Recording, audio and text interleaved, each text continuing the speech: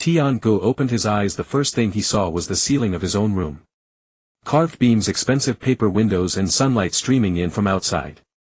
This room was twice as large as an ordinary family's, with furniture made of fine wood and silk-covered quilts. The Tian family lacked no money. What they lacked was a ninja status. Tian-gu had lived in this room for 11 years. He could find the door with his eyes closed. But now, looking at everything, it felt terrifyingly unfamiliar. Memories flooded into his mind like a tide.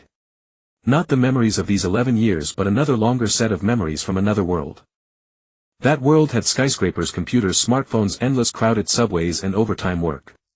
28 years old, single, working as a copywriter at an advertising agency. That night he worked until 10, crossing the street while looking at his phone, not noticing the truck running a red light. Then there was nothing. When he opened his eyes again, he had become Tian-gu. No, not become, he had been Tian-gu for 11 years already.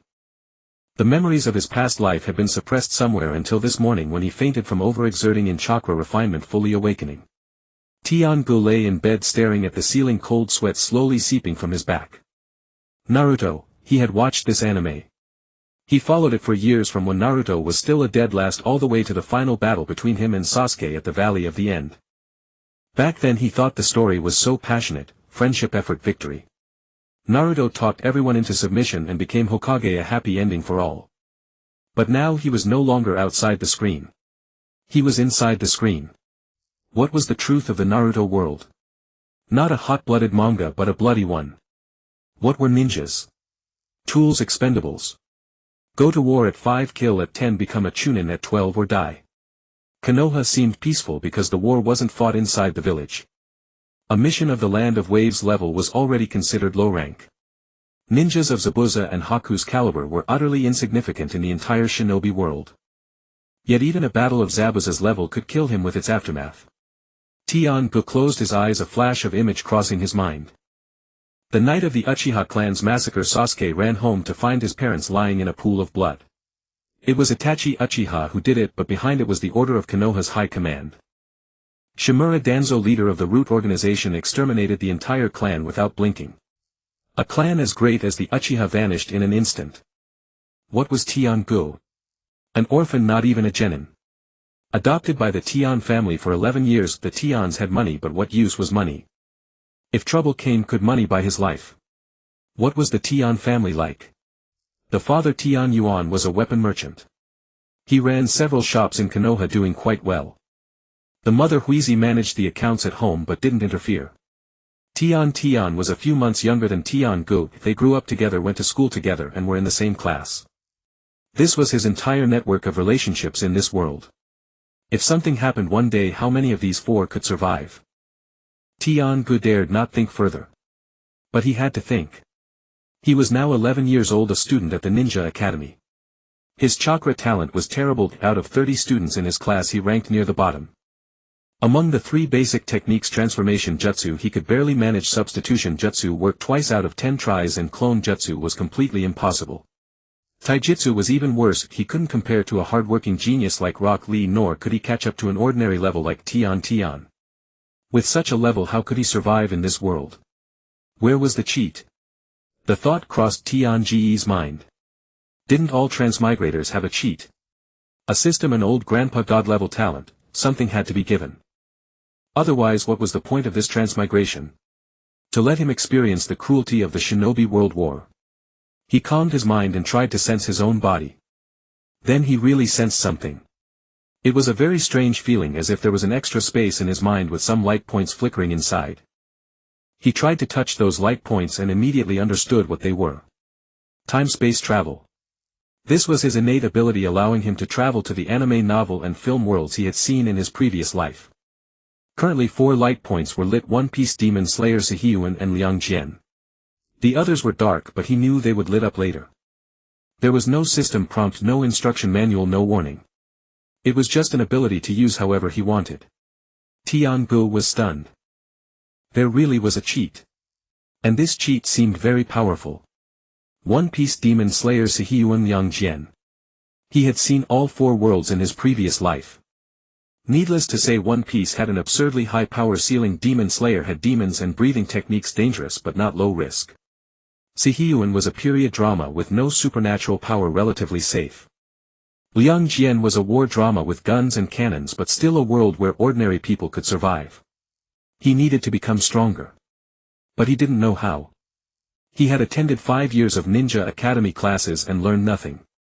Chakra refinement was the most basic. He practiced every day for 5 years, yet his chakra amount was still among the lowest in the class.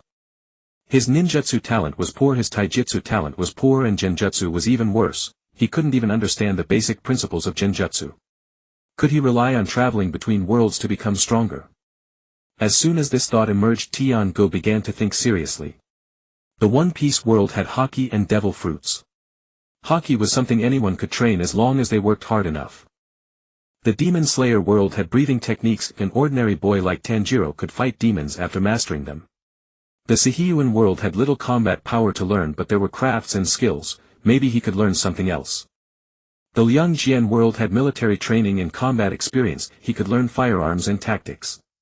If he could learn something from these worlds and bring it back to the Naruto world. Tian-ge's heartbeat quickened. But he quickly calmed down. It wasn't that simple. What were the specific rules of time-space travel? How was time flow calculated? Could he enter and exit the same world repeatedly? Could the things he brought back be used? He didn't know any of this. Moreover, he was too weak now. What if he died entering another world recklessly? Death in the Naruto world was real death. There was no chance to start over. Tian's voice came from downstairs. Tian-go, time to go to the academy. We'll be late. Tian-go opened his eyes and sat up in bed. He took a deep breath, suppressing all thoughts into the depths of his heart. Now was not the time to think about these. He had to get through today first. He put on his clothes, pushed open the door, and went downstairs. Tian stood at the bottom of the stairs waiting for him, wearing a light pink training outfit, her black hair tied in a bun with a delicate small scroll pouch hanging at her waist. That was goods Tian Yuan imported from the land of iron, costing 30,000 ryo each. Seeing him come down, Tian frowned. You look pale. Haven't recovered yet. Tian-go shook his head. It's nothing, just a bit tired. See, you pushed yourself too hard yesterday, Tian said as she walked. Chakra refinement isn't something you can achieve in a day or two. Your talent is naturally poor, forcing it won't help. My dad said if you can't make it, you can learn business with me later. Anyway, our family can afford to feed you. Tian continued talking, and the two walked side by side out of the house. Tian-go listened to Tian's words, feeling a mix of emotions. Tian was right, he was gifted poorly. But when she said it, there was no malice, it was just her straightforwardness. Tian had always spoken this way since childhood, but she had a kind heart. Tian-go was only a few months old when he was adopted, and Tian was just a bit younger than him. They grew up together. In a sense, Tian was the closest person to him in this world. Tian's family owned several shops in Konoha, with the main store located in the busiest part of the commercial street. Tian-go and Tian left home and headed to school. Along the way they met many people who greeted Tian. Good morning, Miss Tian. Miss Tian off to school today too? Tian nodded with a straight face, looking as if she was used to it. Tian-go found it a bit amusing. Tian was spoiled at home and a little rich girl outside, but she never showed off at school. Tian Yuan taught well, having money is your business, don't use money to pressure people. The Ninja Academy was not far from Tian's home, a 10-minute walk away. The streets of Konohagakure were clean and tidy, lined with various shops and houses. When Tian-go passed by Ichiraka Ramen, he glanced at it. The blonde-haired kid was not at the entrance. Naruto should be at the Ninja Academy by now, he thought. Tian-go withdrew his gaze and followed Tian into the school. The Ninja Academy's classes were as usual. In the morning there was a theory class on chakra nature transformation. Tian-go listened absent-mindedly, his mind full of time travel. In the afternoon there was a practical combat training session on the training ground, practicing the 3 basic techniques. Tian's transformation technique was as stable as ever, looking decent, but his substitution and clone techniques were still failing 8 out of 10 times. A few classmates behind him laughed. Look, Tian-go failed again. He's just not talented enough. No matter how much he practices, it's useless. I heard he was adopted. Maybe he doesn't have ninja blood. Tian-go heard them but didn't react. He was 11 years old but not really 11. He had lived 28 years in his previous life. How could such a little ridicule bother him? Besides, they were right, he was indeed lacking in talent and couldn't master the techniques. Tian, however, stood up for him. She turned around and glared at those classmates. The classmates giggled and dispersed, not taking it seriously. After school, the homeroom teacher called out to Tian-gu. "Tian-gu, stay here for a moment." Tian-ge's heart tightened, but he nodded. Tian glanced at him and Tian-gu waved his hand, signaling her to go home first. The homeroom teacher was Irika Yumino. He was in charge of two classes, Naruto's class and Tian-ge's current class. He was a young teacher in his early 20s with a scar running across the bridge of his nose. Tian-gu knew Irika's background. His parents died during the Ninetales attack and he was also an orphan. But Irika had a cheerful personality and was very kind to his students, making him very popular at the academy. Irika waited until Tian had left before speaking. "Tian-gu, you collapsed this morning." "Yes." Irika sighed. "Over-extracting chakra is common at your age. But you need to be more careful than others. Your chakra meridians are naturally thin and forcing extraction can hurt you. But you need to be more careful than others. Your chakra meridians are naturally thin and forcing extraction can hurt you." Tian-gu nodded. "I understand." Irika looked at him with concern in his eyes. "I know you work hard, but sometimes hard work isn't enough. There's more than one path for a ninja. Even if you can't become a great combat ninja, you can do other things. Your family is well off. Your adoptive father is a businessman. If nothing else works, you can take over the family business." Tian-gu was silent for a moment, then said, "Thank you." Tian-gu understood that Irika meant well. But Irika didn't know how cruel this world could be. Running a business, having money, that was fine in peacetime. But what about when war comes? When enemies break into the village? In times of war, they wouldn't care if you had money or not. Everyone would have to go to the battlefield. Those who couldn't fight would be the first to die. Leaving the school, Tian-gu wandered around the village alone for a long time. He looked toward the Uchiha clan's compound. It was already empty. A wooden sign at the gate read Uchiha, but there was no one inside. Tian-gu stood at the entrance for a while, Sasuke's face flashing through his mind. Sasuke should still be in the clan compound now, living alone in that big house, eating alone, sleeping alone, practicing ninjutsu alone. When he lay down at night, would he think of his parents lying in a pool of blood? Tian-gu shivered and turned away. He didn't want to become like that. He didn't want Tian to become like that either. When he got home, it was almost dark. Tian's family's largest shop on Konoha's commercial street was called Tianbao Pavilion, a two-story building with an imposing facade. The first floor sold various ninja tools from the cheapest kunai to expensive chakra metal weapons. The second floor was for receiving VIP guests. Tian Yuan sat behind the counter on the first floor, clicking an abacus. He looked up and smiled when he saw Tian-gu enter. "Back. I heard Tian said Irika-sensei kept you after class. Everything okay?" "Nothing, just reminding me not to overdo it." Tian Yuan nodded. "You two don't push yourself too hard. Talent is something you can't force. Our family can afford to support you. Come see the new shipment." Tian-gu walked over. On the counter were several newly arrived ninja swords. The blades were slender, the handles wrapped in dark blue rope. They were clearly high-quality goods. "From the land of iron," Tian Yuan said. "This one costs 600,000 ryo. A few days ago a jonin came to look at it but thought it was too expensive." Tian-gu picked up a sword, feeling its weight. It was well balanced, the blade sharp. He remembered the scroll tools that Tian used in the original story, all good things collected by Tian Yuan from various places. Tian's family was indeed wealthy, richer than most ninja families. But money couldn't buy life. Dinner was on the second floor.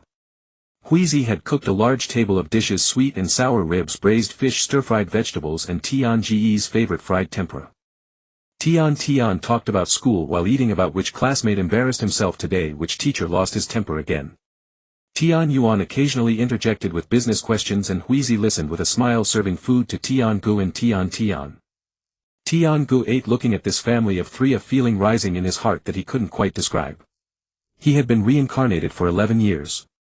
For 11 years he had been a part of this family. Tian Yuan taught him to read, taught him how to distinguish good and bad ninja tools, how to negotiate business. Huizi cooked for him, sewed his clothes and stayed by his bedside when he was sick. As for Tian, they had grown up together, going to school together, getting scolded together, sneaking snacks together and getting caught by Huizi. They were his family. Not characters from the original story but family. After dinner Tian Gu returned to his room. He closed the door, sat down on the tatami, closed his eyes and sank his mind again. That space was still there, the 4 light points still flickering. He tried to touch one of them. There was no rejection, no warning, nothing. They just shone, waiting for him to enter. One Piece Demon Slayer Sihiyuan Yang Jian. He could enter anytime he wanted, leave anytime he wanted. No restrictions.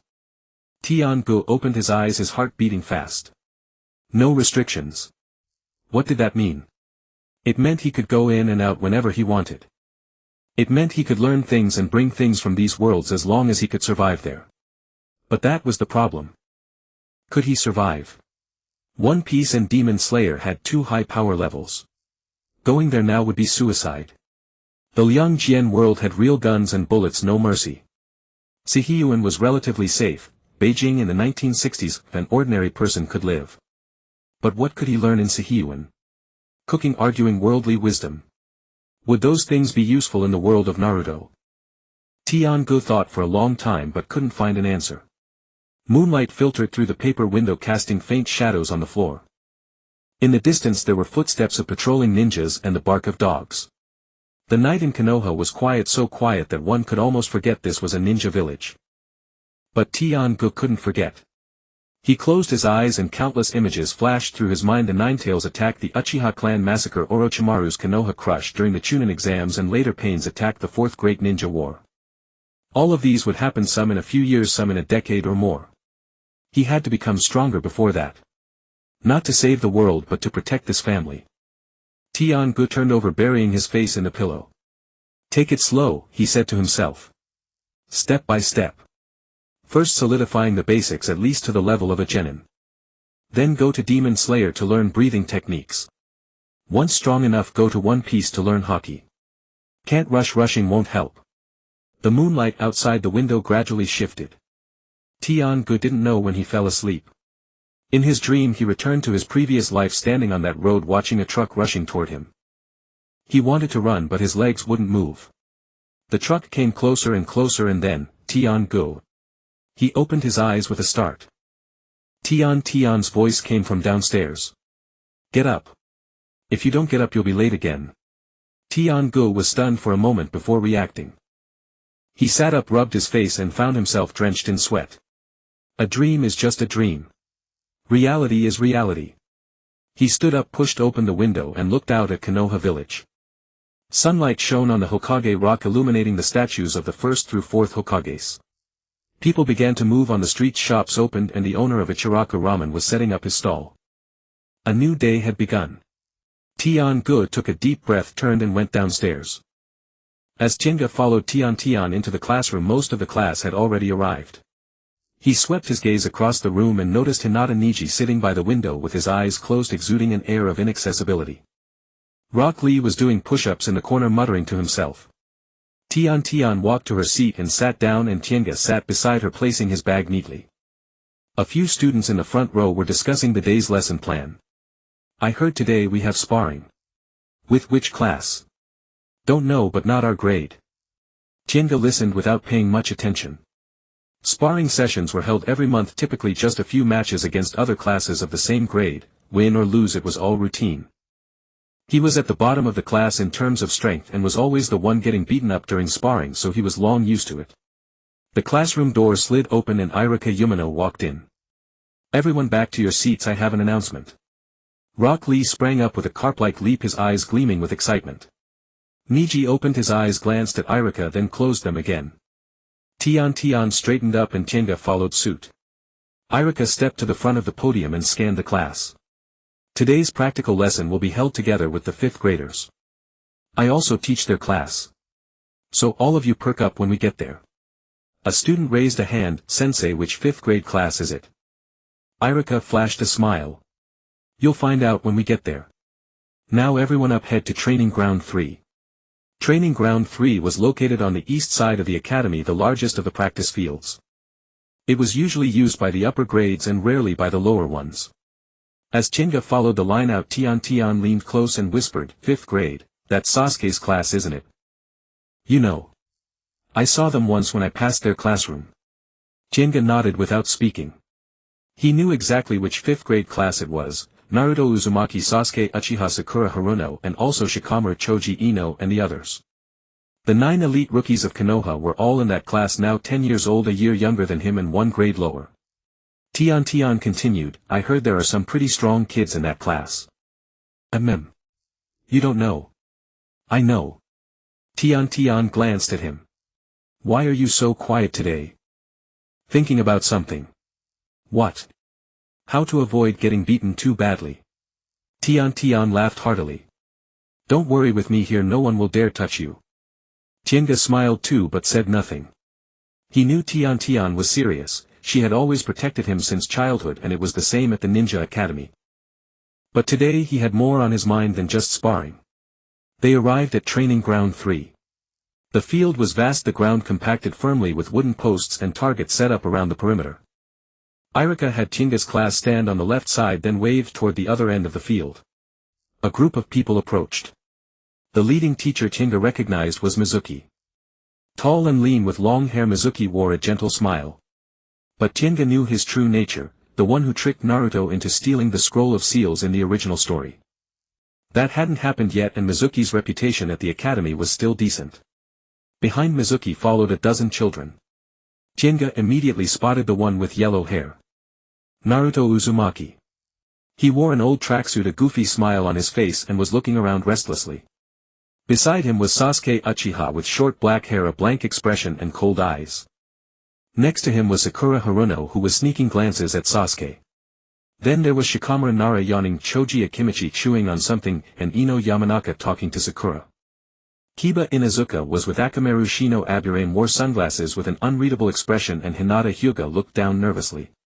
All were the 9 elite rookies of Konoha, now only 10 years old. Irika walked to the center of the field and Mizuki came over as well. They exchanged a few words. Then Irika turned to address both groups of students. "Today's sparring is simple, both sides take turns sending up participants, and it's light contact until someone yields. 5th graders against 6th graders, losing isn't shameful but winning is a credit. Any questions?" "No." "Alright, let's begin." The first match was between Shikamaru of the 5th grade and a 6th grade student. Shikamaru was still yawning as he stepped onto the field, while his opponent was an ordinary 6th grader. The two exchanged bows in the center of the field. The 6th grader charged forward and threw a punch. Shikamaru sidestepped, stumbling slightly. The opponent followed up with a sweep kick. Shikamaru jumped over it but landed unevenly and stumbled backward a few steps. The 6th grader pursued with another punch. This time Shikamaru couldn't dodge and the blow landed on his shoulder, sending him lurching sideways. "I give up." Shikamaru raised his hand, his expression unchanged. The 6th grader paused, not looking particularly pleased even with the win. The two nodded to each other and returned to their groups. Someone in the 6th grade muttered quietly, "So that's the level of the 5th graders. No, Shikamaru is just average in the 5th grade. Then who's strong?" "That guy named Sasuke Uchiha, I heard he's pretty strong. And that demon fox Naruto Uzumaki, I heard he's a dead last." "Never mind the dead last, let's watch the next match." Over the next few matches, Choji from the 5th grade won, Ino from the 6th grade lost, Kiba from the 5th grade won, and Rock Lee from the 6th grade won. Rock Lee's match was particularly fierce. He kicked his opponent several meters away. Irika quickly called a halt and some of the 5th grade students stepped back. Tian went up against Sakura Haruno from the 5th grade. Tian pulled a scroll from the pouch at her waist, unfurled it with a flick, and several shuriken flew out, embedding themselves in the ground at Sakura's feet. Sakura was startled and quickly dodged. Tian unfurled another scroll, this time releasing several kunai. Sakura couldn't evade in time and raised her hand in surrender. Tian returned, shaking her fist triumphantly at Chinga. Chinga smiled and gave her a thumbs up. It was Hinata Niji's turn. Niji walked to the center of the field, arms crossed, eyes still closed. For a long moment no one from the 5th grade stepped forward. Iruka called out and Mizuki looked back at his students. Sasuke Uchiha walked out from the crowd. He walked to the center and stood opposite Niji looking up at him. Niji opened his eyes and glanced at Sasuke. "You're not my match." "I know. Then why are you stepping up?" Sasuke didn't answer. Instead he turned toward Iruka's direction and spoke. "Sensei, I challenge Hinata Niji." Training Ground 3 fell silent for a second. Iruka was taken aback and Mizuki was also stunned. Iruka frowned. "Sasuke Niji is in the 6th grade, you're in the 5th, there's a year's difference." "I know. Then why challenge him?" Sasuke didn't reply, just stared at Niji. His gaze was calm, but Tenga could see something else beneath that calm, fire, hatred and unwillingness to accept his fate. Tenga suddenly understood. This was the state of Sasuke Uchiha now. His entire family had been slaughtered. The killer was his own brother, and the higher-ups of Konoha had sealed the truth, telling him nothing. He lived alone in that big house, cooking for himself, sleeping alone, practicing ninjutsu by himself. Why did he come to the academy? To grow stronger, to one day kill that person. And now a genius of the Hyuga clan stood before him. Hyuga and Uchiha, the two strongest bloodline clans of Konoha. The Uchiha were destroyed, but the Hyuga remained. Niji was a genius of the Hyuga branch family, a year older than Sasuke and with a year more training. Sasuke wanted to see the gap between them. He wanted to see just how far he was from a true genius. Iruka stared at Sasuke's expression in silence for a few seconds. Mizuki spoke up beside him. "Iruka-sensei, since the student has the heart, let them fight. Keep it within limits and there will be no harm." Iruka thought for a moment, then looked at Niji. "Niji, do you agree?" Niji gazed at Sasuke, his face devoid of emotion. "Whatever. All right, then let them fight." Iruka raised his voice, "Both sides prepare. Begin at my command." The surrounding crowd stepped back, clearing space for the two. Tian-gu stepped aside. Tenten tugged at him, "Come over here to watch." Tian-gu shook his head, "I'll stand here." In the center of the arena, Sasuke and Niji stood facing each other 5 meters apart. Sasuke assumed a starting stance, the basic form of the Uchiha clan. Niji remained standing, hands at his sides, not even bothering to adopt a posture. "Begin." Sasuke shot forward. His speed was remarkable, faster than any of the 5th years who had fought earlier. He charged at Niji, throwing a punch at his face. Niji tilted his head to dodge. Sasuke's other fist followed and Niji stepped back. Sasuke unleashed a flurry of punches, each one swift, yet none landed. Niji drifted like a leaf, elusive and untouchable. Suddenly Sasuke halted and retreated half a step, beginning to form hand seals. Tian-gu recognized the seal fire style fireball jutsu. The Uchiha clan's signature technique. Sasuke's hands moved swiftly, completing the seals in 2 seconds. He took a deep breath and exhaled a massive fireball. The fireball hurtled toward Niji. A gasp rose from the onlookers. Iruka stepped forward, ready to intervene at any moment. But Niji did not evade. He raised his hands, assuming a peculiar stance. 8 trigrams, palms, heavenly spin. Niji's body began to rotate, chakra erupting from every tenketsu, forming a swirling azure sphere. The fireball collided with the sphere and was deflected, scattering into sparks. Niji's rotation ceased and he stood still, his breathing unaltered. Sasuke was stunned. His most powerful jutsu had not even touched his opponent. Again. Sasuke gritted his teeth and charged once more. This time he learned his lesson. As he approached Niji, he abruptly changed direction, attempting to strike from the side. But Niji's reaction was faster. He pointed a finger at Sasuke's shoulder. 8 trigrams, empty palm. Sasuke was sent flying, rolling twice on the ground before stopping. He scrambled to his feet, clutching his shoulder, his face a mask of disbelief. The gap was immense. So immense that he couldn't even land a hit. Niji looked at Sasuke and spoke. "Your fire style is decent and your seals are fast, but your fundamentals are too weak. Your taijutsu is brute force without technique and your chakra control is poor. Half of the chakra in that fireball was wasted.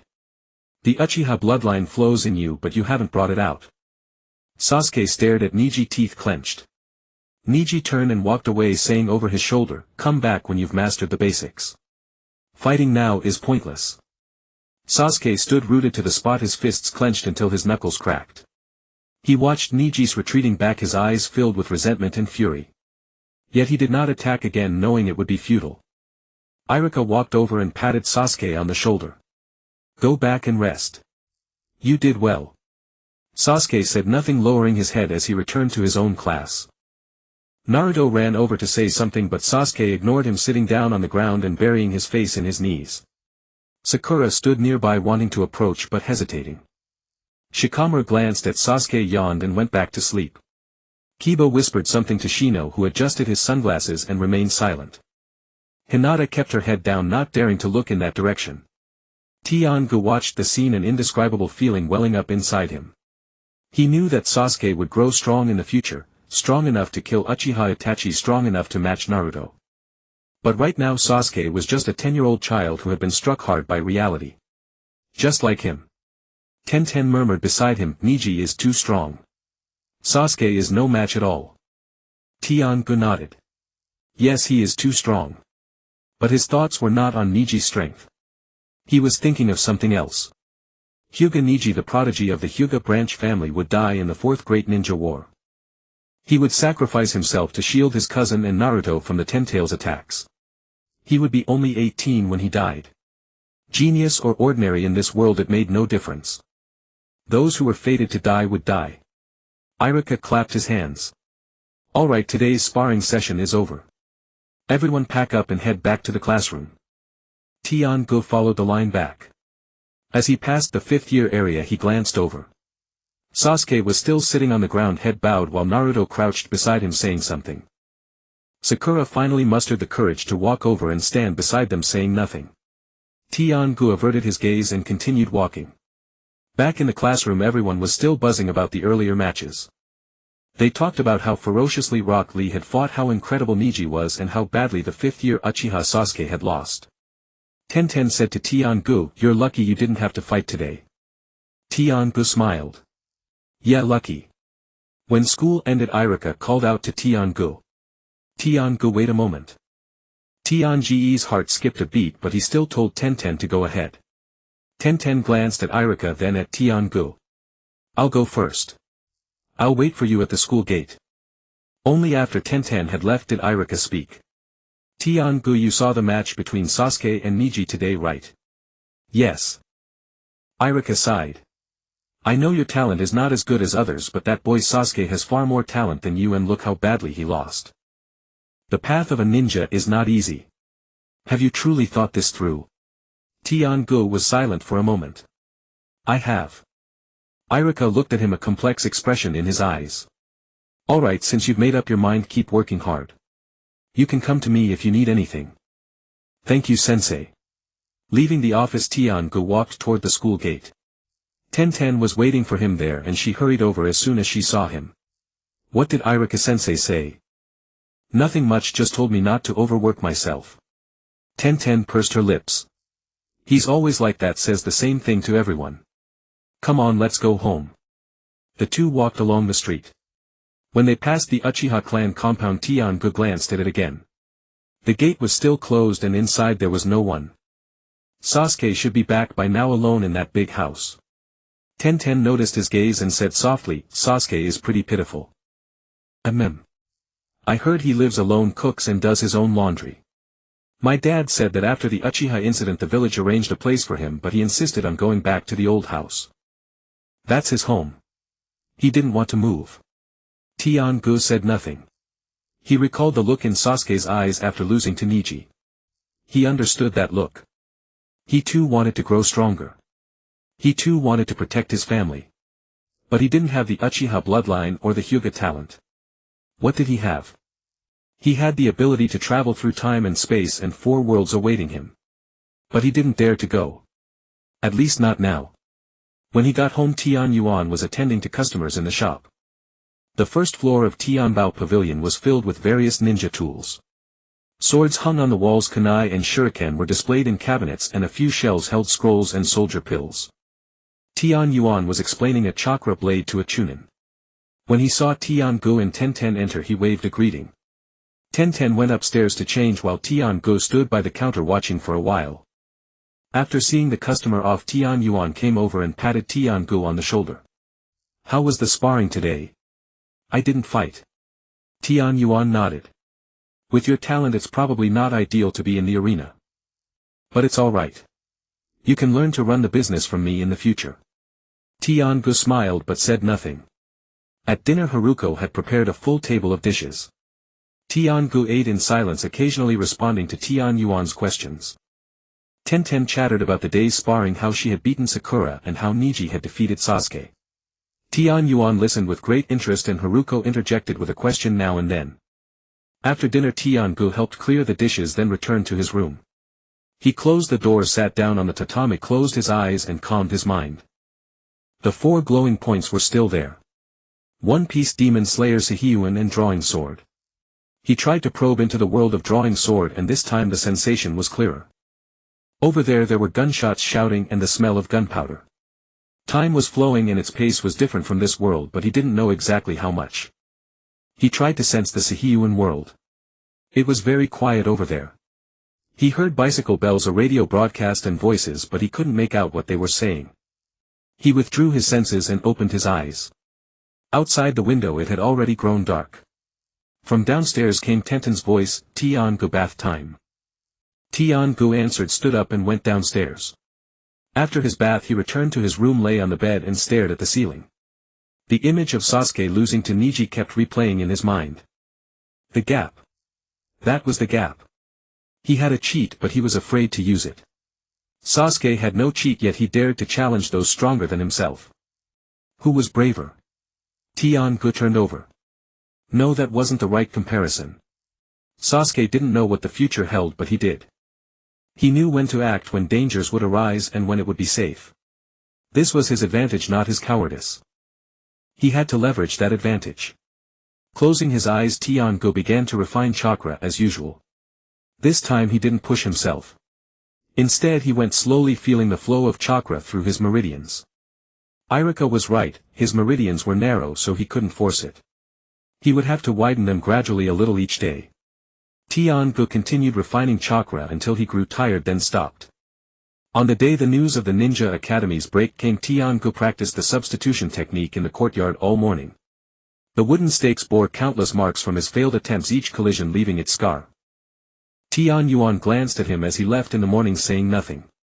Huizi sighed when she brought him water. Tian stood at the second-floor window shouting for him not to dismantle the courtyard. Tian-gu didn't stop. 3 months had passed since he witnessed Sasuke's defeat at Niji's hands. Every day he woke half an hour earlier to train taijutsu, practice the 3 basic techniques after school and refine chakra until his eyelids grew heavy. Irika was right, his chakra pathways were too narrow for forceful methods. So he would grind away day by day. If one day wasn't enough, a month would suffice. If a month failed, 3 months would prevail. Today, after 3 months, he could finally execute all 3 techniques flawlessly. The transformation technique had long been mastered. If the substitution technique succeeded 5 or 6 times out of 10, and the clone technique could produce 2 passable shadow figures.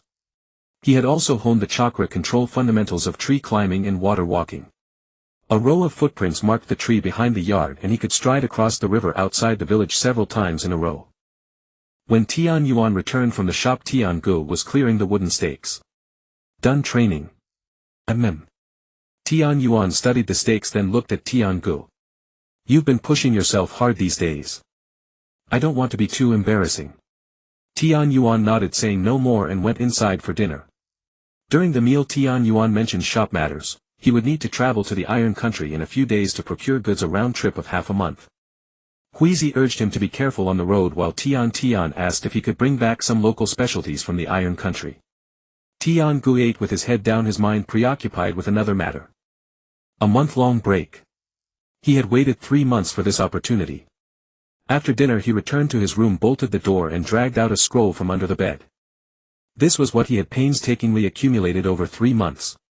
He had always had access to the storeroom of Tian Yuan's shop since childhood, and Tian Yuan wouldn't have minded if he took a few things, but he still chose carefully, taking only a little of each to avoid detection. He unrolled the scroll, revealing its contents. A katana, imported from the Iron Country, worth 400,000 ryo according to Tian Yuan. Tian-gu had chosen the most unassuming one, a slender blade sharp with minimal ornamentation but excellent steel. A storage scroll filled with standard kunai and shuriken, common enough that a few missing would go unnoticed in Tian Yuan's shop. Another storage scroll held 30 explosive tags. These were expensive, 10 to 20,000 ryo each, so he dared take only 30, fearing discovery if he took more. Yet another scroll contained food and water, soldier pills, dried meat, compressed biscuits, along with several antidotes and hemostatic agents. The final scroll held a gene of gold bars. This was Tianji's accumulated New Year's money and allowance over 11 years, all converted into gold and stashed away. He inspected each item carefully, then packed them into a new ninja tool pouch.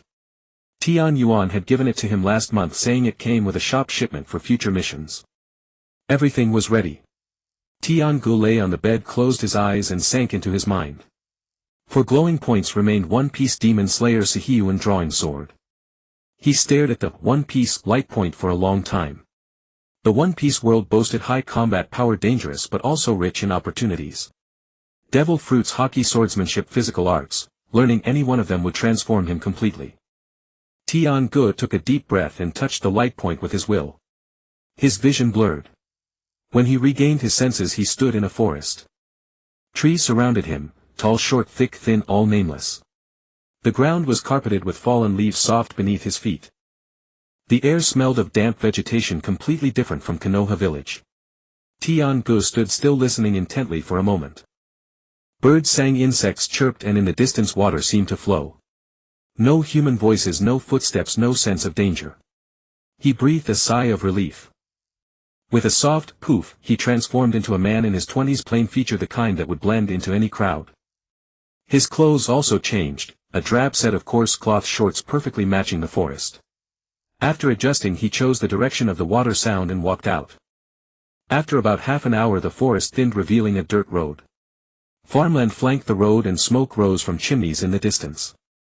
Tian Gu followed the dirt road for another 10 minutes, finally spotting a town. It was small, with a wooden sign at the entrance bearing several characters. Tian Gu approached and examined it, but couldn't read a word. The script of the One Piece world differed from that of Naruto. He paused, then quickly recovered. No matter. He could ask questions or rely on listening. His current identity as a passing traveler made illiteracy in the local script perfectly normal. Tian Gu entered the town and first found a general store. An old man sat inside, dozing off. Tian Gu tapped the counter and the old man woke up, rubbing his eyes.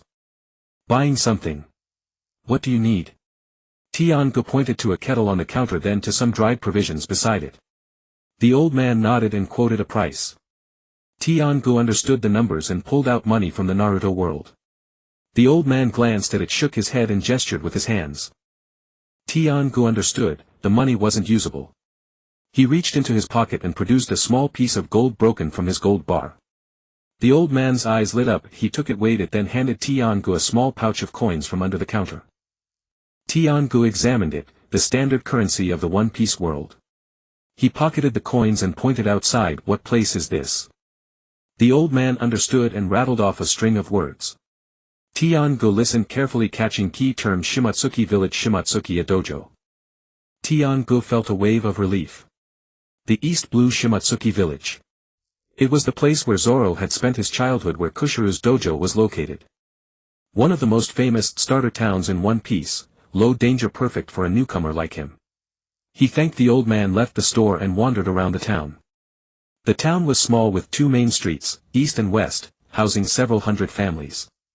It had a general store, a blacksmith, a restaurant, an inn, and most notably a large compound on the eastern side with a sign bearing a sword emblem. Tian Gu observed from a distance but didn't enter. He found a rental property on the western edge of town, a small courtyard with 3 rooms, a tiny kitchen and a well in the yard. The landlady was an elderly woman whose son had gone to sea as a sailor years ago and never returned. The house had been vacant. Tian Gu paid for 3 months with gold and the old woman was overjoyed.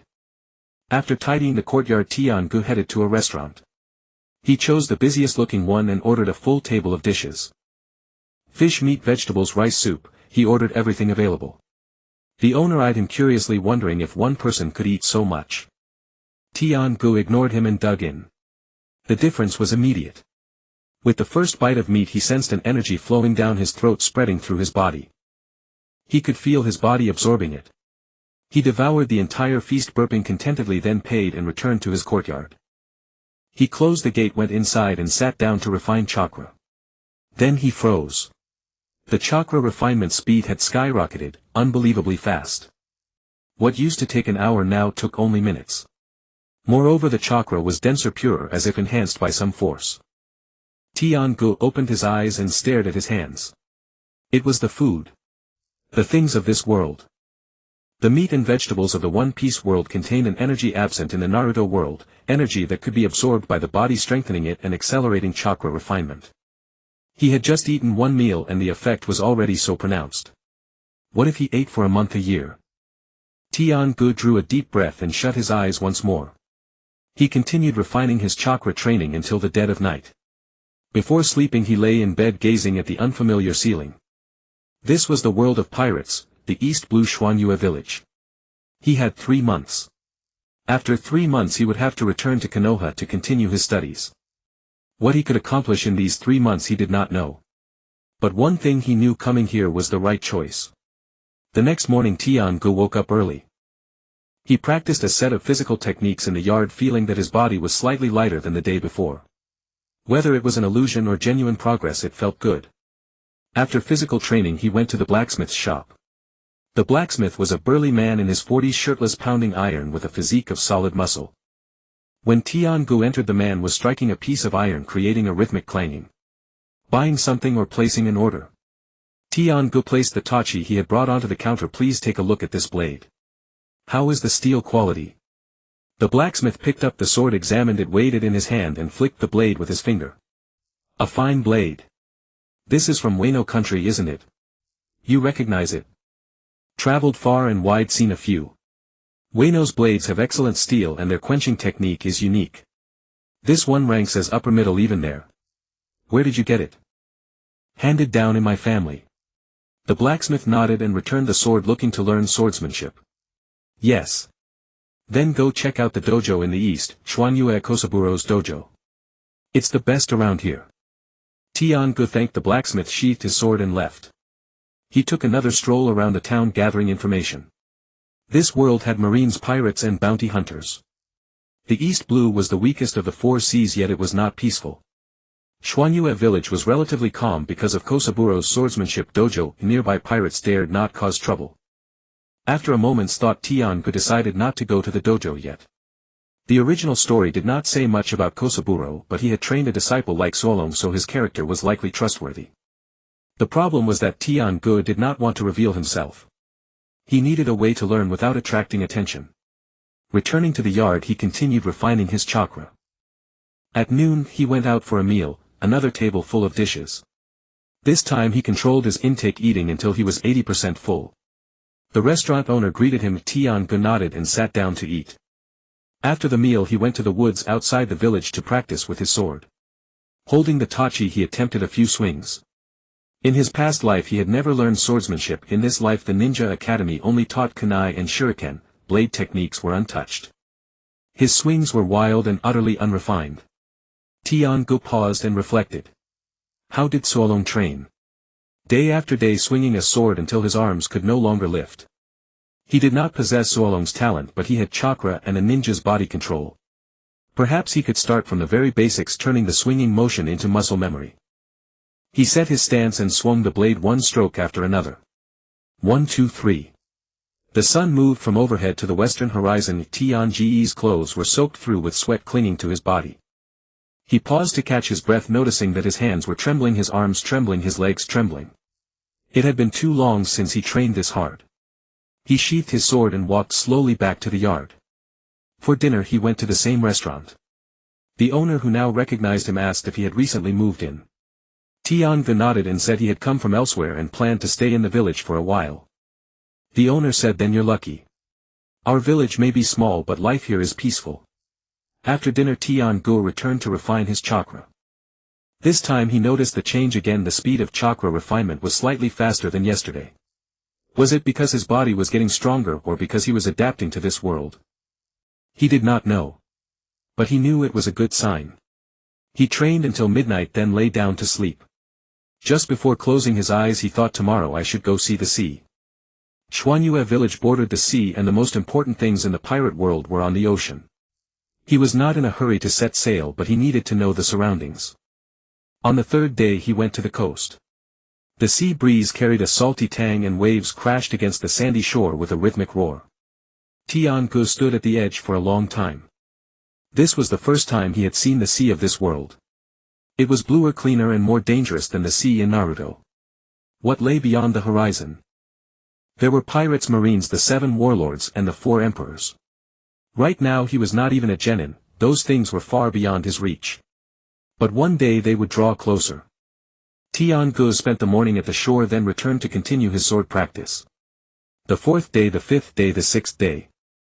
His routine became fixed: morning physical training and chakra refinement, lunch at the restaurant, afternoon sword practice in the woods, evening chakra refinement and sleep.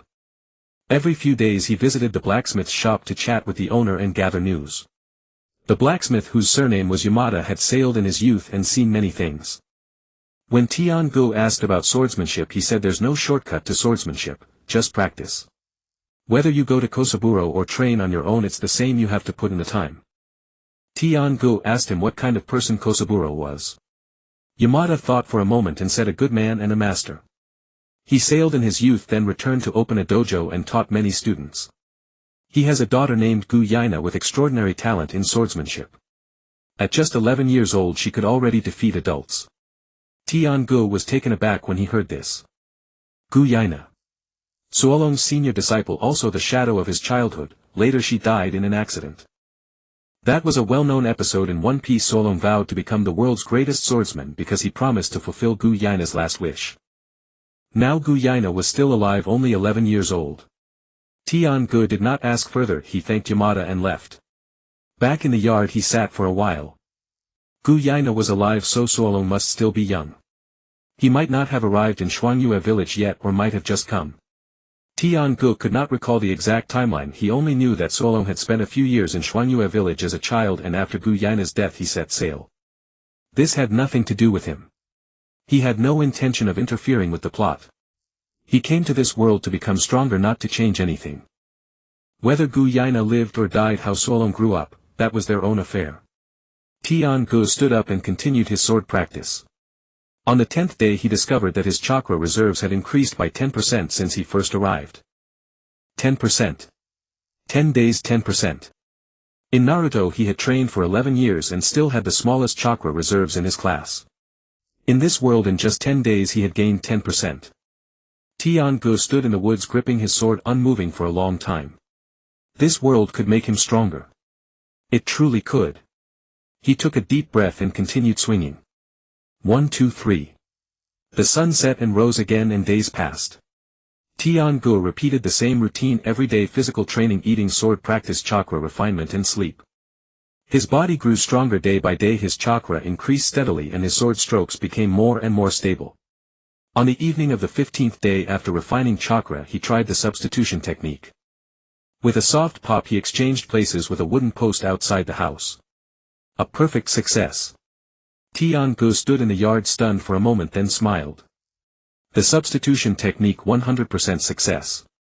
In Naruto it took 3 months to reach 50 or 60%, here it took only half a month to achieve full mastery. He needed to seize the opportunity. Tian-gu swung his blade for the 27th day in the forest. The sun rose from the east and set from the west. His daily life consisted of eating, practicing with the blade and sleeping, repeating in a cycle. His chakra reserves had increased by nearly 40% since he first arrived and his blade movements had become much steadier, but he knew he was practicing incorrectly. He had never seen what true swordsmanship looked like. He didn't know if his force application was correct, if his breathing rhythm was right, or if his stance was problematic. It was all self-taught guesswork, resulting in a crude, unorthodox style. This wouldn't work. Tian-gu sheathed his blade and stood in the forest deep in thought for a long time. Shimatsuki Dojo was located east of the village, a 15-minute walk away. The dojo master Shimatsuki Koshiro was a master in the original story. His students later became rivals of the world's greatest swordsman. There must be orthodox swordsmanship traditions in that dojo. Go become a disciple. This thought popped up and couldn't be suppressed.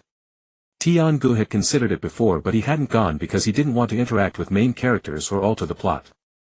But now he had come to understand he was just a swordsman in training. As long as he didn't meddle in those matters and didn't affect the fates of Kuina and Zoro, it should be fine. Besides, he needed to grow stronger. Back in the Naruto world 10 years had passed since the Nine-Tails rampage and less than a year since the Uchiha clan massacre. Next would be Naruto and his peers' graduation, the Chunin exams, Orochimaru's invasion of Konoha, and later Pain's assault and the Fourth Great Ninja War. Tian-gu returned to the courtyard and took out the gold bar from the scroll. Half a gene of gold should be enough for tuition. Koshiro didn't seem like a greedy man, but one couldn't go empty-handed when seeking apprenticeship. He broke off half a gene of gold, wrapped it in cloth and tucked it into his chest. He put away the remaining half for later use.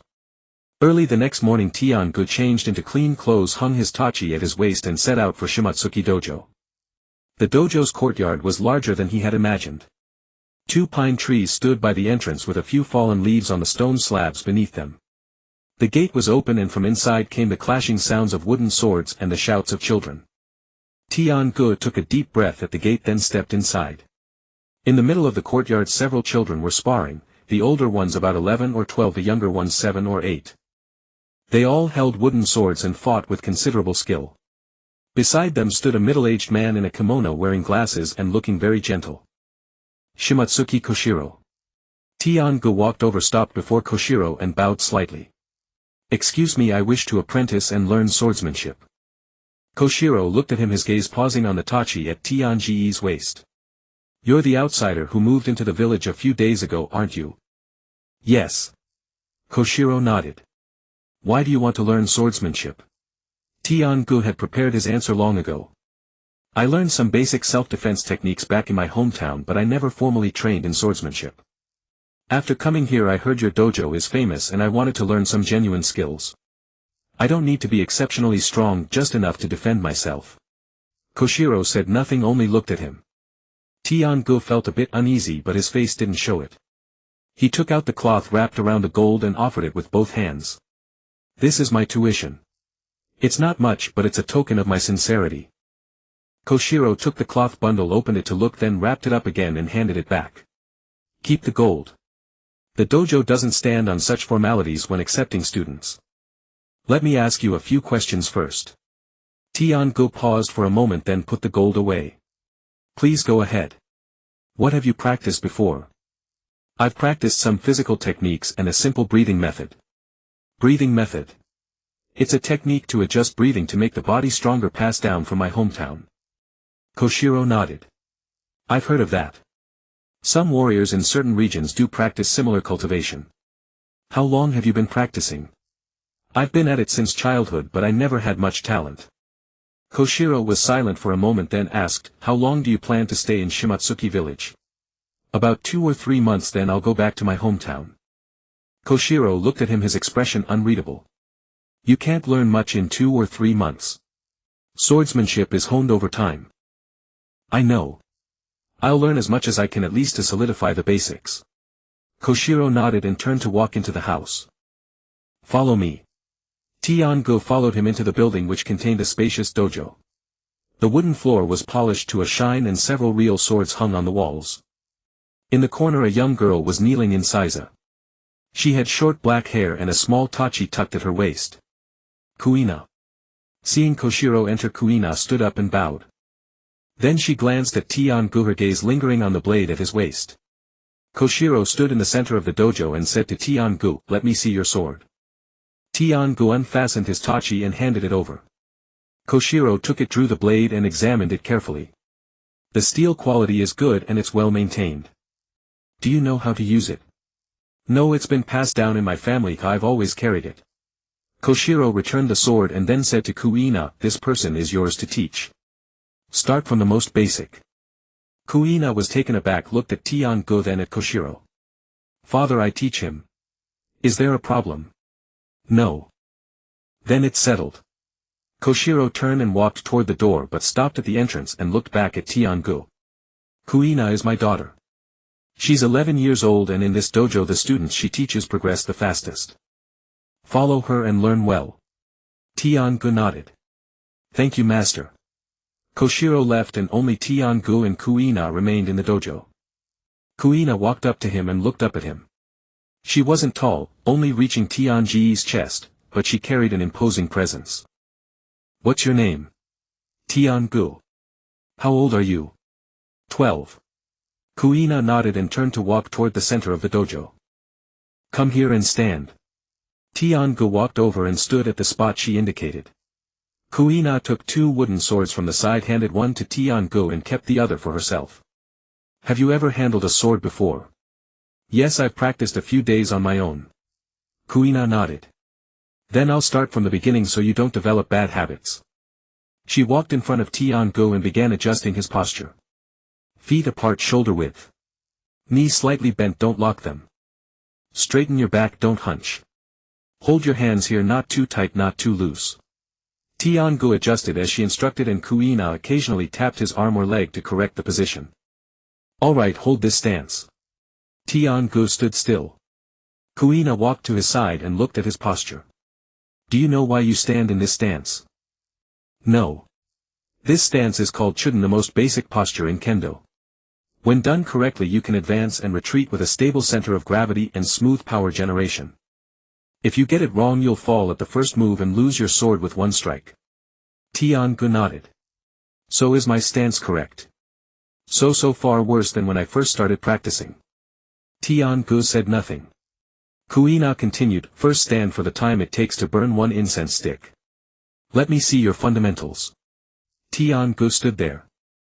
1 incense stick's worth was about 20 minutes, which was nothing to a ninja. He usually practiced physical training standing for an hour at a time, so this amount of time was no challenge at all. But he didn't show it. After standing for 10 minutes he deliberately swayed. Kuina noticed and walked over. Tired. Kuina noticed and walked over. Tired. Tired after just 10 minutes. You've never done standing postures before, have you? No, I haven't. Kuina nodded. That's normal. Everyone starts this way. Hold steady. Don't move. Tian-gu continued standing. When 20 minutes passed, Kuina told him to rest for a while. Tian-gu stretched his legs and thought to himself that this was much easier than the training at the ninja academy. Kuina remarked from the side, your physical condition is pretty good. Not many people can hold a standing posture for 20 minutes on their first try. Tian-gu smiled. I do a lot of manual labor, so I have some foundation. After resting they resumed. This time Kuina began teaching him how to swing the sword. Watch carefully. Kuina gripped the wooden sword with both hands, planted her feet firmly and then delivered a single slash. The motion was clean and crisp, the wooden sword tracing an arc through the air before stopping mid-swing. Did you see that clearly? Yes, I saw it. Then you try it. Tian-gu imitated her posture and slashed down. Kuina frowned. No, that's wrong. What's wrong? Your power is coming from your arms, not your whole body. In swordsmanship, power must start from the feet, travel through the legs, the waist, the back, and then to the arms. If you only use your arms you'll be exhausted after 100 swings. Tian-gu nodded. Let me try again. This time he attempted to incorporate the chakra-based power generation method. The principle of a ninja's taijutsu was also full body power, so the logic was similar. He slashed down and this time it was much better. Kuina's eyes lit up. That's right this time. Do it again. Tian-gu slashed again. Yes, just like that. Remember this feeling. Kuina watched him swing, occasionally correcting his posture. Wrist too high, shoulders too tense, waist not turning enough. Tian-gu swung the sword again and again, unconsciously reaching 50 swings. Kuina called out to stop. That's enough for today. Come back tomorrow at the same time. Tian-gu put down the wooden sword and stretched his arms. After 50 swings his arms were indeed a bit sore, but he could still bear it. Kuina looked at him and suddenly asked, have you really never practiced swordsmanship before? No. Then you learn quite fast. Most people are lucky to get the stance right on the first day. You already have some form in your swing. Tian-gu shook his head. You're a good teacher. Kuina said nothing, turned around and began tidying up the wooden swords. When Tian-gu walked out of the dojo the sun had already reached its zenith. He glanced back and saw Kuina still standing in the dojo swinging her sword alone.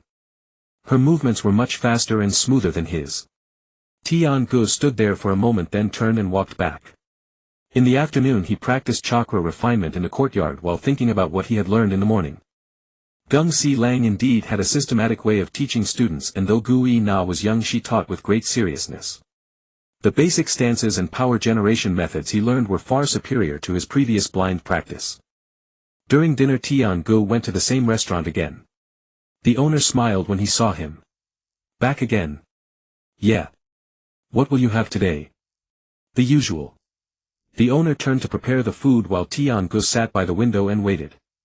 At the next table, a few people were chatting about pirates lurking nearby and the Marines sending patrols. Tian-gu listened but didn't join the conversation. After eating, he returned to continue refining chakra and then went to sleep. The next day he arrived at the dojo on time and Gu Yi-na was already waiting. Again it was standing postures and sword swings, the basic drills. By the end of the morning, Tian-gu had steadied his middle stance and his swings had become a bit smoother. Day 3, Day 4, Day 5. Each day was the same repetition: standing posture, sword swing, standing posture. Gu Yi-na spoke little but every correction hit the mark. Tian-gu made adjustments bit by bit, progressing little by little. On the 6th day, Gu Yi-na began teaching him footwork. Swordsmanship isn't about standing still, you have to move. How you step, how you turn your body, how you shift your center of gravity, all have their rules. Gu Yi-na demonstrated several times and had Tian-gu follow along. Tian-gu tried to follow but his steps were awkward and unsteady. No, your step is too big. Smaller steps, more stable. Again. No, your body moved first but your feet haven't moved yet. Your feet should move first and your body follows. Again. No, your center of gravity is drifting. Keep it centered at all times, don't wobble. Tian-gu practiced over and over and Gu Yi-na corrected him repeatedly. By the end of the half-day session his footwork had finally taken shape. During a break, Gu Yi-na suddenly asked, "Do you know some kind of breathing technique?" Tian-ge's heart skipped a beat but he kept his composure. "Why do you ask? Your endurance is better than any beginner I've seen. Most people would be collapsed after a morning of training but you haven't even broken much of a sweat." Tian-gu shook his head. "I've been used to hard work since I was a kid. I'm just a bit more fit than average." Gu Yi-na looked at him but said nothing more. Tian-gu silently became more cautious. He would have to be careful not to stand out too much in the future. After more than half a month of strengthening in the One Piece world, his body had already become much stronger than it was in Naruto. With the support of chakra, his endurance far exceeded that of ordinary people. That might have seemed suspicious in Gu Yi-na's eyes. When he returned in the afternoon, Tian-gu deliberately slowed his pace during practice, occasionally wiping sweat and panting, pretending to be tired. On the 7th day when he went to the dojo, Gu Yi-na didn't ask about the breathing technique again and continued teaching him the basics. Tian-gu gradually got to know the other students in the dojo. There were a few older ones around 14 or 15 with decent swordsmanship. And there were some younger ones 7 or 8 years old who had just started. Among them was a little boy with green hair who always practiced alone in silence, rarely talking to others. Tian-gu knew who that was. So Long. He was probably around 8 or 9 now, having just joined the dojo not long ago. Small in stature, not very strong, but he trained with fierce determination. Tian-gu had seen him swinging his sword until his arms trembled, yet he kept going. Gu Yi-na occasionally went over to guide So Long, and she was even stricter with him than with Tian-gu. "That's wrong. Start over. Did you even eat before swinging? Start over. With that little strength you want to be a swordsman. Start over." So Long gritted his teeth and started over every time, never talking back. Tian-gu watched from the side, knowing what their relationship would become. So Long would swear to defeat Gu Yi-na, and after her death he would carry her wish and set sail, becoming a contender for the world's greatest swordsman. But right now they were just ordinary senior and junior students, one teaching strictly, the other practicing desperately. On the 10th day Gu Yi-na had Tian-gu spar with a few other new students. They used wooden swords and the matches were to the point. Tian-ge's opponent was a boy around 10 years old who had been training for over half a year and was more experienced. Tian-gu was flustered from the start, getting hit several times. Gu Yi-na called out from the side, "Don't panic. Focus on your own stance, don't follow his rhythm." Tian-gu steadied his mind and concentrated on his posture and footwork. The opponent charged and he sidestepped, slashing downward. The opponent blocked and counterattacked, striking him on the shoulder. "Stop." Gu Yi-na walked over and looked at Tian-gu. "That slash was too slow and your power was off. Again. The second time Tian-gu lasted a few more seconds but still lost. Third, fourth, fifth time. After an afternoon of sparring, Tian-gu had lost miserably, but in the final match he could already exchange a few rounds with his opponent. Gu-na said, "Not bad. You've improved." Tian-gu nodded, breathing heavily. That evening he sat in the courtyard and thought for a long time. Swordsmanship was truly not something that could be mastered overnight. He had chakra and the learning ability from his past life, but he still had to start from the most basic swings one by one. How long had Gu-na trained? She had been holding a sword since she could walk, training for nearly 10 years. He had only practiced for a few days. How could he possibly compare? But he had time. This trip to the One Piece world would last more than 2 months, enough to lay a solid foundation. When he returned to Naruto he could continue practicing. Next time he came he could learn more advanced techniques. With that thought his mind steadied. On the 15th day Tian-gu discovered that he could infuse his chakra into the blade. It happened when he was practicing alone in the forest. He slashed at a tree and a faint gleam flickered along the blade, leaving a deep cut in the trunk. He stopped, looked at the sword, then at the tree, lost in thought. Infusing weapons with chakra was something ninjas often did. Kunai and shuriken could be enhanced with chakra to increase their power. Swords should be no different. He had tried a few times before without success, but today it suddenly worked. Was it because his body had grown stronger, or had his swordsmanship improved? He didn't know. But it was good news. In the following days he practiced this skill every day, gradually mastering the technique of infusing chakra into the blade at the moment of the swing. However, he only used it when practicing alone, never revealing it in the dojo.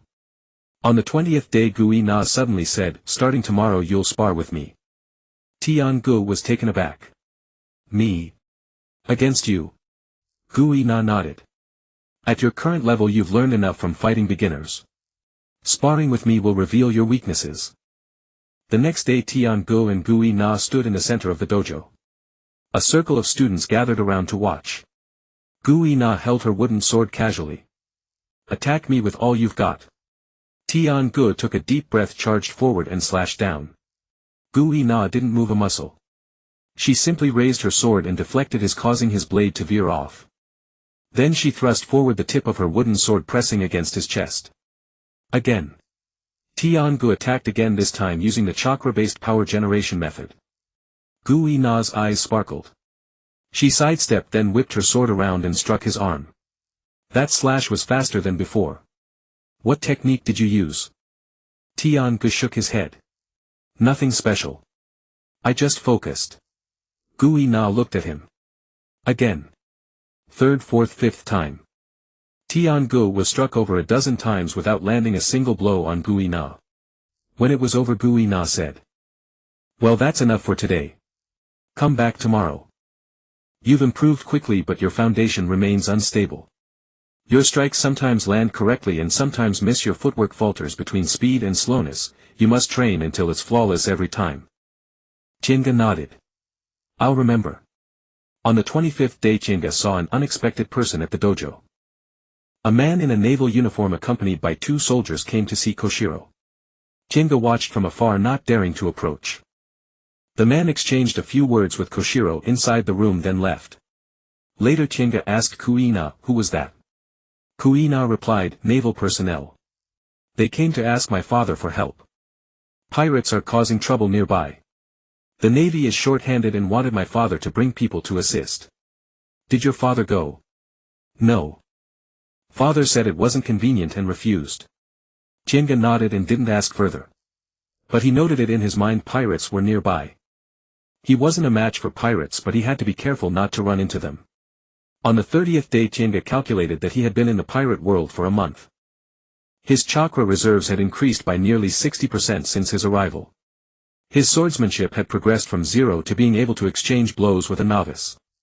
The improvement was faster than he had anticipated. But it was still far from enough. He had to keep training. After refining chakra that night lying in bed, he thought in 2 more months when he returned to the Naruto world his strength should reach the level of a genin. Then what? Where would he travel next? The Bright Sword world had firearms, Demon Slayer had breathing techniques, and the Courtyard world had other skills. But for now he wouldn't think about those. First master the sword. Chenga closed his eyes and slept. The next day he went to the dojo as usual.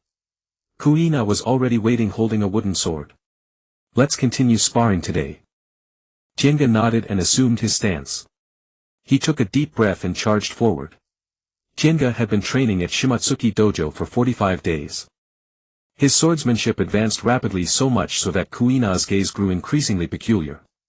He could stand in a stance for an hour without swing his blade 300 times consecutively without his arm trembling, and his reaction speed during sparring had noticeably improved compared to when he first arrived. These things seemed abnormal to Kuina. At first she only occasionally asked, "Have you trained in something else? How do you have such stamina?" Chenga each time brushed it off with, "I've done heavy labor, and I have a strong constitution." But in recent days Kuina's questions grew more detailed. "What's your breathing rhythm when you swing the sword?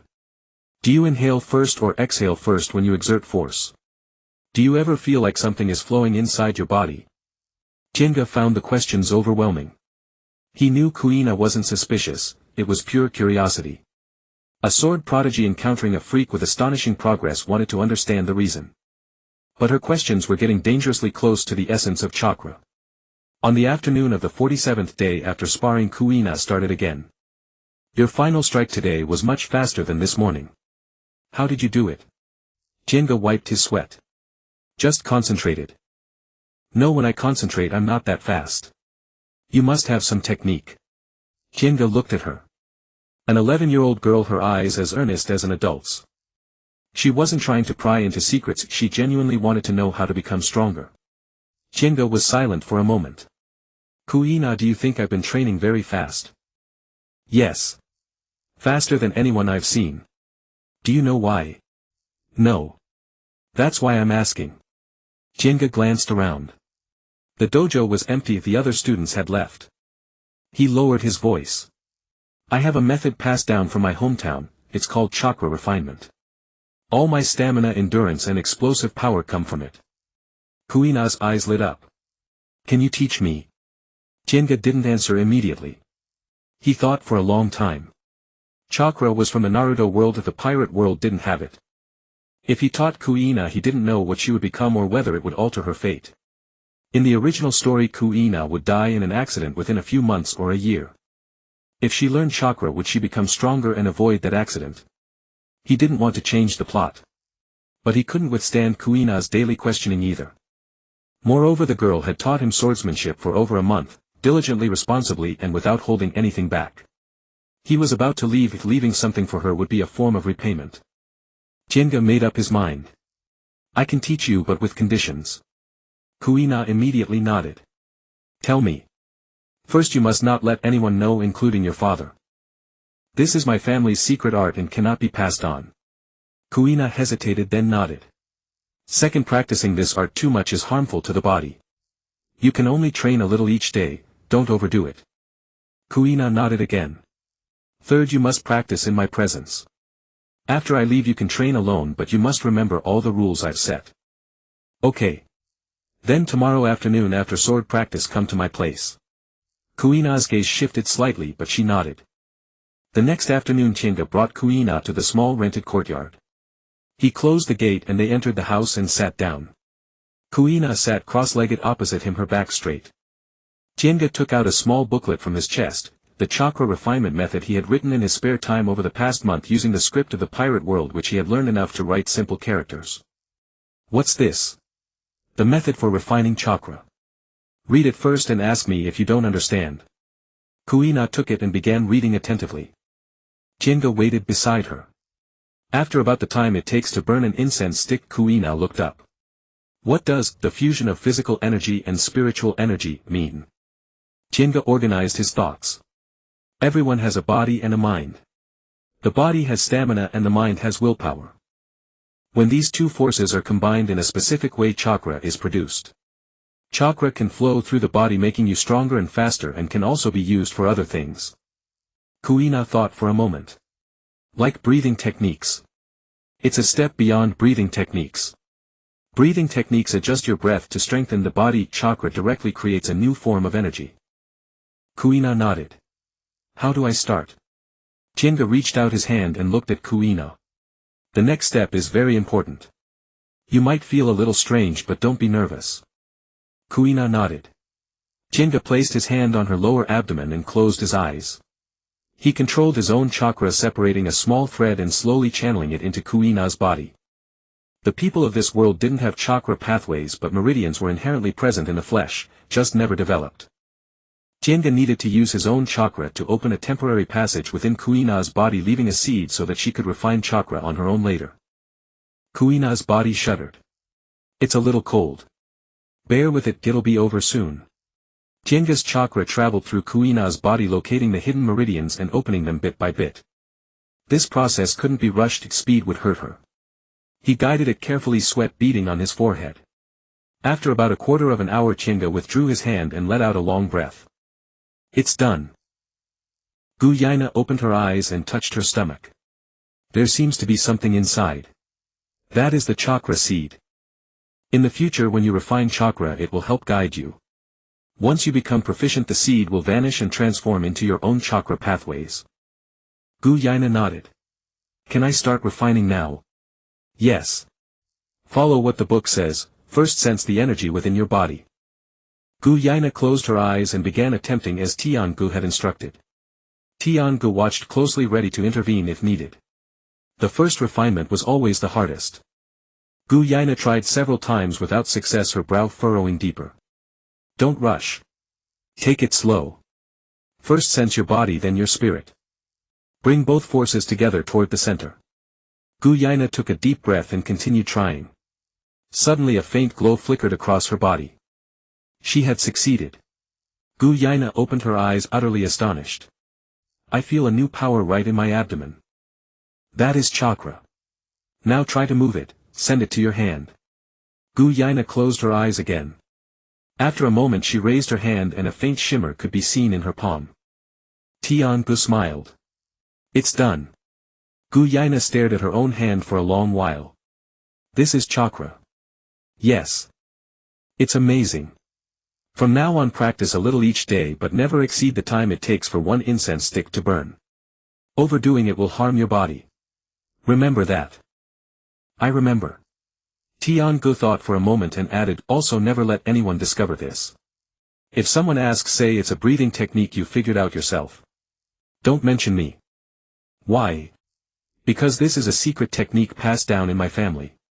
Teaching it to you is already an exception. If word gets out, my elders will take offense. Guyaina nodded. I understand. Tiangu looked at her, a complex feeling stirring within him. He knew he was doing something that could alter the course of events. Guyaina had learned chakra, what would become of her now? He didn't know. Perhaps she would grow stronger, perhaps she would survive. Perhaps she would still fall to that accident. But he decided to stop dwelling on it. He had already taught her, regret was useless. Guyaina stood up and bowed to him sincerely. Thank you for teaching me. Tiangu waved his hand. You taught me swordsmanship for over a month, it's only fair that I teach you something. Guyaina shook her head. It's different. What you taught me can make me much stronger. Tiangu said nothing. Guyaina asked again, when do you leave? In about 10 days. Then teach me more before you go. All right. In the following days, after finishing sword practice each afternoon, Guyaina would come to Tianji's courtyard and they would refine chakra together.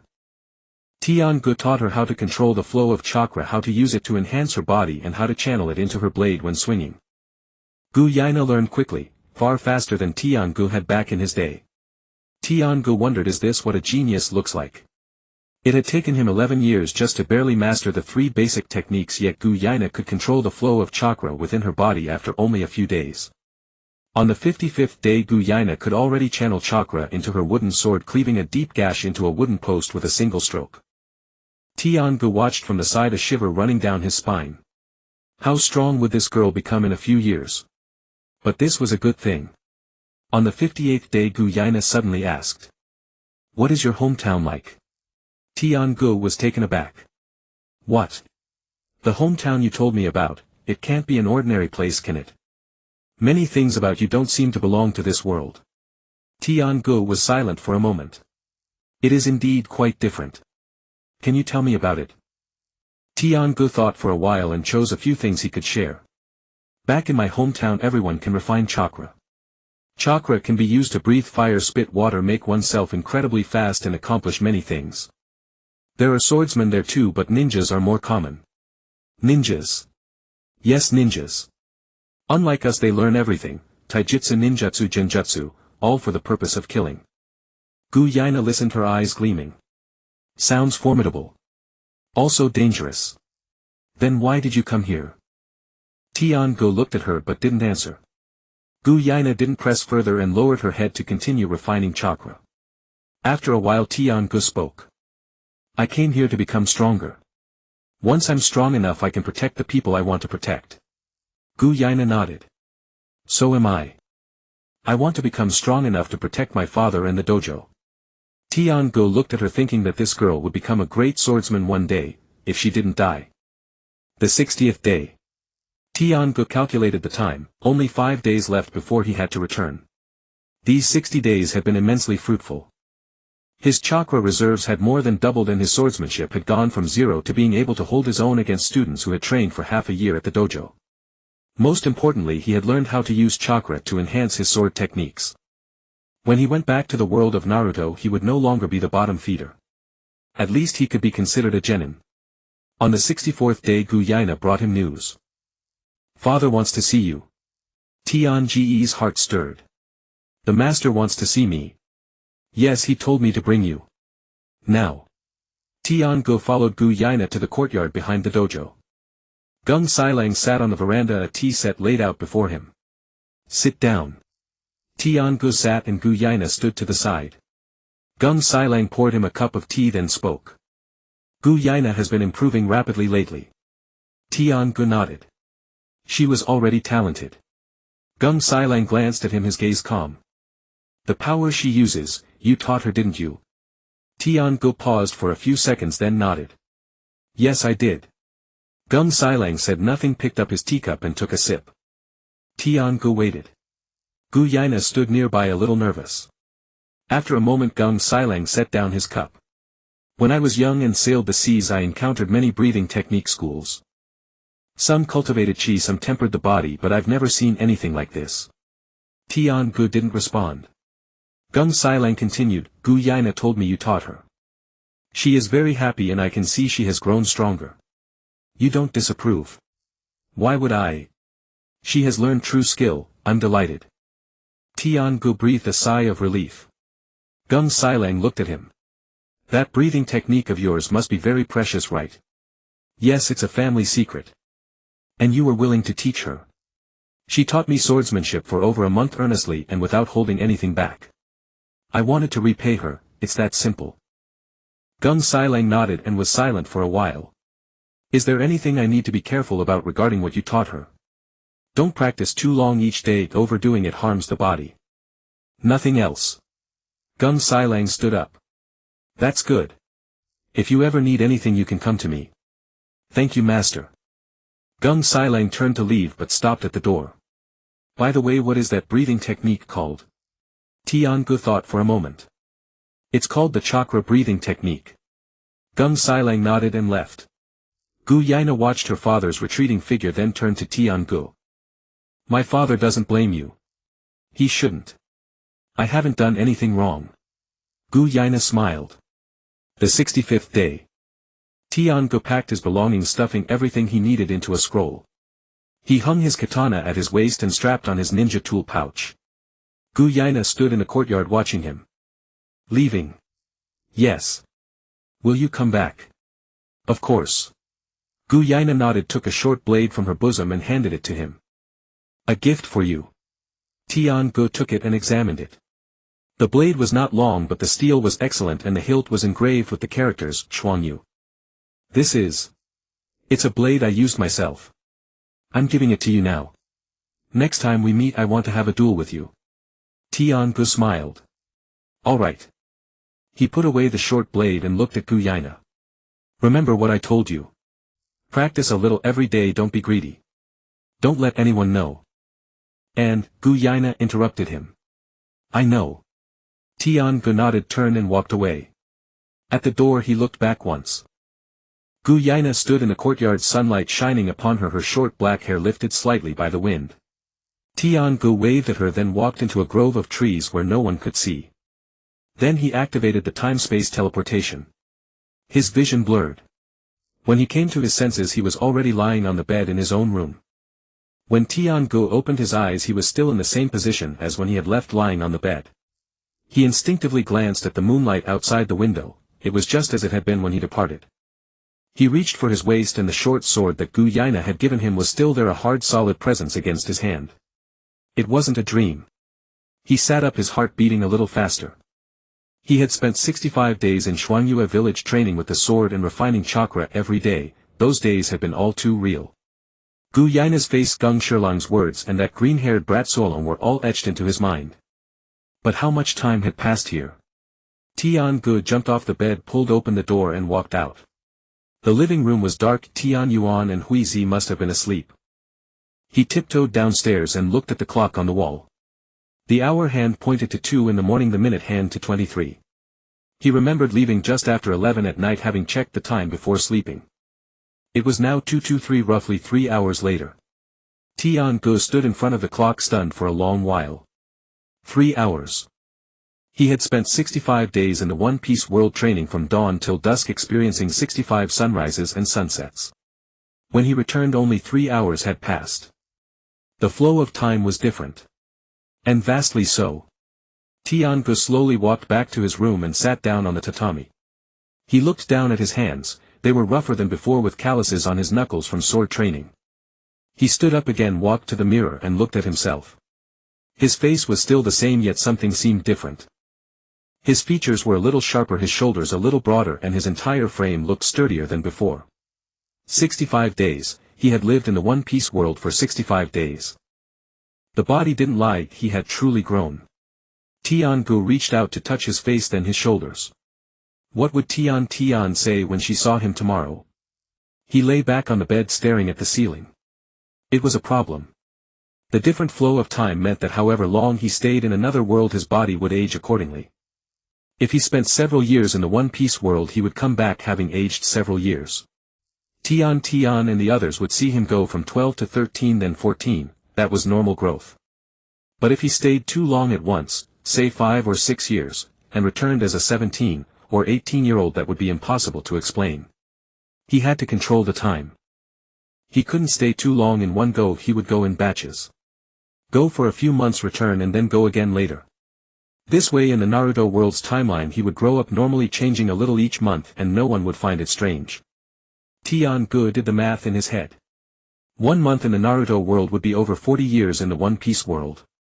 Of course he wouldn't stay that long, a year or 2 would be enough. After a year or 2 he'd return, and the Naruto world would have passed just a day or 2. To Tian and the others he would have aged a year or 2 in 2 days, fast but not entirely impossible, since 12 and 13-year-olds were in a rapid growth phase. But he couldn't do it too often either. It was best to leave a gap of 10 days or half a month between returns, so the changes would be spread out. He turned over and continued thinking. There were other tricks. For instance, he could deliberately slow down his physical training, making it seem like the changes came from exercise. Or he could wear loose clothes that didn't show off his physique. If all else failed, he could use the transformation technique to tweak his appearance, but he couldn't keep it up all the time, it consumed too much chakra. He needed a thorough plan. As he thought, Tian-gu drifted off to sleep. The next morning Tian's voice woke him up. Tian-gu, get up. Tian-gu opened his eyes, it was already light outside.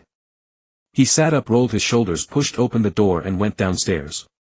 Tian was standing at the stairwell staring at him, a bit taken aback. Tian-gu, what's wrong with you? Tian's heart skipped a beat. What do you mean, what's wrong? Tian walked over and circled around him. You seem taller. Oh. Yeah, you weren't this tall yesterday. Tian reached up to measure against his head, then compared it to herself. You really are taller. Tian-gu laughed it off. Maybe I slept well and grew a bit.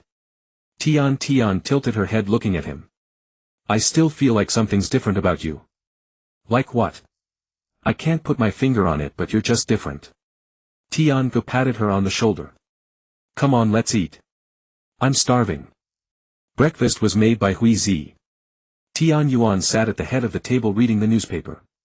Tian Ge sat down and picked up his chopsticks. Tian Yuan looked up at him. Tian Ge, you look well today. Yeah, I slept well. Tian Yuan nodded. Young people should sleep and eat well, growing bodies. Tian chimed in from the side. Dad, he seems to have gotten taller. Tian Yuan glanced at Tian Ge. He does look a bit taller. That's normal, during the growth spurt you change every day. Tian Ge buried his head in his food and didn't respond. After the meal Tian said she was going to meet a friend and asked if Tian Ge wanted to come. He said no, he wanted to stay home. Tian pouted and left on her own. Tian Ge went back to his room and bolted the door.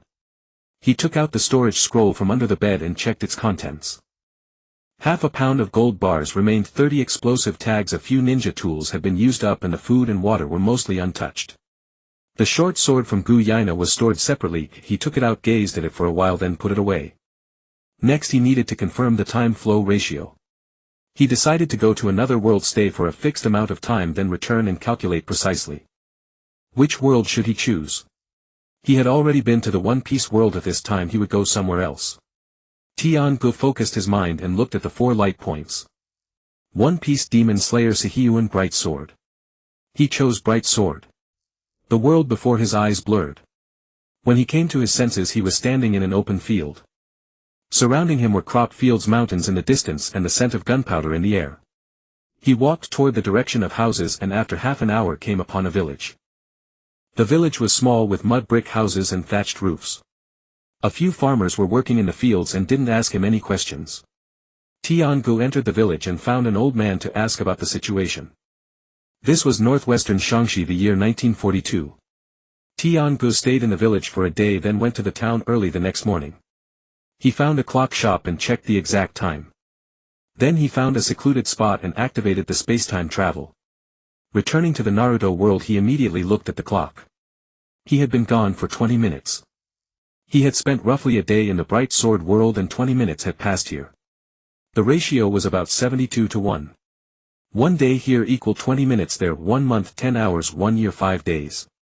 He then tried the Superhuman world. This time he stayed for 3 days, and when he returned 5 hours had passed in the Naruto world. The ratio was about 14 to 1. Next he tried the Demon Slayer world. He stayed for 5 days and 3 hours had passed upon return. The ratio was about 40 to 1. He recorded the data on paper. One Piece world 520 to 1. 1 day there equaled just over 2 minutes here, 1 month 1 hour, 1 year half a day. Bright Sword world 72 to 1.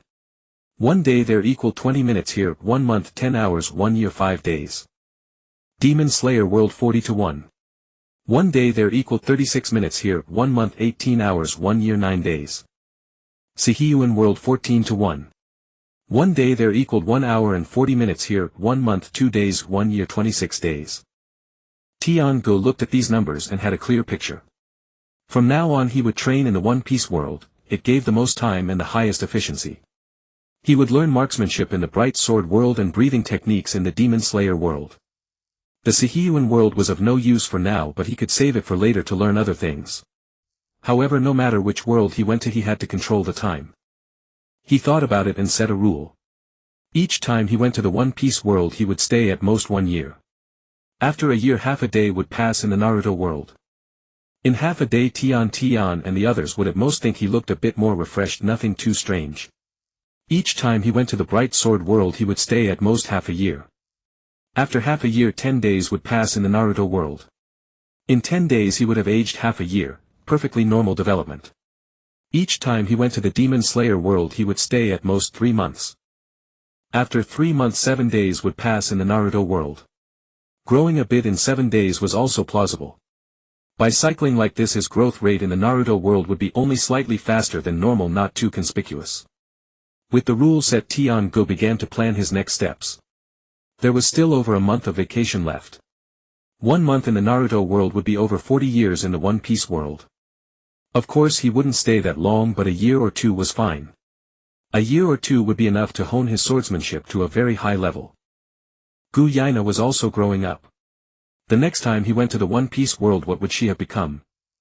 Tian-gu lay back on the bed. I'll rest for a day and decide tomorrow. In the days that followed, Tian-gu returned to a normal life. He woke up early each day to practice swordplay and refine his chakra, helped around the house or went out during the day and continued training at night. Tian saw him every day and gradually grew accustomed to it.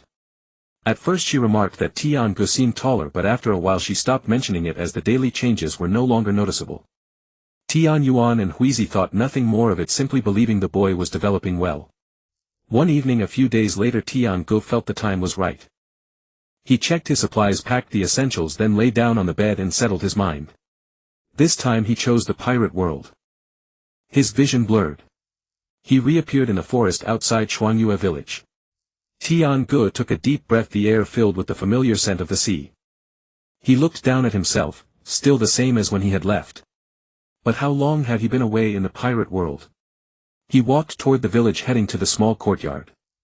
The courtyard was still there, though the 3-month rental period should have expired. He stood at the entrance for a moment, then turned and walked toward the dojo. The Shuangyue dojo was unchanged, its gate open, the sound of wooden swords clashing drifting from within. Tian-gu entered and saw several students sparring in the yard. He scanned the area but didn't see Kuina. An older student noticed him and approached. Looking for someone? Tian-gu said, I'm looking for Kuina. The student glanced at him. Kuina's inside. Wait a moment. Tian-gu stood in the yard.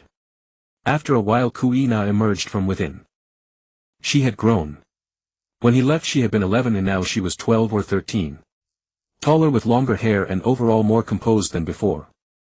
A sword hung at her waist and she moved with an air of confidence. Kuina paused when she saw him. Tian-gu. Long time no see. Kuina walked over and looked him up and down. You've grown too. Tian-gu smiled. Yeah. Kuina looked at him. How long have you been gone? On the pirate world's timeline he had been away for about a year. But Kuina didn't know where he had gone, only that he had left. 1 year, Tian-gu said. Kuina nodded. I've been training for a full year. I can tell. Kuina fixed her gaze on him. When you left you said we'd have a match the next time we met. Tian-gu nodded. I remember. Then let's have it now. Now. Kuina turned and walked toward the training hall. Follow me. Tian-gu followed, his heart a little tense. In the pirate world a year meant Kuina had undoubtedly grown stronger. The two entered the dojo and Kuina took 2 wooden swords from the rack, tossing one to Tian-gu. Catch. Tian-gu caught the wooden sword, testing its weight. Kuina walked to the center of the training hall and assumed a stance. Come on. Tian-gu took a deep breath, walked over and stood opposite her. Sunlight streamed through the windows, illuminating both of them. Tian-gu gripped the wooden sword and met Kuina's eyes. Then he charged forward. Tian-gu stood in the center of the dojo, wooden sword in hand, facing Kuina. In the pirate world's year she had shot up in height. She had only reached his chest before, but now she almost reached his shoulder. Her long black hair was still tied back and her gaze was sharper than a year ago. She stood there like an unsheathed blade. Kuina also studied him, her eyes moving from head to toe. Here I come. Before the words had faded, Kuina was already moving. Fast. Tian's pupils contracted and his body instinctively dodged to the side. Kuina's wooden sword whistled past his ear, the draft stinging his cheek. No sooner had he steadied himself than her second strike came sweeping upward toward his chin. Tian-gu stepped back half a pace, pressing his wooden sword down to block. A sharp clack rang out as the 2 swords collided. Tian's arm trembled from the force transmitted through Kuina's blade. It was much stronger than before and there was a certain energy coating the blade, chakra. Kuina smiled. Your reflexes have improved. So have yours. Kuina withdrew her sword and attacked again, this time with a series of continuous slashes. Tian-gu dodged and blocked, constantly shifting his footwork. After 3 or 5 exchanges he found himself backed into a corner of the dojo. Kuina stopped and looked at him. You can withstand 5 of my moves now. Not bad. Tian-gu caught his breath. What have you been eating this year? You're so strong. I trained. I practiced that breathing technique you taught me every day and my body grew stronger. Tian-gu nodded, he could see that. Though Kuina's chakra reserves were still less than his, she had already become quite proficient in its use. And her swordsmanship foundation was already solid, now enhanced by chakra, making her several times more powerful than a year ago. Again. Kuina assumed her stance. Tian-gu took a deep breath, gripped his wooden sword and charged forward. This time he attacked, first aiming a slash at Kuina's shoulder. Kuina sidestepped and countered with a strike to his ribs. Tian-gu withdrew his sword to block, then spun and delivered a horizontal cut. Kuina ducked low, thrusting her wooden sword upward toward his abdomen. Tian-gu leaped to avoid it, bringing his sword down midair. Kuina raised her sword to block. The impact sent Tian-gu tumbling backward before he landed. Steadying himself, he looked at Kuina, inwardly conceding defeat. After more than a dozen exchanges, he hadn't landed a single hit. Kuina lowered her sword and looked at him. Tian-gu gave a wry smile. Still can't beat you. Kuina shook her head. A year ago you couldn't even withstand 3 of my moves. Now you can last for over a dozen, that's rapid progress. Besides, a few of your strikes had real form, not just wild swings. You taught me well. Kuina didn't respond, instead placing her wooden sword back on the rack. Come on, let's talk outside. The two walked out of the dojo and sat down on the veranda in the yard. Kuina asked him, "Where did you go this past year?" Tian-gu had already prepared an answer. "Back to my hometown." "Where is your hometown?" "A very far place." Kuina glanced at him but didn't press further. She pointed to a wooden post in the yard. "Look at this." She stood up and walked over, drawing her wooden sword from her waist. Tian-gu rose and watched her. Kuina took a deep breath, gripped the sword with both hands and then slashed down. The blade traced an arc through the air and struck the wooden post. With a crack, the post split cleanly in two, the cut smooth and even. Tian-gu's eyes widened. Such power. And Kuina had used a wooden sword, not a real one. She sheathed her sword and turned to look at him. "I practiced the breathing technique you taught me for a whole year. Now I can channel energy into my blade and cleave a post like this." Tian-gu walked over to examine the cross-section, then looked back at Kuina. "You figured this out on your own?" "You only taught me how to refine and circulate the energy. Everything after that I experimented with on my own. At first I failed often, but gradually I mastered the technique." Tian-gu looked at her, a complex feeling stirring within him. When he taught Kuina chakra, he had only intended to repay her for teaching him swordsmanship, not expecting her to achieve much. After all, this world had no chakra tradition, she had to explore everything by herself. Yet in just 1 year she had reached this level. A genius is a genius. Kuina noticed his silence. "What's wrong?" "Nothing." Tian-gu shook his head. "You've trained excellently, even better than I expected." Kuina nodded and then asked, "Does your breathing technique have any other uses?" Tian-gu thought for a moment. "It can strengthen the body, increase speed and enhance the power of weapons when channeled into them. There are also more complex applications, but I'll teach you those once your foundation is firmer." Kuina's eyes lit up. "Good." The two returned to the dojo. This time Kuina slowed down her pace, offering guidance to Tian-gu as they sparred. "Haven't you been practicing systematically for the past year?" Tian-gu nodded. "I've just been figuring things out on my own." "No wonder," Kuina said, swinging her sword at him. "That last move, you raised your hand too high and the point of force was off. Start over." Tian-gu adjusted as instructed and struck again. "No, still too high. You've developed a habit of lifting your hand because no one corrected you during practice." Again. Tian-gu swung once more. "That's better, but you didn't rotate your waist enough. You need to use the strength of your whole body, not just your arms." Tian-gu followed her advice, and this time the wooden sword whistled through the air as it came down. Kuina nodded. "Yes, that's the feeling. Remember this movement. Practice it 1,000 times every day from now on." Tian-gu gave a wry smile. 1,000 times. Too much. When I was a child I practiced 2,000 times a day. Tian-gu had nothing to say.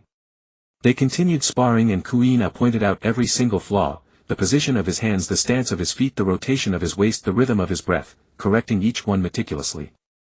Without guidance, relying solely on self-study and observation, it was inevitable that his form would deviate. Now Kuina was gradually fixing it. After an hour of training, Tian-gu was drenched in sweat, his arms trembling. Kuina called a halt. "That's enough for today." Tian-gu plopped down on the ground gasping for air. Kuina stood beside him watching. "Your stamina has improved a lot too. You only got tired after such a long session. That's better than the students who've been training for 2 years. Tian-gu waved his hand. "I'm exhausted." Kuina smiled. "We'll continue tomorrow." Tian-gu's face fell. Leaving the dojo, Tian-gu followed Kuina as she walked around the training hall. In the courtyard, several students of varying ages were sparring. One person in the corner stood out, a little boy with green hair desperately swinging his sword all by himself. Sweat poured down his face, his cheeks flushed red and his arms trembled, yet he refused to stop. Tian-gu recognized him as Zoro. He was a bit taller than a year ago but still so small, about 8 or 9 years old. His expression hadn't changed, clenched teeth, a fierce look of determination. Kuina glanced at him. "Still pushing himself that hard?" Tian-gu asked. "How long has he been training?" "About half a year. He knew nothing when he first arrived, but now he can spar with kids his age." Tian-gu inquired, "Do you think he'll become a great swordsman?" Kuina paused to think. "Yes. With that kind of training even a fool could master it. And he has a relentless drive, lose once and he'll train like crazy until he wins." Tian-gu nodded to himself, thinking this is the future world's greatest swordsman. As they passed by Zoro, he glanced at them but continued swinging his sword. Tian-gu noticed the defiance and fighting spirit in Zoro's eyes when he looked at Kuina. Kuina ignored him and walked straight ahead. Tian-gu caught up and whispered, "Is he planning to challenge you?" Kuina replied with a hum. "He challenged me 3 months after joining the dojo and lost. Since then he challenges me every month and loses every time. Still he doesn't stop." Tian-gu chuckled. "Interesting." Kuina looked at him. "What are you laughing at?" "Nothing, I just think this kid will be amazing in the future." Kuina said nothing and continued on. After leaving the dojo, Tian-gu went to find a house in the village. He returned to the small courtyard he had rented before. The old landlady was still there. Seeing him, the old woman was taken aback. "Oh, you're back." Tian-gu nodded. "I'm back. I'd like to rent your courtyard again." The old woman looked him over. "Where have you been this past year? You've grown so tall." "I went back to my hometown." "Where is your hometown?" "A very faraway place." The old woman didn't press further, took the rent and handed him the key. Tian-gu entered the courtyard. It was just as he remembered: 3 rooms, a small kitchen and a well in the yard. He put down his things and tidied up a little. Afterwards he went to the village general store to buy supplies. The shopkeeper also remembered him and asked where he'd been for the past year. Tian-gu gave the same answer: "I went back to my hometown." After buying daily necessities, he went to a restaurant to eat. It was the same restaurant, the same owner. The owner saw him and exclaimed, "Hey! You're back." Tian-gu nodded. "The usual, a full table." The owner smiled and went to work soon, bringing out a table full of dishes. Fish, meat, vegetables, rice, soup, plentiful. Tian-gu dug in. With the first bite of meat, a familiar sensation washed over him. The energy from the food spread through his body, warm and comforting. He refined his chakra and the speed was several times faster than usual. Indeed, the food from this world was still incredibly effective. After finishing the meal, Tian-gu paid and strolled leisurely back to the courtyard. That evening he sat in the yard and began to make plans for the days ahead. He had 1 year in the world of pirates. He needed to think carefully about what to accomplish. First, swordsmanship. Kuina had agreed to continue teaching him and he had to solidify his foundation. 1,000 sword swings every day plus sparring and corrections. Over a year he should reach a decent level. Second, chakra. The food in this world was rich in energy and refinement efficiency was far higher than in the Naruto world. With daily refinement this year his chakra reserves could multiply several times. Third, the technique of channeling chakra into weapons. Kuina had already mastered it and he needed to become proficient as well. This was his advantage, useful in the Naruto world. Fourth, physical arts and tactics. Ninja combat wasn't just about direct confrontation, it also involved ambushes, disguises and traps. These were equally important in the Naruto world. He took out paper and pen and wrote down his plan item by item. Every morning refine chakra, then go to the dojo to practice swordsmanship. In the afternoon train on his own, either practice chakra channeling or tactical moves. In the evening refine chakra and review the day's gains.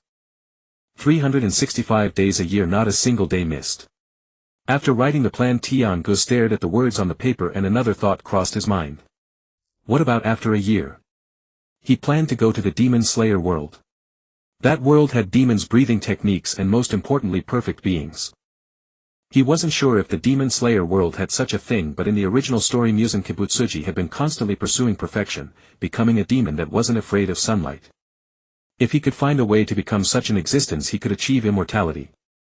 Immortality sounded distant, but for him it was possible. With his golden finger he could keep traveling between worlds, learning and growing stronger. But his body would age and eventually die. If he could become a perfect being, he wouldn't have to worry about that. Of course, this was just a thought. Whether it could be realized he would only know when he got there. For now he wouldn't think too far ahead, he would just live this year well. Tian-gu put away the paper and pen and began refining chakra. After refining chakra, he sat in the courtyard and gazed at the stars. The stars in the pirate world were different from those in the Naruto world, brighter and more numerous. He searched for a while but couldn't find any familiar constellations. Footsteps sounded from outside the courtyard gate. Tian-gu turned his head and saw Kuina standing at the entrance.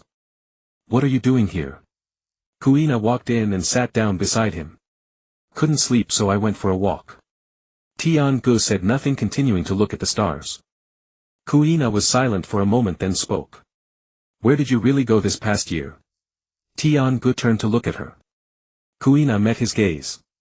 "You said you went back to your hometown, but your hometown shouldn't be in the East Blue. You have many secrets, I know that." Tian-gu didn't deny it. Kuina continued. "If you don't want to tell me, that's fine. I won't force you. But I want to know the breathing technique you taught me. Is it very precious?" "Yes." "Then why did you teach it to me?" Tian-gu thought for a moment. "Because you taught me swordsmanship.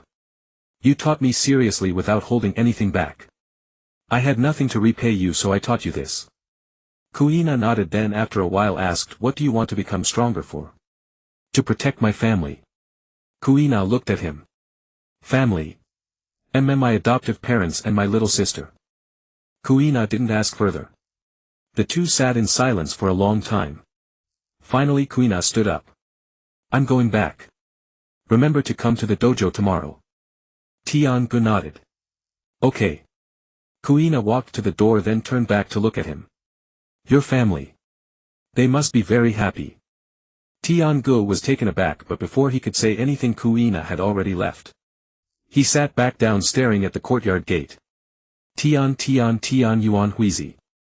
What were they doing now? When he returned they would see him a year older. How would he explain it? Well, he would figure it out when the time came. 365 days passed one by one. Each morning Tian-gu went to the dojo to practice swordsmanship with Kuina. In the afternoon he trained alone in chakra adhesion and tactical maneuvers. In the evenings he refined chakra and then summarized his progress. The first month was spent adapting to the intense training regimen. 1,000 sword swings daily plus sparring left him exhausted and asleep the moment his head hit the pillow. Yet his body grew stronger rapidly and his chakra reserve steadily increased. By the third month his swordsmanship had improved markedly, allowing him to spar on equal footing with students who had trained at the dojo for 2 years. Kuina began teaching him advanced techniques, including how to read an opponent's intentions and create openings. In the 5th month something happened. A band of pirates roamed nearby and raided the village. The dojo's senior disciples went out to help and Tian-gu joined them. It was his first confrontation with a real enemy in the pirate world. Though they were merely ordinary pirates, tension gripped him. He refrained from using chakra, subduing one pirate with pure swordsmanship and knocking him unconscious. Upon returning Kuina patted his shoulder. "Well done." Tian-gu smiled wryly. "Still far from good enough." "Knowing that is good." Kuina put away her wooden sword. "Training continues tomorrow." By the 7th month he began attempting a deeper fusion of chakra and swordsmanship. He practiced channeling chakra into the blade mid-combat rather than preparing it beforehand. Initially failures were frequent, but gradually he mastered the technique. Kuina was also practicing this and they often exchanged tips. Once Tian-gu swung his blade, a flash of light streaking across it and hewed a chunk from a wooden post. Kuina's eyes lit up. Success. Tian-gu stared at his hand, hardly believing. Seems so. Kuina walked over, circling the post. Not bad. Slower than me back then but more powerful. How long did it take you? 3 months. Kuina tilted her head thoughtfully. You've been at it over 4 months, that's slow. Tian-gu rolled his eyes. Can't you just praise me a little? Kuina looked at him seriously. Praise for what? You can still do better. By the 9th month his chakra reserves had doubled compared to when he first arrived. His swordsmanship had reached a new level, enabling him to exchange dozens of moves with Kuina. Though he still couldn't defeat her, the gap was narrowing. After a sparring session, Tian-gu panted, leaning on his knees. You're only 12, right? Kuina sheathed her sword, not even sweating. 13. 13 and this strong. How are we supposed to keep up? Kuina allowed a rare hint of a smile. You're not bad either. Tian-gu froze, then looked up. Did you just compliment me? Kuina turned away. Your imagination. By the 11th month he noticed his body growing increasingly resilient. His endurance, stamina and recovery had all improved drastically. Once during a spar, Kuina accidentally struck his arm with her wooden sword. It merely bruised and the mark faded by the next day. Kuina poked the bruise. Does it hurt? A little. Liar, you didn't even flinch. Kuina withdrew her hand. You're tough as a bull now. Tian-gu grinned. Then why can't you beat me? Kuina lifted her chin. What's so hard about beating a bull? 365 days. Tian-gu stood in the dojo for his final sparring session with Kuina. After more than 50 exchanges, Kuina tapped his chest with her blade. Kuina sheathed her sword and looked at him. You've improved a lot this year. Tian-gu nodded. Thanks to your teaching. Kuina was silent a moment, then placed her wooden sword on the rack. Leaving again? Ahem. Kuina turned to face him. Will you come back? Yes. When? Tian-gu thought. I don't know, but I will. Kuina nodded. Good. When you return we'll spar again. Tian-gu smiled. Deal. He packed his things and went to bid farewell to the villagers. The elderly landlady stood at her door, pressing 2 rice balls into his hand. Eat on the road, don't go hungry. Tian-gu accepted them. Thank you. The grocery store owner clapped his shoulder. Next time you come I'll save a good sword for you. The restaurant owner poked his head out from the kitchen. Come eat when you're back, I'll give you a discount. Tian-gu thanked each of them. Finally he stood at the dojo entrance watching Kuina instruct Zoro in the courtyard. The green-haired boy still wore a defiant expression, but his sword swings had grown much steadier. Kuina said something and Zoro gritted his teeth and nodded, continuing to train. Tian-gu watched for a long moment, then turned and walked into the forest. He activated the space-time shift. His vision blurred and he found himself back in his room in the Naruto world. He stood before the mirror studying his reflection. Taller, broader shoulders, deeper features. A 12-year-old body that looked 14. His chakra reserves had reached Chunin level, even approaching special Jonin. His swordsmanship was passable and he had learned several tactical maneuvers. Most importantly, he sensed a deeper grasp of his golden finger. He closed his eyes and sank his mind. The 4 light spots were still there, but now he could perceive more. He tried touching the light spot of the pirate world with his will, discovering that he could adjust the time flow. Previously fixed, now he could actively control it. He could synchronize the 2 worlds or speed up or slow down one side. Tian-gu opened his eyes, a smile curling at the corners of his mouth. This meant he could move between them freely. Daytime in the Naruto world, nights in the pirate world for training. Returning for meals with Tian and the others. This way he could grow stronger without missing the timeline of the Naruto world. Perfect. Jintian's voice came from downstairs. Tian-gu, dinner's ready. He answered, pushed open the door and went downstairs. Tian stood at the stairwell staring at him in surprise. Tian-gu, you seem taller. Tian-gu scratched his head. Really? Tian circled him. You really are taller and much more muscular. What have you been eating these past 2 days? Nothing special, just sleeping well. Tian eyed him suspiciously. I feel like something's different about you. Tian patted her shoulder. Come on, let's eat. I'm starving. Tian pushed along, muttered as she walked. Something's definitely different. At the dinner table, Tianyuan glanced at him. You look well today. Huizi nodded. Yes, you seem much more energetic. Tian buried his head in his bowl, mumbling slept well. Tian stared at him, poking at her rice with chopsticks, lost in thought. After dinner, Tian returned to his room and began planning his new life. From now on, daytime in the Naruto world, attend school, do whatever needed. Nights in the pirate world for training, refining chakra, practicing swordsmanship. Since time could be synchronized, he could spend an entire night there while only a night passed here. The next morning he'd return to normal life.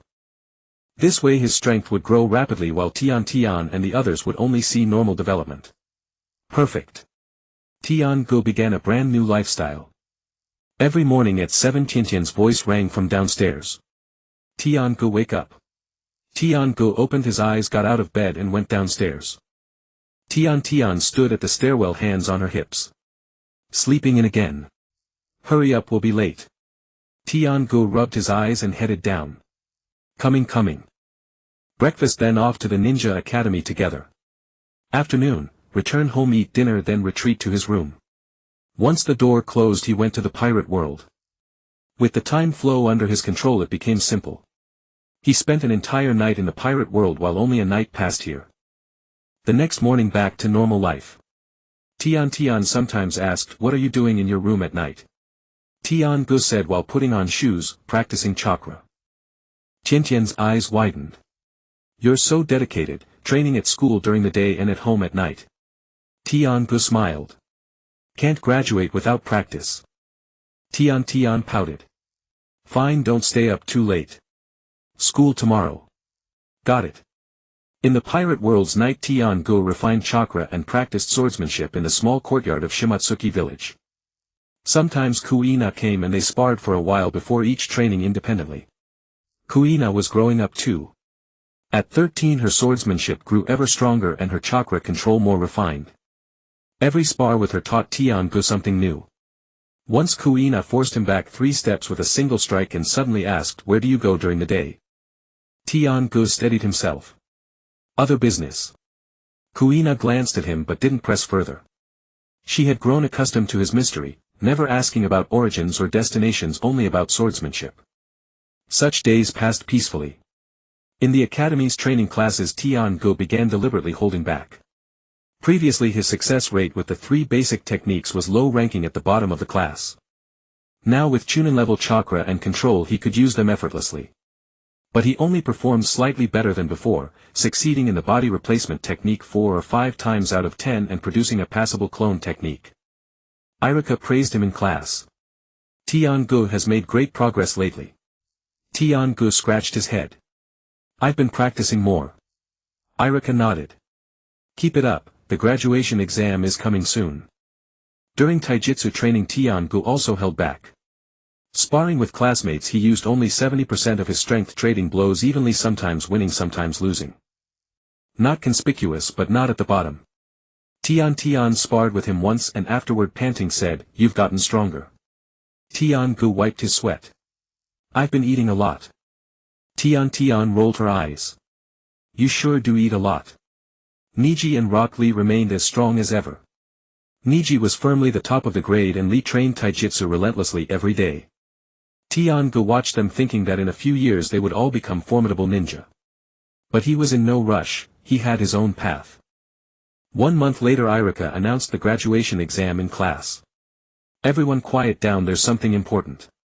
The classroom fell silent. Irika walked to the podium and swept his gaze across the class. Next month is the graduation exam. It consists of 3 parts: a written test, the 3 body techniques assessment, and a practical sparring. Those who pass all will become genin. Someone raised a hand. Sensei, who do we spar with? Irika looked at the student. You'll draw lots with classmates of the same grade. He paused. Any other questions? No one spoke. Then that's it. Prepare well for the next month. Don't slack off and don't get injured. Those who fail can retake it next year, but none of you want to be held back, do you? The classroom buzzed with whispers. Tian-gu sat in his seat, his face feigning tension, but his heart was calm. The 3 body techniques, he could execute them with his eyes closed. The practical sparring, he could hold back and still win easily. The written test was even easier, with 2 lifetimes of experience. Memorization was no challenge. Tian mumbled beside him, "I'm so nervous." Tian-gu turned to her and lowered his voice, "It's fine, you'll definitely pass." Tian blinked. "How do you know?" Tian-gu smiled. "You've trained so hard, you'll be fine." That evening Tian-gu practiced his sword in the courtyard. Under the moonlight he gripped the katana and swung it again and again. His movements were already fluid, each strike infused with chakra slicing through the air with a faint whistle. After about an hour of practice he heard footsteps behind him. Tian-gu sheathed his blade and turned to see Tian standing at the courtyard gate. "Why are you down here?" Tian walked over and sat on a stone beside him. "Couldn't sleep. I heard sounds and came to check." She looked at the sword in his hand. "When did you start practicing this?" Tian-gu slid the blade into its sheath. "Recently." Tian tilted her head. "I've never seen you practice before." Tian-gu paused. "I wasn't good at it before. I didn't want you to see." Tian stared at him for a moment, then suddenly stood up. "All right, I won't disturb you. Sleep early, we have school tomorrow." She turned to leave, then glanced back at him. There was something indescribable in her eyes. That night Tian-gu went to the Heisei world as usual. Kuina was already waiting for him in the courtyard. They sparred for an hour drenched in sweat. When they stopped to rest, Kuina suddenly spoke. "That kid Zoro challenged me again." Tian-ge's hand wiping his sweat paused. "How many times has it been?" "About 2,000. Tian-ge's hand froze. 2,000. At least once a day, sometimes 2 or 3 times. Kuina looked up at the night sky. "He loses trains like mad and comes back. Never won, never gave up." Tian-gu was silent for a moment. "That kid will surpass everyone sooner or later." Kuina turned to him. "You think so highly of him?" He has that thing." "What thing?" Tian-gu thought for a moment. "That relentless drive to never stop until he achieves his goal. Someone like that either dies on the way or ends up at the very front." Kuina was silent for a while, then said, "Maybe." They continued resting. After a while Kuina stood up. Again. Tian-gu also stood. "All right." They sparred for a bit longer, then Kuina left. Tian-gu sat alone in the courtyard, beginning to refine his chakra. This time he felt something was off. The chakra in his body suddenly began flowing faster and its volume increased. His meridians felt as if they were being stretched, slightly swollen. This was a sign of breakthrough. He was at the Chunin level in the Naruto world, and now he was about to break through to special Jonin. Tian-gu steadied his mind, controlling the chakra to flow slowly, neither rushing nor panicking. Breakthroughs could not be hurried. He guided it bit by bit, letting the chakra gradually widen his meridians. After about an hour the swelling sensation faded. His chakra reserves were now about 30% greater and the flow was much smoother. Special Jonin. After more than a year in the Heisei world he had finally reached this level. Tian-gu opened his eyes and let out a long breath. Still far from the top. Above him were Jonin, Elite Jonin and Kage level. He had to keep going. But today he could rest. The night before the graduation exam Tian-gu did not go to the Heisei world. He sat in the courtyard, took out his katana, wiped it clean and sheathed it again. He wouldn't need it tomorrow, but it gave him peace of mind. Footsteps approached. Tian had come down again. She walked over and sat beside him. "Tomorrow's the exam." Tian looked down, twisting the hem of her clothes. "I'm so nervous." Tian-gu looked at her. "What are you nervous about?" Tian bit her lip. "I'm afraid I won't pass. The written test is okay, but my 3 body techniques are just average, and I'm even less confident about the sparring." Tian-gu patted her shoulder. "You've trained so hard, you'll definitely be fine." Tian looked up. "But what if I draw a Rock Lee? He's so strong." Tian-gu laughed. If you draw him, just surrender. He won't laugh at you. Tian glared at him. You're still laughing. Tian stopped smiling and looked at her seriously. Jian, do you remember when we were kids playing on the back mountain and you fell from a tree? Tian nodded. I remember. You caught me and broke your arm. Tian looked at her. Back then I thought I have to protect this little sister. Since then I've been training so I can protect you. Everyone has their own path. You don't need to compare yourself to others. Tian looked at him, her eyes slightly red. Tian patted her shoulder. Go back to sleep. Do well tomorrow. Tian nodded, stood up and left. Tian sat alone in the courtyard for a long time. On the day of the graduation exam the weather was beautiful. Tian and Tian walked to school together. The playground was already crowded with people. All the 6th-year students were there along with a few teachers. Irika stood at the front holding a stack of papers. The written test came first. The questions were not difficult. The ninja code, basic chakra knowledge and the principles of several basic techniques. Tian answered quickly, checked his work once and handed in his paper. Next was the 3 body techniques assessment. One by one demonstrate the transformation, substitution and clone techniques in front of 3 teachers. Tian was in the middle of the line watching his classmates go up one by one. Some passed on the first try, others had to repeat, and a few failed too many times and were marked as incomplete. It was Tian's turn. He walked to the center of the area and bowed to the 3 teachers. Begin. Transformation technique. With a puff of smoke he turned into a perfect copy of Irika. The teachers nodded. Substitution technique. He threw a shuriken, formed hand seals and swapped places with a wooden log nearby. The move was clean and precise, a success on the first try. Clone technique. He formed hand seals and a clone identical to himself appeared beside him. The clone took 2 steps, made a gesture, then dissipated. The teachers exchanged glances and one of them wrote something in a notebook. Irika nodded at him. You may go. Tian returned to the line and Tian whispered, you passed. Ahem. Tian leaned in. You were so fast, much faster than when you practice. Tian scratched his head. Exam nerves, I guess I did well. Tian glanced at him but said nothing.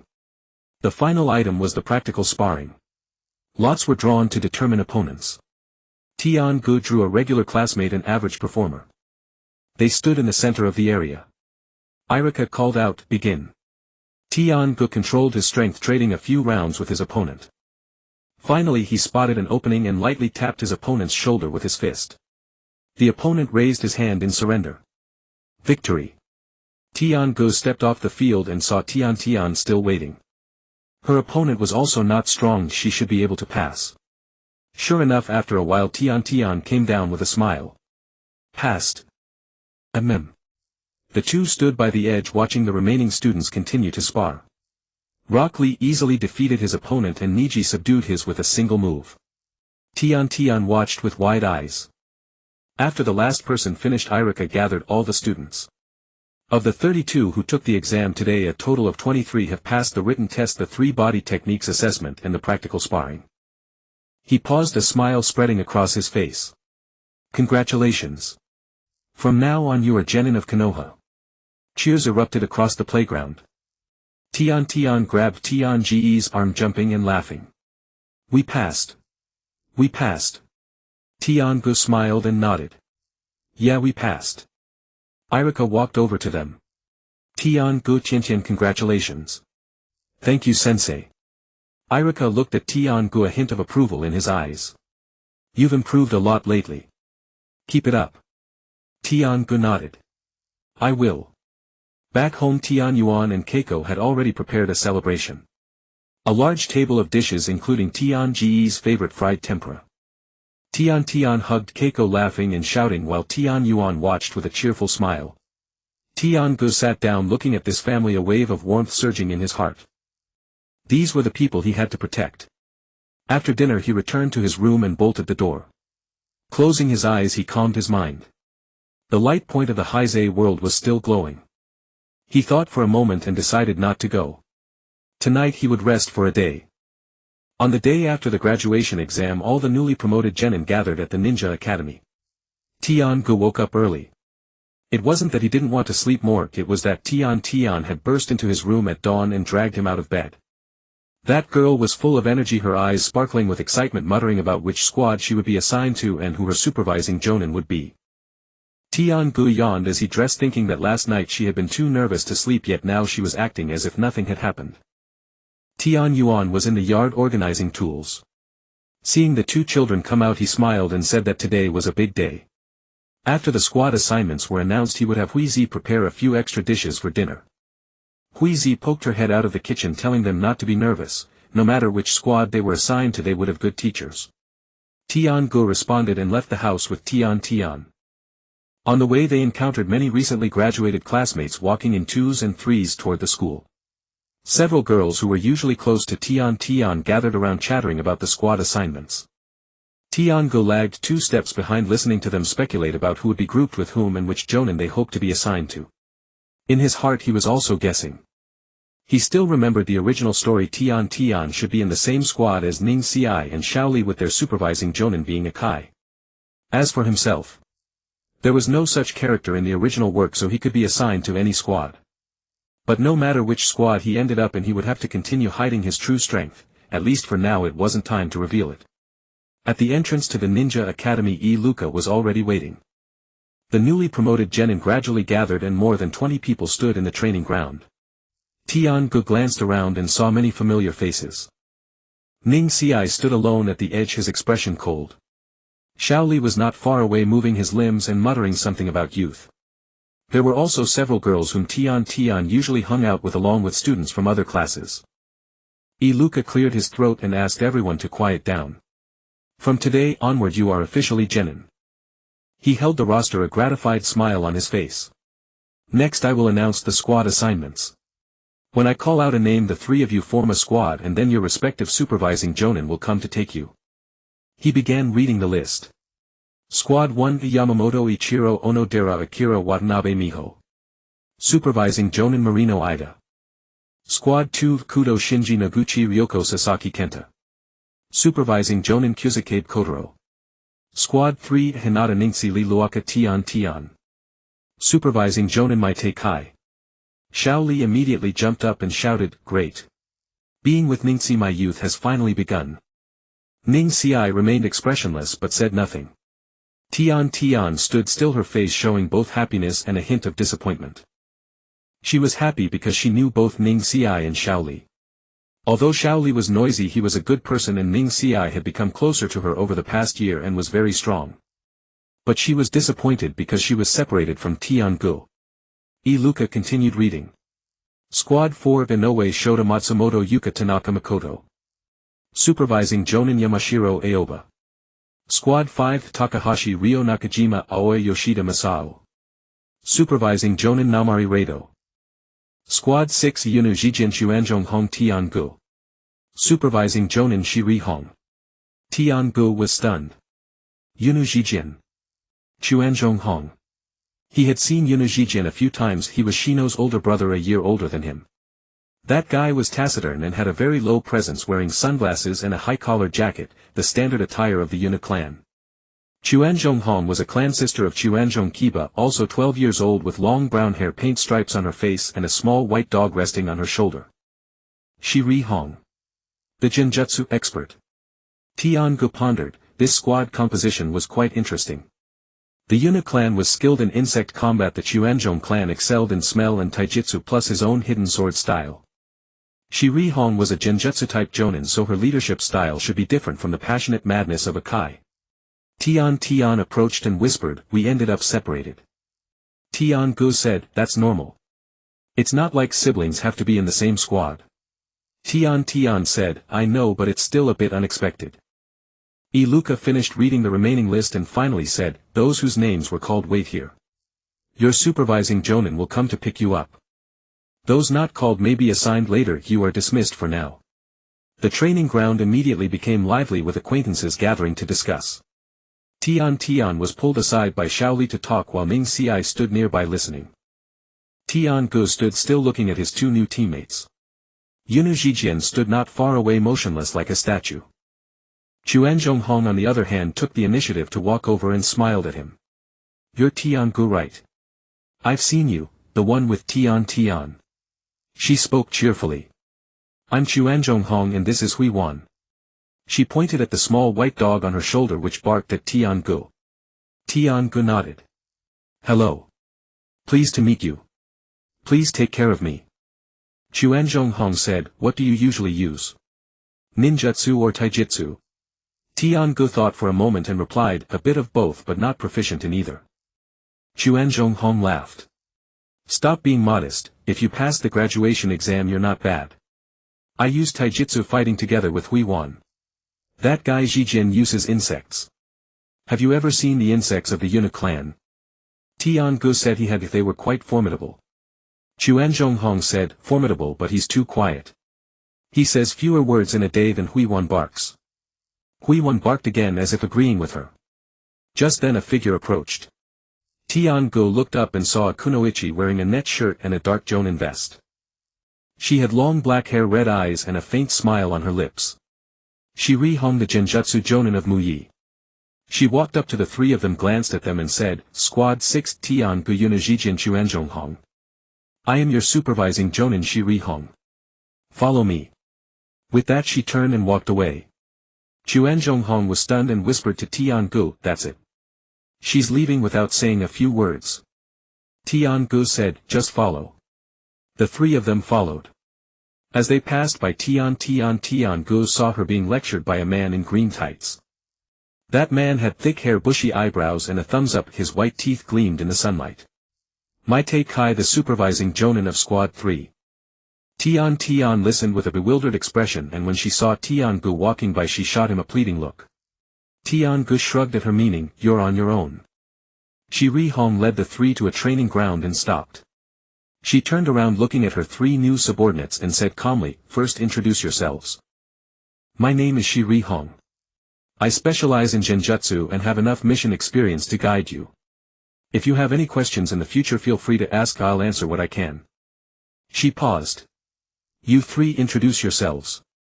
Name what you're good at, what you like, what your dream is. Say whatever comes to mind. Chuanzhonghong spoke first. My name is Chuanzhonghong. I'm good at taijutsu and fight together with Hui Wan.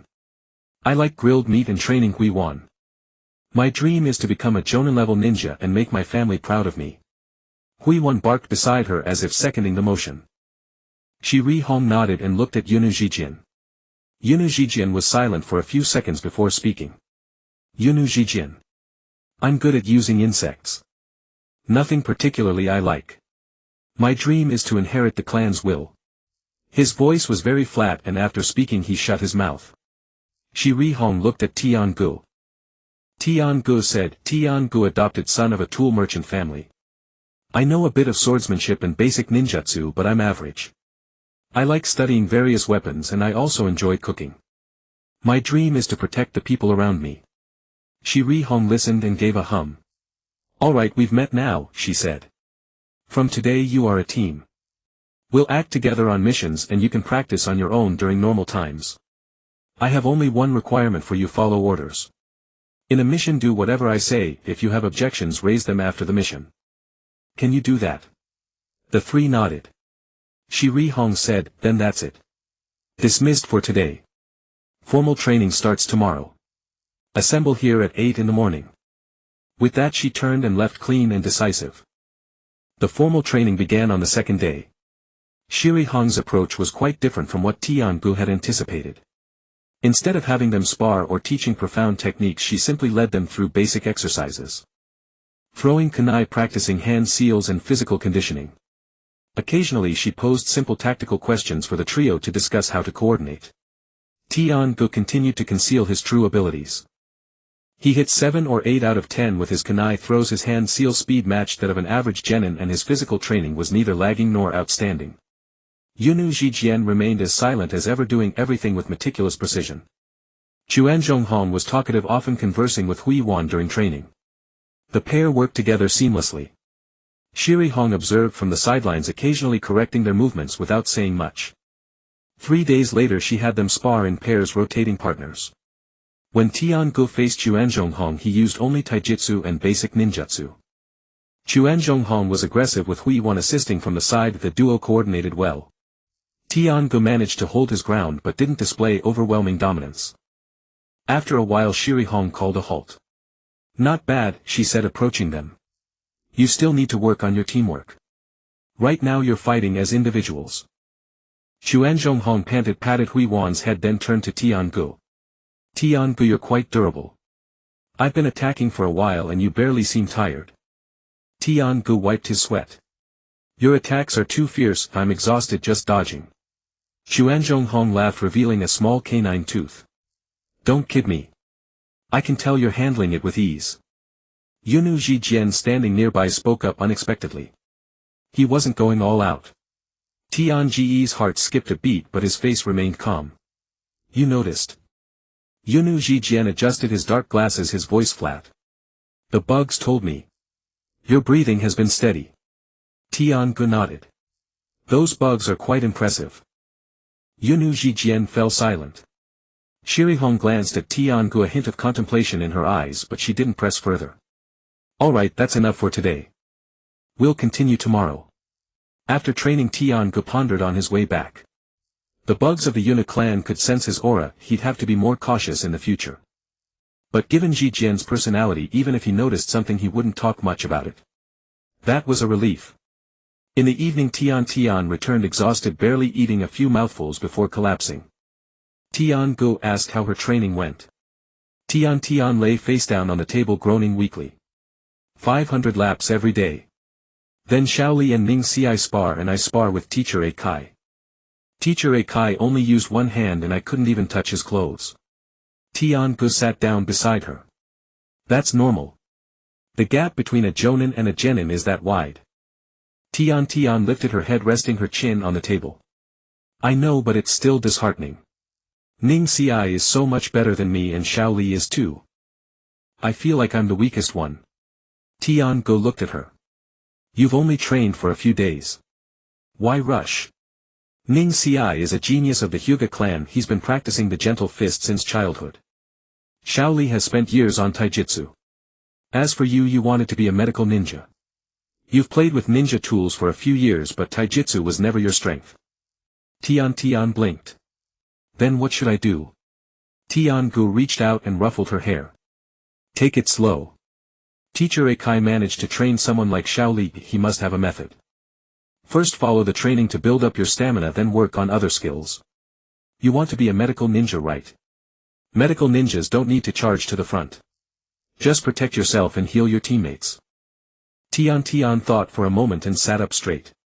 True. Tiangu handed her the chopsticks. Eat up then get some rest. You've got 500 laps tomorrow. Tian glared at him, took the chopsticks and poked at the rice in her bowl.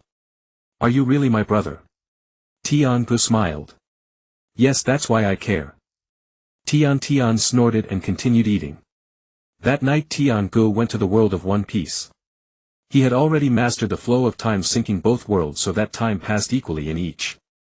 When he arrived at the Frost Moon Dojo, Gu Yaina was practicing swordsmanship in the courtyard. Under the moonlight her movements were faster and sharper than during the day, the blade slicing through the night with a faint whistle. Hearing footsteps, Gu Yaina stopped and turned to look at him. You're here. Tiangu nodded, drawing a short sword from his waist. Shall we continue? Gu Yaina gripped her wooden sword. Continue. The two began sparring. Gu Yaina's swordsmanship was more ferocious than before, each strike swift and precise, with chakra faintly clinging to the blade, bringing a sense of pressure as it swept down. Tiangu struggled a bit but managed to keep up. After more than 50 exchanges, Gu Yaina suddenly stepped back and lowered her sword. You've improved, she said. Tiangu caught his breath. So have you. Gu Yaina rested the wooden sword on her shoulder. Suolong challenged me again today. Tiangu wiped his sweat. How many times is that? Gu Yaina thought for a moment. The 2001st. He lasted one more move than last time. Tiangu smiled. That kid will beat you one day. Gu Yaina glanced at him. Maybe. But that day is still far off. She paused. Finished your business over there. Tiangu sheathed his short sword. Just graduated. Now I'm assigned to a team in training. Ninja. Yes, genin. It's similar to being a swordsman apprentice here. Gu Yaina nodded. Train well. Don't neglect your swordsmanship. Remember 1,000 swings every day. Tian Gu gave a wry smile. I won't forget. He spent the night in the One Piece world sparring with Gu Yaina for a few hours and practicing his sword swings on his own. When he returned to the Naruto world the next morning it was still dark. The following days passed in this rhythm. Training in the Naruto world during the day, practicing swordsmanship in the One Piece world at night. Moving between the two worlds, he progressed in both. Shiri Hong's training wasn't intense but it emphasized coordination. Tian Gu gradually adapted to working with Yunu Zhijian and Xuanzhonghong. Zhijian was quiet but observant, using his bugs to provide accurate intelligence in every battle. Xuanzhonghong was aggressive, suited for charging forward to pin down enemies. Tian Gu was responsible for covering and supporting, occasionally stepping up to take a few hits. Shiri Hong watched without praise or criticism, only offering occasional guidance. A month later, at the edge of the training ground, Shiri Hong called the three over. There's a mission, she said, arms crossed, her gaze sweeping over them. C-rank escorting a merchant caravan to the tea country. The journey takes about 5 days. The caravan has 10 people and the cargo is medicinal herbs. The three of you will come with me. Inuzuka Hong's eyes lit up and she clenched her fists. First mission. Huiwan barked twice beside her, its tail wagging furiously. Unv Zhijian nodded silently, his sunglasses glinting. Tian Gu felt a mix of anticipation and nervousness. A C-rank mission, there might be combat or there might not. The tea country wasn't far, they probably wouldn't encounter two powerful enemies on the way. Still, leaving Mai for the first time as a ninja felt different. Shiri Hong continued, we depart tomorrow. Assemble at the village gate at 6 in the morning. Go prepare, bring enough clothes and rations. Check your own tools, don't let problems arise on the road. The three nodded. After dismissal, Tian Gu went back to pack his things. Hearing about his mission, Tian Yuan took out several kunai from behind the counter and handed them to him. New stock, good quality. Take them. Tian Gu took them, weighing them in his hand. Thanks, Dad. Huizi poked her head out of the kitchen, spatula in hand. Be careful on the road, stay safe, don't be reckless. Have you packed enough food? Want me to make some rice balls for you? Tian Gu responded to each, I've got it, don't worry. In the evening, Tian came back and upon hearing about his mission paused for a moment. C-rank. Going to the tea country. Tian Gu nodded. Tian counted on her fingers. 5 days. Tian Gu leaned against the doorframe. Round trip plus escort, about that. Tian was silent for a moment, staring at him for a few seconds, then said, then be careful. Tian Gu smiled. Don't worry, I won't die. Tian glared at him, hands on her hips. Who's worried about you dying? I'm afraid you'll disgrace our family. Tian Gu laughed out loud. Alright, no disgrace. Tian snorted and turned to go back inside. But at the door she looked back, poking half her head out.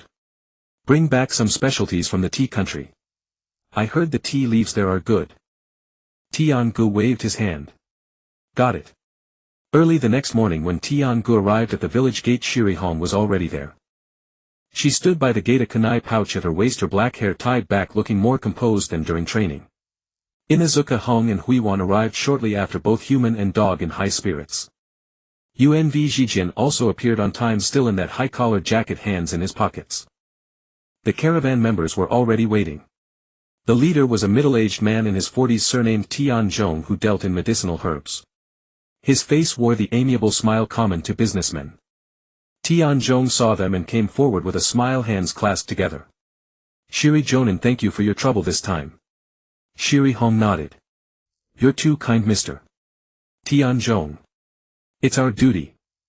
Tian Zhong looked at the genin and said with a smile, so young and accomplished, becoming a ninja at such a tender age. Inuzuka Hong puffed out her chest and Huiwan barked beside her, wagging its tail happily. Tian Gu and Unv Zhijian showed little reaction. The group set off. The tea country lay to the east of the fire country, not too far, normally a 3-day journey. The caravan had 10 people and 5 wagons loaded with herbs, their wheels leaving deep ruts in the ground. The 3 genin, Tian Gu and the others, scattered at the front and back of the group, while Shiri Hong led the way at the front. The first day passed uneventfully. They encountered a few traveling merchants on the road, nodded greetings and moved on. Several farmers carrying loads passed by, glanced at them, then lowered their heads and continued on their way. In the evening they found a clearing by the road to set up camp. The caravan members pitched tents and lit fires to cook. Tian-gu and the others took turns on watch. Tian-gu was assigned the second half of the night. He sat by the fire gazing at the stars, wondering what Gu Yaina from the pirate world was doing now. The second day also passed without incident. On the afternoon of the third day the group entered a mountain path.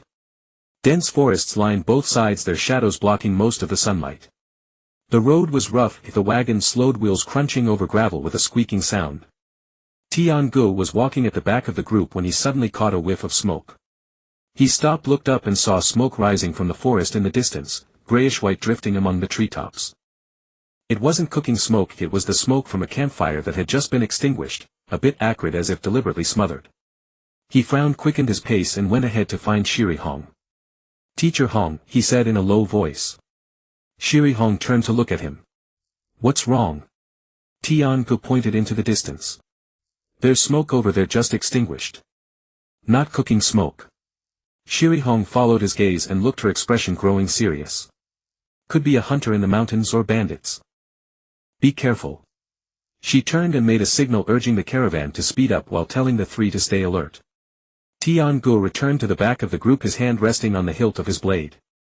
After walking a bit further the smell of smoke grew stronger. Tian-gu heard movement in the forest, the sound of many footsteps rustling through fallen leaves. Then a sharp whistle rang out and a group of people burst out of the forest. Over 20 of them armed with swords and spears, dressed in ragged clothes with fierce faces. The leader was a bald, burly man wielding a large blade, its surface rusted. He laughed heartily, revealing a few yellow teeth. "Lucky day. Fat sheep." The caravan members panicked, the wagon screeched to a halt. Tian-zhong's face turned pale and he instinctively stepped back. Shiri Hong stood still, sweeping her gaze over the bandits, her tone as flat as if commenting on the weather. "Bandits. Over 20 people, and you dare to rob a caravan escorted by ninja." The bald man was taken aback, looked them over, then chuckled, pointing his blade at them. "Ninja. Just 4. One woman with 3 brats. I've killed ninja before, don't try to scare me." He waved his hand. "Charge. Kill the men, keep the women." Over 20 bandits charged forward with wild shouts, their footsteps shaking the ground. Shiri Hong didn't move, only said, "Leave them to you 3. Tian-gu glanced at Inuzuka Hong, she had already charged out. Huiwan was even faster, a white blur darting forward and biting a bandit's leg. The bandit screamed and fell, his blade flying far away. Inuzuka Hong rushed up and kicked him in the face, knocking him out cold with a clean, decisive move. Jijian stood still, waving his hand. A swarm of black insects flew out from his sleeve, buzzing, and descended upon several bandits. The bandits covered in insects writhed and screamed, dropping their blades, completely unable to advance. Tian-gu drew his short sword and faced 3 bandits. He didn't use any ninjutsu, just basic swordsmanship. Slash, chop, thrust, stab, his movements were clean and precise, each strike landing on a vital point. The first bandit raised his blade and swung. Tian-gu sidestepped, evading, and slashed his shoulder. The bandit screamed, dropped his weapon and fell to the ground, clutching his shoulder. The second bandit thrust from the side. Tian-gu shifted his footing, dodged the blade and backhanded a slash to the bandit's leg. The bandit's leg gave way and he knelt, wailing as he held his leg. The third bandit was kicked flying by Tian-gu, crashing into a tree, his head hitting the trunk, and he passed out. 3 strikes, 3 men in less than 10 seconds. Tian-gu sheathed his blade and surveyed the battlefield. The other bandits, seeing this, froze in place, their feet rooted to the ground. The bald man's expression changed, he hadn't expected these kids to be so capable. Inuzuka Hong took down 2 more, with Huiwan helping by biting their legs. Jijian's insects chased the remaining bandits, who dared not approach and fled in panic, covering their heads. Tian-gu glanced at the remaining 7 or 8 who were hesitating whether to charge. The bald man gritted his teeth, raised his large blade and charged straight at Tian-gu. He had figured that this kid, the smallest, might be the easiest to handle. Tian-gu watched him charge and didn't dodge. As the blade came down he sidestepped, letting the edge slide past his clothes, and at the same time thrust his short sword into the man's ribs. The man screamed, dropped his blade and knelt, clutching his wound, blood seeping through his fingers. Tian-gu withdrew his sword, stepped back and pointed the tip toward the ground. The man looked up at him, disbelief written all over his face, eyes wide. A child had disabled him with a single strike. Tian-gu ignored him and looked at the others. The remaining bandits exchanged glances, then turned and fled scrambling into the forest. Huiwan wanted to chase, but Inuzuka Hong called it back. Huiwan, come back. The battle was over. Over 20 bandits, 13 were down, 7 or 8 had fled. The ground was littered with bodies, some groaning while clutching wounds, some unconscious, some with faces swollen from insect bites. The caravan members were still shaken.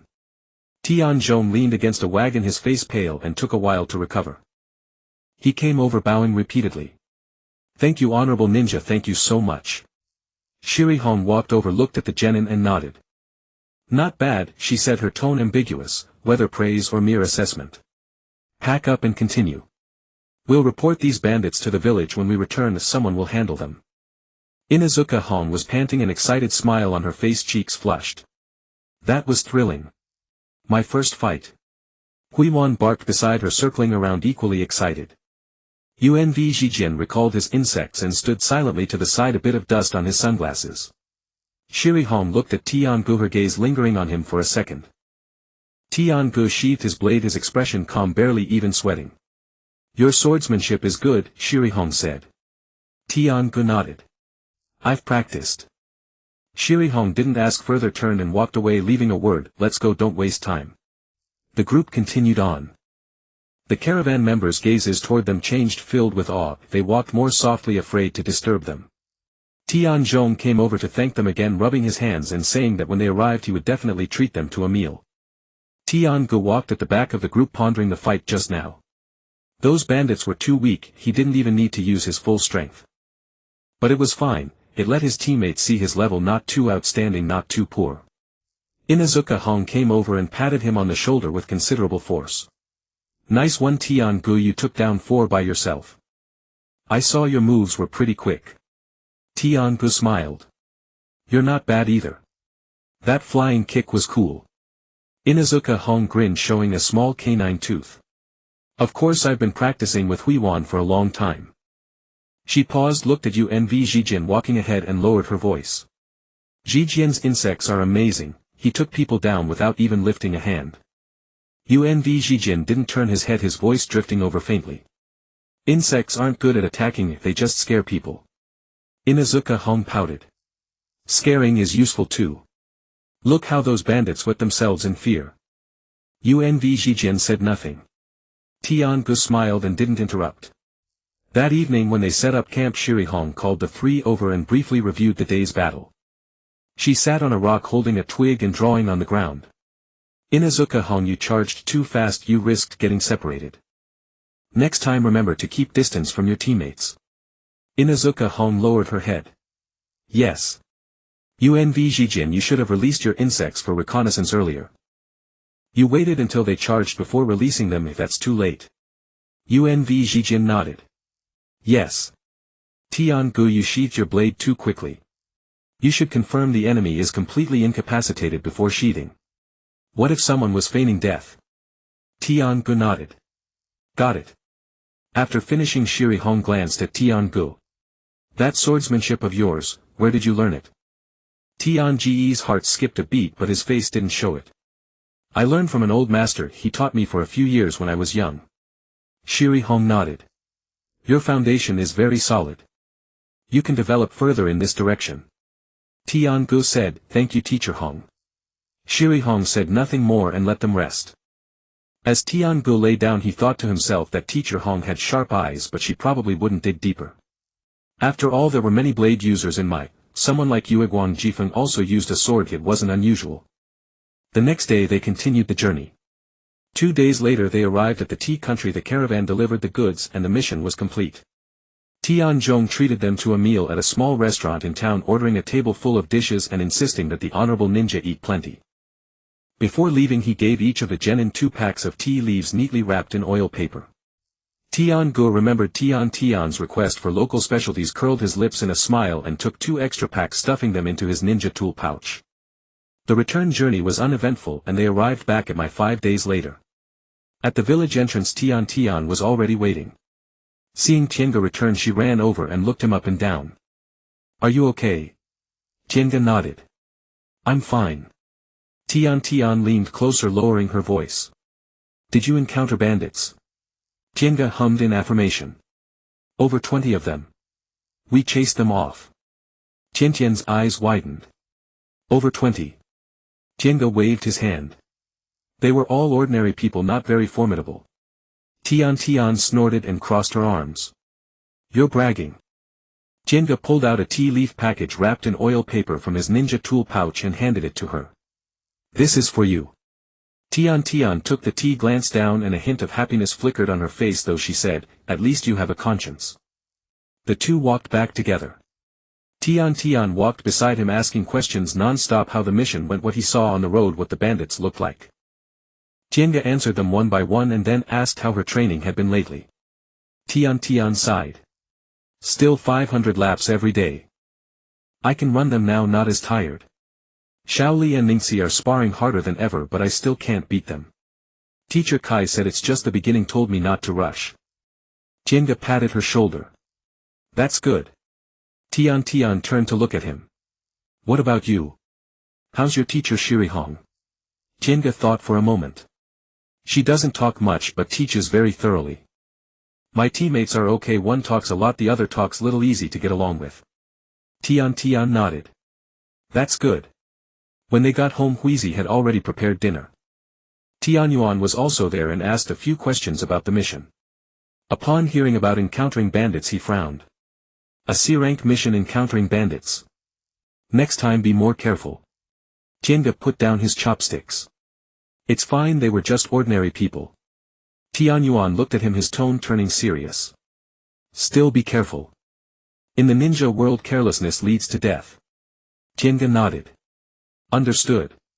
After dinner, Tienga went to his room to rest. Lying in bed, he recalled the mission and felt a surge of emotion. For the first time, he left Mai as a ninja, fought alongside his teammates, and truly used his blade against enemies. Though the enemies were weak, the experience felt different. What would come next? Higher-ranked missions? Stronger foes? Or those impending great events? He didn't know. But one thing he knew: he had to become stronger, strong enough to protect Qianyu and Huizi and everyone he cared about. As for the future, he would face it when it came. Life after returning to Mai settled back into tranquility. Tienga spent his mornings at the training ground with Shiri Hong's team, practiced swordsmanship alone or helped Tianyuan at the shop in the afternoon, and went to the pirate world to see Kuina in the evenings. Tian's routine remained the same: dragged by Kai to run 500 laps every day, returning exhausted and complaining. One evening, Tian slumped over the table, groaning weakly. Teacher Kai said, we're going to have a survival exercise, the three of us against him. Tienga was eating, looked up at her. When? Tian pressed her face against the table, her voice muffled. The day after tomorrow. Shaoli is so excited. Ningxi still looks indifferent, but I'm a bit nervous.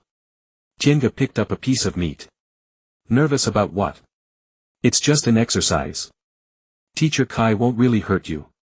Tian lifted her head, glaring at him. You don't know the look in his eyes, like he's going to devour us. Tienga laughed. Then good luck. By the way, has your team's name been decided? Team 3. Tian nodded. Yes, Team 3. What about yours? Tienga swallowed the food in his mouth. Team 6. Teacher Hong doesn't talk much, but today she taught us a little trick for dispelling genjutsu. Tian perked up, sitting straight. What trick? Tienga set down his chopsticks and gestured. It's about the order of hand signs and the direction of chakra flow. Sounds complicated, but it's simple to do. Tian blinked. Teach me later. Tienga said, okay. Just then Huizi came out of the kitchen with a plate of fruit.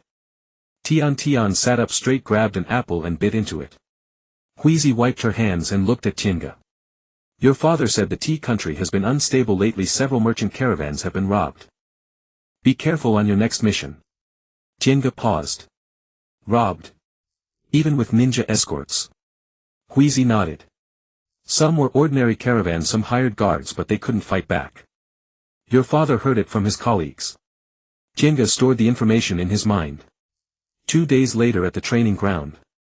Shiri Hong called the three of them together and said there was a new mission. Still a C rank, still escorting a merchant caravan to the tea country.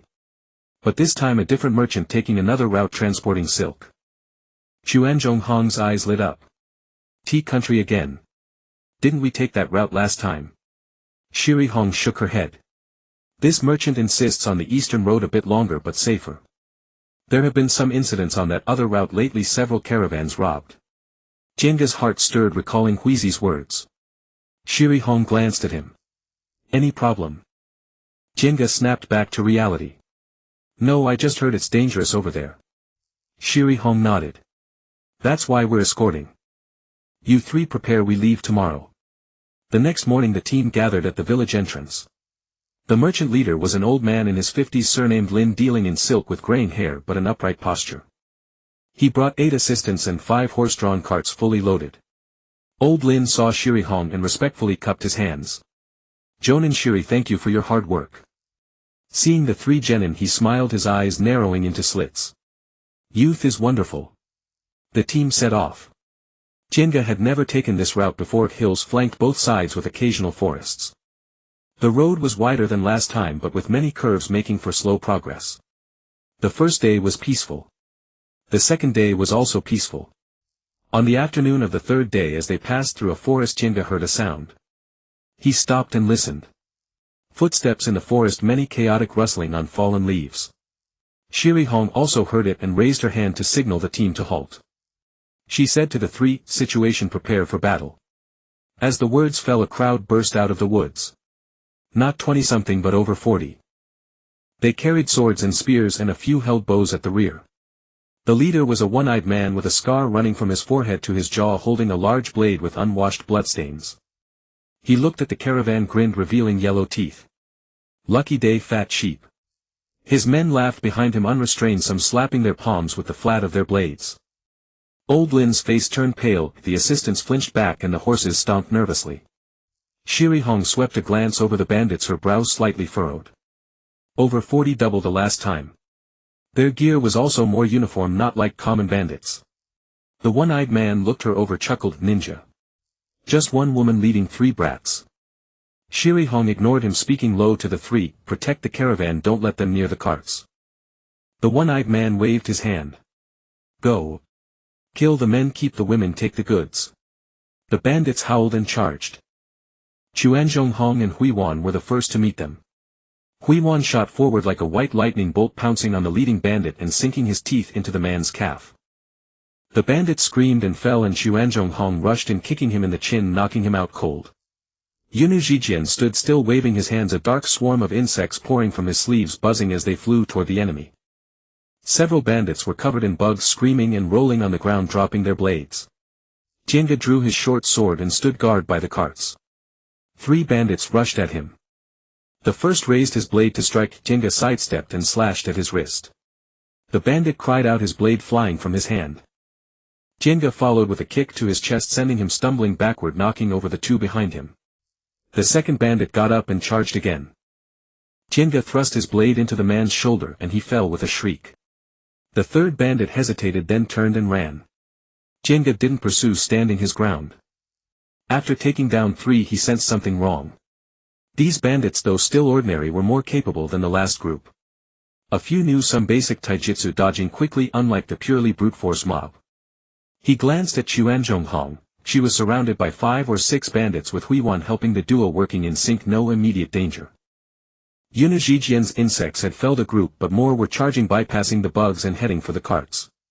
Shiri Hong hadn't moved, standing atop a cart, arms crossed, scanning the surroundings. Jenga knew she was on guard for potential experts. Another wave of bandits came, this time 5. Jenga put more force into his strike, slashing through a bandit's blade, the edge cutting into his shoulder deep to the bone. The bandit screamed and fell. The ones behind hesitated, their steps faltering. Jenga didn't give them time to react, charging into the crowd, blade flashing, and 3 more fell. The last one he kicked, flying, crashing into a tree, the back of his head hitting the trunk, his eyes rolling back as he lost consciousness. The one-eyed man watched from a distance and cursed, worthless. He walked toward them, blade in hand, his steps steady and heavy. Jenga noticed him. This man walked with stability, held his blade firmly, likely trained for years, not an ordinary bandit. The one-eyed man stopped before Tinga, looking him over, his single eye glinting. "Kid, not bad with the blade. Who taught you?" Tian-gu paid him no heed, thrusting his blade forward. The burly man sidestepped and swung his broadsword down. Tian-gu parried, feeling the weight bearing down on his hands. "This man has considerable strength." The burly man chuckled. "Interesting." He delivered several consecutive slashes and Tian-gu blocked each one. He wasn't using his full strength, merely testing the other's skill. After a few exchanges he gauged that this bandit was stronger than the average outlaw, but still mediocre, barely at the level of a genin. The burly man grew increasingly frustrated, finding himself unable to cut through the young man. With a roar he brought down his full-strength chop. Tian-gu sidestepped, thrusting his blade into the man's ribs. The bandit screamed, dropped his sword and collapsed to his knees, clutching his wound. Tian-gu withdrew his sword and stepped back. The burly man looked up at him, disbelief etched on his face. "You." Tian-gu ignored him, scanning his surroundings. The battle was nearing its end. Half of the bandits lay fallen and the rest were fleeing. Inuzuka Kurenai pursued several relentlessly while Aburame Shino's insects continued their chase. Kurenai Yuhi jumped down from the carriage and approached the one-eyed giant. "Who sent you?" she asked. The man clenched his teeth, refusing to speak.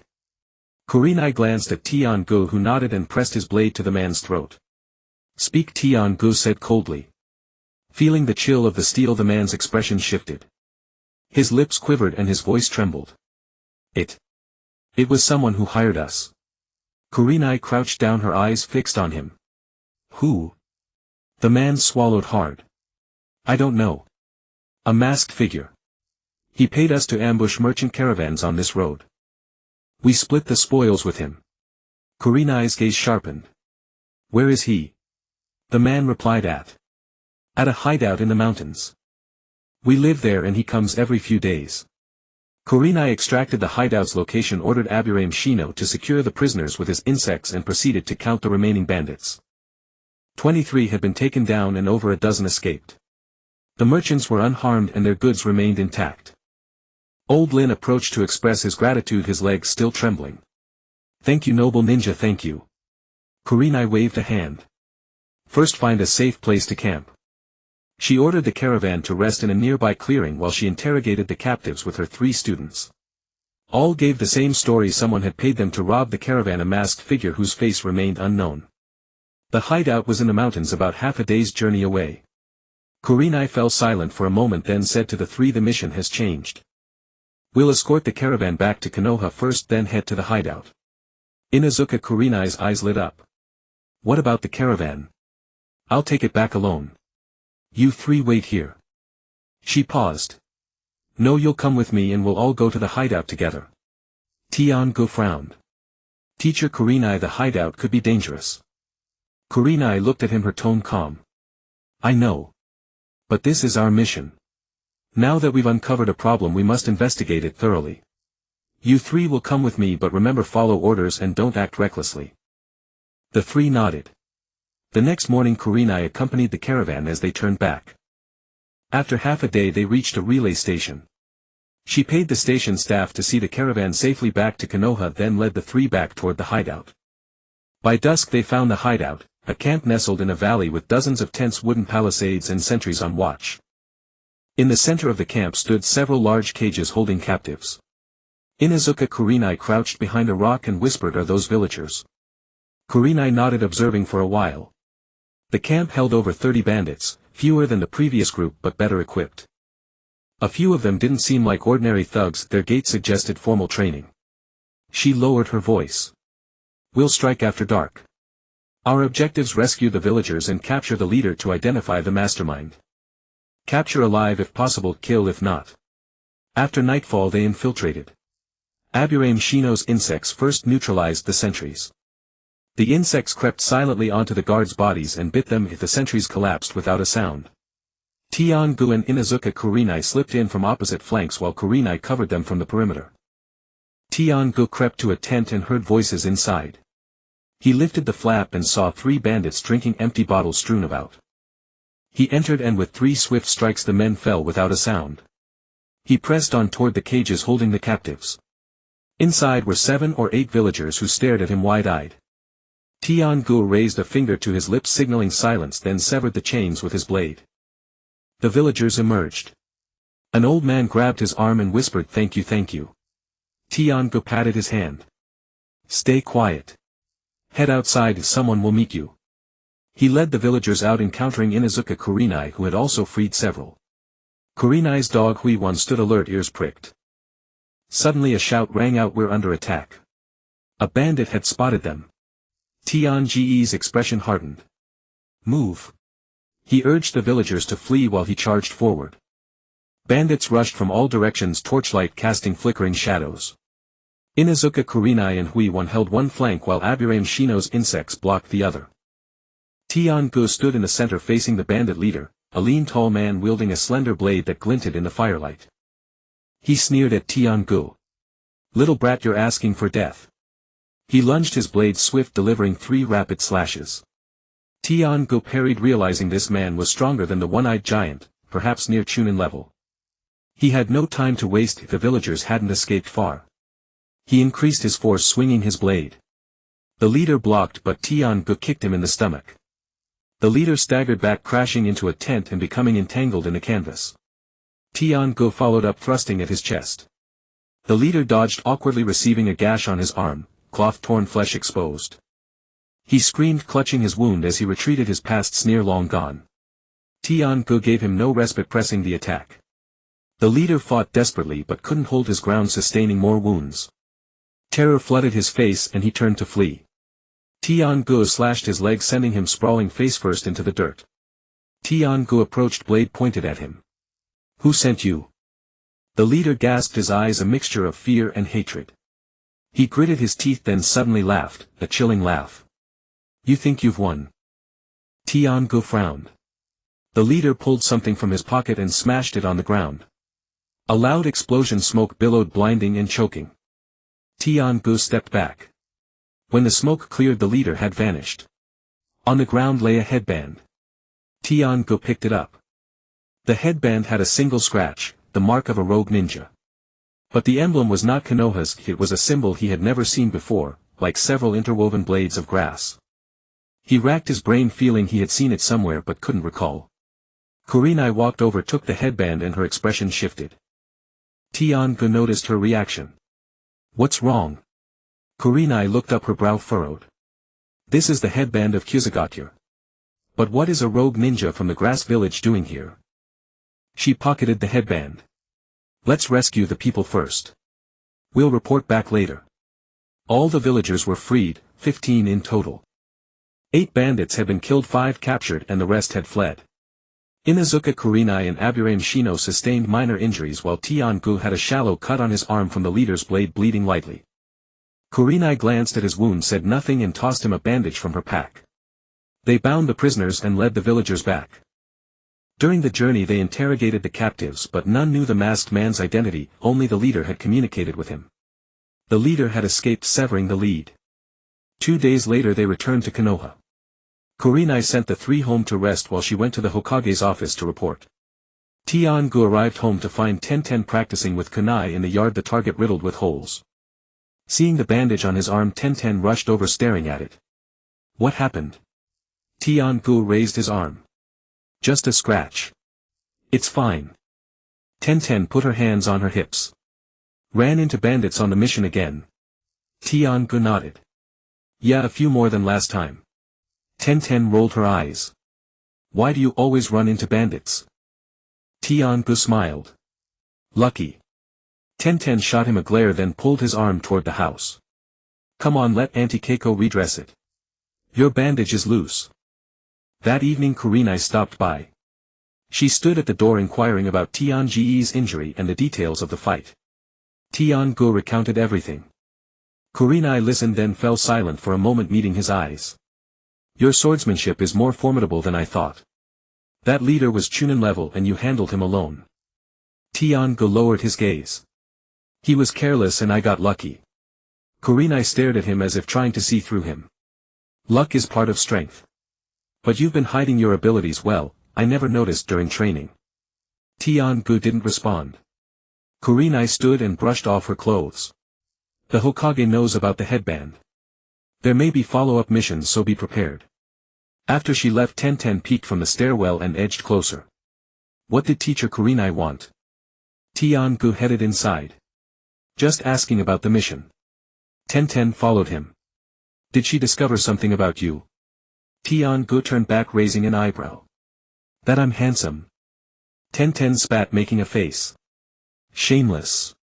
Tian-gu smiled and went to his room to rest. Lying in bed, he pondered the emblem on the headband.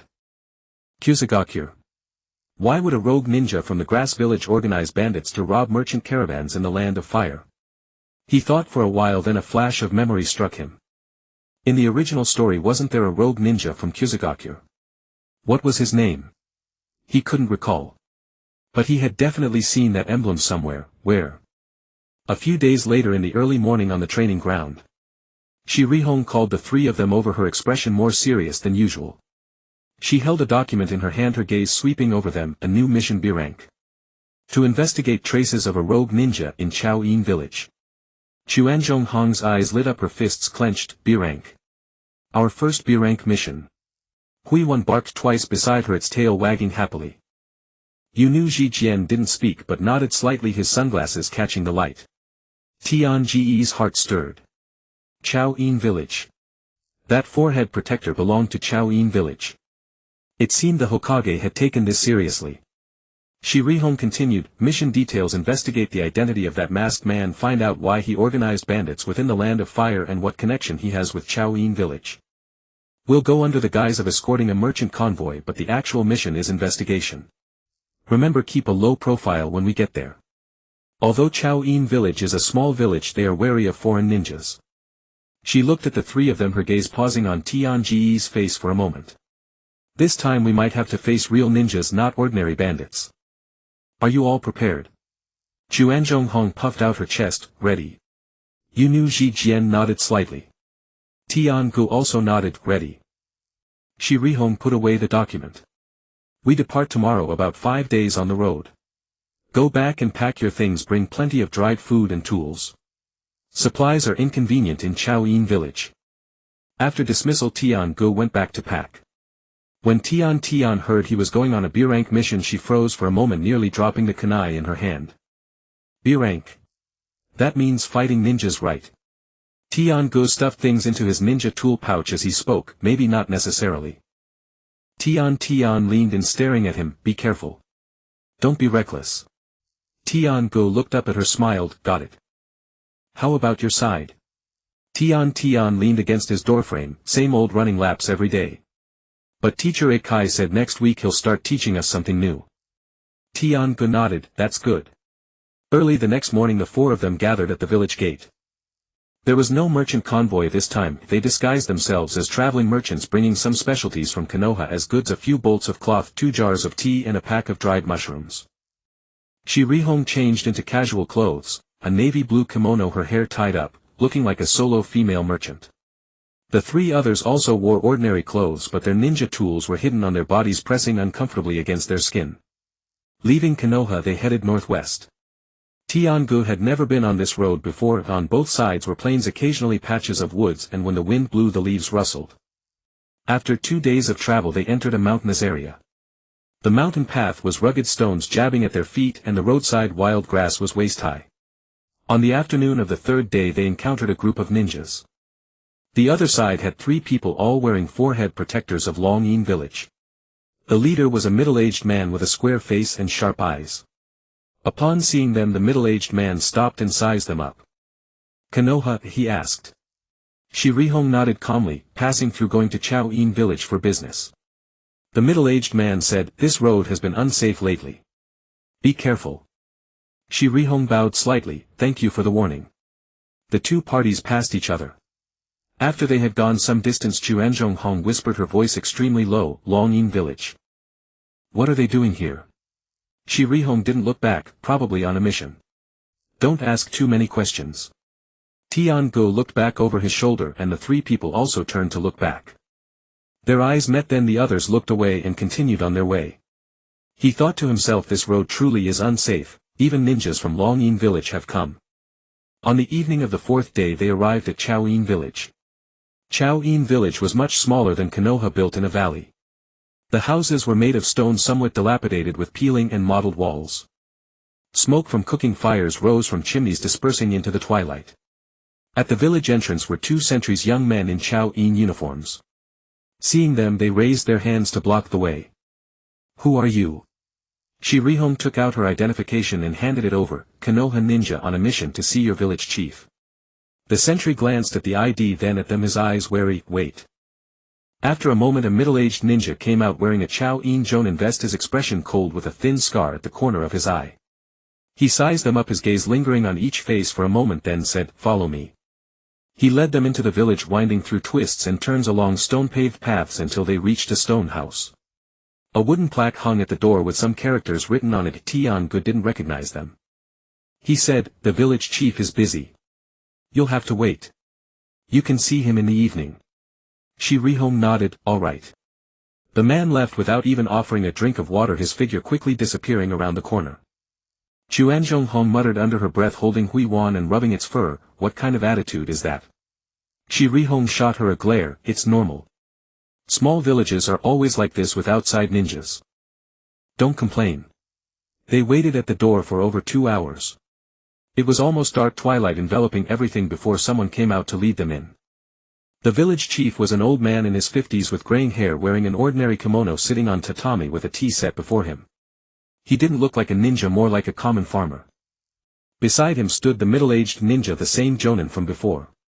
The village chief smiled, wrinkles bunching on his face. "Guests from Konoha, welcome. May I ask what brings you here?" Shirihong knelt down respectfully. "We discovered a rogue ninja from Chao-in village within the Land of Fire. He organized bandits to plunder merchant caravans, causing great losses. The Hokage sent us to investigate this matter, and we hope your village can provide clues." The village chief's expression shifted, a muscle twitching at the corner of his eye, and he glanced at the Jonin beside him. The Jonin stepped forward, his voice cold. "Rogue ninja from Chao-in village. We have indeed had a few rogues in recent years, but they are all on the run. What does the person you mentioned look like?" Shirihong took out that forehead protector and handed it over with both hands. "This was left at the scene." The Jonin took the forehead protector, examined it back and forth, his brow slightly furrowed. "This is a Chao-in village forehead protector, but the scratches are new. It may not be from our village's rogue ninja. It could also be forged by someone else." Shirihong looked him straight in the eye. "That's why we came to investigate. We hope to see the records of rogue ninjas to confirm the identity." The Jonin held the forehead protector in his hand, showing no intention of returning it. "Those records are confidential, we can't just show them to outsiders."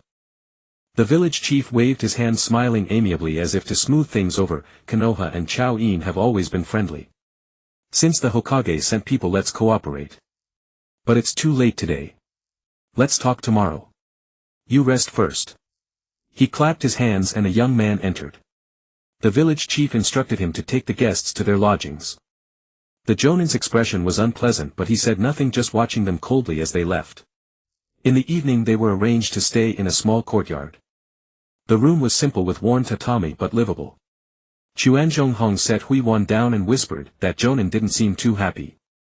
Shirihong sat down, lowering her voice. "His name is Chao Jian, a powerful figure in Chao-in in charge of village security. It's normal for him to be wary of us. We'll take turns keeping watch tonight. Be careful." Tian-gu sat by the window looking out at the night. "Teacher Hong, do you think that forehead protector is real?" Shirihong was silent for a while, her fingers gently tapping her knee. "It should be real. But Chao-in may not cooperate. We'll see tomorrow." In the latter half of the night Tian-gu was on watch. He sat in the courtyard leaning against a pillar, listening to the sounds around. Chao-in village was very quiet, with occasional dog barks and the rustling of leaves in the wind. He thought about the Jonin's eyes from earlier. When that man saw the forehead protector, his expression was a bit unnatural, his eyes flickered. Suddenly he saw a dark figure dart across the rooftop, moving swiftly like a night bird. Tian-gu stood up, but the figure had already vanished into the night. He thought for a moment, then turned and went inside, gently waking Shirihong and whispering in her ear. Shirihong instantly became alert, her eyes sharp. "What did you see?" Tian-gu pointed out the window. "A figure heading east of the village." Shirihong turned over and got up, saying in a low voice, "Chase after them and take a look. Be careful. I'll wake the other two and follow behind you." Tian-gu nodded, leaped onto the roof and ran eastward over the tiles. The moonlight was dim, half the moon obscured by clouds. He ran along the rooftops, his eyes fixed on the figure ahead. That dark figure leaped between roofs with agile movements, clearly a trained fighter. Tian-gu softened his footsteps, closing the distance, but dared not get too close for fear of being discovered. The figure entered a building on the eastern side of the village, a building larger than the surrounding ones, like a warehouse or something, with a chimney on the roof and walls covered in climbing vines. Tian-gu slowed down, quietly approaching. He lay on the roof, moving as quietly as a cat, then lifted a tile and looked down. Inside, a lamp was lit, casting a dim yellow light that outlined several figures. Several people were talking, their voices lowered so much that he couldn't make out the words. One of them had his back to him, wearing a black cloak and a mask on his face. Tianji's heart leaped and his breath caught for a moment. It was that masked man. Beside the masked figure stood two individuals. One was the Jonin from earlier, Kusama. The other was a stranger clad in black with an expressionless face. Kusama spoke in a low, hushed voice, "The Leaf Ninja are here investigating that headband matter." The masked man turned his back to Tian-gu, his voice raspy like sandpaper grating on wood. "I know." They came rather quickly. Kusama stepped forward, furrowing his brow. "What do you plan to do?" The masked man didn't turn around, his tone calm. "No rush. Let them investigate. If they find nothing, they'll leave on their own." The black-clad man sneered, the corner of his mouth twitching. "Find nothing. That headband is genuine. If they dig deeper, sooner or later they'll discover your connection to our Kusagakure." The masked man turned his head, a cold glint flashing beneath his mask. "So what? They have no evidence. Besides, Konoha has enough troubles of its own. The Ninetales incident is only 10 years past and the Uchiha clan was just annihilated. They don't have the energy to meddle in our affairs." Kusama still seemed uneasy, rubbing his hands together. "Still better to be cautious. The team leader is Yuhi Kurinai, a genjutsu specialist, not to be underestimated." The masked man nodded, a hint of disdain in his tone. "I know her. The three genin are nothing to worry about." Hearing this, Tianji's heart sank. So they were indeed colluding. He held his breath, trying to lower himself further. Suddenly the masked man lifted his head and glanced upward. Tianji's heart tightened. He had been discovered. He quickly ducked, but it was too late. The masked man swept his hand and several shuriken tore through the air, piercing the roof tiles and sending fragments flying. Tian-gu rolled aside to dodge, leaped off the rooftop and drew his short blade as he landed. The masked man burst out through the window and the two came face to face.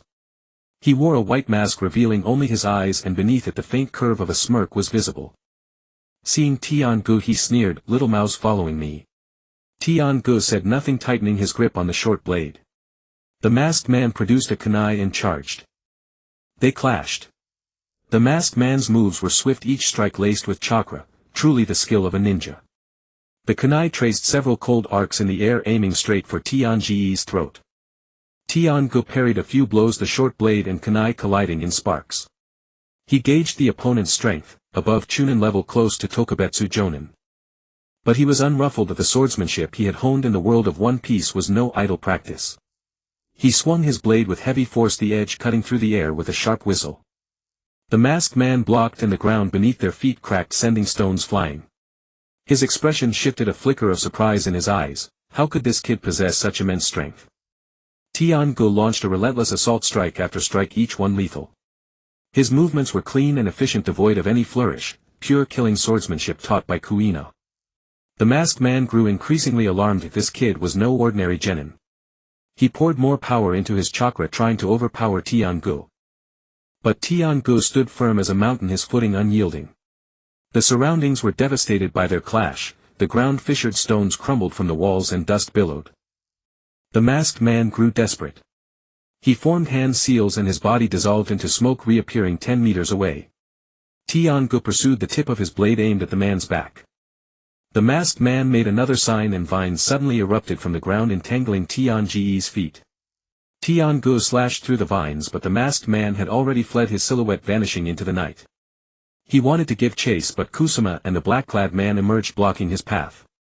Kusama stood before him, arms crossed, face dark. "Kid, don't meddle in matters that don't concern you." Tian-gu tightened his grip on the blade, ready to fight. Just then Yuhi Kurinai arrived with Kiba Inuzuka and Shino Aburame. Kuramaru bounded in from beside Kiba, baring his teeth with a low growl. Yuhi Kurinai's face turned cold as she saw Kusuma, her gaze sharp as a blade. Jonin Kusuma, who were you meeting? Kusuma raised his chin, snorting coldly, this is internal business of Kusagakure, none of your concern. Yuhi Kurinai stared at him, enunciating each word, that man is the rogue ninja we're looking for. Kusuma gave a derisive laugh, spreading his hands, evidence. Did you see his face? He wore a mask, who knows who he is? Yuhi Kurinai looked at him, her gaze piercing, you know very well. Kusuma sneered, a provocative smile on his lips, know what? You leaf ninja sneak around our village's confidential locations in the middle of the night and I haven't even asked what you're up to. The two sides faced off, the tension so thick it could be wrung out. Tian-gu fixed his eyes on the black-clad man who had remained silent, but his gaze was as cold as winter ice.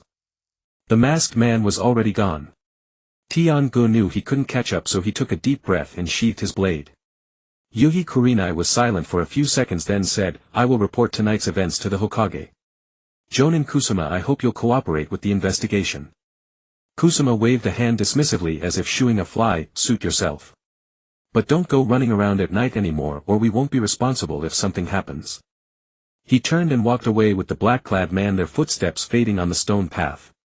Yuhi Kurinai glanced at Tian-gu and lowered her voice, let's talk when we get back. Back at the lodging, Tian-gu recounted what he had overheard. After listening, Yuhi Kurinai's face grew serious, her fingers tapping lightly on the table. Someone inside Kusagakure is colluding with that rogue ninja, she said, pausing. That black-clad man might be a high-ranking member of Kusagakure. This is more complicated than I thought. Kiba Inuzuka, holding Kuramura, frowned, what do we do then? Yuhi Kurinai stood up and walked to the window, gazing at the night outside. First report to the Hokage and wait for instructions. Continue the investigation tomorrow, but stay cautious. Tian-gu had a scratch on his arm from a shuriken, not deep but it was bleeding. Kiba Inuzuka came over, took out a bandage from her pack and began wrapping it while asking, how was it fighting that masked guy just now? Tian-gu flexed his fingers, he's skilled but he wasn't going all out. He probably has more tricks up his sleeve. Kiba's eyes lit up, you held your own against him, that's impressive. Tian-gu shook his head, he ran off, we didn't settle it. Shino Aburame stood in the corner glancing at him but saying nothing. Still Tian-gu knew the insects had sensed his strength. The next day they went to the village chief to request access to the records of Rogue Ninja. The chief hesitated, his cloudy eyes sweeping over their faces, but eventually agreed. Kusuma didn't show up, but he sent someone to accompany them, a taciturn young ninja. The records room was dim, shelves piled with dusty scrolls. The records did list several rogue ninja, but none matched the description of the masked man. One was a rogue named Chao Deng, who had defected 5 years ago and was skilled in earth release and secret techniques, but his age didn't match. The scrolls said he was 35 and the masked man didn't look that old. Another was Chao Yi, who had defected 3 years ago and was a genjutsu specialist, but his build was wrong, that man was too thin. Tian-gu flipped through the records, scanning page after page. Suddenly his hand stopped, his eyes landing on a name, Chao Ti. The entry reads, skilled in puppet techniques and poison, defected 2 years ago, whereabouts unknown. A portrait was attached. The man had sinister eyes and high cheekbones. He recalled the black-clad man from last night who seemed familiar. The build, the stance bore a resemblance to the portrait. He showed the record to Yuhi Kurinai. She took it, examined it carefully and frowned, this Chao Ti might be the masked man. But puppet techniques? He didn't use any puppets last night.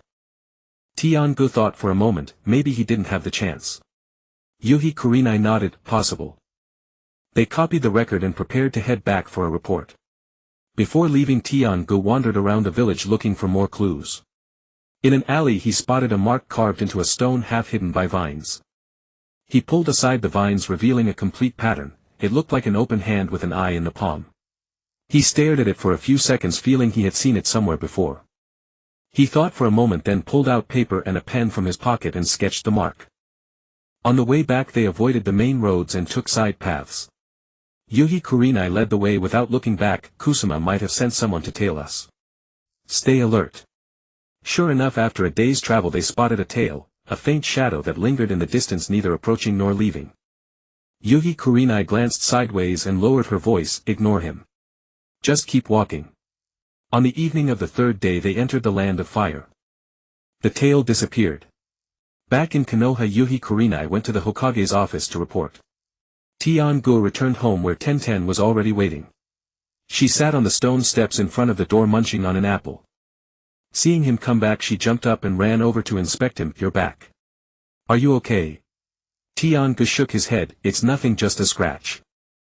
Ten-Ten looked at the bandage on his arm and pouted. You got hurt again. Tian-gu raised his arm. Just a minor wound. It'll heal in a couple of days. Ten-Ten took a bite of the apple and asked indistinctly, how was the mission this time? Tian-gu thought for a moment. Pretty complicated. Involved another village. Ten-Ten nodded, swallowing the apple. Be careful then. I heard B-rank missions are dangerous. Tian-gu smiled. Got it. That evening Yuhi Kurenai stopped by, standing at the door. She said the Hokage wanted them to continue the investigation but not to alert the enemy for now. She asked Tian-gu to draw the mark. He went inside, fetched paper and a pen and sketched it on the spot. Yuhi Kurenai took it, squinted at it. This mark looks familiar but I can't quite place it. Tian-gu looked at the pattern on the paper and felt the same, familiar yet elusive. Yuhi Kurenai folded the paper. Get some rest. There might be a new mission in a few days. After returning from Chaoyin village, Tian-gu rested at home for 2 days. The wound on his arm was not serious. After changing the dressing a few times it scabbed over. Tian would check his wound every day after training and nag him to be more careful. That afternoon Tian-gu sat in the courtyard pondering the experience of this mission. The masked man's strength, the black-clad man's gaze, and Chao Jian's attitude. Things were not that simple. There would definitely be more trouble ahead. He looked down at his own hand, recalling the slash from a shuriken during the battle. If only he had known some basic medical ninjutsu, then he could have stopped the bleeding on the spot instead of waiting until they returned to get it bandaged. He remembered Tian saying she wanted to become a medical ninja, and he thought he should learn some too. More skills meant more paths. That evening he sought Tian Yuan's advice. Tian Yuan listened, then looked up at him. Learn medical ninjutsu. That's a good thing. But medical ninjas need systematic training. You have training every day. Do you have the time? Tian-gu nodded. I'll learn the basics in my spare time so I can handle it if I get injured.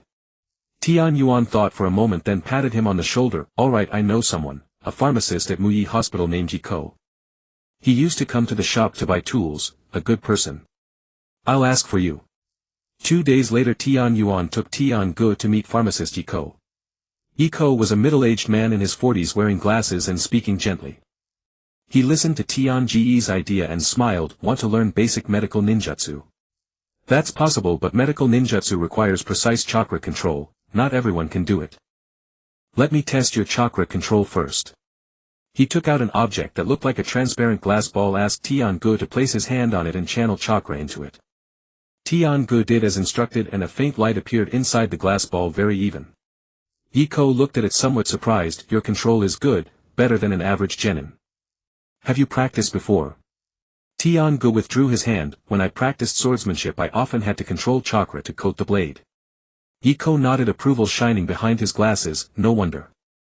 Alright, I can teach you the basics. But I can only teach in my spare time. Come whenever you have time. Tian-gu slightly bowed. Thank you, teacher Jiko.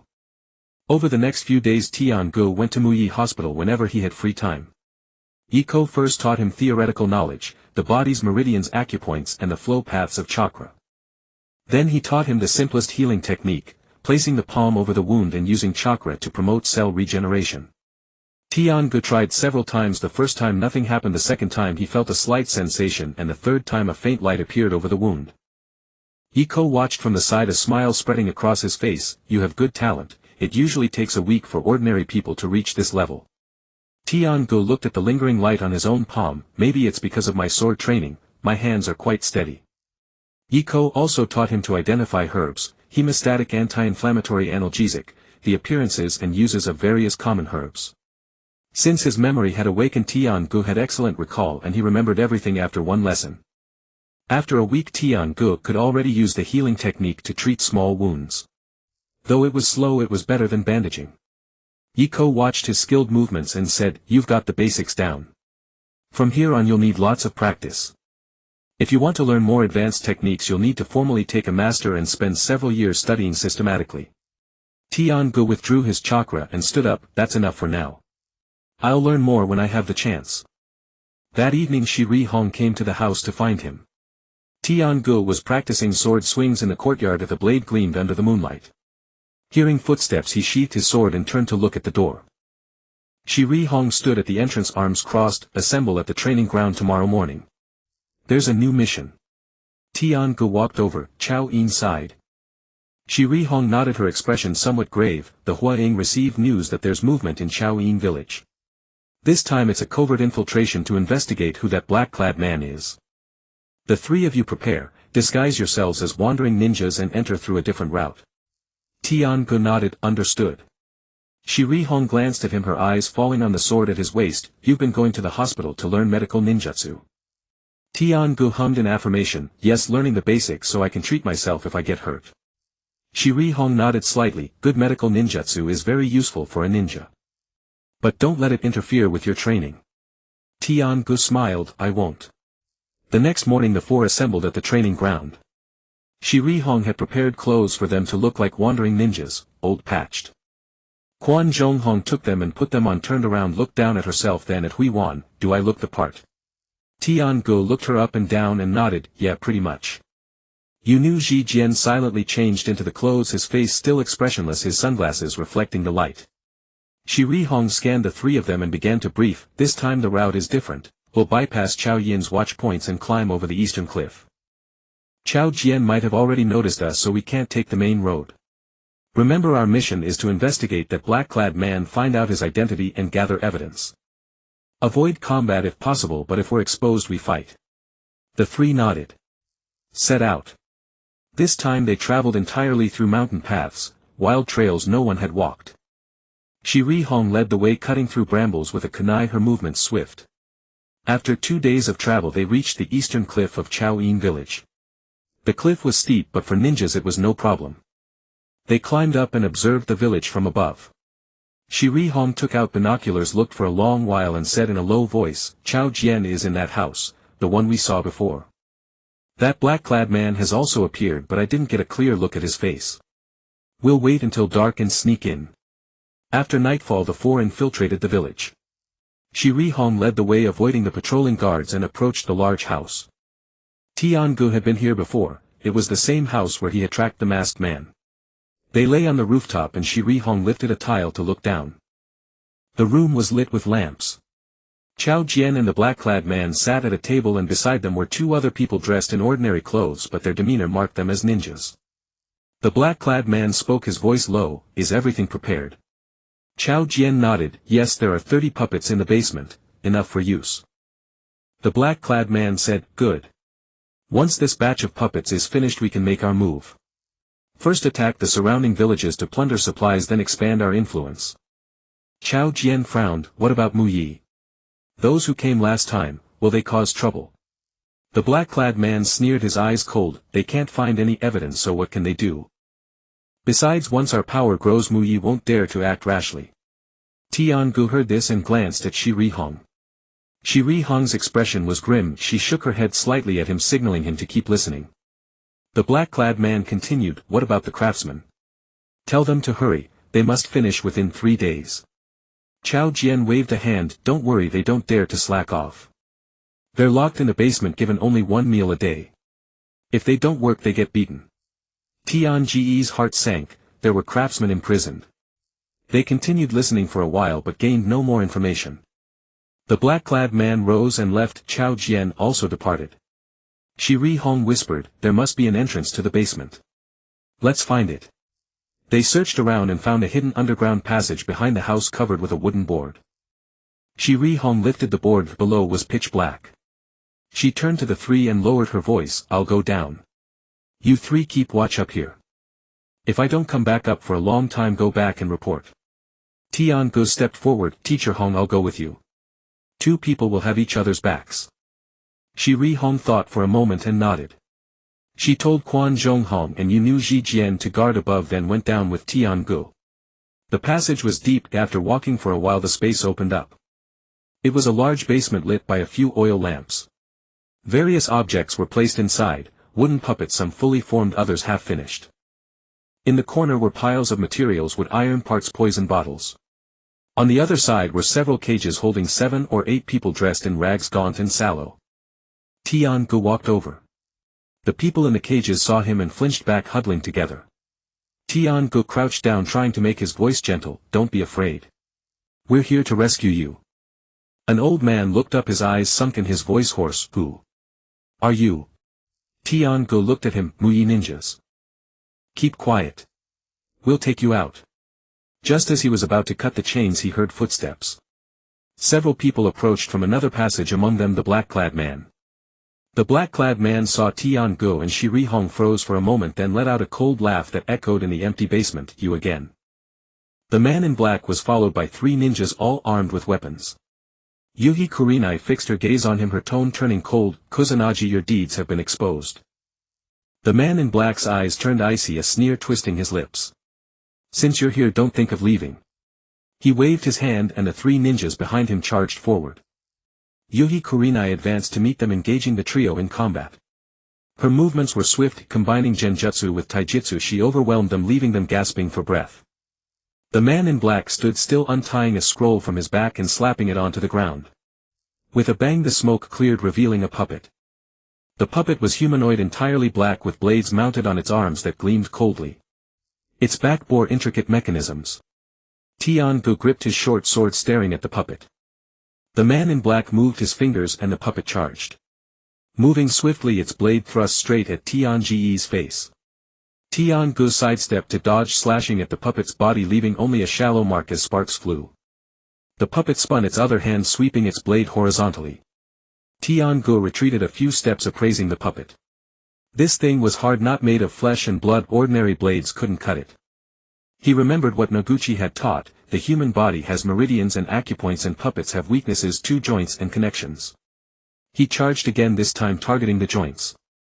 The puppet's arm joint was struck by his blade, producing a cracking sound, and its movement slowed a beat.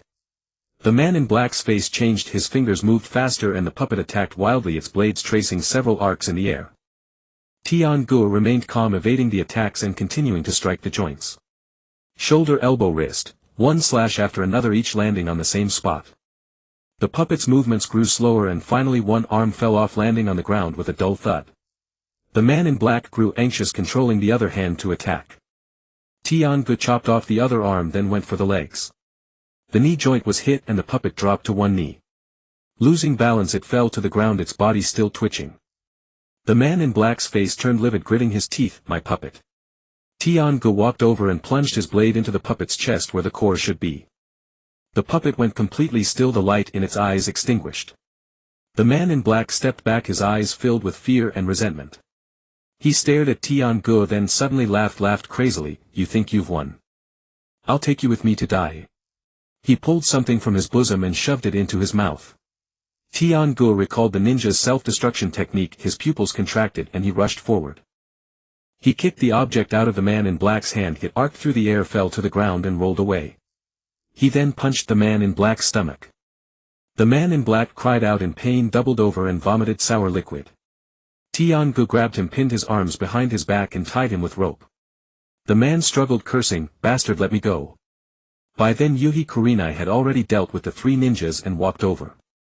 She dusted off her hands, looking at the man in black. "Kusanagi, you can't escape." The man in black looked up, his eyes venomous. "You Konoha meddlers won't come to a good end." Yuhi Kurenai ignored him, told Tian-go to keep an eye on him, and went to rescue the craftsmen. The craftsmen were released, each tearfully recounting how they had been imprisoned for over a month, made to work every day and not given enough to eat. The old man knelt on the ground, tears streaming down his wrinkled face, saying they were craftsmen from nearby villages, kidnapped to build puppets and beaten if they refused. Tian-go looked around the basement. Over 30 puppets were arranged neatly, some already equipped with weapons including blades and poison needles. If these things were used to attack villages, countless people would die. Suddenly fighting sounds came from the tunnel entrance. Tian-go looked up and saw Kusama charging down with people, 7 or 8 of them all armed. Kusama saw the man in black captured, his face changed and he rushed to rescue him. Yuhi Kurenai intercepted him and the two fought. Kusama's earth release was formidable, causing the ground to crack continuously. Tian-go held on to the man in black while fending off the charging Kusagakure ninjas. With one hand he swung his sword, blocking the attacks of 3 people. Quan Zhonghong and Unv Jian also came down from the tunnel to help, with Himura charging ahead. For a moment the basement was in chaos. Kusama was quite skilled, fighting evenly with Yuhi Kurenai. He saw the man in black held by Tian-gu, unable to rescue him for the moment. He gritted his teeth, then suddenly threw out several smoke bombs. With a few bangs, smoke filled the area, choking and blinding everyone. When the smoke cleared, Kusama and the man in black were gone. Tian-gu took a few steps in pursuit, but the tunnel was too chaotic with many forks and he couldn't find the direction. Yuhi Kurenai said, "Don't chase. Let's get the craftsman out first." They led the craftsman out of the basement and evacuated the village. On the way they encountered a few Kyuzugakure ninjas, but were all repelled by Yuhi Kurenai. Her genjutsu was flawless, those people were instantly frozen in place. By dawn they had left the territory of Kyuzugakure and found a cave to rest. The craftsmen were endlessly grateful, some knelt to kowtow. Yuhi Kurenai counted heads, 7 craftsmen all injured but not in life-threatening danger. Tian-gu used the healing technique he had just learned to treat their wounds. A pale green light rose from his palm, covering the wounds as he moved it slowly. A young man stared at the light on his hand, his eyes wide. "Are you a medical ninja?" Tian-gu shook his head. "Just learned it. Only basic stuff." Yuhi Kurenai glanced at him, saying nothing, but there was something in her eyes. After resting for half a day they set off with the craftsmen toward Konoha. On the way they interrogated a captive they had taken, a small thin young ninja, one of Kusama's subordinates. Unable to withstand the pressure, he confessed everything. Kusama and the man in black Kusanagi had colluded, planning to use the puppet army to attack nearby villages, plunder supplies and expand their power. There was someone else behind the man in black, but the captive didn't know who. He only said that person wore a mask. 5 days later they returned to Konoha. In the Hokage's office the third Hokage met with them personally. After hearing their report his expression turned grave. He puffed on his pipe, smoke swirling. "Regarding the Kyuzugakure incident, I will pressure their village head to hand over the mastermind. You rest for now, if there may be tasks later." After coming out, Quan Zhonghong stretched. "This was really exciting. I took down several." Unv Jijian adjusted his sunglasses. "That puppet was formidable." Quan Zhonghong turned to look at Tian-gu. "Tian-gu is even more impressive. He smashed that puppet all by himself. I didn't even see how he did it." Tian-gu waved his hand. "Just cut the joint, same as cutting a person." Quan Zhonghong said, "You make it sound easy. That puppet moved so fast I definitely couldn't dodge it." Unv Jijian glanced at Tian-gu, his tone calm. "Your strength has improved again since last time." Tian-gu smiled. "Just more practice." Yuhi Kurenai listened nearby, saying nothing. After Quan Zhonghong and Unv Jijian left, she said to Tian-gu, "Come with me." They walked to a quiet place where the shade of trees blocked the sunlight. Yuhi Kurenai looked at him, her gaze serious. "Your strength is beyond that of a genin, isn't it?" Tian-gu paused. "Teacher Hong, I just practice a lot, that's all." Yuhi Kurenai shook her head. "I've sparred with you and seen you fight. Your swordsmanship, reflexes and chakra reserves far exceed those of an ordinary genin. That puppet master's puppet, even a chunin would struggle with it, yet you smashed it alone." Tian-gu was silent for a few seconds. "Luck, I just happened to hit the joints." Yuhi Kurenai looked at him, something in her eyes, but she didn't press further. "I don't know what secrets you have and I don't intend to ask. Everyone has their own path." She paused. "But remember, in missions being strong is good, but you must trust your teammates and not shoulder everything alone." Tian-gu nodded. "I understand. Thank you, Teacher Hong." Yuhi Kurenai patted his shoulder. "Go back and rest well." Tian-gu returned home where Tenten was already waiting. She was sitting at the door twirling a kunai in her hand. Seeing him safe, Tenten sighed in relief, stood up and ran over. "Injured again?" She noticed a bit of blood on his hand. Tian-gu looked down. "Not mine, the craftsman's." Tenten said, "You used the medical ninjutsu you learned?" Tian-gu nodded. "Yes, I helped treat their wounds." Tenten's eyes lit up. "Teach me next time." Tian-gu smiled. "Sure." In the Hokage's office. The third Hokage sat in his chair smoking his pipe. Before him stood Yuhi Kurenai and Might Guy. On the desk lay a document, the detailed report on the Kyuzugakure incident. The third Hokage exhaled a puff of smoke which rose slowly. "Kyuzugakure has officially responded. They agree to investigate but have requested our assistance. I've decided to send both your teams as escorts for the diplomatic mission while continuing to track down the man in black. Yuhi Kurenai nodded. Understood. Akai flashed a thumbs up with a grin, his teeth glinting. No problem, Lord Hokage. The flames of youth will illuminate the truth. The third Hokage glanced at him, tapped his pipe on the table and continued, the delegation is led by Shanzhong Hai. Your 2 squads are responsible for security. Remember, this is a formal diplomatic mission. Exercise restraint and do not initiate conflict. However, if you discover evidence, you may take necessary action. The 2 accepted the mission. When Tian Gu received the notice at home, Tian happened to be there. Upon hearing they were going to Chaoyin village, her eyes lit up as she leaped from the tatami. I'm going too. Tian Gu nodded, leaning against the doorframe. Yes, your squad 3 is also going. Tian pumped her fist in the air. Awesome. Finally a trip out of the village. Tian Gu looked at her and couldn't help but smile. Don't get too excited. This is a formal mission. Dealing with the people from Chaoyin will be troublesome. Tian waved her hand dismissively, her ponytail swinging. Still better than running laps around the village every day. The next morning the 2 squads gathered at the village gate. Akai stood at the front in his green bodysuit, flanked by Shaoli and Ning Xiai. Shaoli, also in a bodysuit, was brimming with excitement, his eyes shining. Ning Xiai remained calm, hands tucked into his sleeves, his gaze sweeping over the surroundings with indifference. Shiri Hong approached with Tianji's squad.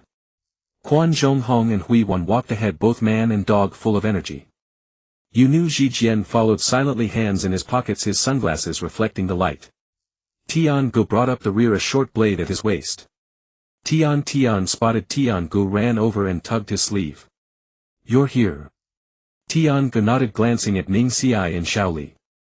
Ning Xiai gave him a slight nod in greeting and Tian Gu returned it. Shaoli rushed over and grabbed Tianji's hand. Tian Gu-kun. We're on a mission together. The flames of youth are blazing. Tianji's arm shook from the grip. Blaze away, just don't burn anything. Shaoli blinked, puzzled. Tian covered her mouth with a laugh. Just then Shanzhong Hai arrived. He was a jonin of Muyi, the father of Shanzhong Jingyi, skilled in perception and intelligence work. He wore a jonin vest, his expression stern as he scanned the crowd. Everyone here. Let's move out. The team set off. Akai and Shiri Hong led the way, Hai in the middle with the 6 genin following behind. Hui Wan darted around Quan Zhonghong's feet, sniffing at the roadside grass. Along the way Hai briefed them. Chaoyin village's chief had agreed to investigate under pressure, but Chao Jian had disappeared and the masked man was gone too. Their mission was to find the whereabouts of these individuals and uncover any others behind them. Tian Gu listened, thinking that Chao Jian had fled fast. What about that masked man? Had he also escaped? After 3 days they entered the land of grass. Hai raised his hand to halt the group and turned to face them. We're nearing Chaoyin village. Stay alert. There are divisions within Chaoyin, some support Chao Jian, others oppose him. We might run into trouble. Sure enough, as they approached the village entrance, a squad of Chaoyin ninja blocked their path. The leader was a middle-aged jonin, his expression cold as winter wind. Konoha. Why so many people, he demanded. Hai stepped forward, producing a document. By order of the Hokage, we are here to assist your village in investigating the rogue ninja incident. This is the diplomatic letter.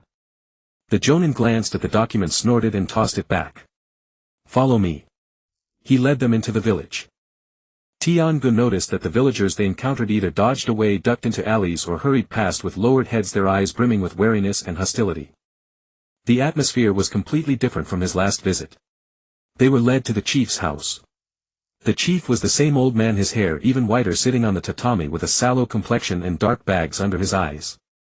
A few people stood beside him, including the jonin they had met before, but Chao Jian was not among them. Tian Gu scanned the room but saw no sign of Chao Jian. The chief looked up, forcing a strained smile. Guests from Konoha, welcome. We have already begun investigating the rogue ninja matter. But jonin Chao Jian disappeared 2 days ago. We are searching for him as well.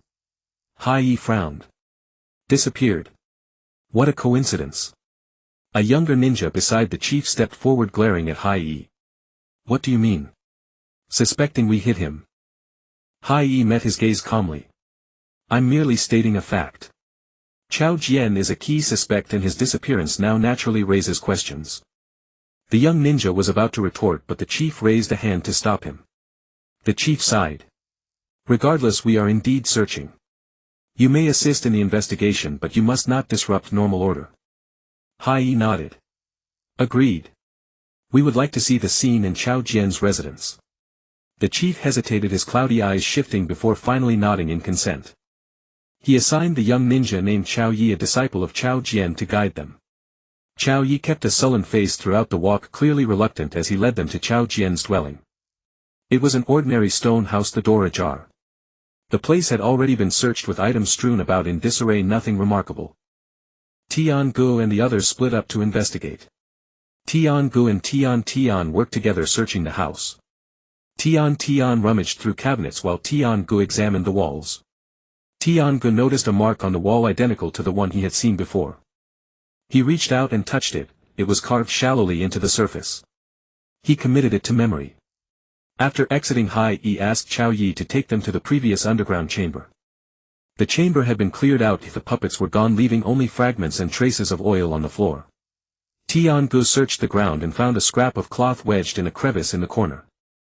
He picked it up and examined it. There was a pattern like the emblem of some organization, an open hand with an eye in the palm. He quietly tucked it into his ninja pouch. That evening they rested in a temporary lodging, a small courtyard with a few rooms sparsely furnished. Tian Gu showed the scrap of cloth to Shi Rihong. Shi Rihong took the cloth, held it close to the oil lamp and studied it carefully, her brow furrowing. I've never seen this emblem before but I can look into it. Tian Gu lowered his voice. The items from the underground chamber were moved out. Chao Jian definitely had accomplices helping him. Shi Rihong nodded and tucked the cloth away. Tomorrow we'll split up. You kids can wander around the village and see if you can find any clues. The next day Tian Gu, Tian and Shaoli patrolled the village together. Ning Xiai, Quan Zhonghong and Ji Jian went to the other side. Akai and Shi Rihong accompanied Hai Yi to negotiate with the chief. As Tian Ji's group walked through the streets, the villagers kept their distance. Some hurriedly shut their doors at the sight of them, others took detours, and even children were pulled away by adults. Tian whispered, they seem really afraid of us. Shaoli clenched his fists. Maybe it's a misunderstanding. We must win them over with the sincerity of youth. Tian Gu glanced at him. Hold off on the winning over. Observe first. They reached the eastern edge of the village, the same alley where Tian Gu had followed the masked man before. The alley was narrow, the walls peeling with puddles on the ground. Tian Gu stopped and looked at Tian and Shaoli. Wait here. I'm going up to take a look. He climbed onto the roof with light, silent steps, treading on the tiles without a sound. He found the previous spot, lay down and lifted a tile. Peering down, the room below was empty but there were fresh footprints clearly visible in the dust. He jumped down, landing without a sound, and examined the prints. There were two sets of footprints, one large, one small, both men's shoes. The larger had a patterned sole while the smaller was worn smooth. He followed the footprints to a corner and discovered a hidden compartment in the wall. Opening it, he found a small folded note. Tian Gu picked it up and read the words, 3 days later, North Hill. Goods delivered upon payment. Below the text was a mark identical to the one on the scrap of cloth. He pocketed the note and was about to leave when he heard movement outside. He crept to the window and looked out. A masked man flashed through the alley like a gust of wind. Tian Gu gave chase, shouting to Tian and Shaoli, follow me. The masked man ran fast, heading out of the village, kicking up dust on the dirt path.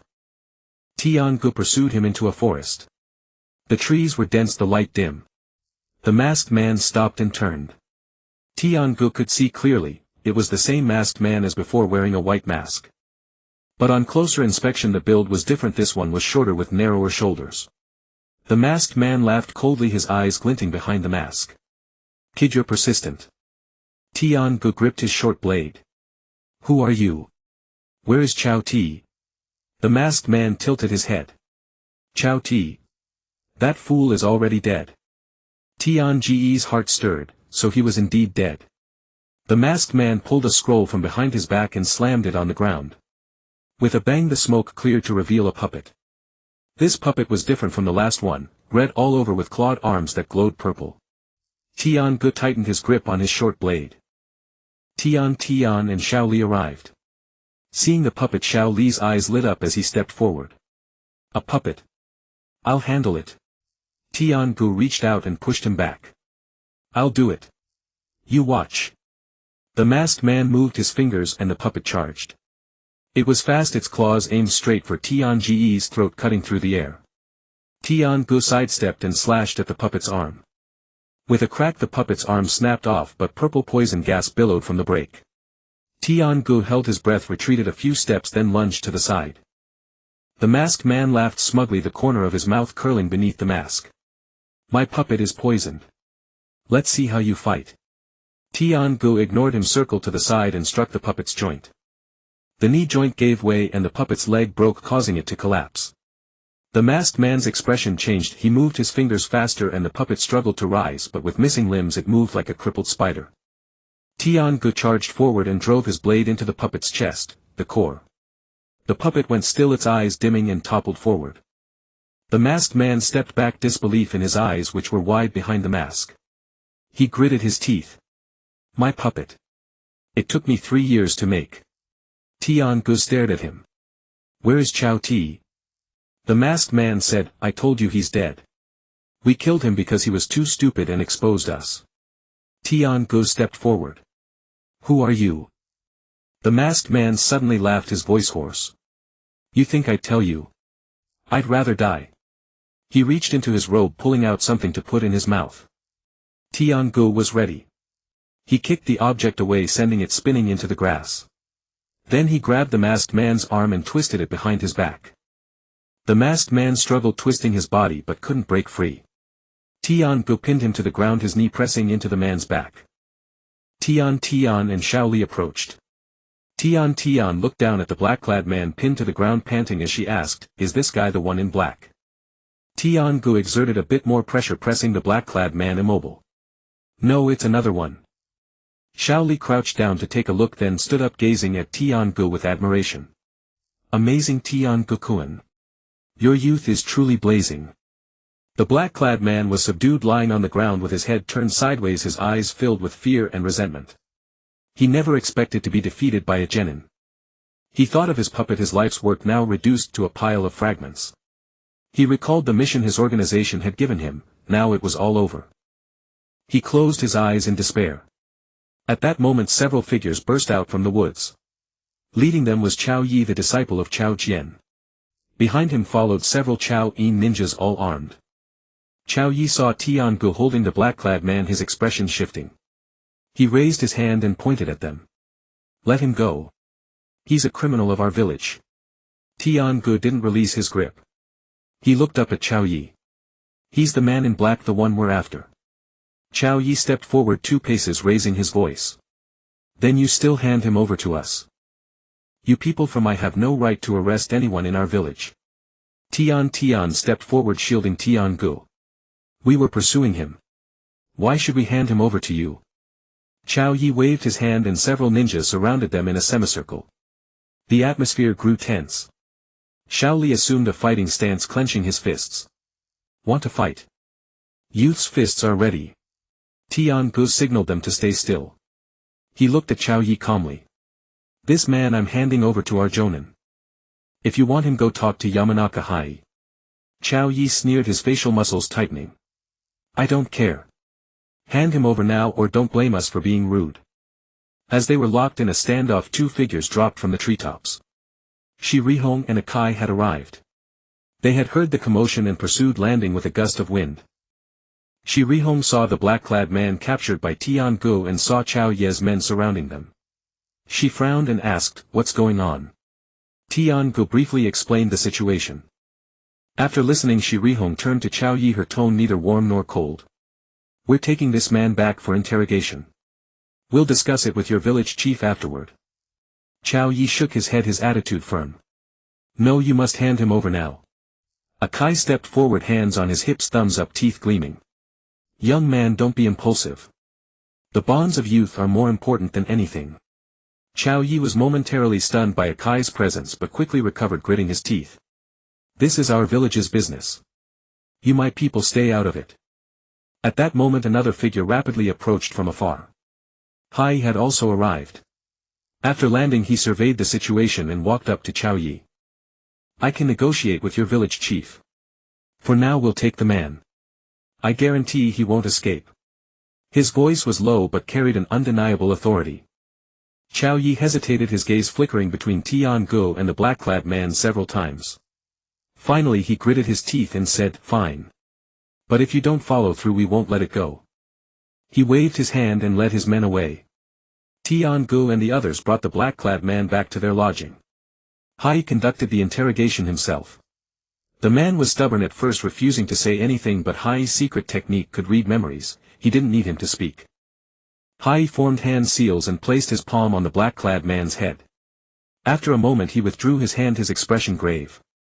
This man is called Chao Yi, also a rogue ninja from Chao Yin. There is indeed someone behind them, an organization called Akatsuki. Tian Ji's heart jolted. Akatsuki. Shi Rihong frowned. Akatsuki. Never heard of it. Hai stood up, dusting off his clothes. It's a mysterious organization composed of S-rank rogue ninjas from various countries. Chao Ti and Chao Yi were both bought off by them. Chao Ti was silenced because he was exposed. Chao Jian might also have connections with them. Akai crossed his arms, his expression turning serious. S-rank rogue ninjas. That's serious. Hai nodded. We need to report this to the Hokage. We must return as soon as possible. But the Chao Yin side wouldn't let them leave. The next day the village chief sent someone demanding they hand over the black-clad man or it would be considered an infringement of sovereignty. Hai negotiated with them for a whole day. In the end they reached an agreement: the black-clad man would be jointly guarded by both sides pending a decision after the Hokage and the village chief consulted. Tian Go and the others stayed 3 more days. During these 3 days Tian Go found more clues in the village. That mark appeared several times. On walls, on wooden stakes, even on a stone. He asked Hai, who examined it and said that mark belonged to some underground organization possibly related to Akatsuki. On the day of departure Tian sidled up to Tian Go and whispered, this trip was really thrilling.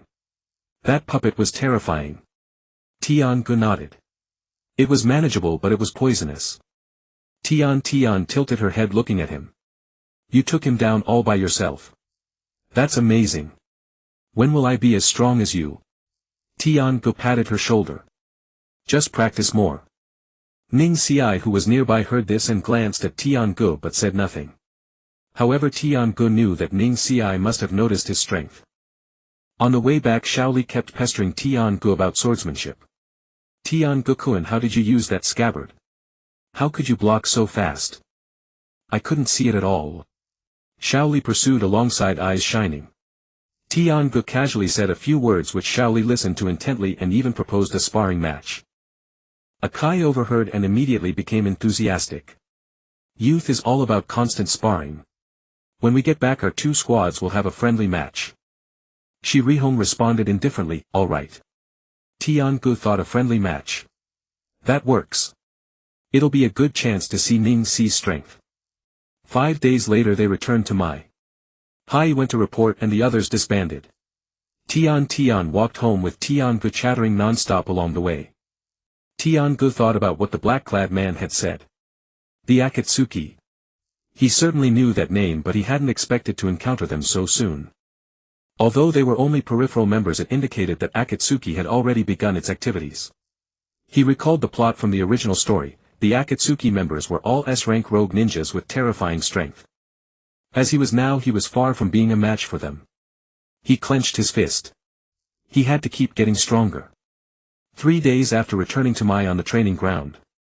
Early in the morning Akai came to find Shi Rihong proposing a friendly match. He stood in the center of the training ground, hands on his hips, voice booming. Youth needs collision. Let Squad 3 and Squad 6 have a friendly match and let passion burn. Shaoli nodded vigorously beside him, eyes shining. That's right, that's right. The flames of youth must ignite each other.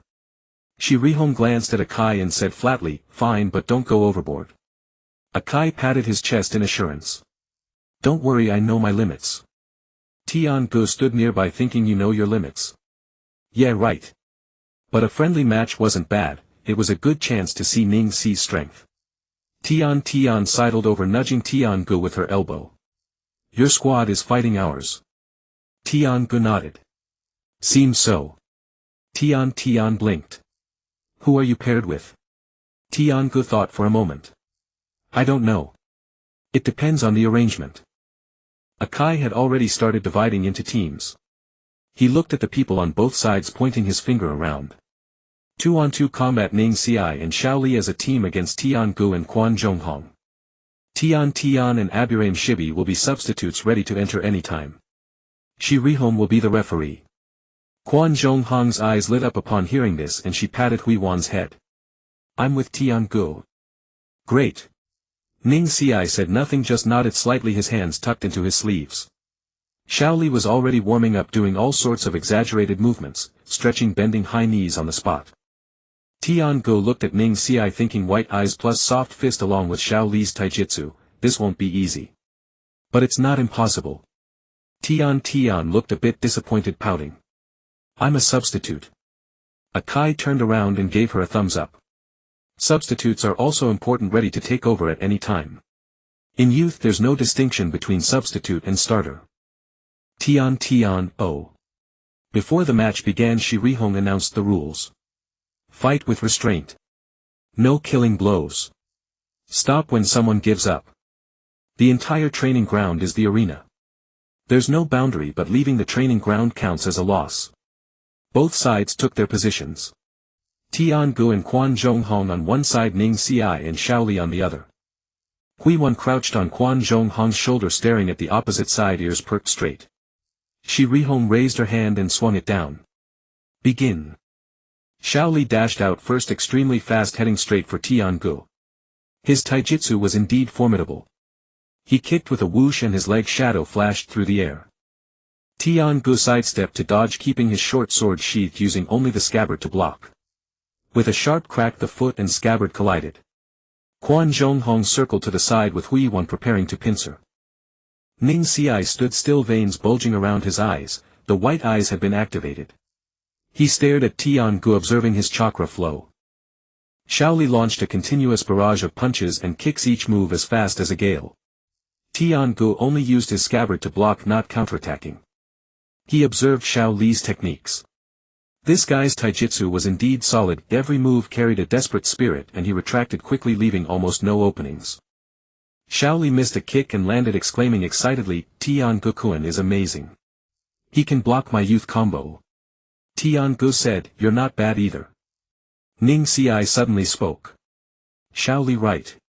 Xiao Li instantly moved to the right, twisting his body in midair. Quan Zhonghong and Hui Wan pounced from the left, but Hui Wan's claws caught nothing. Hui Wan landed, turned and charged again, baring its teeth. Ning Xi stared at Tian-gu, inwardly surprised. This kid's chakra reserves were larger than he had imagined, and the flow was very stable, unlike an ordinary genin. He recalled their previous encounters. Tian-gu had always been low-key. Now it seemed he had been hiding his strength. He moved. Ning Xi charged forward, both hands open in the soft fist starting stance, chakra flowing on his palms. Tian-gu knew the power of soft fist, it could seal chakra by striking acupoints. He couldn't let Ning Xi touch him. Xiao Li coordinated with Ning Xi, attacking from the other side, sweeping a kick at Tian-ji's lower body. The two attacked in a pincer, well coordinated.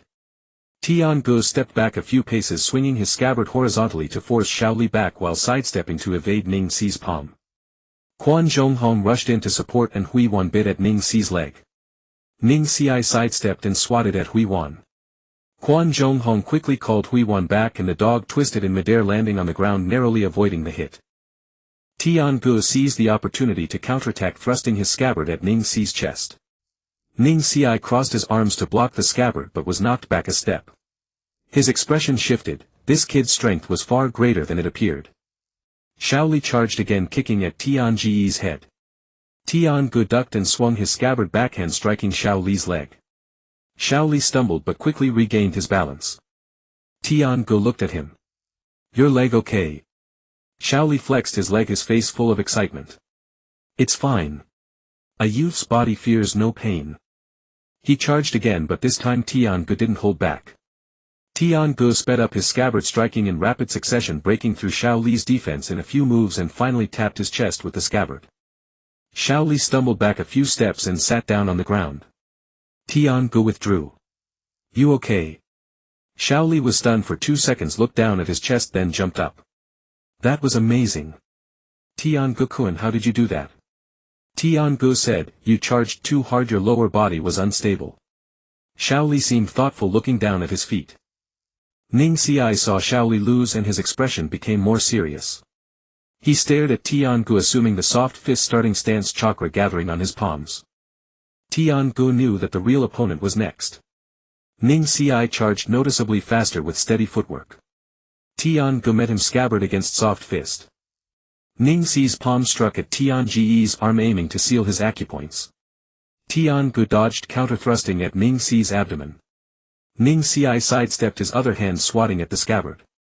The moment his palm touched the scabbard, chakra surged in. After a dozen exchanges, Tian-gu realized that Ning Xi was indeed formidable. His gentle fist was precise and his white eye could clearly see the flow of chakra, each strike aimed at the acupoints. Tian-gu could only rely on his speed to evade, trying his best not to let Ning Xi touch him. Inuzuka Kiba wanted to help, but Ning Xi easily dodged. Grey Maru lunged several times but failed to bite. Ning Xi suddenly stopped his hands, drawing a circle rotation. Chakra burst from his entire body, forming a spinning barrier. Tian-gu quickly retreated, nearly getting sucked in. The rotation's defense was too strong, the scabbard in his hand couldn't cut through. Ning Xi stood at the center of the rotation, watching Tian-gu. This technique consumed a lot of energy, but its defense was unmatched. He waited for Tian-gu to attack, curious to see how this kid would break through. Tian-gu thought for a moment and didn't force it. He circled around Ning Xi, looking for an opening. The rotation was indeed powerful, but it had to stop eventually. He waited. Inuzuka Kiba wanted to charge in, but Tian-gu stopped her, lowering his voice, "Don't rush, wait for him to stop." Ning Xi maintained the rotation for a few seconds, but seeing that Tian-gu wouldn't take the bait, he had to stop. As soon as he stopped, Tian-gu charged in. Ning Xi couldn't activate the rotation again in time and had to engage directly. The two clashed again. This time Tian-gu added a bit more force, his scabbard striking in quick succession, forcing Ning Xi to retreat repeatedly. Ning Xi desperately tried to use gentle fist, but Tian-gu was too fast, he couldn't land a hit. Xiao Li watched from the sidelines, his blood boiling. He waved his fists and shouted, "Come on, Ning Xi. Come on, Tian-gu. Youth is so beautiful." Tian also jumped and yelled, "Brother, hit him." Yunu Zhijian stood silently, insects crawling over his body, his thoughts unknown. Akai and Shiri Hong watched from the sidelines. Akai crossed his arms, nodded and said, "This kid Tian-gu is pretty strong. Did you teach him?" Shiri Hong shook her head, her tone calm, "He trained himself." Akai's eyes lit up and he praised, "He has talent and his basics in taijutsu are excellent. To hold his ground against Ning Xi is rare." Shiri Hong didn't speak, but her gaze was thoughtful. On the field, Tian-gu and Ning Xi had been fighting for nearly 10 minutes. Tian-gu wasn't going all out and Ning Xi wasn't desperate, but both were serious. Finally Tian-gu thrust his scabbard toward Ning Xi's shoulder, and Ning Xi sidestepped and simultaneously struck at Tian-ji's chest. Tian-gu blocked with his scabbard and both stepped back. Shiri Hong raised her hand and called, "A draw, that's enough." They stopped. Ning Xi looked at Tian-gu and said seriously, "You are strong." Tian-gu put away his scabbard and nodded, "You too." Xiao Li rushed over and grabbed Tian-ji's hand, "Tian-gu. Please guide me from now on. I want to spar with you." Tian-gu smiled and pulled his hand, which was aching from the grip. "All right." Tian ran over, grabbed Tian-ji's arm and shook it excitedly, "Tian-gu, you're amazing. You tied with Ning Xi." Tian-gu patted her hand, "Just lucky."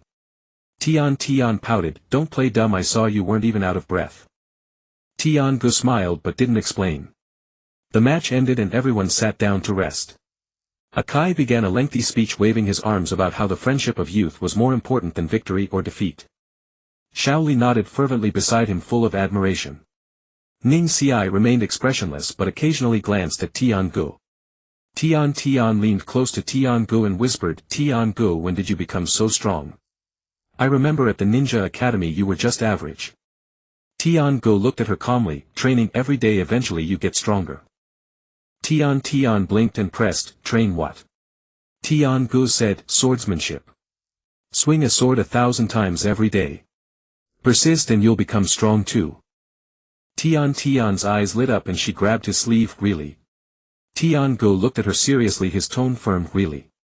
But you have to persist, no slacking off. If you can swing a sword 1,000 times every day for half a month I'll teach you swordsmanship. Tian counted on her fingers, looked up and said, half a month. That's simple. Tian-gu shook his head emphasizing, I mean every day, not a single day off. After you finish training you come back and swing 1,000 more. Can you do that? Tian thought for a moment, gritted her teeth and nodded, yes. Tian-gu smiled and patted her shoulder, alright, first persist for half a month. I'll see the results then. Tian jumped up, fists clenched, I'll go back and start training now. Tian-gu reached out and pulled her back helplessly, what's the rush? Rest first. Tian sat back down but her eyes were already burning with determination. Shaoli overheard their conversation and leaned in, eyes shining, Tian-gu. I want to learn swordsmanship too. Tian-gu turned to him, don't you have a kai-sensei teaching you taijutsu? Shaoli waved his fists, excited, taijutsu and swordsmanship can be learned together. Youth can never have too much. Akai heard this from the side, gave a thumbs up, his teeth gleaming, that's right. Shaoli, you can learn. More skills never hurt. Tian-gu looked at Shaoli and said thoughtfully, if you want to learn I can, but I'm not sure I can teach well. Shaoli nodded repeatedly, full of anticipation, it doesn't matter. As long as I can become stronger. Ning Ci listened from the side, silent. But in his heart his evaluation of Tian-gu had risen another notch. This kid was not only strong but also willing to teach others, a good character. Shiri Hong stood up, brushed off her clothes and said, that's it for today. Go back and rest. Normal training tomorrow. Everyone dispersed. Tian followed Tian-gu home, asking about swordsmanship all the way. Tian-gu answered each question thinking that if this girl really persisted for half a month teaching her would be fine. After all, the basics of swordsmanship weren't hard and once she learned them she could defend herself. That evening Tian-gu went to the pirate world and told Gu Na about what had happened today. Gu Na listened, leaning against the doorframe, and said, teaching others is a good thing, you can improve yourself in the process. Tian-gu was a bit uncertain, I'm afraid I won't teach well. Gu Na looked at him, her tone affirmative, your fundamentals are solid, that's enough to teach beginners. Tian-gu nodded, alright. He practiced swordsmanship all night in the pirate world and returned the next morning before dawn. He lay on the bed thinking about today's match. Ning Ci was indeed strong, he still couldn't break the rotation. He had to think of a way in case he encountered an enemy who used rotation in the future.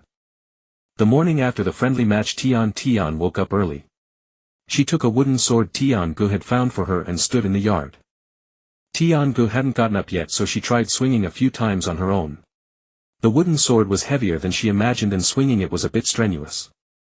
She remembered Tian's words, 1,000 swings every day for half a month. It sounded easy, but how would it really be? She took a deep breath and began counting her swings. 1, 2, 3. By 50 swings her arms started to ache. By 100 swings it was so sore she could barely lift them. She gritted her teeth and continued 150, 200. By 300 she couldn't take it anymore and sat on the ground gasping for breath. Tian-gu came out, then saw her sitting on the ground with the wooden sword thrown aside and couldn't help laughing, only 300 and you're taking a break. Tian looked up at him panting, how many could you swing the first time you tried?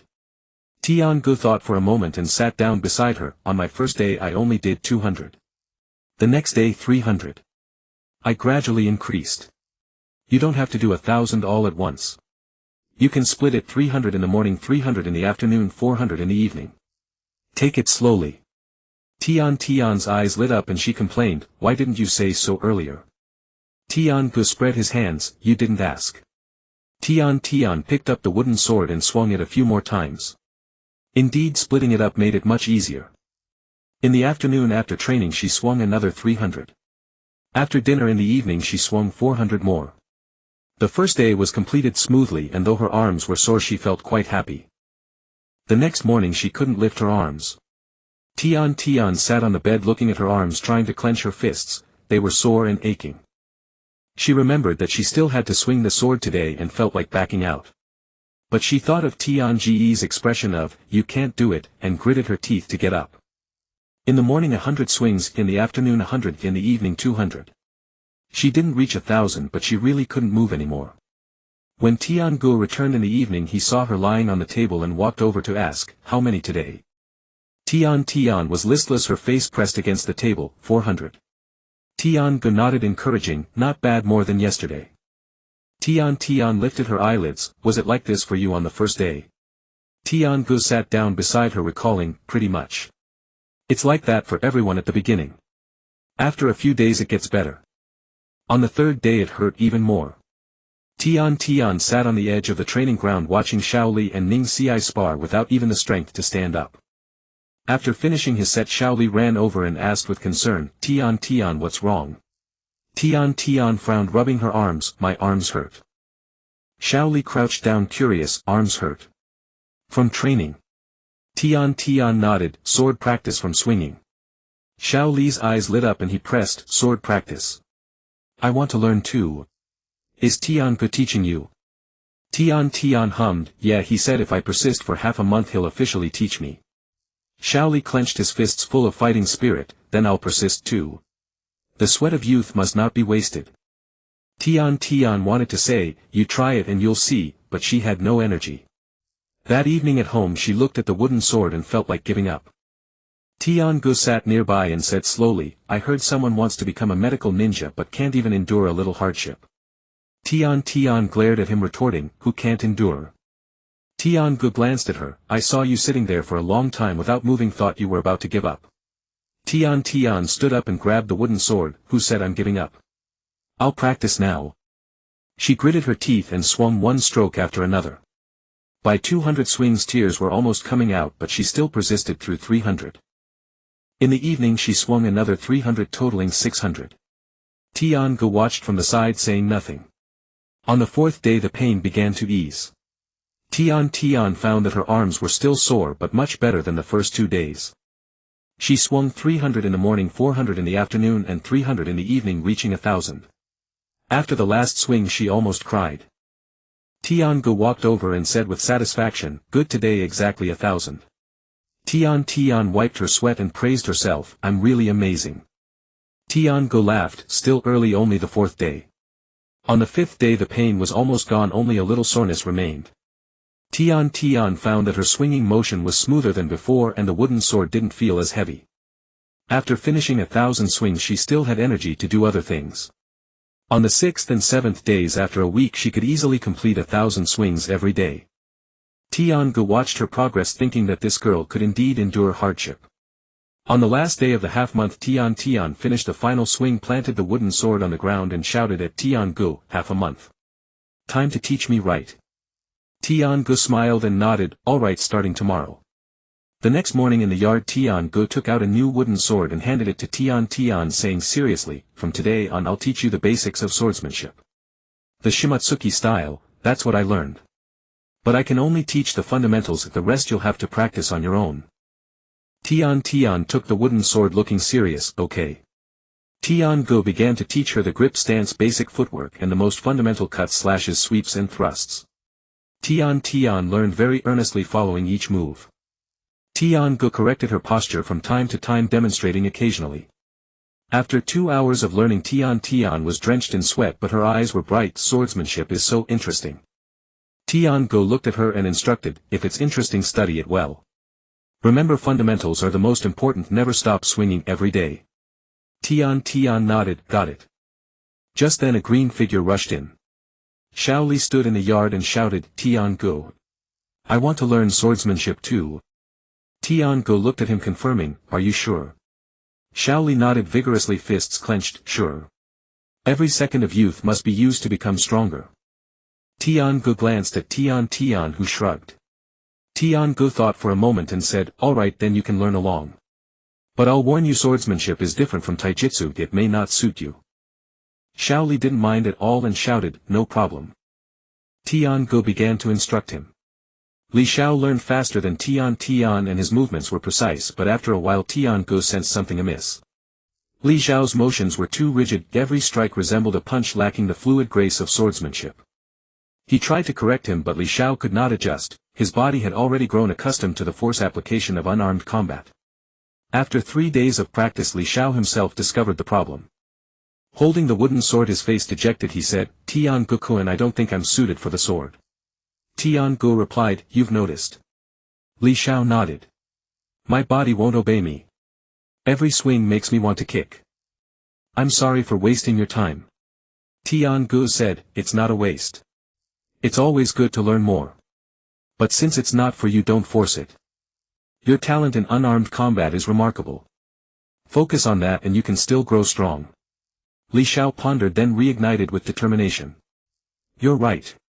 Youth has only one path, I'll train my unarmed combat to the absolute limit." He dashed out to run laps. Tian watched his back and said, "Li Xiao is really interesting." Tian Gu replied, "He is a truly pure unarmed combat ninja." In the following days Tian continued learning the basics of swordsmanship. Tian Gu taught meticulously and Tian learned with earnest focus. Sometimes Niji would come by, observe from the sidelines for a while but never participated. Tian Gu knew he was studying them but didn't call him out. Yuhi Kurenai and Might Guy both supported the training. Yuhi Kurenai said, "Learning more never hurts." Might Guy chimed in, "Youth is all about trying new things." That afternoon, after finishing her sword practice, Tian sat in the yard to rest. She looked at Tian Gu and suddenly asked, "Tian Gu, when did you start training with the sword?" Tian Gu replied, "About 2 years now." Tian said, "So you've trained this long, no wonder you're so strong." Tian Gu answered, 1,000 swings every day, persist for a few years and you'll grow strong too." Tian asked, "Really?" Tian Gu affirmed, "Really. But you have to be persistent and not slack off." Tian seemed lost in thought. After a while she asked again, "Tian Gu, do you have any secrets? I always feel you're different from before." Tian Ge's heart skipped a beat but his face remained calm. "What secrets? Is training a few extra hours a day considered a secret?" Tian said, "No, it's just that you suddenly became so strong. Back in the academy your grades were average and now even Niji can't beat you." Tian Gu replied, "Niji wasn't going all out and neither was I. It was just a draw." Tian insisted, "Still that's impressive. How exactly did you train?" Tian Gu thought for a moment and said, "I met an old master who taught me swordsmanship for a few years. He told me there's no shortcut to the sword, only swinging the blade every day. I followed his advice and that's all." Tian stared at him for a moment and asked, "Really?" Tian Gu replied, "Really. If you want to know more, keep training. When you reach a certain level you'll naturally understand." Tian nodded and stopped asking. That evening Tian Gu went to the One Piece world. Kuina was practicing swordsmanship in the yard. Seeing him arrive she paused. "Finished with your business over there?" she asked. Tian Gu replied, "Yes, I've been teaching someone swordsmanship these past few days." Kuina asked, "How's it going?" Tian Gu said, "Not bad. I taught a younger sister and a friend tried it out but wasn't suited so he gave up." Kuina nodded. "Teaching is a good thing, it helps you solidify your foundations. My father once said only when you can teach others do you truly understand yourself." Tian Gu agreed. "I feel the same. After these days of teaching my understanding of the fundamentals has deepened." Kuina said, "Then keep teaching. Come, let's practice." The two began sparring. Kuina's swordsmanship had improved and Tian Gu found it harder to keep up than before but he managed to follow. After an hour they sheathed their swords and rested. Kuina remarked, "Zoro has improved again. He can last 20 moves now." Tian Gu said, "That kid will surpass you sooner or later." Kuina replied, "I know. That's why I'm improving too." Tian Gu smiled. "You two are locked in a rivalry." Kuina glanced at him. "Aren't you the same?" Tian Gu didn't answer. He spent the night in the One Piece world practicing swordsmanship and chatting with Kuina, then returned the next morning. In the days that followed Tian Gu trained in the Naruto world during the day teaching Tian swordsmanship and went to the One Piece world at night to continue his own practice. Tian improved rapidly, her basic movements becoming increasingly precise. She persisted in swinging the sword 1,000 times each day, never missing a session. A month later Tian could already exchange a few moves with Tian Gu during sparring. Though she lost every time, she never grew discouraged, she simply kept training. Li Xiao came by occasionally to cheer them on. Niji also showed up from time to time but never spoke. Once Tian asked him, "Niji, aren't you going to learn the sword?" Niji replied, "I have the gentle fist." "That's enough." Tian asked, "Isn't it good to learn more?" Niji answered, "Energy is limited. Focusing on one path lets you go far." Tian heard that and thought to himself that Niji was indeed clear-headed. On the training ground Yuhi Kurenai gathered all three teams. Might Guy was also there, standing with arms crossed, looking excited. Li Xiao was already bouncing around, though no one knew why he was so thrilled. Tian stood beside Tian and whispered, "What's going on? It's so formal." Tian shook his head. "No idea." Yuhi Kurenai, seeing everyone present, announced, "I have an important announcement today. 1 year from now Konoha will jointly host the Chunin exams with Sunigakure. All of you genin can sign up to participate." Tian's eyes lit up. The Chunin exams. Li Xiao jumped up. "Great. The test of youth has finally arrived." Niji stood nearby, his expression calm, but a flicker of seriousness passed through his eyes. Inuzuka Hana patted the gray pill on her shoulder and said, "Finally a chance to become a Chunin." Aburame Shibi nodded silently without a word. Might Guy gave a thumbs up. "Exactly. The Chunin exams are the ultimate stage for testing youth. Team 3 and Team 6 give it your all." Yuhi Kurenai continued, "The exams will be held a year from now, but the exact date hasn't been set. Many genin from other villages will participate, so competition will be fierce. Those who want to take part can start preparing now." Tian immediately raised her hand. "I'm in." Li Xiao followed. "I'm in." Inuzuka Hana also said, "I'm in." Aburame Shibi nodded. Niji gave a slight nod. Tian also said, "I'll participate." Yuhi Kurenai looked at them and said, "Good. Since everyone is joining, training intensity will increase from today. The Chunin exams aren't just about fighting, there are written tests and survival exercises. It tests comprehensive abilities." Might Guy chimed in, "That's right. So for the next year we'll undergo special training. Youth is about constantly surpassing oneself." Li Xiao had already started doing push-ups. After dismissal Tian pulled Tian along as they walked back, chattering non-stop. "The Chunin exams. I heard they're really tough and you have to fight against many strong people. Do you think we can pass?" Tian replied, "Just do your best." Tian asked, "I've only been learning swordsmanship for a month, can I make it?" Tian said, "You still have a year, that's enough time to train. As long as you keep swinging every day you'll be much stronger than now by then." Tian clenched her fist. "Then I'll go practice right now." That night, lying in bed, Tian thought about the Chunin exams. He naturally knew what this exam would entail. Orochimaru would disguise himself as the Kazekage and infiltrate, launching the Konoha collapse plan during the exams. The third Hokage would die and Konoha would fall into chaos.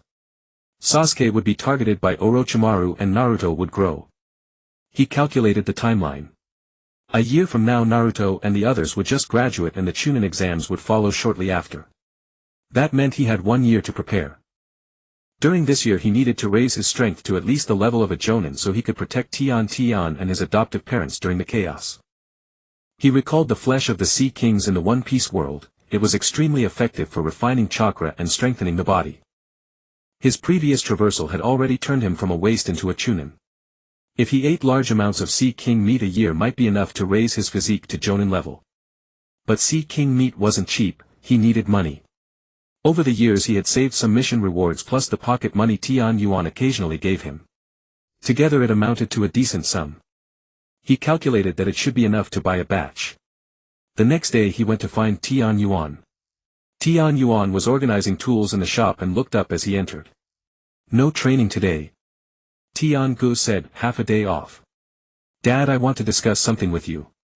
Tian Yuan put down what he was holding. "What is it?" "I want to buy a batch of special ingredients to strengthen my body. I'll need some money." Tian Yuan was taken aback. "Ingredients? What kind of ingredients are so expensive?"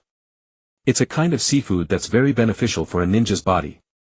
I've eaten it before and the results were good. Now that I'm preparing for the Chunin exams I want to buy more. Tian Yuan thought for a moment. How much do you need? Tian Gu told him the amount. Tian Yuan frowned. That much? Your savings aren't enough. Tian Gu said, I'm short a bit. Consider it a loan, I'll pay it back later. Tian Yuan waved his hand. We're family, no need to talk about loans. Alright, I'll cover the difference. But be careful, don't buy recklessly and don't get cheated. Tian Gu assured him, don't worry, I have a reliable source. Tian Yuan took out a money pouch from the counter, counted and handed it to him. Is this enough? Tian Gu took it and nodded. Enough, thank you, Dad. Tian Yuan patted his shoulder. Prepare well for the exams, don't bring shame to the family.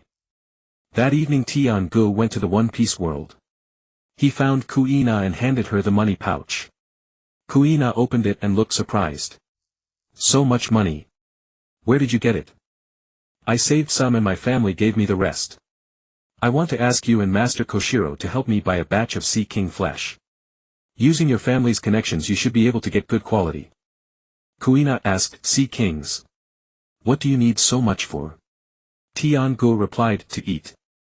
I've discovered that Sea King meat can enhance chakra and physique. I have an important exam to prepare for in the next year and I need to get stronger quickly. Kuina glanced at him without asking further. Alright, I'll talk to my father. But Sea Kings aren't easy to obtain, it'll take time. Tian Gu said, no rush. As long as I can get some within a year. Buy in batches and eat slowly. Kuina nodded. Then I'll have my father contact the fishermen and merchants he knows. I'll let you know when there's news. Tian Gu thanked her and said, let me know if you need more money. Kuina put away the pouch. You're quite generous. By the way, Zoro challenged me again yesterday. He lasted 25 moves. Tian Gu smiled. He's improving fast. Kuina said, that kid has potential. But you're not bad either. Come, let's practice. The two sparred until late into the night. Over the next month Tian Gu shuttled between the two worlds. He trained in Konoha during the day and went to the One Piece world at night to wait for news. Koshiro's connections responded quickly. The first batch of Sea King meat was delivered to the dojo. Tian Gu paid for it and brought the meat back to the Naruto world. He rented a small warehouse, bought a large pot and began cooking the meat himself. Sea King flesh was tough and required long stewing to become chewable. But the effects were indeed remarkable.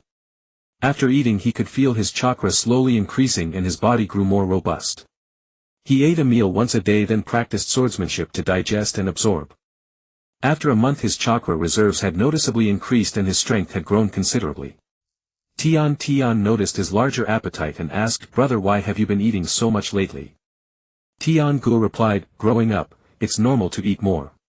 Tian retorted, I'm growing too, but I don't eat as much as you. Tian Gu said, your sword practice doesn't burn enough energy. Tian huffed and continued swinging her sword. By now 1,000 swings a day had become a habit. Her movements grew increasingly precise and occasionally she could even exchange a few moves with Tian Gu. Tian Gu felt her progress was good. If she kept this up in a year her unarmed combat would at least reach the level of an average genin. Li Shao still came to watch them practice but no longer joined in. He focused on unarmed combat, following Might Guy every day for laps, push-ups and kicking wooden posts. Niji came by occasionally, stood on the sidelines for a while then left. Once Tian Gu asked him, Niji, aren't you going to practice? Niji said, I've been observing. Your swordsmanship has something unique. Jinga asked, what did you notice? Niji replied, your way of delivering power differs from taijutsu, more focused, more efficient. It resembles the Hyuga's gentle fist, yet it's not quite the same. Jinga thought, the Byakugan is indeed formidable, but said aloud, practice makes it efficient. Niji nodded and said no more. 2 months later the second batch of Sea Kings arrived. Jinga continued eating and training. His chakra reserves had nearly reached that of a special jonin and his physique grew stronger. Now when sparring with Kuina he could last longer. Kuina remarked, you're improving quickly. Are those Sea Kings really that effective? Jinga replied, they help, but training is also essential. Eating without practice yields nothing. Kuina said, then keep at it. My father mentioned he can get something even better, the meat of a deep-sea giant whale several times more potent than ordinary sea kings, but the price is higher. Tienga said, keep an eye out for me. Money is not an issue. That evening Tienga returned from the One Piece world and walked along Konoha streets. It was late, no one was around. Taking a shortcut home he passed through an alley and suddenly spotted a dark figure leaping over a wall. He halted and fixed his gaze on that direction. The figure landed on a rooftop as if observing something. Tienga crept closer and by the moonlight he made out the person. Wearing a mask, a swirling vortex mask revealing only one eye. Tienga's heart jolted. Uchiha Obito. No, that's not right. Obito should still be operating in the shadows, but this person's build was different. Moreover, the swirl pattern on the mask resembled the Akatsuki organization. That person seemed to sense something and turned his head toward Tienga's direction. Tienga quickly hid in the shadows. The man stared for a few seconds, then abruptly jumped off the roof and vanished into the night. Tienga waited a while but did not pursue. He pondered, that person appearing here certainly means trouble. Could it be a spy sent by Orochimaru? Or had the Akatsuki already begun infiltrating Konoha? He returned home, lay on his bed and replayed the scene in his mind. The swirling mask, the Akatsuki symbol. But the Akatsuki shouldn't be officially active yet, at most a few scattered members gathering intelligence. Who was that person? What was he doing here? He recalled that in the original story Orochimaru had sent Sound Ninja to scout Konoha before the Chunin exams. But this person wore a swirling mask unlike a Sound Ninja. Could it be Uchiha Itachi? No, Itachi wouldn't wear that kind of mask. After thinking for a while he decided to keep it in mind and stay alert. The next day during training he observed the village's movements, but everything was normal. He didn't tell Yuhi Kurenai as he only saw a suspicious figure with no evidence. Days passed. Tienga continued eating sea kings and practicing swordsmanship. 6 months later his chakra reserves had reached Jonin level and his physique far surpassed his peers. He could now spar evenly with Kuina. Kuina said, if you join the kendo tournament now you'd place. Tienga replied, I'm still far from it. I'm a long way from your father's level. Kuina said, of course, my father has trained for decades. Tienga spent more time in the One Piece world learning advanced swordsmanship techniques. Kushiro occasionally offered guidance which benefited him greatly. Back in the Naruto world, Tenten could now spar with him in a passable manner. Though she still lost, her defeats were less crushing. Rock Lee occasionally joined in fighting Tienga and losing every time, yet always brimming with excitement. Niji had also crossed swords with him a few times. They had traded wins and losses, but neither had gone all out. One day Tenten asked him, brother, what's your actual strength? I always feel you're much stronger than you appear. Tienga said, just a bit stronger than you. Tenten protested, liar, even Niji says you're formidable. Tienga replied, he's being polite. Tenten asked, when will you fight me seriously? Tienga said, when you've mastered the basics. Tenten huffed and continued training. There were only 3 months left until the Chunin exams. Tienga calculated that his physique and chakra reserves had met the standard, but he still needed to accumulate combat experience. He decided to spend the last 3 months mostly in the One Piece world sparring more with Kuina and other dojo students. That night he saw the swirling mask figure again. This time the figure was in the woods east of the village, apparently talking to someone else. Tienga crept closer and caught fragments. Already prepared. On the day of the exam. Make a move. He held his breath trying to hear more, but the figure suddenly sensed him and flung several shuriken. Tienga dodged, but the figure had already fled. He gave chase, but the man was fast and vanished into the forest. Returning to the spot, Tienga found a scrap of paper on the ground with a few words, Konoha Crush Plan. His heart sank. It was indeed Orochimaru. He pocketed the note and told Yuhi Kurenai the next day. Kurenai's face turned grave and she took him to see the third Hokage. After listening, the third Hokage was silent for a moment, then said, I'm aware of this. Don't spread it. Continue training. The exams will proceed as scheduled. Tienga knew the third had his own plans, so he said no more. But in his heart he was already prepared. 3 months later the storm would arrive. He had to work even harder. On the day the second batch of Sea Kings arrived, Tienga called Tenten to the small storage room. 10-10 looked at the large piece of meat stewing in the pot, inhaled the aroma and swallowed. Brother, what's this? Smells delicious. Jenga closed the door and looked at her seriously. 10-10, what I'm about to say you must remember. Seeing his solemn expression, she dropped her smile. What is it? Jenga said, this meat is a special ingredient that strengthens the body and chakra. I've been eating it for over half a year, that's why I've progressed so fast.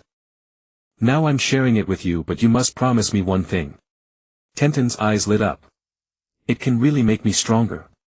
Jenga nodded. But you must keep it secret. This meat has a special origin.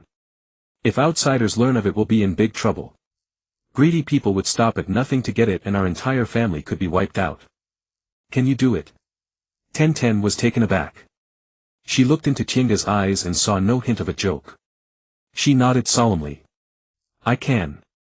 I won't tell anyone, not even Mom and Dad. Jenga said, good. Not even Mom and Dad. It's not that I don't trust them, but I don't want them involved. The fewer who know, the safer. 10-10 said, I understand. Jenga ladled a bowl of meat and handed it to her. Eat up. From now on, eat with me every day until the exams. 10-10 took the bowl and ate heartily. The meat was stewed tender, melting in her mouth. After swallowing, a warmth spread in her stomach and her chakra flow quickened. After finishing one bowl, she felt heat radiating through her body, strength surging out. Jenga said, the first time is the most effective, it'll gradually diminish. But if you keep eating, your physique will keep improving. 10-10 said, no wonder you've become so strong. Jenga reiterated, remember, keep it secret. 10-10 nodded. From that day on, she ate sea kings with Jenga every day. At first she couldn't stand the fishy taste, but she gritted her teeth and swallowed for the sake of getting stronger. A week later she noticed her strength had increased significantly and her chakra had grown. After a month her physique had markedly improved, she ran faster, swung her blade with more force, and even Might Guy took notice. During one training session, Guy asked her, 10-10, you've been improving rapidly lately. How are you training? Remembering Jenga's words, she replied, just following what you taught me, sensei. Maybe I've had a breakthrough. Guy gave a thumbs up. Youth is all about breakthroughs. Keep it up. 10-10 breathed a sigh of relief. 2 months later 10-10 could spar with Jenga for dozens of exchanges without falling behind. Her chakra reserves had surged and her body became more resilient. Once during a spar with Rock Lee, Lee kicked her, but she only staggered back 2 steps completely unharmed. Lee was stunned.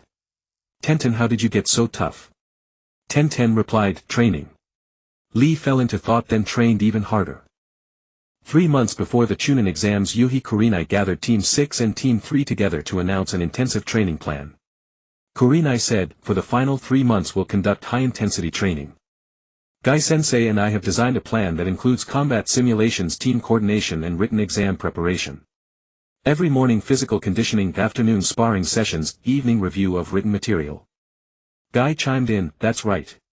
The final sprint of youth, burn to the fullest. Rock Lee had already started warming up. On the first day of training they ran laps in the morning. Guy set the quota at 1,000 laps around the training ground. Jenga and 10-10 ran along. Midway 10-10 nearly collapsed, but she gritted her teeth and pushed through. Jenga, however, was relaxed. His physique was now close to Jonin level, so this amount of exercise was nothing. In the afternoon they paired up for sparring. Jenga vs. Rock Lee, 10-10 vs. Niji Kiba Inazuka vs. Shino Aburame. Jenga fought Lee using only taijutsu without his sword. Lee's taijutsu had indeed improved greatly, faster, stronger. Jenga dodged and observed, noticing that Lee's moves were more flexible than before, no longer just a headlong rush. He recalled Guy's training methods, they were effective. After 15 minutes Lee was panting heavily while Jenga hadn't even broken a sweat. Lee said, Jenga-kun, you're too strong. I can't land a single hit. Jenga replied, your speed is sufficient but your prediction needs work. Keep practicing and you'll improve. Meanwhile 10-10 was sparring with Niji. Niji used gentle fist, 10-10 used swordsmanship. Though 10-10 couldn't beat Niji, she could hold her own for a few moves. Niji tried to strike her chakra point several times but missed because she dodged quickly.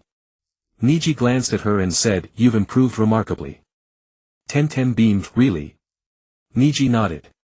A month ago you couldn't last 3 moves. Now you last 10. Ten was delighted. Kiba and Shino's teamwork was also growing more seamless. Akamaru and the insects cooperated, one biting one poisoning, making for a formidable pair. After a week of training everyone had made visible progress. Yuhi Kurenai watched them and allowed a rare smile. Good.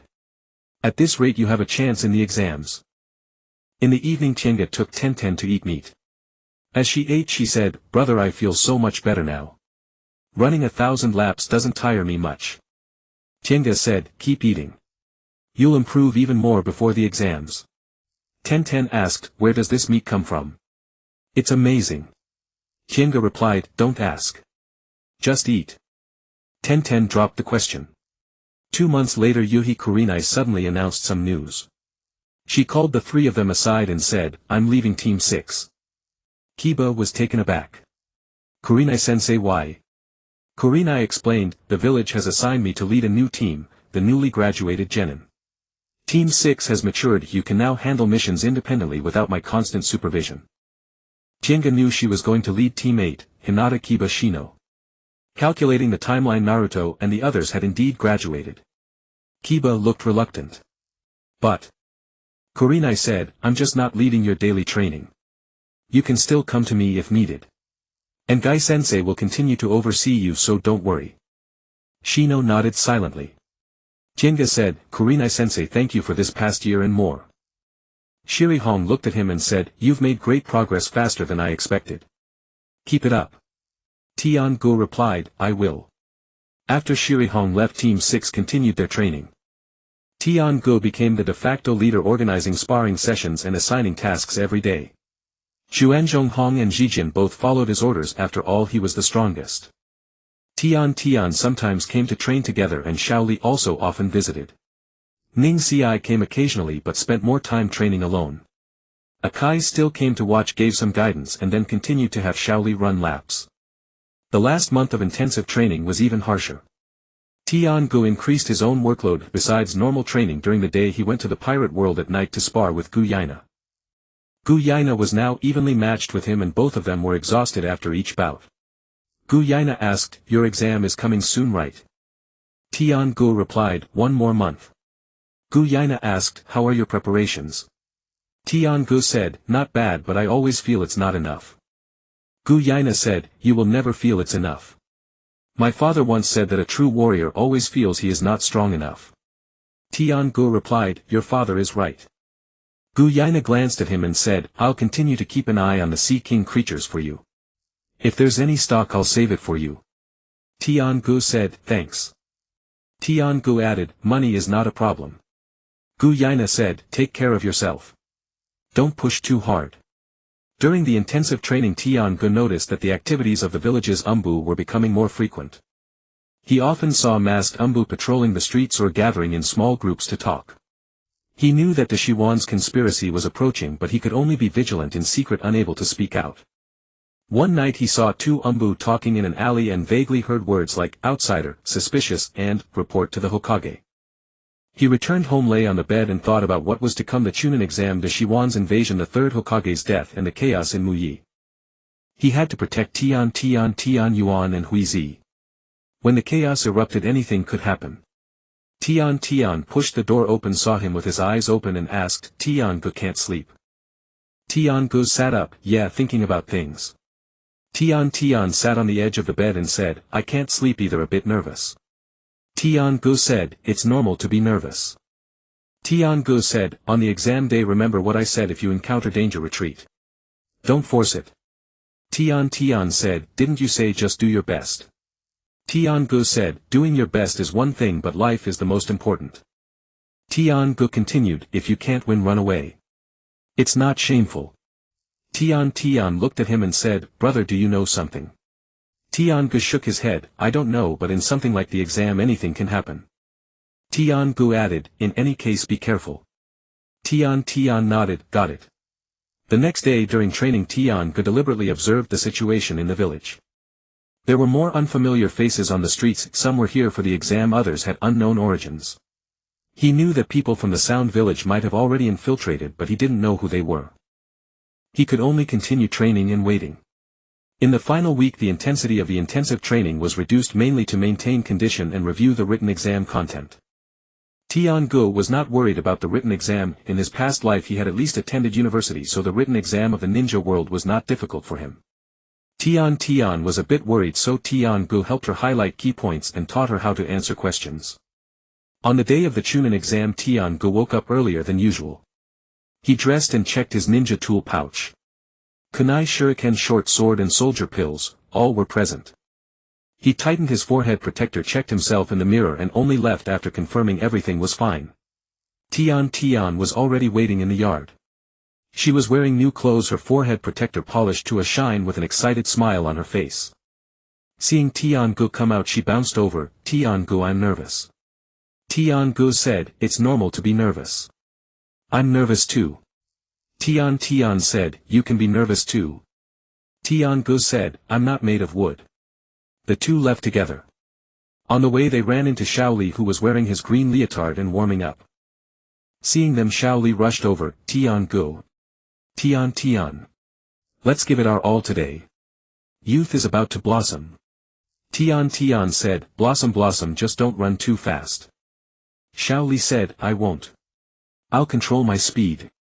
After walking a bit further they met Ning Xiai. He had his hands tucked into his sleeves with a calm expression. Seeing them he nodded slightly but said nothing. Tian whispered to Tian-gu, "Will Ning Xiai talk more today?" Tian-gu said, "No." Tian said, "I don't think so either." When they arrived at the meeting point Xuanzhonghong and Yunv Zhijian were already waiting. Hui Wan was crouched on Xuanzhonghong's shoulder barking at them twice. Xuanzhonghong said, "You're here. Let's go, the exam hall is over there." The six of them walked toward the exam hall together. Along the way there were more and more people, all genin coming to take the exam. Some wore forehead protectors of Muyi, others wore those of other villages. Tian-gu scanned the crowd and saw people from the Sand Village, Grass Village, Rain Village and a few from small villages he didn't recognize. When they reached the exam building there were even more people. Standing at the entrance were two Muyi ninjas, one fat and one thin, the famous gatekeepers Shinyu Chuyun and Gang Zidi. They wore stern expressions, staring at every examinee entering.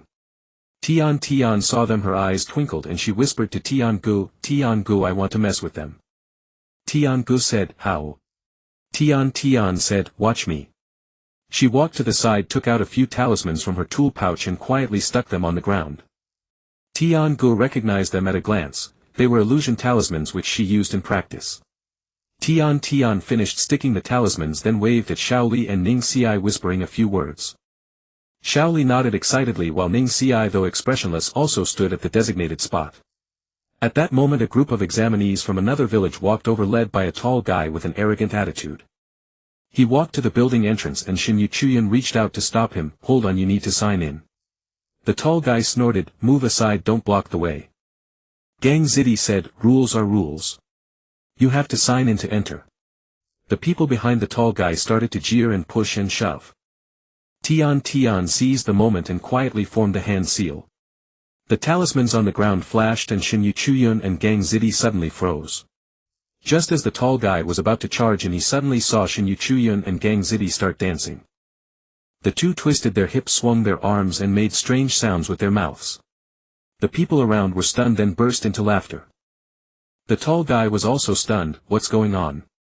Gang Zidi's face turned bright red, he wanted to stop but couldn't. Shinyu Chuyun was even worse, he danced more vigorously, shouting as he danced, "What's happening? I can't stop." Tian hid in the crowd, laughing so hard she couldn't stand straight. Tian-gu looked at her, thinking that girl was really bold to dare to prank the examiners. Shaoli was also laughing on the side, but he laughed so loudly that he almost exposed them. Ning Xiai still had a blank expression, but the corner of his mouth twitched slightly. The examinees from the other village were laughing uproariously and the tall guy also laughed, saying, "This is the level of examiners from Muyi. Ha ha ha." Just then a voice came from the crowd, move aside.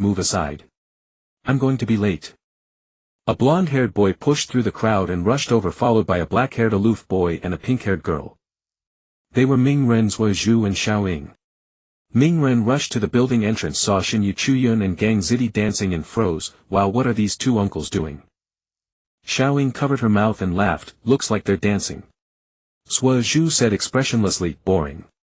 Mingren turned his head and saw Shaoli and the others. His gaze fell on Xiaoying and then he saw Shaoli staring at Xiaoying and immediately became alert. At this time Shaoli also noticed Zhu. He had heard that this Yuzhibo Zhu was the top freshman this year, a genius ninja. And Xiaoying, that pink-haired girl, was standing next to Zhu. Shaoli felt a strange discomfort in his heart. He stepped forward and said to Zhu, "Are you Yuzhibo Zhu?" Zhu glanced at him. "Yes, what's up?" Shaoli said, "I heard you are this year's top freshman, a genius. I want to spar with you." Mingren immediately jumped out. "Why?" "Zhu is my opponent." Shaoli said, "Who are you?" Mingren said, "I'm Xianhua Mingren, the future Hokage." Mingren continued, "Zhu is the one I have to defeat." Xiaoying sighed beside him. "Mingren, don't embarrass yourself." Zhu remained expressionless, but a hint of impatience flashed in his eyes. "Move aside, we need to go in for the exam." Shaoli didn't back down. "Fight me just one round." The atmosphere was tense. The surrounding examinees gathered to watch the excitement, and even Xinyu Chuyun and Gang Zidi forgot about the dancing and stopped to stare at them. Zhu glanced at Shaoli and said, "Are you sure?" Shaoli said, "I'm sure." Zhu assumed a fighting stance. "Come on then." Shaoli also took a starting pose. The two faced off, the air around them seeming to freeze. Zhu moved first. He was swift, kicking toward Shaoli. Shaoli sidestepped and countered with a punch. Zhu ducked and they pulled apart. Zhu was inwardly surprised. This kid was not slow. He activated his Sharingan, the Tomo, spinning to capture Shaoli's movements. Shaoli charged again, faster this time. Zhu's eyes tracked him, but his body was a beat too slow. Shaoli's fist grazed his shoulder. He stepped back, even more astonished. His eyes could see but his body couldn't keep up. Shaoli pressed the advantage with a flurry of attacks. His taijutsu taught by Kai was swift and powerful, a relentless cascade. Zhu strained with his Sharingan, catching every attack route, yet his body lagged by a hair. Bang! A punch struck Zhu's abdomen, sending him stumbling back. Bang! Another kick hit his arm. Clenching his teeth, Zhu fixed his gaze on Shaoli. He could see, truly see. Every move, every trajectory of this kid was perfectly clear to him. But his body failed to respond. His muscles, his nerves, the instincts honed over a decade could not match the speed his Sharingan perceived. Shaoli kicked again. Zhu tried to dodge, but his body was too slow. With a thud he was sent flying into the wall. Zhu! Xiaoying cried out, rushing to support him. Mingren was furious too. "What are you doing?"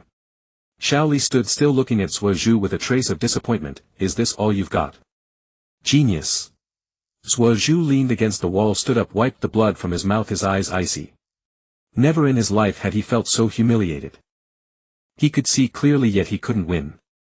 This feeling ignited anger and resentment within him. "Again," Zhu said. Just as Shaoli stepped forward, a green figure rushed in and kicked Shaoli away. Aya! Shaoli spun 3 times in the air and landed with a thud. A man in a green jumpsuit with a bowl cut and thick eyebrows like caterpillars stood in the center, giving a thumbs up with gleaming white teeth. "Shaoli. Youth is not for bullying the weak." Shaoli scrambled up, saw the newcomer and burst into tears. "Kai-sensei." Kai also wept. "Shaoli." They rushed toward each other, embraced and wailed, "Youth." The onlookers were dumbfounded. Mingren's mouth hung open. Xiaoying was bewildered. Even Zhu was stunned, forgetting his anger. Tiangu watched with amusement, thinking this scene wasn't in the original. Tian tugged his sleeve and whispered, "Tiangu, they're always like this." Tiangu said, "You'll get used to it." Shaoli and Kai finally let go after a long embrace. Kai patted Shaoli's shoulder. "Shaoli, true youth isn't about defeating others but surpassing yourself. Let's go, the exam awaits." Shaoli wiped his tears and nodded, "Yes, Kai-sensei." Zhu stood nearby, his expression complex. Xiaoying supported him, whispering, "Zhu-kun, are you okay?" Zhu pushed her hand away. "I'm fine." Mingren leaned in. "Zhu, that guy is amazing. We'll have to train to become like that too." Zhu said nothing, but something flickered in his eyes. Tian walked up to Xinyu Chuyun and Gangzi Tai, smiling. "Excuse me, examiners, may we enter?" Xinyu Chuyun and Gangzi Tai snapped out of it, putting on stern faces. "Sign in." Sign in now. The group signed in one by one and entered the building. Tian-gu lingered at the back glancing back. The boy with yellow hair, the boy with black hair and the girl with pink hair were walking in together. He knew these were the protagonists of this era. He smiled and turned to follow. The examinees gradually entered the second-floor exam hall. Tian-gu followed the crowd and found the hall already packed. Long tables and chairs were arranged in rows with number tags on each seat. He found his seat by the window in the middle. Tian was 2 rows to his left waving at him. Shaoli was not far to his right. Ning Xiai sat in the front row. Inazuka Kiba and Aburame Shino were in other areas. Tian-gu scanned the hall, at least 100 examinees from various ninja villages. Konoha had the most, followed by Sunagakure, then smaller villages like Kusagakure, Amigakure and Takigakure. The Otogakure ninjas sat in a corner, their expressions cold. A middle-aged man stood on the podium, his head wrapped in bandages and face scarred, looking anything but trustworthy. He was the chief examiner Marino Ibiki, head of Konoha's interrogation department. Once everyone was seated, Ibiki spoke. I am Marino Ibiki, the proctor for the first exam. Before we begin, I will announce the rules. He pointed to several large boards on the wall inscribed with rules. Tian-gu glanced at them, same as the original 10 questions, 1 point each, no penalty for wrong answers. Cheating caught once deducts 2 points, 5 times leads to immediate elimination. The last question is a bonus with special rules. Ibiki said, now distribute the papers. Answer time 1 hour. The proctors began handing out papers. Tian-gu received his and quickly scanned it. The questions were indeed difficult, many on tactics, geography, ninjutsu theory and obscure knowledge. But having attended university in his past life and traversed the worlds of One Piece and Bright Sword, these questions were nothing to him. He picked up his pen and began answering. The exam hall was quiet, only the scratch of pens on paper. But Tian-gu knew it was only surface calm. Countless eyes were secretly observing, countless cheating methods were quietly at work. As he answered, he observed from the corner of his eye. 2 rows to his left, Tian was frowning, chewing on her pen. Tian-gu knew her academics were average, he needed to help her. He thought for a moment and decided on the most covert method. He shifted his completed paper slightly to the left so Tian could see it. But the distance was a bit far, Tian had to squint. Tian-gu then lightly tapped the table with his fingers, transmitting the answers via Morse code. Tian's ears twitched, she understood. She began writing furiously. Tian-gu continued observing others. In the front row, Ning Xiai sat upright, eyes fixed on his paper, but his Byakugan was active. Through clothes and desks he could see the papers of those around him. However, Ning Xiai was cautious, using only peripheral glances with minimal movement, making it hard for proctors to detect. To the right, Shaoli was not having an easy time. He scratched his head, staring at the paper with a grimace. His academics were even worse, he knew nothing. But he didn't cheat, he gritted his teeth and tried to figure it out himself. Tian-gu noticed him sneaking a glance at Ning Xiai, but Ning Xi's position was out of view. Shaoli sighed and continued struggling. Further away, that kid Mingren was lying on his desk, his face nearly touching the paper. He knew nothing, sweating profusely in frustration. Mingren scratched his head, then had a sudden idea. He formed hand seals, intending to use the transformation jutsu to become a proctor. But just as he moved, Ibiki shot him a glare and he quickly withdrew. Suoju's approach was much more sophisticated. He activated his Sharingan, the 2 tomo spinning. The Sharingan was indeed a cheat device, as Suoju wrote rapidly. Xiaoying was a true scholar, she didn't need to cheat. She bent over her paper, occasionally pondering, then continued writing. Her paper was densely filled with high accuracy. Tian-gu turned his gaze to other villages. Over at Sunagakure, Gara sat in a corner, arms crossed, not touching his pen. But on his paper sand was slowly flowing, forming lines of characters. He used sand as eyes to peek at the answers of the examinee beside him. That examinee, a Sunagakure ally, deliberately placed his paper in a visible spot for Gara. When a proctor approached, the sand stopped and reverted. It was a clever trick. Kenkuro used puppet strings. His fingers twitched slightly and nearly invisible chakra threads connected to the paper of the examinee in front, sensing the answers through vibrations. He wrote quickly as he sensed. Temari placed her fan on the table. If the fan's surface faintly reflected the paper of the person next to her, she used the reflection to copy answers, hiding the fan when a proctor passed. Over at Otogakure things were even stranger. Dosu wore special equipment that could perceive through sound waves. He lightly tapped the table and the returning sound waves revealed the contents of nearby papers. Zaku used airflow if the holes in his palms subtly inhaled sensing answers through air currents. Kin used needles, she hid a thin needle in her hand pricking the paper to transmit information via vibrations. At Kusagakure someone used insects. A small ninja released tiny bugs that crawled onto a nearby examinee's paper then returned to trace the answer shapes on the table. Another Kusagakure ninja attempted genjutsu closing his eyes slightly to confuse the proctor but Ibiki, a master of genjutsu, saw through it instantly. Before the Kusagakure ninja could use it for 10 seconds Ibiki appeared before him, you cheating -2 points. The ninja's face went pale, Ibiki's expression was flat, first warning. Next time immediate elimination. The Kusagakure ninja quickly restrained himself. At Amigakure someone used rain. A ninja skilled in water technique silently released an extremely fine water thread connecting to another's paper and sensing answers through water fluctuations. But his thread was too thin, another proctor caught him on the spot. Cheating, first offense -2 points, the proctor said coldly. The Rain Village examinee bowed his head not daring to utter a sound. A candidate from the hidden waterfall village used his hair. His hair was long, cascading down, quietly extending to the paper of the person beside him. His hair had minute sensory cells that could detect handwriting through touch. But his movements were too obvious and the hair swaying caught the proctor's eye, resulting in a 2-point deduction. Another examinee clad in strange attire hailed from a small village. He employed the sense of smell. He had a small mouse hidden in his sleeve. The mouse detected answers through scent and he communicated with it in a special way. But the mouse inadvertently squeaked, giving them away. The proctor seized the mouse and immediately announced disqualification. The examinee jumped up in desperation. No. My mouse. Ibiki glanced at him, examinee disrupting exam order disqualified immediately. Remove him. 2 proctors escorted the examinee out as he struggled. My mouse.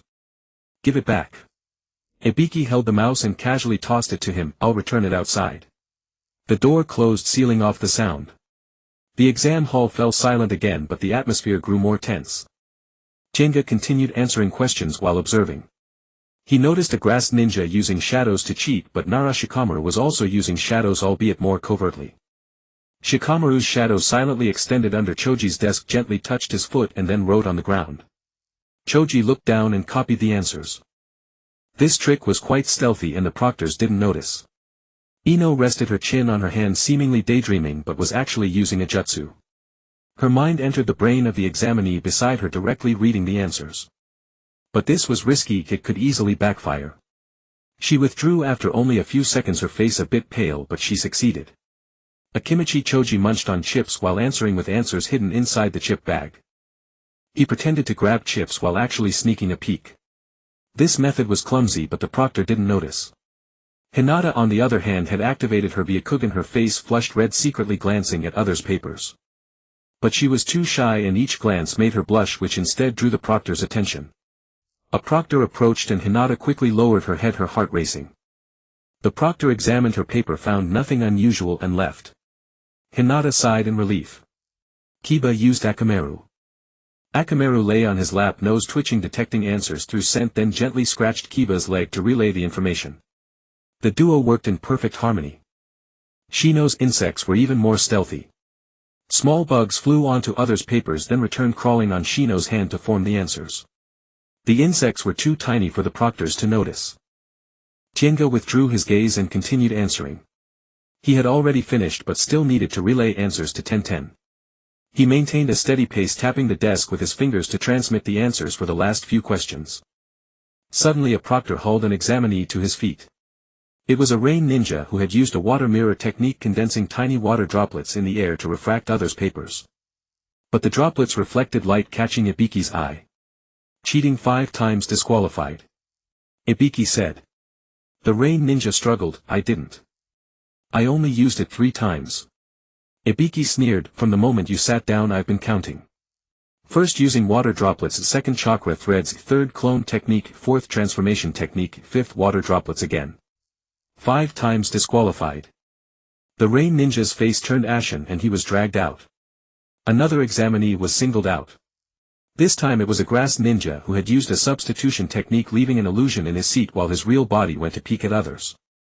But Ibiki had seen through it long before and caught him when he returned.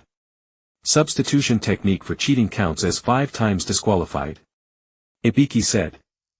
The grass ninja tried to argue, but Ibiki waved his hand and the proctors dragged him away. In just half an hour over 20 examinees had been eliminated. Some due to excessive movement, some due to lack of skill, some due to bad luck. The eliminated examinees left crying, cursing, or in silence. Jinga watched them, thinking that this was the world of shinobi, cruel and realistic. Tenten had received Jinga's answers and began writing seriously. She wrote slowly but ensured accuracy. She was grateful to Jinga but kept her composure. Naruto, on the other hand, was still struggling. He really didn't know the answer, sweating profusely. He tried to peek at Sakura, but she shielded her paper tightly. He then tried to peek at Sasuke, but Sasuke ignored him completely. He scratched his head, rubbed his ears, bit his pen, doing all sorts of actions, but couldn't write a single word. The surrounding examinees watched him, some snickered, some shook their heads. Ibiki also noticed Naruto but didn't move. He stared at Naruto with a scrutinizing gaze. Suddenly Naruto stood up and shouted, I need to go to the bathroom. The hall fell silent, then erupted in laughter. Ibiki looked at him and said, all right, but it counts against your answering time. Naruto rushed out and returned a few minutes later, still with a pained expression. He sat down and continued to struggle. Jinga watched Naruto, thinking that this guy knew nothing now but would one day become Hokage. Life is truly strange. Time ticked by. Ibiki glanced at his watch and said, there are 10 minutes left. Now I will announce the rules for the 10th question. Everyone fell silent. Ibiki said, for the 10th question you may choose to answer or not. If you choose not to answer, you get 0 points and can try again next year. But if you answer and get it wrong, you will permanently lose the qualification to take the Chunin exam. The exam hall buzzed with murmurs. Someone raised a hand and asked, permanently lose qualification? Meaning I can never become a Chunin in this lifetime. Ibiki said, correct. So think carefully. Now those who choose not to answer, raise your hands, hand in your papers and leave. Some hesitated. A grass ninja raised his hand, stood up, handed in his paper and left. Then another and another. More and more people raised their hands and left. Some lowered their heads, some had red eyes, some looked back with reluctance.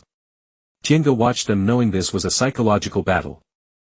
Ibiki was testing the candidates' determination and willpower with this method. Only those who dared to face risk and had unwavering conviction were worthy of continuing. He glanced at Tenten, who was looking at him with a questioning gaze. Jinga gave a slight nod, signaling her to stay. Relieved, Tenten remained seated. Naruto too saw many people leaving. He gritted his teeth, clenched his fists and suddenly stood up, shouting, I'm never leaving. Even if I remain a genin for life, I will become Hokage. The hall fell silent again. Everyone stared at the blonde-haired youth. Ibiki fixed his gaze on him, a faint, almost imperceptible trace of a smile flickering in his eyes. Jinga thought, this is Naruto, the one who never gives up. Ibiki waited a moment, seeing no one else leave, then suddenly smiled, very well. Congratulations, you have passed the 10th question. Everyone was stunned. Ibiki explained that the 10th question tested determination and will. Those who chose to stay were all qualified to continue the exam. Those who left had actually lost their chance. Now hand in your papers. Ibiki said. The proctors collected the papers. Jinga handed his in and glanced at Tenten, who looked relieved. Rock Lee grimaced. He had left most answers blank, but at least he had persisted. Niji remained expressionless. He had likely answered everything correctly. Kiba and Shino also handed in their papers. The examinees left the exam hall one by one.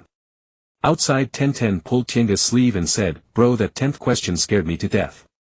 Jinga said, it's fine, you passed. Rock Lee rushed over, Jinga-kun. Tenten. I didn't answer much, but I persevered. This is youth. Jinga said, yes, youth. Niji walked over, glanced at Jinga and said nothing. But Jinga knew Niji must have noticed him helping Tenten. Naruto was loudly exclaiming, haha, I passed. I knew I could do it. Sakura rolled her eyes beside him, you didn't get many right. Sasuke remained expressionless, but the corner of his mouth twitched slightly upward. Jinga watched them, thinking that the first test was over and the forest of death awaited. The examinees had just emerged from the written exam hall still catching their breath when a deafening roar erupted. The window at the end of the second-floor corridor suddenly exploded, sending shards of glass flying everywhere. A woman in a trench coat leaped in from outside, landing on the ground still chewing half a glutinous rice ball. She swept her gaze over the gathered examinees and grinned. "Everyone's still here, not bad, not bad." Tian-gu recognized her, Mitarashi Enko, the proctor for the second exam. She wore her signature trench coat, shoulders exposed with a strange tattoo on her neck. She seemed sloppy and carefree, but her eyes were sharp. Enko swallowed the rice ball and announced loudly, "I am Mitarashi Enko, the proctor for the second exam. Now follow me to the exam site, no dawdling." She turned and walked away, and the examinees followed suit. Tian whispered to Tian-gu, "This proctor is scary." Tian-gu said, "Not really." They left the building, walked for over half an hour, and arrived at a forest entrance surrounded by barbed wire. At the entrance hung a large sign, "Forest of Death." Enko stood at the gate waiting for everyone to gather, then began announcing the rules. The second exam is a survival exercise. 5 people per team reach the central tower within 3 days. Everyone must sign a consent form because you might die. She paused, scanned the crowd and said, "Now I will distribute the scrolls. Each team will receive either a heaven scroll or an earth scroll. To pass you must collect a pair, one heaven and one earth. That means you have to steal the other scroll from another team." Enko had her assistants distribute the scrolls and consent forms. Tianji's team received a heaven scroll. He opened it and glanced at it. It was a scroll. Tian said, "So we need to snatch an earth scroll." Tian-gu nodded. "Yes." Enko continued, "During these 3 days you may use any means including killing. So if you're afraid of death you can drop out now." No one withdrew. Enko smiled. "Good. Then good luck to you." The gate opened and the teams filed in. Tian-gu and his 4 teammates entered the forest. Outside it was still daylight, but inside the forest it was dim, with towering dense trees blocking most of the sunlight. The ground was covered with thick fallen leaves, soft and silent underfoot. Tian-gu walked at the front, Ning Xi at the rear, and the others in the middle. He said in a low voice, "Stay alert. The beginning is when we're most vulnerable to attack." Shaoli nodded. "Understood." After about half an hour Tian-gu suddenly stopped and raised his hand to signal everyone to take cover. He heard movement ahead as if someone was talking. Ning Xi activated his Byakugan, looked and said, 4 people 50 meters ahead, seems like they're lying in ambush." Tian-gu said, "Go around." Quan Zhonghong said, "Why go around? Let's just fight them and take their scroll." Tian also said, "I think we can fight too." Tian-gu thought for a moment and nodded. "Alright, but don't underestimate them." Ning Xi observed their strength. Shaoli charge from the front. Tian and Quan Zhonghong flank from the sides. "I'll support from the middle." Everyone nodded. They crept closer. The 4 people were hiding behind trees, still talking, completely unaware of the danger. Tian-gu saw their headbands. They were from Kusagaku. One of them was bragging, "When we see Konoha people we'll take them out and grab their scrolls." Another said, "I heard Konoha has a lot of rookies this year, they'll be easy." The first one said, "Yeah, we'll." Before he could finish, Shaoli had already charged out, Konoha whirlwind. One kick sent one of them flying. The other 3 froze for a second, then snapped out of it and drew their weapons. Tian and Quan Zhonghong attacked from the sides, while Tian-gu and Ning Xi also appeared. The Kusagaku 4 were panicked. One of them, a tall guy with a sword, shouted, "Don't panic. They're only 5 just like us." Tian-gu glanced at him and thought, this guy's math is decent. Shaoli engaged one who used kunai, driving him back step by step. Tian faced the one with the sword, drawing her wooden blade. Their weapons clashed. Tian had improved a lot recently with good strength and speed, and in a few moves she had her opponent flustered. Quan Zhonghong and Akamaru dealt with a ninja who used jutsu. He tried to form hand seals, but Akamaru bit his wrist and Quan Zhonghong kicked him in the stomach. The man screamed and fell to the ground. Ning Xi stood by without acting, his Byakugan fixed on another who was trying to flee. Tian-gu also didn't act, just watching. The tall guy saw the situation was bad and turned to run. Tian-gu moved, catching up in a few steps and punching him in the back. The tall guy fell forward, rolled several times and hit a tree. He looked up, his face full of terror. You all. Tian-gu crouched down and retrieved a scroll from his chest. He opened it. It was Earth. He smiled. Lucky we got an Earth scroll on the first try. The tall guy tried to struggle but Tian-gu chopped his neck with a palm strike and he passed out. The other three were also subdued. The sword-wielding ninja that Tian fought had been disarmed and was kneeling begging for mercy. Tian looked at him and said, "You guys are too weak." The man lowered his head not daring to speak. Tian-gu said, "Just take the scroll and let them go." Shaoli said, "Just let them go like that." Tian-gu said, "They have no scrolls left, keeping them is useless." They released the 4 Kusagakure ninja. They scrambled to their feet and fled in a panic. One of them looked back after a few steps, his eyes filled with resentment and fear. He had thought his team could last at least a few days but they were crushed as soon as they entered. His sword had been knocked away by Tian, it was expensive and now it was gone. His teammates were all injured, their scroll taken, if this Chunin exam was over for them. He gritted his teeth, hating inside but even more afraid. Those Konoha genin, especially the one with the short sword, were too strong. Tian-gu put away the earth scroll and said, "Let's move on." They left the scene and found a hidden spot to rest. Tian said, "Those Kusagakure ninja were so weak I haven't even had enough fighting." Tian-gu said, "There will be plenty of opportunities later." After dark they found a tree hollow to rest. They took turns keeping watch. Tian-gu had the second half. The first half was Shaoli and Ning Ci, while Tian-gu, Tian and Quan Zhonghong slept first. Tian-gu was sleeping when Shaoli gently shook him awake. Shaoli whispered, "Tian-gu-kun, something's up." Tian-gu immediately became alert, gripping his short sword. He looked in the direction Shaoli pointed. Under the moonlight a figure flickered through the bushes. The figure wore black clothes and a mask, its face indistinguishable. Tian's heart stirred, that mask. But looking closely it wasn't the swirl mask, just an ordinary animal mask. The person seemed to have noticed them as well, stopped and glanced over. The moonlight fell on the person's face and Tian-gu could make out the appearance. Even with the mask, the long hair, the aura, it reminded him of someone. Orochimaru. Tian's heart tightened, it was indeed him. He pretended not to recognize him, just watching warily. The person stared for a while, then turned and walked away, disappearing into the darkness.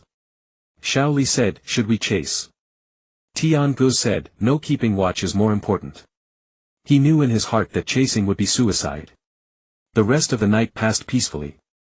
After dawn they continued. After half a day's travel they suddenly heard a huge roar from afar. The ground trembled and flocks of birds in the forest took flight in alarm. Tian-gu stopped and looked toward the direction of the sound. In the distance a massive serpent was writhing through the woods, dozens of meters long. Where the snake passed trees fell in swaths, a terrifying sight. Quan Zhonghong's eyes went wide. What kind of monster is that? Ning Ci activated his Byakugan and said, "There are people nearby, their chakra is powerful, very powerful." Shaoli got excited. "Let's go check it out. Maybe we'll encounter a strong opponent." Tian-gu decisively shook his head. "No, we'll take a detour." Shaoli was stunned. "Why?" "The spirit of youthful adventure." Tian-gu interrupted him. "That snake is not something we can handle. Going there now would be suicide. It's only the second day of the exam, there's no need to take risks." Tian also said, "My brother is right, it's too dangerous." Niji nodded as well. "That person's chakra far exceeds ours. It's truly not wise to engage." Rock Lee looked somewhat disappointed but didn't insist. Tian-gu led them to bypass that direction and head the other way. After walking for less than an hour Tian-gu suddenly halted. He sensed a chilling aura of murderous intent. From the forest ahead 3 figures emerged. A red-haired youth carrying a large gourd on his back. Beside him stood one with a puppet and a girl holding a giant fan. Gaara Kenkuro and Temari from Sunagakure. Tian's heart sank, it was exactly what he had feared. Gaara stared at them, his eyes hollow and yet wild. A smirk curled at the corner of his mouth. "Konoha ninja." Kenkuro said, "Gaara, don't mess around. We still have the exam." Gaara ignored him, fixing his gaze on Tian-gu and his team, slowly extending his hand. Sand flowed from the gourd on his back, swirling in the air. Tian-gu gripped his short sword tightly, whispering to his teammates, "Prepare for battle." This man is extremely dangerous. Don't fight head-on. Rock Lee had already assumed a fighting stance. Youth knows no danger. Niji activated his Byakugan, and upon seeing the chakra within Gaara his expression changed. His chakra. Something's wrong. There's another very sinister chakra. Tian-gu knew it was Shikaku. Gaara's sand suddenly rushed forward with astonishing speed. Tian-gu sidestepped to dodge and slashed at the sand with his blade. The blade struck the sand like cutting into water, utterly ineffective. The sand scattered, then converged again, continuing its assault. Rock Lee charged forward, kicking at the sand. The sand wrapped around his leg, trying to pull him in. Rock Lee struggled desperately, but the sand coiled tighter and tighter. Niji dashed over, using gentle fists to disperse the sand and free Rock Lee. But more sand surged forth. Tenten drew her wooden sword and struck at the sand. She too found it useless. The sand was impervious to blade strikes. Kiba with Akamaru had him bite the sand, but the dog spat it out in disgust. Kankuro and Tamari stood behind, showing no intention of joining the fight. Kankuro said, "Gaara, that's enough. Don't waste time." Gaara paid him no heed. His eyes grew more excited and the sand multiplied. Tian-gu knew they couldn't let this continue. He rushed close to Gaara and thrust his blade directly at him. The sand around Gaara automatically defended, forming a wall that blocked the strike. Tian-ge's blade pierced the sand wall only an inch before stopping completely. Gaara looked at him and said, "You're fast, but you can't break my defense."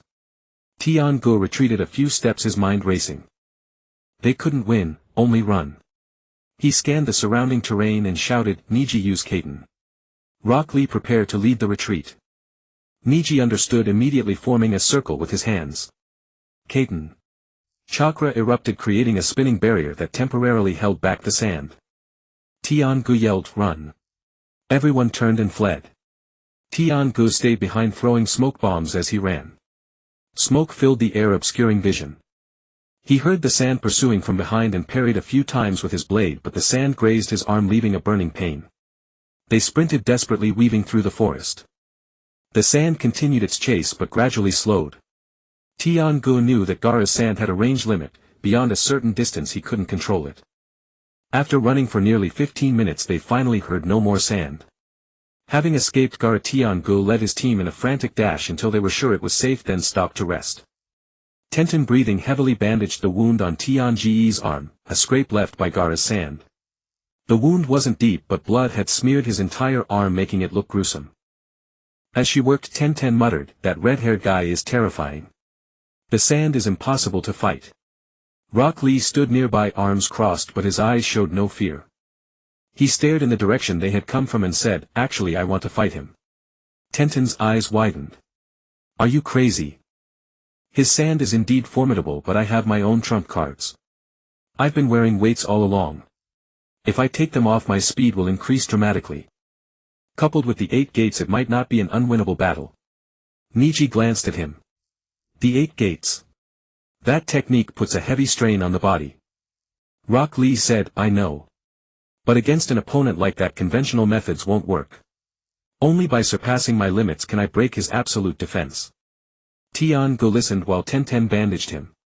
He knew Rock Lee was speaking the truth. In the original story, Rock Lee's battle with Gaara was indeed earth-shattering. Rock Lee shed his weights, opened the 8 gates and moved so fast that even Gaara's sand couldn't keep up. If not for his body giving out in the end, the outcome would have been unpredictable. But Tian-gu also knew that after that battle Rock Lee was nearly crippled. He didn't want to see Rock Lee suffer such severe injuries. He said, "Rock Lee, now is not the time to risk everything. This is only the second day of the exam. There will be other chances. Besides, our goal is to reach the central tower, not to defeat all strong enemies." Rock Lee pondered and nodded. Tian-gu-kun is right. But if we truly cannot avoid it, I won't back down. Tian-gu patted his shoulder. "We'll deal with that when the time comes." After resting for half an hour they continued onward. Tian-gu chose a route that deviated from Gaara's direction, a detour, but safety came first. After about 2 hours of walking the sky began to darken. The forest grew dimmer, filled with strange sounds all around. Suddenly Niji stopped and activated his Byakugan. "There's chakra fluctuation ahead. Someone is fighting." He looked at Tian-gu. About 500 meters. Several people's chakra are very faint, seems they're unconscious. Rock Lee perked up immediately. Should we check it out? Tian-gu thought for a moment. Approach quietly. Don't expose ourselves.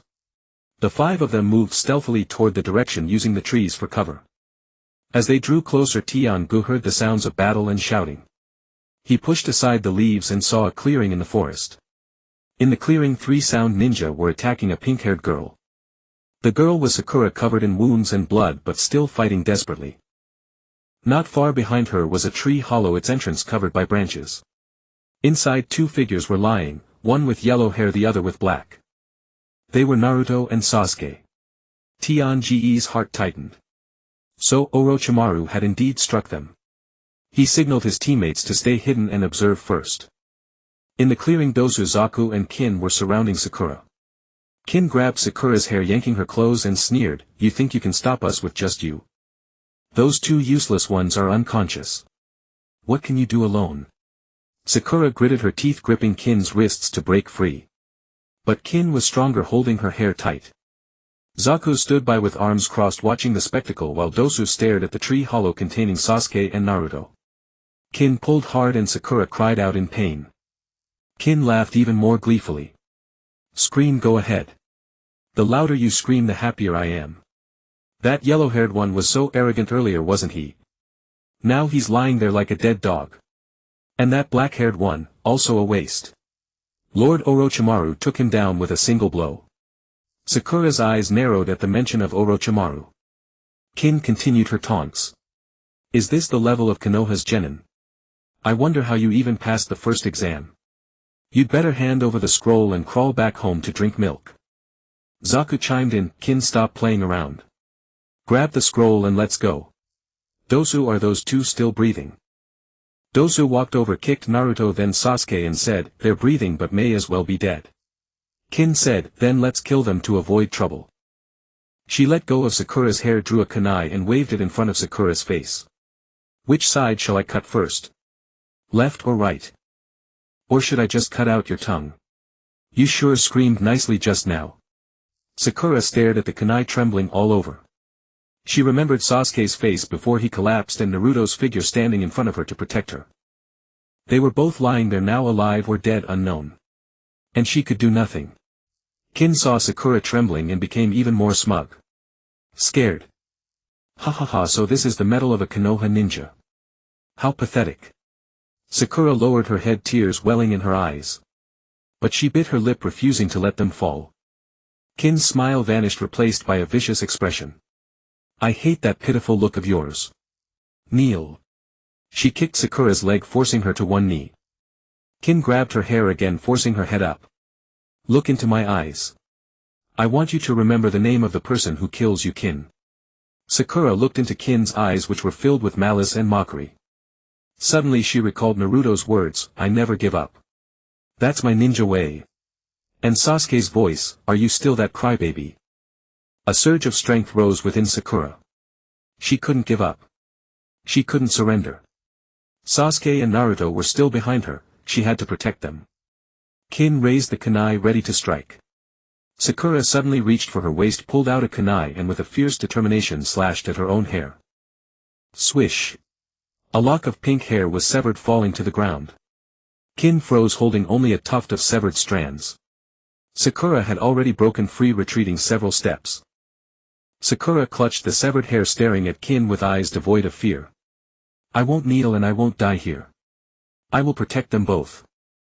Jean glared at the severed hair in his hand, then at Sakura, his face twisting into a snarl. "You're asking for death." He gestured and Zaku and Dosu advanced together. The three surrounded Sakura once more. She assumed a combat stance, trembling all over but with a determined gaze. She knew she couldn't defeat them, but she would never retreat.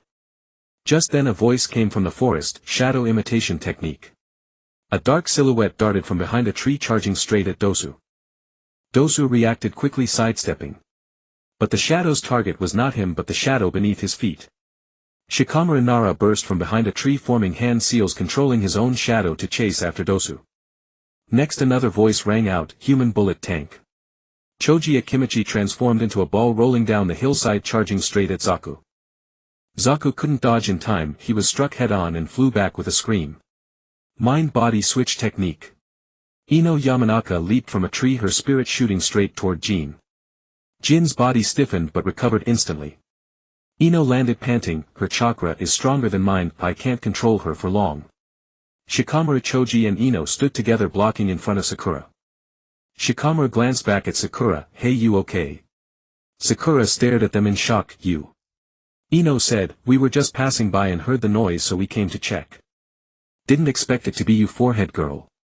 Sakura's eyes reddened. Ino turned away, don't get all emotional, it's just a coincidence. Those three look annoying. Dosu steadied himself, glaring at Shikamaru, Konoha shinobi meddling. Zaku got up, clutching his stomach, face twisted, Choji. I'll remember you. I'll make you pay later. Jin shook her head, still dizzy from Ino's attack. She sneered, 3 more coming to die. Might as well take care of you all at once. Dosu said, enough talk. Let's move. The 4 were about to start fighting when another voice came from the forest. Konoha whirlwind. A green figure shot out from the side, kicking toward Zaku. Caught off guard, Zaku was sent flying, breaking a tree. Rock Lee landed, assuming a fighting stance. Lee! Sakura exclaimed in joy. Niji emerged from the other side, hands in his sleeves, looking at Dosu, sound ninja. Kiba, Inazuka and Akamaru leaped from behind a tree, Akamaru baring his teeth at Jin. Tenten walked out with a wooden sword, stood beside Sakura, looked at her chopped hair and frowned, did they bully you? Tenka stepped out last, holding a short blade. He swept his gaze over Dosu, Zaku and Jin, his eyes calm. Dosu's expression changed. He hadn't expected so many Konoha ninjas to appear suddenly. Zaku crawled out from the pile of wood, blood at the corner of his mouth, terror in his eyes. Jin stepped back, leaning against Dosu. Tenka looked at them, sound ninja. I remember you. At the start of the second exam you attacked a team of grass ninjas. You were ruthless. Dosu said, none of your business. Tenka replied, it is now. You want to kill our people from Konoha. I can't ignore that. Zaku gritted his teeth, what does numbers matter? You're just a bunch of genin. Rock Lee said, genin can still defeat you. Dosu's eyes darted around, he exchanged glances with Zaku and Jin and the 3 slowly moved closer. Dosu said, if you want to fight then fight. But are you sure you want to waste time here? There's still a day left in the exam. Do you have your scrolls ready? Shikamaru said, whether we have them or not is our business. Dosu let out a laugh, fine. Let's see who falls first. He waved his hand and the 3 attacked simultaneously. Zaku aimed at Rock Lee, unleashing the air cutter. A powerful wave of air rushed toward Rock Lee, he sidestepped and the tree behind him was sliced in half. Lee dodged the attack, eyes fixed on Zaku, a glint of excitement in his gaze. He tore off the weights strapped to his legs and threw them to the ground. Boom! The weights hit the earth, creating 2 craters, dust flying. Everyone froze, including Dosu and Zaku. How heavy must they be to cause such craters? Sakura's jaw dropped, Lee, you've been wearing those all along. Lee stretched his body, feeling light as a feather. He looked at Zaku, now let me show you my true speed. As soon as the words left his mouth, Lee vanished from his spot. Zaku couldn't react at all, the punch landed on his face. He flew sideways, crashing through 2 trees before stopping unconscious. Dosu's pupils constricted. He hadn't seen a thing and Zaku was already defeated. That speed was too fast. Lee returned to his position, looking at Dosu and Jin next. Jin stumbled back in fear, hiding behind Dosu. Dosu's palms were sweating, he knew he couldn't win. This Lee's speed was beyond his reaction range. Niji watched from the side, thinking Lee's taijutsu was indeed formidable. He hadn't even opened the 8 gates, just removing the weights made his speed this incredible. If he opened the 8 gates, Gara-san might not be able to stop him. Tenka watched Lee, thinking this was his true strength. When they encountered Gara earlier, Lee didn't get a chance to show his power. Now it was perfect for the sound ninja to witness it. Dosu clenched his teeth and said to Jin, retreat. Jin was already eager to run, she turned and fled. Dosu threw several smoke bombs to cover their escape. When the smoke cleared, the 2 were gone. Zaku lay on the ground unconscious, abandoned by his teammates. Lee wanted to chase, but Tenka stopped him, forget it. The exam is more important. Lee nodded, walked back to pick up the weights and reattach them to his legs. Ten said, "You're putting them back on. Doesn't that tire you?" Lee replied, "I'm used to it. It feels uncomfortable without them." Sakura sighed in relief and plopped down on the ground. Ino walked over, looked at her chopped hair and said, "Forehead girl, your hair." Sakura touched her ear-length short hair. "It's fine. It'll grow back." Shikamaru came over, looking at Tenka and Lee. "Thanks. If it weren't for you guys, the three of us might not have been able to beat them. Especially you, Lee. That speed was terrifying." Lee gave a thumbs up. "Just the power of youth." Shikamaru was speechless. Niji walked to the tree hollow and looked inside at Naruto and Sasuke. Naruto lay there with strange sealing marks on his chest. Sasuke had 3 black tomo marks on his neck, radiating a malevolent aura. Niji said, "They're not in good shape. That mark is very dangerous." Tenka walked over and looked at Sasuke's neck. The curse mark planted by Orochimaru. He knew it was dangerous, but Sasuke would use it to grow stronger. Lee approached, looking at Naruto and Sasuke. "We need to take them with us. These two are Konoha comrades." Shikamaru frowned, "But we still have the exam 1 day left. Carrying 2 unconscious people would be too much of a burden." Sakura stood up, determined. "I'll take them."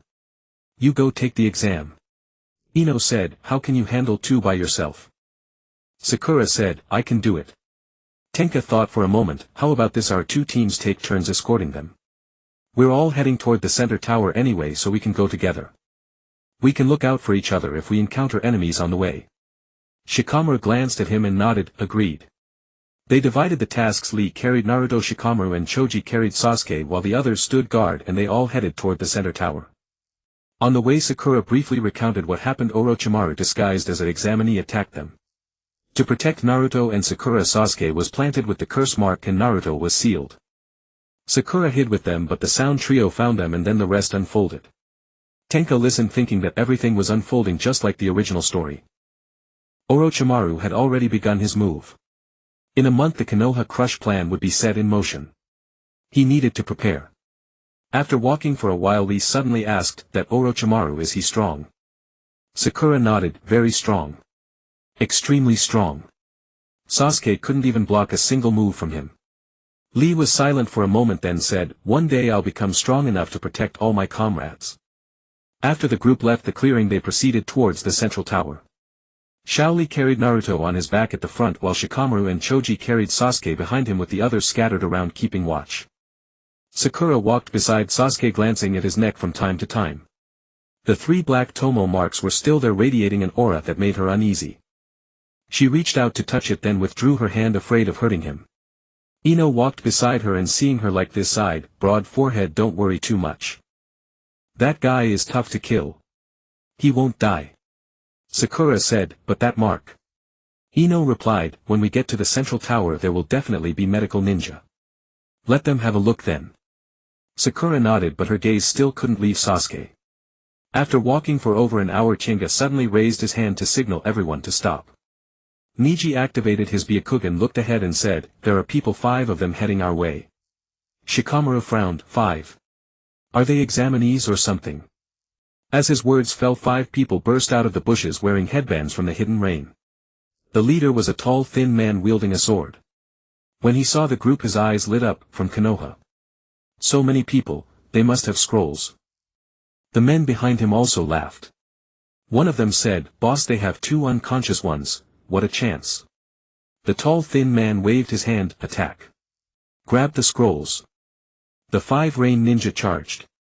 Shaoli put Naruto down and said to Chinga, "Chinga-kun, I'll handle these." Chinga nodded. "Be careful." Shaoli stretched his shoulders and without removing his weights went straight to meet them. Shaoli's speed was astonishing.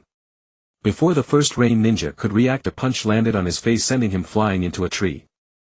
The second rain ninja swung his sword, but Shaoli dodged sideways and kicked him in the stomach, sending him crashing to the ground with a scream. The tall, thin man was stunned, never expecting Shaoli to be so strong. He gritted his teeth and shouted, "All together." The remaining 3 rushed in unison, but Shaoli remained calm, evading their attacks and landing a punch on each. 3 strikes, 3 down. In less than 10 seconds all 5 rain ninja were on the ground. The tall, thin man lay there, his face full of terror. He recalled his earlier arrogance and now it seemed utterly ridiculous. Xiao Li's speed was so fast that he couldn't even see it clearly. His sword couldn't even touch the hem of Xiao Li's clothes. He had trained hard for years believing he would shine in the Chunin exam, yet he couldn't even withstand a single exchange. He looked at Xiao Li, his eyes filled with unwillingness and fear, his lips trembling as if he wanted to say something but nothing came out. Xiao Li clapped his hands and said to them, "You can go. The exam isn't over yet, don't waste your chance." The 5 rain ninja got up supporting each other and slunk away. One of them glanced back, his eyes carrying hatred but even more so fear. He knew he would never forget this day, the humiliation and terror of being crushed by a Konoha genin. Tenten walked over and patted Xiao Li on the shoulder. "Impressive, Xiao Li. They were no match for you at all." Xiao Li gave a thumbs up, just an ordinary strike of youth. Shikamaru watched from the side thinking that Xiao Li's strength was truly remarkable. No wonder he dared to challenge Gaara. The group continued forward. After another hour, sounds of fighting came from ahead. Niji took a look and said, "It's Konoha's team, Team 8. Chinga said, "Let's go check." They approached and saw Hinata, Kiba and Shino engaged in battle with a squad of grass ninja. Hinata used gentle fists to strike pressure points. Kiba and Akamaru coordinated attacks and Shino's insects surrounded the enemy. The grass ninja squad had 5 members but 2 were already down and the remaining 3 were struggling. Kiba spotted them and shouted, "Don't come over. We can handle it ourselves." Xiao Li said, "All right. We'll watch." Hinata blushed slightly but stayed focused on the fight. She struck a pressure point of a grass ninja with her gentle fist, paralyzing half his body and sending him to the ground. Kiba pounced on another while Akamaru bit the opponent's hand. Shino's insects crawled all over the last grass ninja, who screamed and rolled on the ground. Soon all 5 grass ninja were down. Kiba clapped his hands saying proudly, "See? Aren't we amazing?" Tenten replied, "Yeah, amazing." Hinata came over and saw the unconscious Naruto and Sasuke. Her expression changed. "What happened to them?" Sakura briefly explained the situation. After hearing the story, Hinata looked at Naruto with concern, wanting to say something but holding back. Kiba said, "Are you taking them to the central tower?" "Let's go together, safety in numbers." Shino nodded silently. So the group grew larger. Team 8 joined in and they all headed towards the central tower. As dusk fell, they found a cave to rest. They took turns keeping watch while the others rested. Jinga took the first watch and Niji the second. Tenten leaned against the cave wall watching Sakura and Ino across from her. Sakura never left Sasuke's side, her gaze fixed on him. Ino sat nearby with her eyes closed, resting. Tenten whispered to Jinga that Sasuke seems really important to Sakura. Jinga replied, Tenten asked, "Have you ever liked anyone?" Jinga glanced at her, "Why are you asking?" Tenten said, "Just curious." Jinga thought for a moment and the image of Kuina flashed through his mind. He said, "I have, but it's not convenient to talk about." Tenten's eyes lit up. Who? "Who? Do I know them?" Jinga said, "Go to sleep." Tenten snorted and closed her eyes. In the second half of the night, Niji took over the watch. Before sleeping, Jinga glanced at the people in the cave. Xiao Li was meditating in a corner with Naruto lying beside him. Hinata slept not far from Naruto, her face turned towards him. Kiba was holding Akamaru. Shino sat against the wall with insects crawling on him. Shikamaru lay with his hands behind his head, unsure if he was asleep. Choji was clutching a bag of chips, already fast asleep. Ino and Sakura were leaning against each other. He closed his eyes thinking that this group would all become the backbone of Konoha in the future. Early the next morning they set off again. After 2 hours of walking they encountered another enemy squad. This time it was 5 waterfall ninja who looked quite arrogant. The leader was a large man. Seeing so many opponents he was not afraid but rather laughed. "What use is numbers? They're all genin. We waterfall ninja are far stronger than you." The men behind him also jeered. Jinga glanced at them and said to Tenten, "Your turn." Tenten drew her wooden sword. "All right." She charged forward and clashed with the big man. Tenten's swordsmanship had improved greatly recently, fast and powerful. The big man wielded a large blade looking fierce but slow. Tenten seized the opportunity, slashing his wrist, causing the large blade to fall. The big man cried out in pain and retreated a few steps. Tenten didn't give him any breathing room, launching a continuous assault. The big man dodged desperately but couldn't avoid it, taking several hits.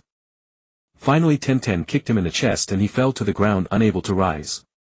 The other 4 waterfall ninja were stunned to see their leader defeated. One of them tried to charge but was stopped by a single glare from Shaoli and they all turned and ran. The big man lay on the ground staring at Tenten's retreating figure, his eyes filled with disbelief. He had been called a genius since childhood, unmatched in his village, and believed he would shine brilliantly in this Chunin exam. Yet he was utterly crushed by a young girl from Konoha, unable to fight back. His large blade, a legacy from his father, lay on the ground. He didn't even have the strength to pick it up. As he watched Tenten walk away, a deep sense of defeat surged in his heart. Tian returned proudly, brandishing her wooden sword at Tian-gu. Tian-gu said, "Not bad, you've improved." Around 2 in the afternoon they finally saw the central tower. It was a towering circular building standing in the middle of the forest. Everyone quickened their pace. At the tower entrance 2 examiners were guarding. Seeing so many of them, one said, "All passed." Shikamaru took out a scroll, "Heaven and Earth scrolls all here." The examiner checked and nodded, "Go in, someone will receive you inside." They walked into the tower. Inside was spacious with many examinees already resting. Tian-gu swept his gaze and saw the 3 from Sunagakure, Gaara, Kankuro and Temari, standing in a corner. Gaara still wore that gloomy expression. Kankuro and Temari stood beside him, warily watching their surroundings. On the other side several sound ninja were present. Dosu and Kin stood there, wounded and with grim faces. Zaku was missing, abandoned in the forest. There were also a few unfamiliar sound ninja. One of them wore glasses, looked gentle and was talking to someone nearby. Tianji's gaze fell on that person. Glasses, a gentle smile, a refined temperament. Kabuto Yakushi, Orochimaru's spy. He was disguised as a sound ninja, blending in. Tian-gu noticed Kabuto's eyes. Though smiling, there was a chill deep within, occasionally sweeping over the crowd as if observing something. Kabuto seemed to sense Tianji's gaze, turned his head and gave him a gentle smile. Tian-gu nodded back and looked away. Sakura supported Sasuke and went with Ino to find a medical ninja. Naruto was also carried off to rest.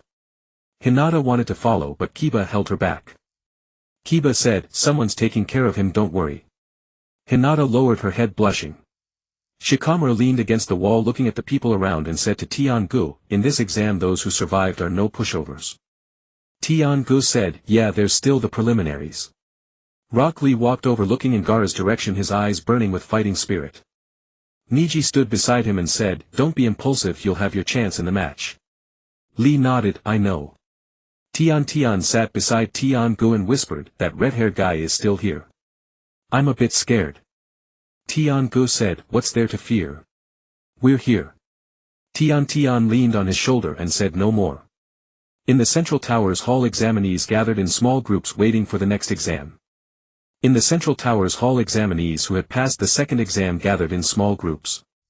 Torches on the walls illuminated the entire space. The air was thick with tension. Everyone knew the next exam was about to begin. Tian-gu leaned against a pillar watching the people around. Tian sat beside him holding a wooden sword and muttering something. Rock Lee was warming up not far away. Niji was resting with eyes closed and Inuzuka, Kiba and Huiwan lay on the ground resting. The members of Team 8 were also on the other side. Hinata was blushing while stealing glances at Naruto's resting direction. Kiba was playing with Akamaru. Shino stood silently, insects crawling over him. Shikamaru, Choji and Ino sat in a corner.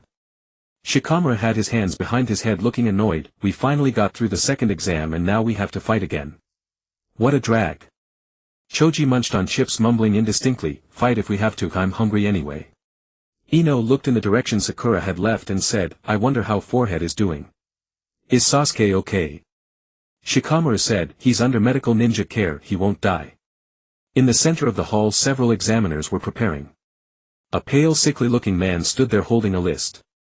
He coughed twice. He was the proctor of the third preliminary round. Heiate Gecko. Once everyone was assembled, Heiate Gecko spoke, "Cough cough. Examinees who passed the second exam, the third preliminary round will now begin. The rules are a one-on-one elimination match. The winners advance to the official competition 1 month later.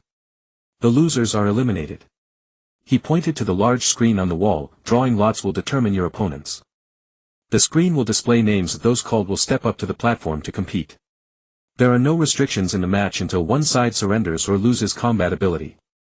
Cough cough. Of course malicious killing will result in disqualification. The examinees stared nervously at the screen. Tian-gu noticed that Kabuto Yakushi stood at the edge of the crowd still wearing that gentle smile. He pushed up his glasses looking harmless. But Tian-gu knew this guy was a formidable opponent. The screen began to roll names. First match Uchiha Sasuke vs. Yoroi Akato. Everyone was stunned. Sasuke. He was still unconscious.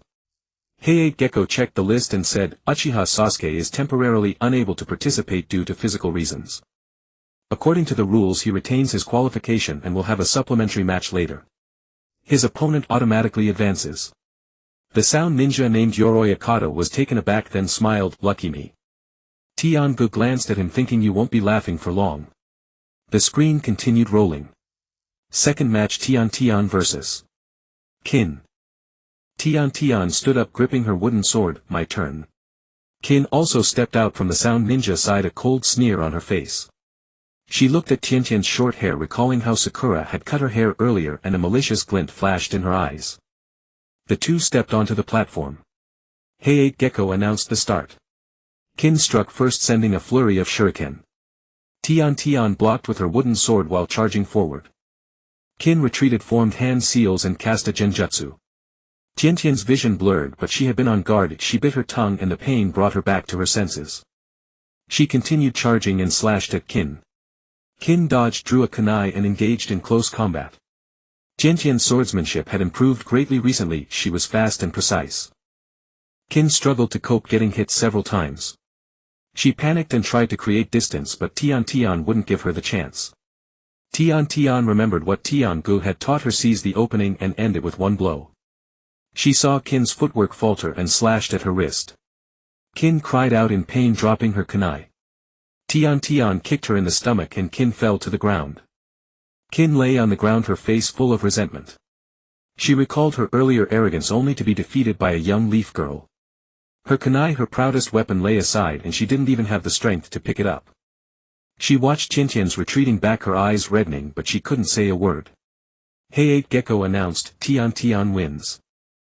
Tian jumped off the platform and rushed to Tian-gu, I won. Tian-gu nodded, well fought. Rock Lee gave a thumbs up, Tian a victory of youth. Kin was helped away by the sound ninja, her head down, not daring to look at anyone. The screen continued rolling. Third match Tian-gu vs. Yatsudo. Yatsudo was a Suna genin looking quite sturdy. He stepped onto the platform stretching his limbs and looked at Tian-gu with contempt, from Konoha. Doesn't look like much. Tian-gu said nothing and stepped onto the platform. Heiei Gecko announced the start. Yatsudo struck first, forming hand seals, wind-style great breakthrough. A strong gust of wind rushed toward Tian-gu. Tian-gu sidestepped and charged forward simultaneously. Yatsudo was stunned, so fast. He hurriedly retreated, trying to form seals again. But Tian-gu was already in front of him, drawing his short sword and slashing at his shoulder. Yatsudo dodged desperately but couldn't avoid it. The blade cut his shoulder and blood flowed. He cried out in pain, stumbled back a few steps, his face filled with terror. He hadn't expected this Konoha genin to be so fast. He recalled his earlier contempt, now it seemed ridiculous. He was a genius of Suna, yet now he couldn't even withstand a single exchange. Tian-gu gave him no chance to catch his breath, launching a continuous assault. Yatsudo dodged frantically but took several more cuts. With the final strike, Tian-gu thrust toward his throat, stopping just an inch away. Yatsudo was frozen stiff, cold sweat pouring down. Tian-gu sheathed his blade and stepped back. Yetu collapsed onto the ground, his gaze vacant. His blade lay discarded beside him, he had lost utterly and completely. He recalled the bold words he had spoken before arriving at Muyi, vowing to show everyone the strength of Shain. Now he hadn't even made it past the preliminaries. Moonlight Gecko announced, Tenga wins. Tenga descended from the stage and Tian rushed over, that was too fast, I didn't even see it clearly. Tenga said, he's too weak. Shaoli remarked beside him, Tenga's swordsmanship is becoming more formidable. The screen continued. The fourth match, Rock Lee vs. Xianming. Xianming was a Chao Ren, tall and lean, wielding a sickle. He stepped onto the stage, glanced at Shaoli and sneered, from Muyi. I've heard your taijutsu is formidable. Let's see about that. Shaoli ascended the stage and assumed his starting stance. Moonlight Gecko declared the start. Xianming struck first, sweeping his sickle. Shaoli leaped to evade, landing behind Xianming. Xianming spun around and swung his sickle again. Once more Shaoli dodged with astonishing speed. Xianming grew frantic, launching a continuous assault. Yet Shaoli was like an eel, impossible to hit. Gasping for breath, Xuanming's eyes were filled with disbelief.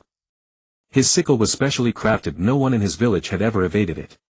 Now he couldn't even touch the hem of this boy's clothes. Seizing the opportunity, Shaoli drove a fist into his stomach. Xianming doubled over, his sickle clattering to the ground. Shaoli followed with a kick to his face. Xianming flew backward, slammed into the wall, slid down and lost consciousness. The entire arena fell silent. It was over in less than 10 seconds. Moonlight Gecko coughed and announced, Rock Lee wins. Shaoli returned to his team.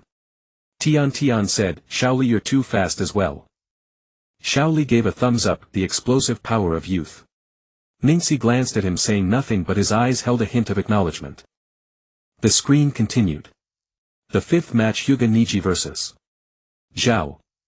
Zhao was a Yuren and ninja adept at using water. He stepped onto the stage, eyeing Ningxi warily. Ningxi ascended the stage, hands tucked into his sleeves, his expression calm. Moonlight Gecko declared the start. Zhao struck first, forming hand seals, water release, water bullet technique. Several water bullets shot toward Ningxi. He sidestepped to avoid them while advancing. Zhao formed another seal, causing water to surge from the ground, attempting to trap Ningxi. Ningxi leaped, somersaulted in midair and landed before Zhao. Zhao panicked and tried to retreat. But Ningxi's gentle fist had already struck, landing a palm on his chest. Chakra sealed the acupoints, half of Zhao's body went numb, leaving him immobile. Ningxi took a step back and observed Zhao. Zhao struggled to move but failed, his face etched with terror. His water release was his proudest technique, yet he hadn't even had a chance to use it. He stared at Ningxi, his eyes filled with resentment and fear. Moonlight Gecko announced, Hyuga Niji wins. Ningxi returned to his team. Shaoli said, Ningxi, excellent. Ningxi nodded, saying nothing. The screen continued. The sixth match, Inazuka Hong vs. Lien. Lien was a Ren, tall and burly, wielding a large blade. He stepped onto the stage, looked at Inazuka Hong and Huiwen and grinned, one person and one dog. Interesting. Inazuka Hong retorted, Huiwan is not a dog, he's a ninja hound. Lien said, same thing. Moonlight Gecko declared the start. Lien struck first, sweeping his large blade. Inazuka Hong dodged while Huiwan lunged from the side. Lien used the flat of his blade to strike Huiwen, who evaded. Inazuka Hong seized the moment to charge forward and kick at Lien. Lien blocked with his blade and countered with a slash. The pair coordinated seamlessly, but Lien's strength was indeed formidable. After 5 minutes of combat, Inazuka Hong began to falter, taking several hits. Huiwan was also injured, limping. Inazuka Hong gritted her teeth and attacked desperately. Yet Lien's defense was too solid, she couldn't break through. Finally Lien's blade struck her shoulder and she collapsed. Huiwan rushed to protect his master but was kicked aside by Lien. Inazuka Hong tried to rise but couldn't. She looked at Lien, her eyes filled with unwillingness. She had lost. Moonlight Gecko glanced at her and asked, can you continue? Inazuka Hong wanted to nod but her body wouldn't obey. She clenched her teeth, tears welling in her eyes. Tienga said, Hong, don't push yourself. Inazuka Hong lowered her head and said, I surrender. Lien smirked triumphantly. Huiwan ran over and licked Inazuka Hong's face. Inazuka Hong hugged Huiwen, tears streaming down. Tian rushed over, helped her up and said, Hong, you were already incredible. Inazuka Hong said, I lost. Tian replied, it's okay, try again next time. The screen continued. The seventh match, Hyuga Hinata vs. Tian Duan. Tian Duan was a Chao Ren skilled in earth release. He stepped onto the stage, looked at Hinata and smirked, from the Hyuga clan. I've heard your Byakugan is formidable. Let's see about that. Hinata blushed, lowered her head and walked onto the stage. Her palms were sweaty with nervousness, but recalling Naruto she mustered her courage. Moonlight Gecko declared the start. Tian Duan struck first, forming hand seals, earth release, earth flow wall. A wall of earth rose obstructing Hinata's view. Hinata activated her Byakugan, spotting Tian Duan moving behind the wall. She charged forward, circling the wall. Tian Duan formed another seal, causing the ground to tremble, nearly throwing Hinata off balance. She steadied herself and continued advancing. Tian Duan emerged from the earth and threw a punch at Hinata. Hinata blocked with gentle fist but lacked the strength to counter, stumbling back a few steps. Tian Duan launched a relentless assault and Hinata barely managed to parry. She recalled Naruto's words, never give up. Clenching her teeth, she fought back desperately. A palm strike to Tian Duan's chest hit an acupoint. His body went numb, slowing his movements. Hinata seized the opportunity, striking successive acupoints. All of Tian Duan's acupoints were sealed, leaving him paralyzed. His eyes widened in utter disbelief. He was a genius of Chao In, how could he lose to this shy girl? Hinata stepped back, panting. Moonlight Gecko announced, Hyuga, Hinata wins. Hinata was stunned and blushed even more. She descended the stage and Kiba and Shino gathered around. Kiba said, Hinata, you won. Hinata murmured, She glanced toward where Naruto lay, thinking to herself, Naruto-kun, I won. The screen continued. The 8th match, Inuzuka Kiba vs. Ren. Ren was a Ren who wielded dual blades. Kiba stepped onto the stage with Chiyuan beside him. Kiba said, Chiyuan, let's go. Moonlight Gecko declared the start. Kiba and Chiyuan coordinated, swift and fierce in their attacks. Ren defended with his dual blade, seeking opportunities to counter. After 5 minutes, Kiba gradually gained the upper hand. In the final moment, Kiba and Chiyuan lunged together. Kiba knocked Ren's blades away and Chiyuan bit his hand. Ren surrendered. Kiba won, leaping in excitement, Chiyuan, we won. Chiyuan barked. The 9th match, Aburame Shino vs. LV. Shino walked onto the stage expressionless. Moonlight Gecko declared the start. LV struck first, scattering a handful of poison powder. Shino remained motionless as insects emerged, absorbing all the poison. LV was stunned and scattered more poison. The insects continued to absorb it. LV panicked, he had never encountered such a situation. His poison powder was his proudest weapon, yet it was utterly useless now. Shino said, your poison is useless against me. The insects surged toward LV, covering his entire body. LV screamed, writhing on the ground. He desperately tried to brush off the insects, but they only multiplied. Finally, unable to bear it, he shouted, I surrender. Shino retracted his insects and walked off the stage. Kiba said, Shino, that move was too ruthless. Shino replied, standard procedure. The 10th match, Yamanaka Ino vs. Lee. Ino stepped onto the stage, a hint of nervousness in her demeanor. Moonlight Gale announced the start. Lee launched a genjutsu first, causing Ino's vision to blur momentarily. However, she quickly regained her composure. As a member of the Yamanaka clan, she possessed resistance to illusions. She counterattacked with the mind-body switch technique. Lee's body stiffened, but he broke free instantly. The two exchanged blows for a long time. Finally, Ino's stamina gave out and Lee seized the opportunity to defeat her. Ino lost, but she performed well. She came down and Shikamaru said, not bad, you didn't disgrace yourself. Ino glared at him, can't you say something nice? The 11th match, Choji Akimichi vs. Gang. Choji walked onto the stage, still munching on potato chips. Moonlight Gale announced the start. Gang charged forward, throwing a punch at Choji. Choji dodged and used the human bullet tank. Gang was sent flying but got up and continued. After several rounds, Choji used the super expansion jutsu, enlarged himself and knocked Gang down with a single palm strike. Gang conceded. Choji won and continued eating his chips. The 12th match, Shikamaru Nara vs. Kinta. Shikamaru walked onto the stage looking troubled. Moonlight Gale announced the start. Kinta moved quickly, trying to hit Shikamaru. Shikamaru, unhurried, used the shadow imitation technique. Kinta dodged several times but was eventually caught by the shadow. Shikamaru said, you lose. Kinta struggled but couldn't break free, so he conceded. Shikamaru came down and said, what a drag. The 13th match, Kabuto Yakushi vs. Ken. Kabuto walked onto the stage with a gentle smile. Moonlight Gale announced the start. They engaged and Kabuto seemed to struggle, retreating after a few moves against Ken. He dodged and weaved but eventually was struck in the shoulder by Ken's sword and fell to the ground.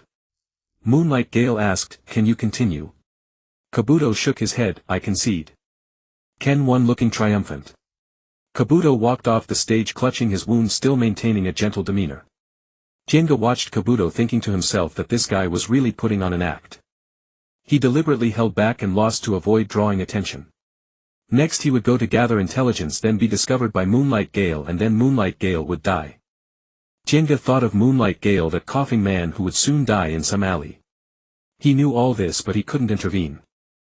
For now he could at most fight on par with an ordinary jonin, while those who killed Moonlight Gale were people like Maki whose strength far exceeded his own. If he went, it would be suicide. He could only watch and do nothing. The preliminary selection ended with winners staying and losers eliminated. Moonlight Gale announced the list for the official matches 1 month later, then dismissed everyone. Jenga led Tenten and the others away from the central tower, returning to Konoha village. On the way, Tenten chattered about her own battle while Lee excitedly discussed the upcoming matches. Niji walked in silence, Kiba still feeling down with Akamaru licking his hand. Jenga looked back at the central tower, thinking that in 1 month Orochimaru would make his move. He had to prepare. The day after the preliminary selection ended, Konoha village returned to its usual calm. Jenga took Tenten home, where Tianyuan and Huizi were already waiting at the door. Tianyuan looked at the 2 children and asked, "Did you pass?" Tenten jumped up excitedly, "I passed. I beat the sound ninja." Huizi smiled and patted her head, "Good good, come inside, dinner is ready." At the dinner table, Tenten chattered about the match, how arrogant that female sound ninja was and how she used her wooden sword to defeat her. Tianyuan listened, nodding occasionally while Huizi served her food. Jenga ate in silence, thinking about the month ahead. After dinner, Jenga called Tenten to the yard. He took out a new batch of Sea King meat from the storeroom and said to Tenten, "For the next month keep eating this every day and don't stop training. The official matches will be tougher than the preliminaries." Tenten nodded, looking at the meat and swallowing. She had grown accustomed to the taste and knew that eating it would make her stronger. The two began training. Jenga first had Tenten swing her sword 1,000 times while he watched. Tenten swung earnestly, her movements much more precise than before. After the swings, Jenga sparred with her, feeding her techniques to help her understand practical application. Tenten improved quickly. Jenga could feel her strength and speed increasing. The Sea King's effects were indeed remarkable. Combined with her daily consistent training, her physique had already surpassed her peers by a large margin. During a break, Tenten asked, "Brother, who do you think I'll face in the official matches?" Jenga replied, "I don't know, but whoever it is, just believe in yourself." Tenten nodded. Meanwhile, at the training ground of Team 3. Guy stood before Lee, arms crossed with a serious expression. Lee was equally serious, the two staring at each other as if engaged in a silent contest. Guy suddenly gave a thumbs up, his white teeth gleaming. "Lee. There's 1 month left until the official matches. The time for youth sprint has come." Lee also gave a thumbs up, tears streaming down his face. "Guy-sensei. I'm ready." Guy said, "Good. Today's training, remove your weights, run 500 laps around Konoha, then spar with me for 100 rounds. No 8 gates, only basic taijutsu." Lee nodded, understood. He removed the weights from his legs and with a loud thud the ground was dented in 2 places. Guy nodded with satisfaction and the two began running. After 500 laps, Lee returned, his breathing steady. Guy stood there assuming a starting stance. "Come on." Lee charged forward, throwing a punch at Guy. Guy sidestepped and countered with a palm strike. Lee dodged and kicked at Guy's lower body. Guy leaped up, flipped in the air and kicked at Lee. Lee crossed his arms to block, staggering back a few steps. The two exchanged blows for over 100 rounds.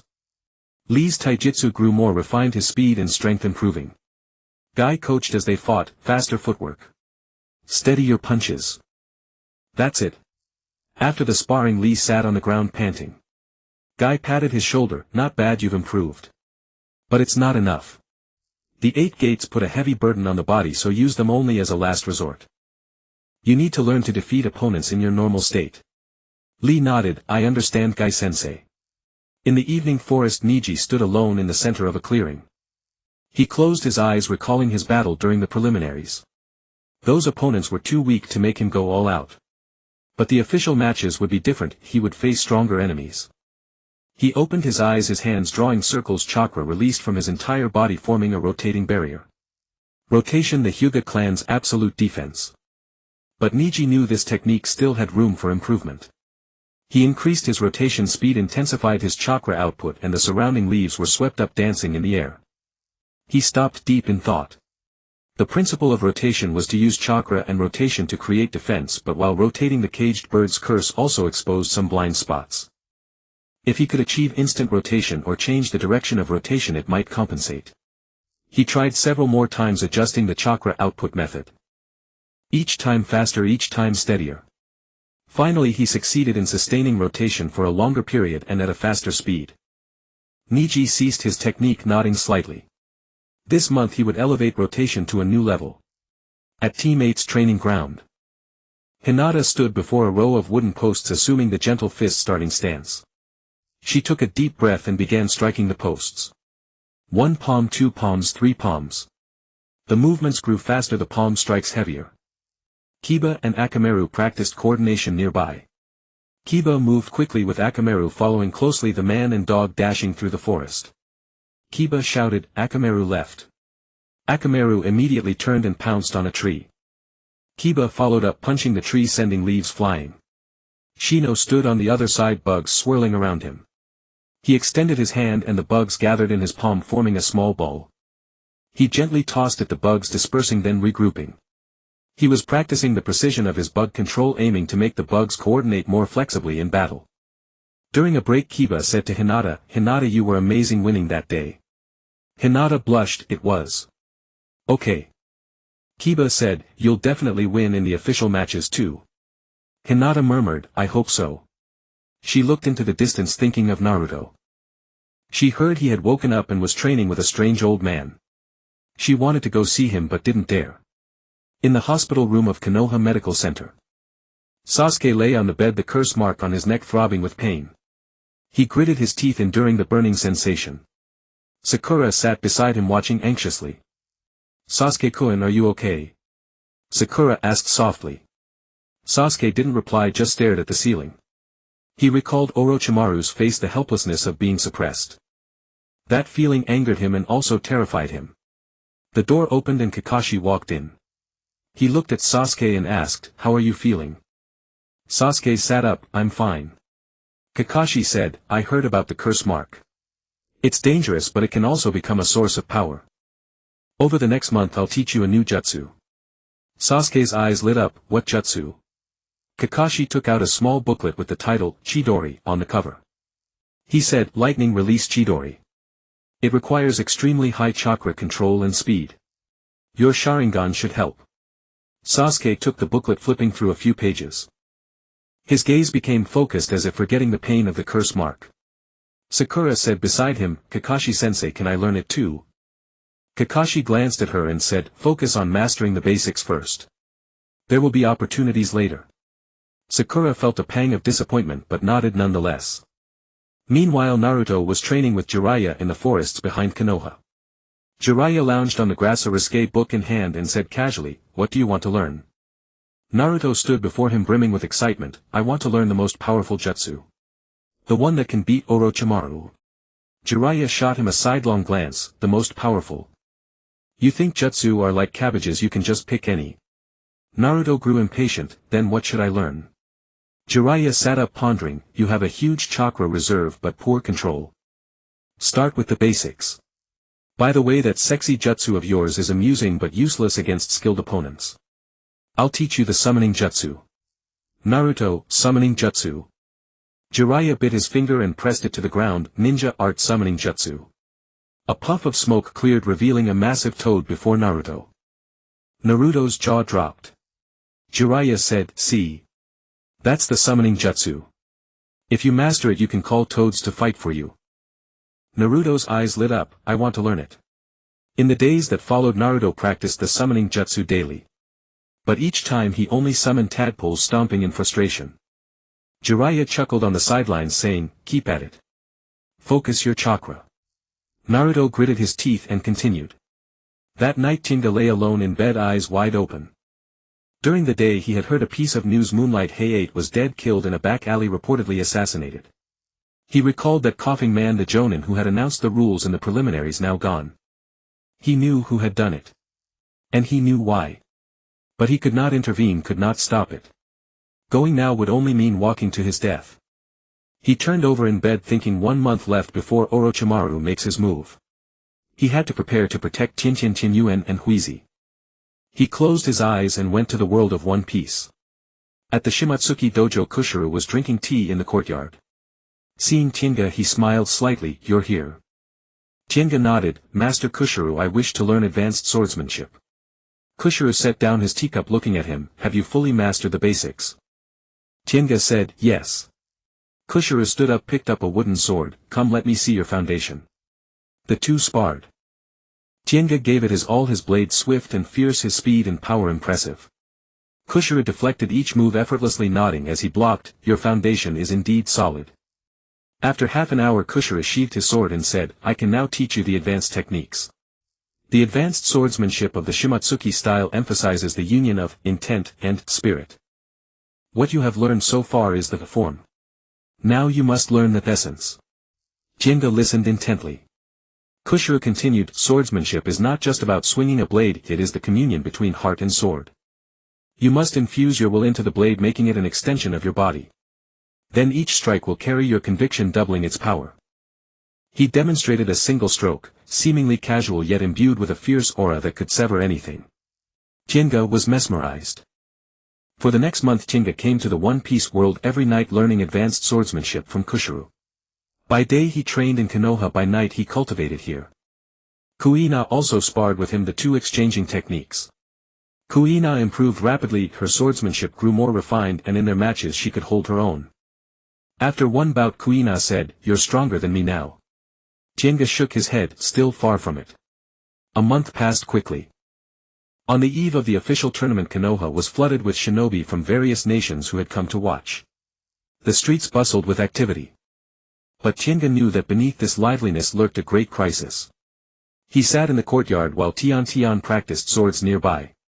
Tianyuan and Huizi had gone out to tend the shop.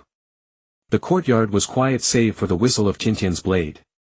After finishing her practice she came over and sat down. "Tomorrow's the match." "I'm a little nervous." Tenga said, "Nerves are normal. Remember, no matter who you face, if you can't win, surrender. Don't push yourself." Tian replied, "Why do you always tell me to surrender?" Tenga said, "Because life is more important than victory or defeat." Tian looked at him and suddenly asked, "Do you know something?" Tenga said, "What?" Tian said, "You've been distracted lately, as if you're worried about something."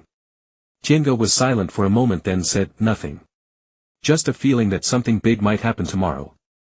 Remember what I said, be careful during the match and don't stray too far from me." Tian nodded, "Got it."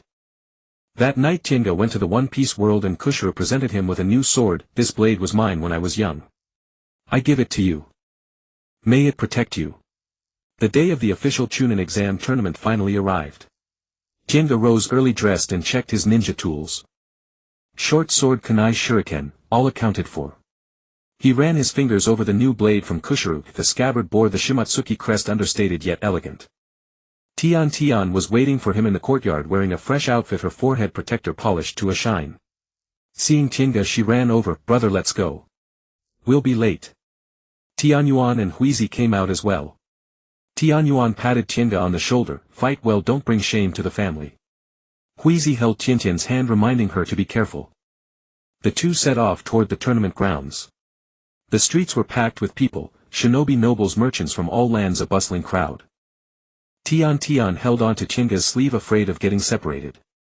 Tenga shielded her as they weaved through the throng. When they reached the venue it was already a sea of people. The massive circular arena was filled with spectators. Tenga and Tian entered the contestant corridor where many others had already gathered. Rock Lee was warming up. Seeing them he dashed over. "Tenga-kun. Qinqian-san. The stage of youth has finally arrived." Niji stood nearby, arms tucked into his sleeves, his expression calm. But Tenga noticed that his gaze was colder than usual. Tian whispered, "Niji seems different today."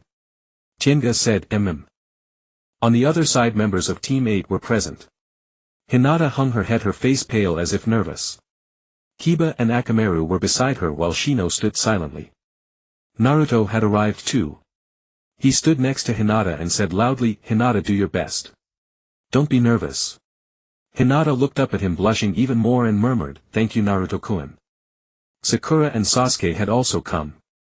The curse mark on Sasuke's neck was hidden, his expression cold. Sakura followed him, her face full of worry. Shikamaru, Choji and Ino stood together.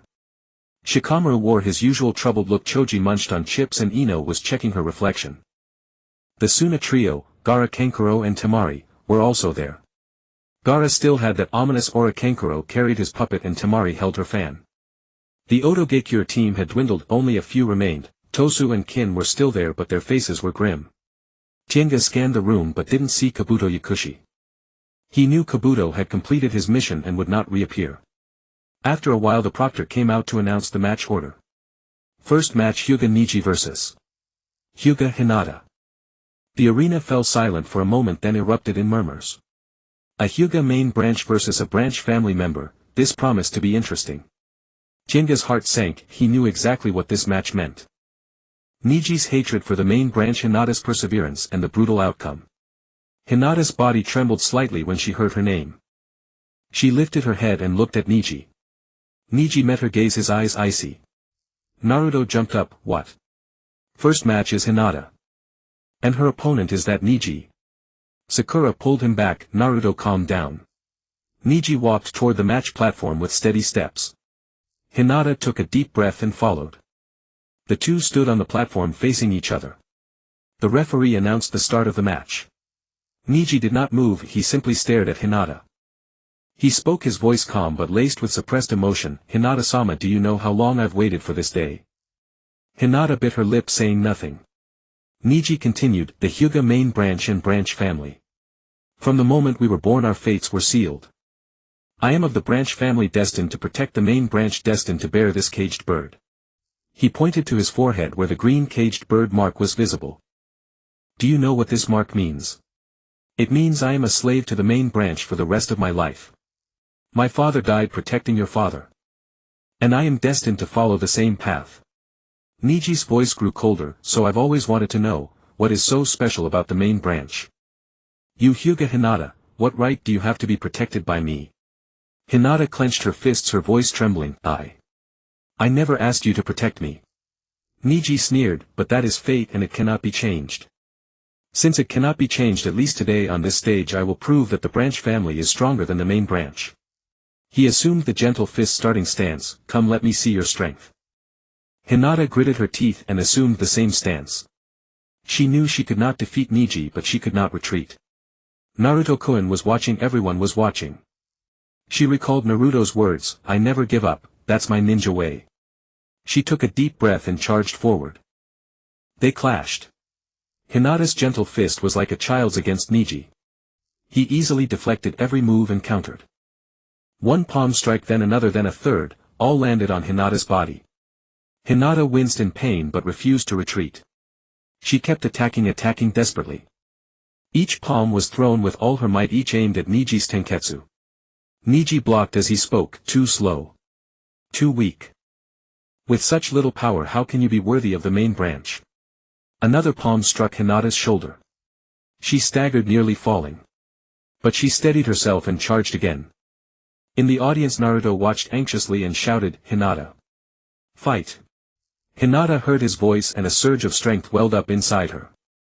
She thought of Naruto's training, never giving up, always pushing forward. She wanted to be like him. She charged again, faster this time. Niji was slightly surprised but still blocked with ease. He struck Hinata's chest, sending her flying to the ground. Hinata coughed up blood but struggled to get up. Her entire body ached, her bones felt like they were breaking apart. But she could not fall, could not surrender. Niji looked at her, a flicker of complexity in his eyes. He remembered when they were children Hinata always followed him, calling him Niji and Ai-san. Back then she was timid, cried easily but was kind-hearted. But what did that matter? She was main branch, he was branch family. That was fate. Hinata charged again. Niji held back, no longer, unleashing a relentless assault. Palm strike after palm strike landed on Hinata, each one carrying years of his resentment and frustration. Hinata finally collapsed covered in blood. She looked at Niji, her eyes holding no resentment, only sorrow. Niji stood over her looking down. He had proven the branch family stronger than the main. But in his heart there was no joy. He thought of his father, of the caged bird, of all the pain he had endured over the years. He had won, but so what? He was still branch family, she was still main branch. Nothing had changed. He looked at Hinata lying on the ground and a wave of emptiness washed over him. He had hated for so long, resented for so long, and in the end nothing had changed. The referee announced Niji's victory. Niji turned and walked off the platform without looking back. The medical team rushed in to carry Hinata away. Naruto ran over shouting, "Hinata! Hinata, are you okay?" Hinata, lying on the stretcher, saw Naruto and managed a weak smile. "Naruto-kun. I didn't give up." Naruto's eyes reddened. "Idiot. Who told you not to give up? You're hurt this badly." Hinata said, "Because." Naruto-kun said, "Never give up." Naruto was stunned. Jinga stood below the platform watching the scene. He understood what was going through Niji's mind. Winning the match but losing something more. That emptiness and confusion hurt more than any physical wound. Tian whispered beside him, "Niji is so strong but also so terrifying." Jinga said, "He has his own burdens." Tian looked up at him, "What burdens?" Jinga shook his head, "You'll understand one day." After Niji and Hinata's match concluded, the atmosphere in the arena grew somewhat oppressive. The sight of Hinata being carried off drenched in blood left many of the Leaf Village spectators with a heavy heart. Yet the tournament pressed on and the second matchup soon appeared on the large screen: Uzumaki Naruto vs Inuzuka Kiba. Backstage, Naruto was pacing anxiously. Upon hearing his name he leaped up exclaiming, "It's my turn. My turn." Nearby Kiba cradled Akamaru and grinned, "Naruto, it's finally our time." Naruto looked at him, recalling how Kiba had always mocked him as the dead last during their academy days. He clenched his fists, "Kiba, I'm not going to lose to you." Kiba retorted, "Lose to me? When have you ever beaten me?" The two bickered as they made their way to the platform. Sakura called out from behind, "Naruto, don't embarrass us." Ino also chimed in, "Kiba, show the dead last what you've got." On the platform the referee announced the start of the match. Kiba and Akamaru immediately assumed combat stances. Kiba declared, "Naruto, let me show you the coordination between me and Akamaru." Naruto formed hand signs, multiple shadow clone technique. A series of poofs erupted. When the smoke cleared, dozens of Narutos filled half the arena, densely packed. Gasps of astonishment rose from the audience. Someone shouted, "What kind of jutsu is that? How can there be so many clones?" Kiba was momentarily stunned but quickly regained his composure. Having partnered with Akamaru for years, dealing with clones was not new to him. He whispered, "Akamaru, use your nose to find the real one." Akamaru sniffed and soon locked onto a direction. Kiba grinned, "Found you." He and Akamaru charged simultaneously toward that Naruto. The clone startled tried to flee, but Kiba closed in and threw a punch. With a poof that Naruto vanished in a puff of smoke. Kiba was stunned, a clone. The other Narutos swarmed and surrounded him. Kiba gritted his teeth, "No matter, I'll take them all down one by one." He and Akamaru weaved through the crowd, landing punches and kicks, dispelling over a dozen clones. But there were too many clones, he couldn't finish them off. Kiba began to pant. The real Naruto hidden among the copies secretly observed Kiba. He noticed that before each attack Kiba glanced at Akamaru, and wherever Akamaru's nose pointed Kiba struck. He understood Akamaru was tracking him by scent. An idea struck Naruto. He ordered all his clones to converge on Kiba while he quietly shifted his position.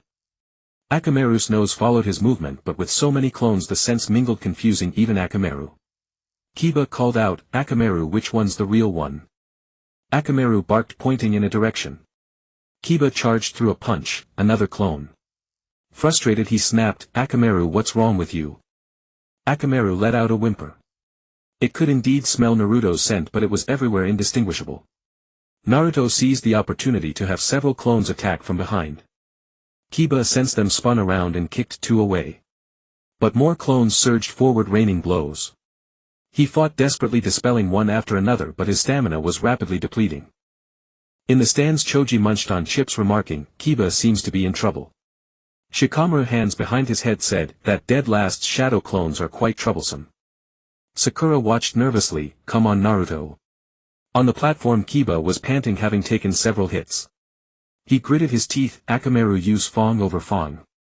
Akamaru nodded, and the duo began to spin simultaneously, forming two whirlwinds that crashed into the cluster of clones.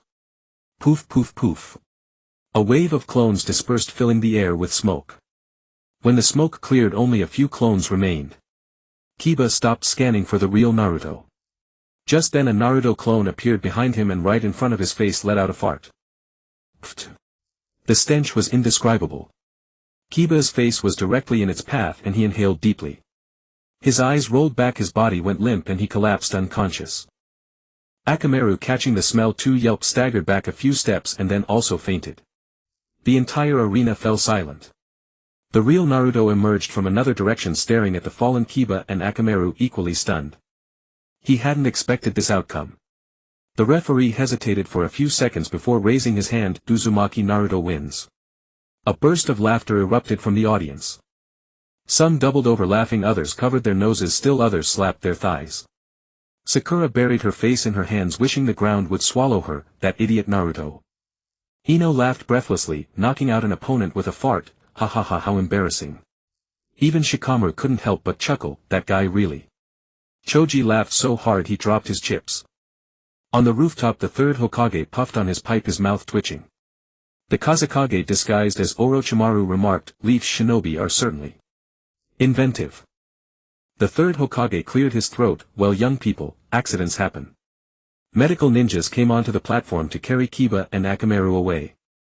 Naruto stood on the platform, scratching his head, looking innocent. He hadn't actually intended for that to happen. He had just been nervous, his stomach felt uneasy, and he thought letting out a fart would relieve the tension. Little did he know it would hit Kiba head-on. As he walked off the platform, Sakura rushed over and punched him on the head. "You idiot. Winning with a fart, how embarrassing." Naruto clutched his head, shouting, "What's wrong with that? I won." Ino laughed beside them. You won, so brilliantly that I'll never forget it in this lifetime." Sasuke leaned against the wall, the corner of his mouth lifting slightly. Tiangu observed this scene, thinking to himself that this was Naruto, always playing by his own rules. He had beaten Kiba in this way, albeit ridiculously, but it was effective nonetheless. The multiple shadow clone technique was used well and his tactics were sound. The ending was just too unexpected. Tenten was doubled over with laughter. "That Naruto is so funny, winning with a fart." Tiangu said, "A win is a win no matter how you achieve it." Rock Lee gave a thumbs up. "The victory of youth knows no bounds." Niji stood silently to one side, his expression complicated. He had won his match, but there was no joy in his heart. Watching the lively scene around Naruto, he suddenly felt a pang of envy. That dead last without a care in the world, happy when he wins, crying when he loses, simple and pure. In the medical room, Kiba lay on the bed and upon waking his first words were, "What's that smell?" The person beside him told him he had been knocked out by Naruto's fart. Kiba stared blankly for 5 seconds, then felt utterly defeated. He recalled how he had fought hard against Naruto's clones on the platform only to be taken down by a fart. He covered his face, unwilling to see anyone. Akamaru, who had also woken up, wore a look of utter despair. Later Naruto visited Kiba, but when Kiba saw him he buried his face in the pillow. Naruto said, "Kiba, I'm sorry, I didn't mean to." Kiba muttered, "Go away." Naruto insisted, "I really didn't mean it." Kiba snapped, "Leave." Naruto had no choice but to leave. Outside, Sakura asked him, "How's Kiba?" Naruto replied, "He doesn't seem to want to talk to me." Sakura sighed, "I wouldn't want to talk to you either." The third match began shortly after, pitting Aburame Shino against a sound ninja. Shino won easily, his insects terrifying the opponent into forfeiting. The fourth match, Tenten took the stage. When the announcement of Jinten's match against Shoju was made, murmurs rippled through the audience.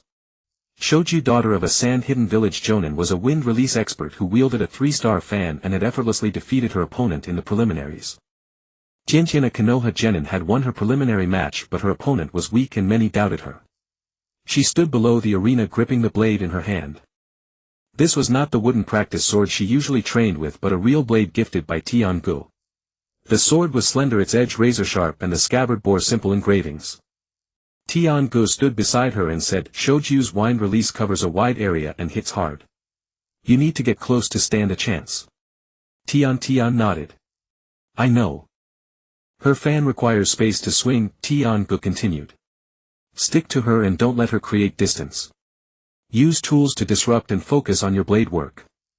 Tian looked up at him and suddenly smiled. Brother, since when did you become so talkative? Tian-gu paused then chuckled. Go on. Be careful. Tian ascended the arena blade in hand. Shoju was already there, her massive 3-star fan strapped to her back. She eyed Tian's sword and raised an eyebrow. Changed your weapon. You used a wooden sword in the preliminaries, Shoju said.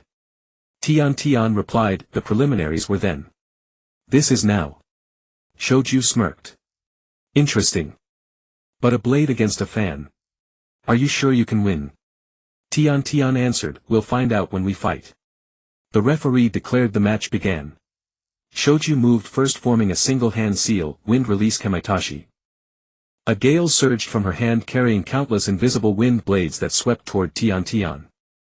Tian sidestepped and rolled, dodging the brunt of the attack, but a wind blade grazed her arm, slicing through her clothing and leaving a shallow cut. Tian glanced at the wound. It was not deep. She tightened her grip on the blade, eyes fixed on Shoju. Shoju had already drawn her 3-star fan and unfurled the first star, 1-star wind cutter. With a swing of her fan, a wind blade sliced straight at Tian.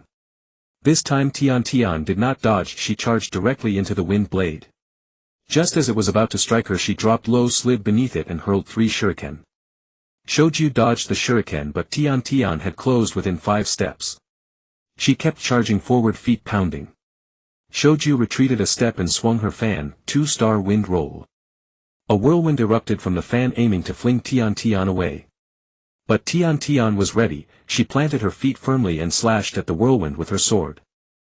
The blade split the airflow, cleaving the whirlwind in two, which swept past her on either side. Shoju's expression flickered. She can cut through wind. Tian was now in front of her, thrusting her sword straight. Shoju blocked with her fan, the blade screeching against the fan's ribs. Tian twisted her wrist, sliding the blade along the fan's edge toward Shoju's fingers. Shoju released her grip and leaped back, but Tian was too fast, the blade nicked her fingertips. Blood dripped.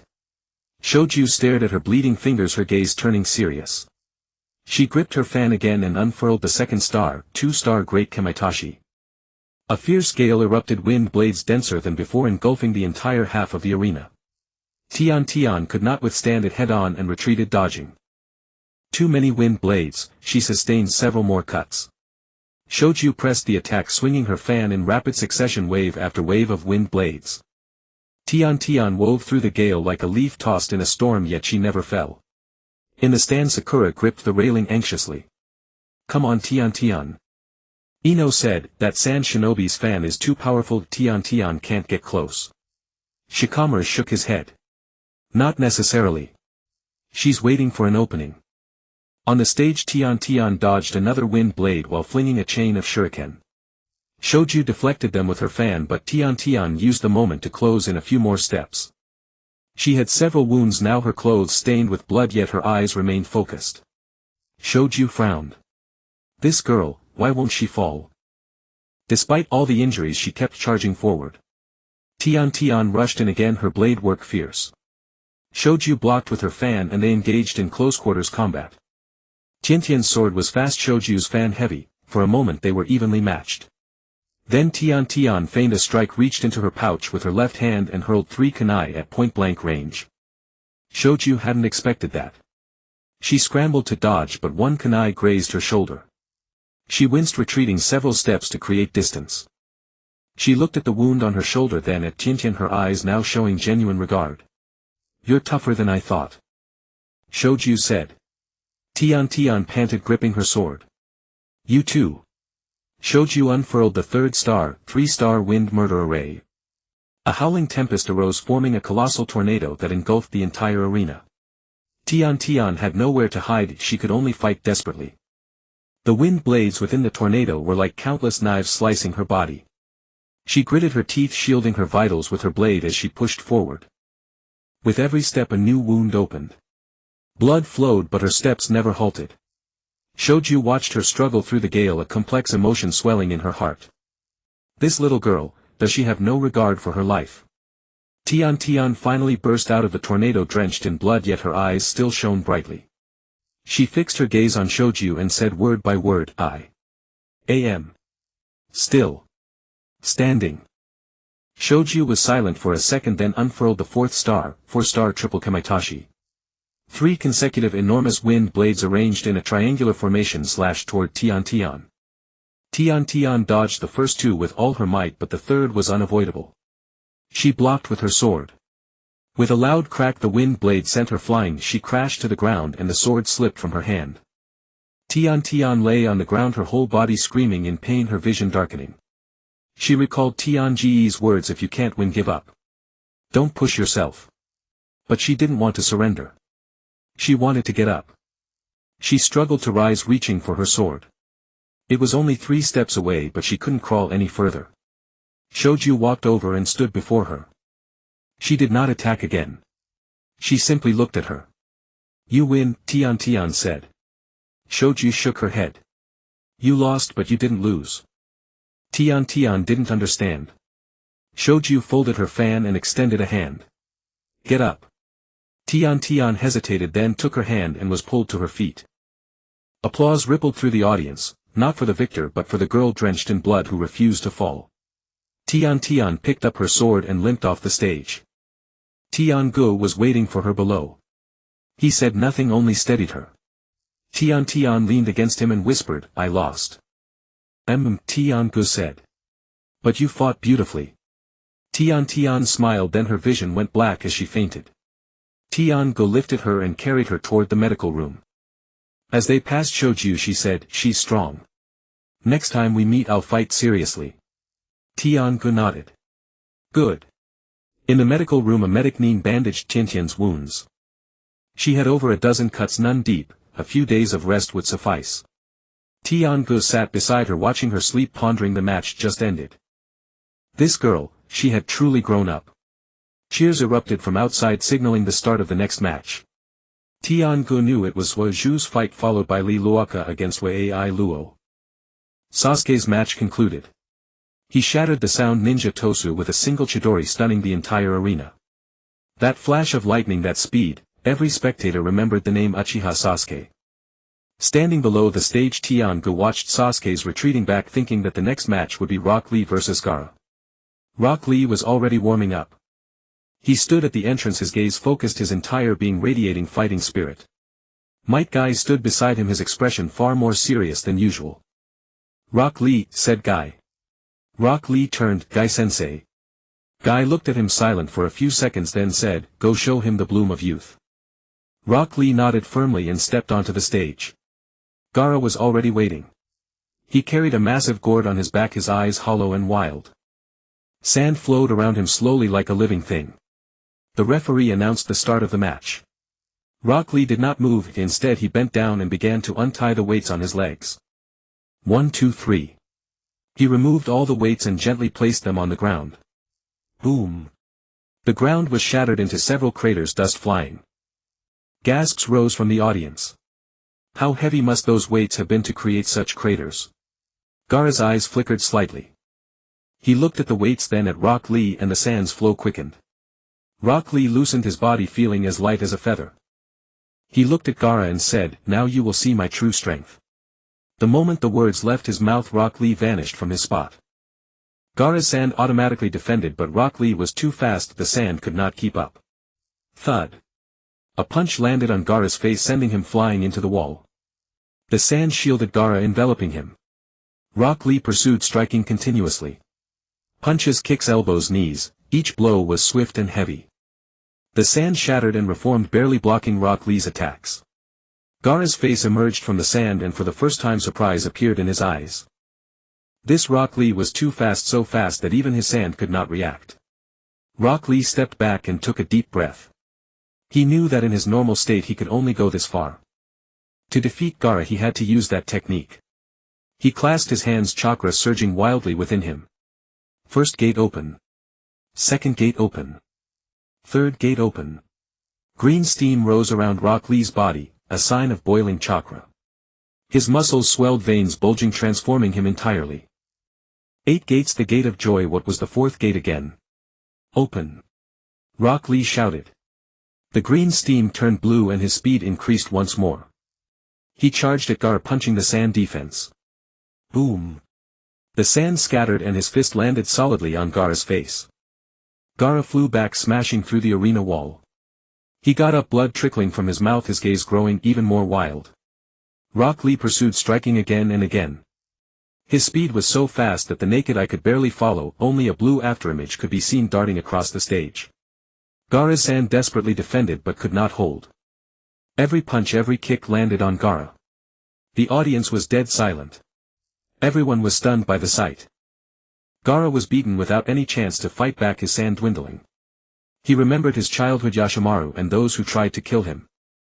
Rage, pain, murderous intent, all surged within him. His eyes changed, turning into the vertical pupils of a beast. Rock Lee sensed the danger but did not retreat. He charged forward, ready to use his final move. Reverse Lotus. He grabbed Gaara, spun him at high speed and then slammed him violently into the ground from the air. Boom. The entire arena was cratered, dust filling the sky. Rock Lee landed, panting heavily. His body trembled, muscles twitching. The aftereffects of the 8 gates began to show. The dust cleared. In the crater, Gaara lay there covered in blood. But he was not unconscious, his eyes were wide open now, fully those of a monster. Sand surged from the gourd enveloping Gaara. A massive form began to take shape in the crater. Just then a single feather drifted down from the sky. Tian-gu looked up and saw countless feathers falling like snow. His heart tightened, he knew this moment had finally come. The feathers landed on the spectators one by one and they closed their eyes, falling into slumber. The entire arena fell silent as if under a spell. Tian-gu did not sleep. He bit his tongue, using the pain to stay awake. He saw on the platform that Orochimaru, disguised as the Kazekage, had suddenly struck and subdued the third Hokage. The 4 violet flames formation rose, trapping the 2 inside. In the arena, sound and sand ninjas launched their assault simultaneously. Screams and clashes erupted everywhere. Tian-gu did not hesitate, he turned and ran. He dashed toward the medical room where Tenten was still there. On the way he encountered several sound ninjas. They saw Tian-gu and sneered as they rushed him. Tian-gu had no time to tangle with them, his short sword flashed, cutting them down one by one. The first sound ninja was struck in the throat and fell with wide eyes. The second tried to flee but Tian-gu caught up and pierced his back. The third sound ninja, terrified, knelt and begged for mercy. Tian-gu ignored him and knocked him out with a single blow. He burst into the medical room. Tenten was lying on the bed, already awake but too injured to move. Seeing Tian-gu, Tenten shouted, "What's going on outside?" Tian-gu scooped her up, "Don't ask, let's go."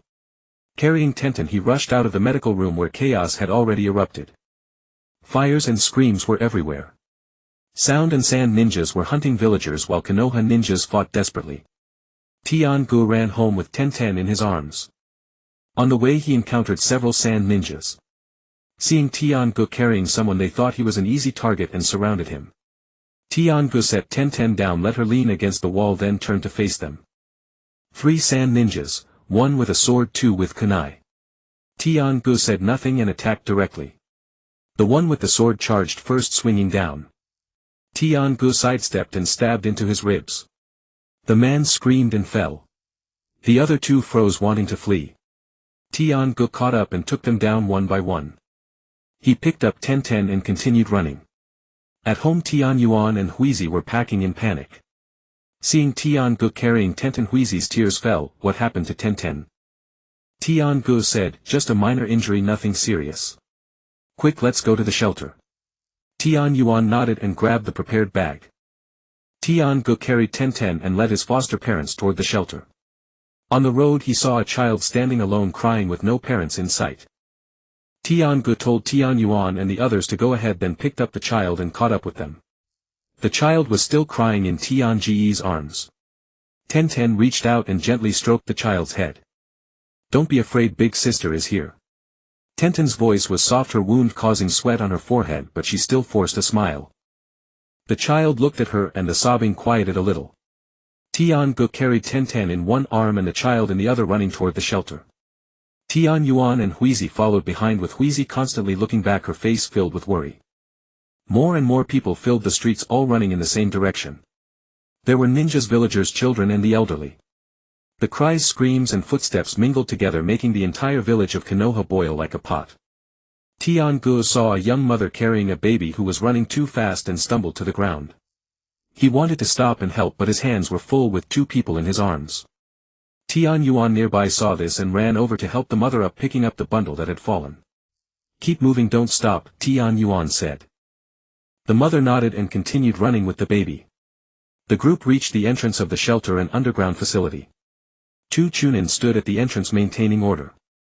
Seeing Tian-gu and his group approach, one of the Chunin waved and shouted, "Hurry, and there's still space inside."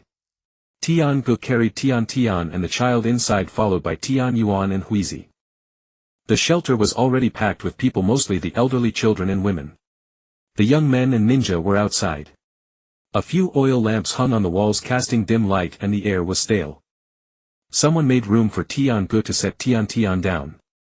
Tian leaned against the wall, her face pale, but she smiled at Tian-gu and said, "I'm fine."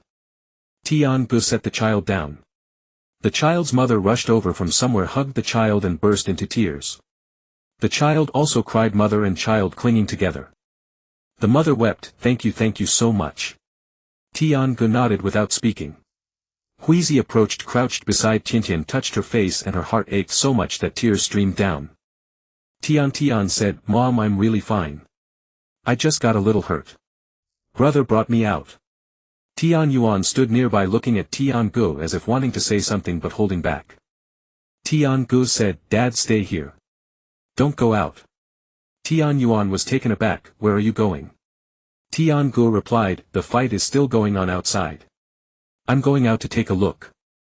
Huizi stood up, grabbed Tian's hand, "Don't go, it's dangerous outside." Tian-gu patted her hand, "It's fine. I'll be back soon." Tian called out from across the room, "Don't go." Tian-gu glanced at her, "Tian, take care of Mom and Dad." With that he turned and left, not giving Tian a chance to say more. Outside the shelter the sounds became clearer. Explosions, screams, the crashing of buildings came from all directions. Tian-gu oriented himself and ran toward the arena. After a few steps he saw a person dash out of an alley covered in blood, nearly colliding with him. It was a Mai Chunin with a gash on his leg, limping as he ran. Tian-gu steadied him, "What's happening?"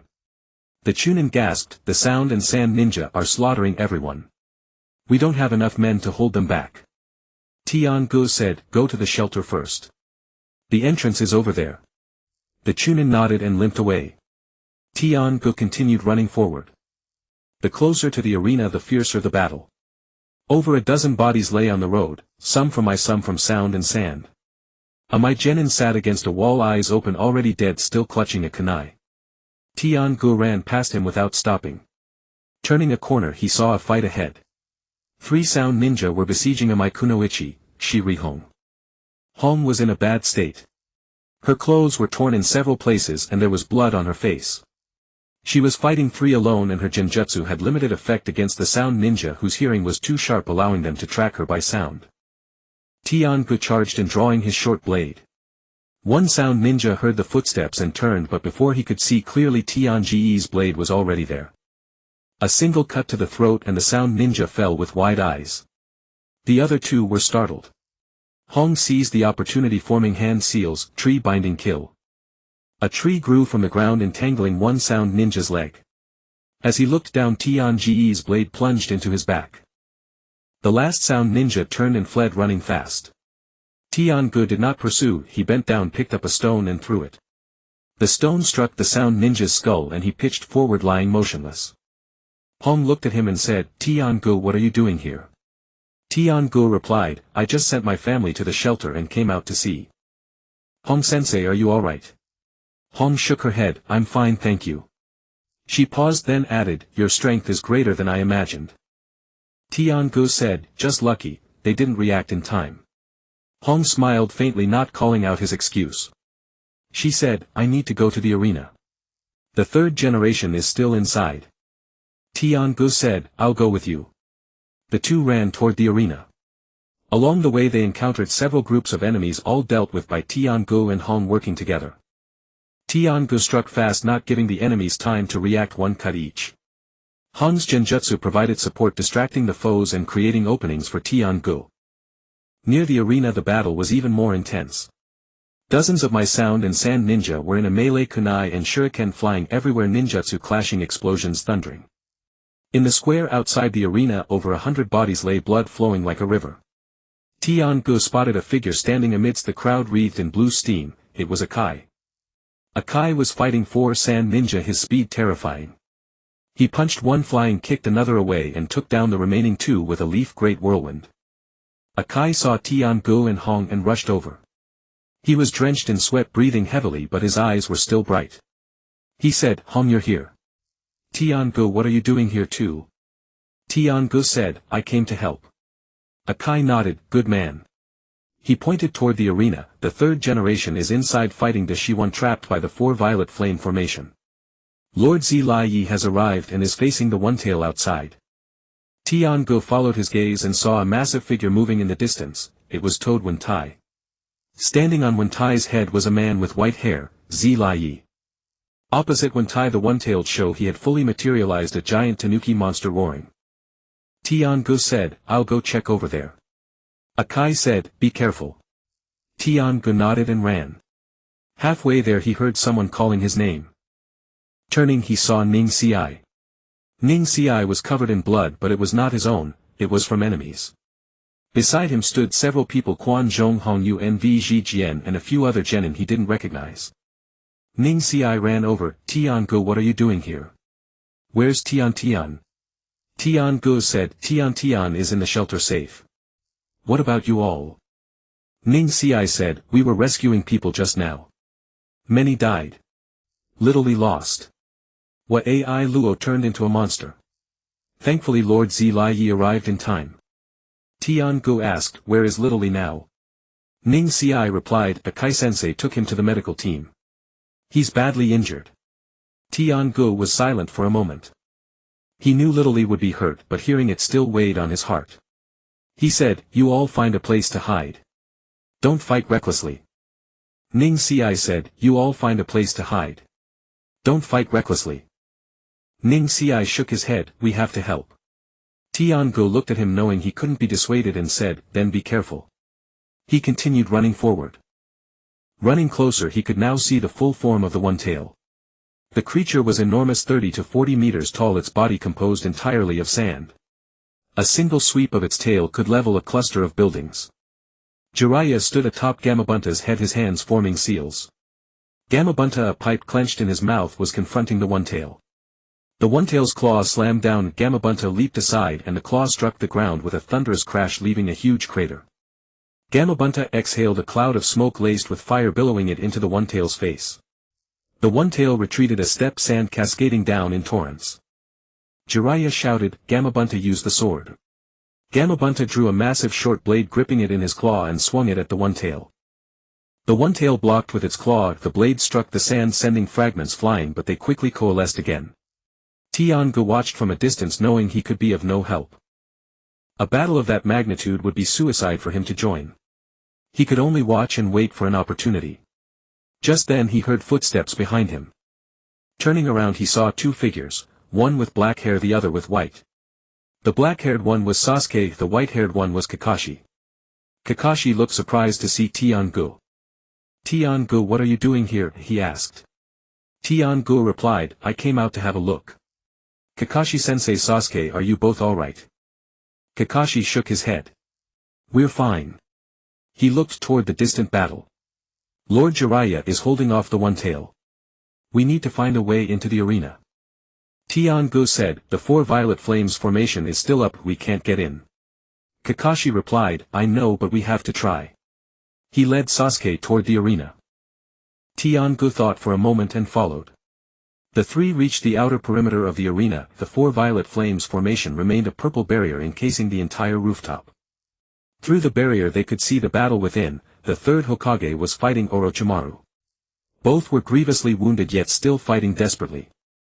Sasuke stared inside, his expression complex.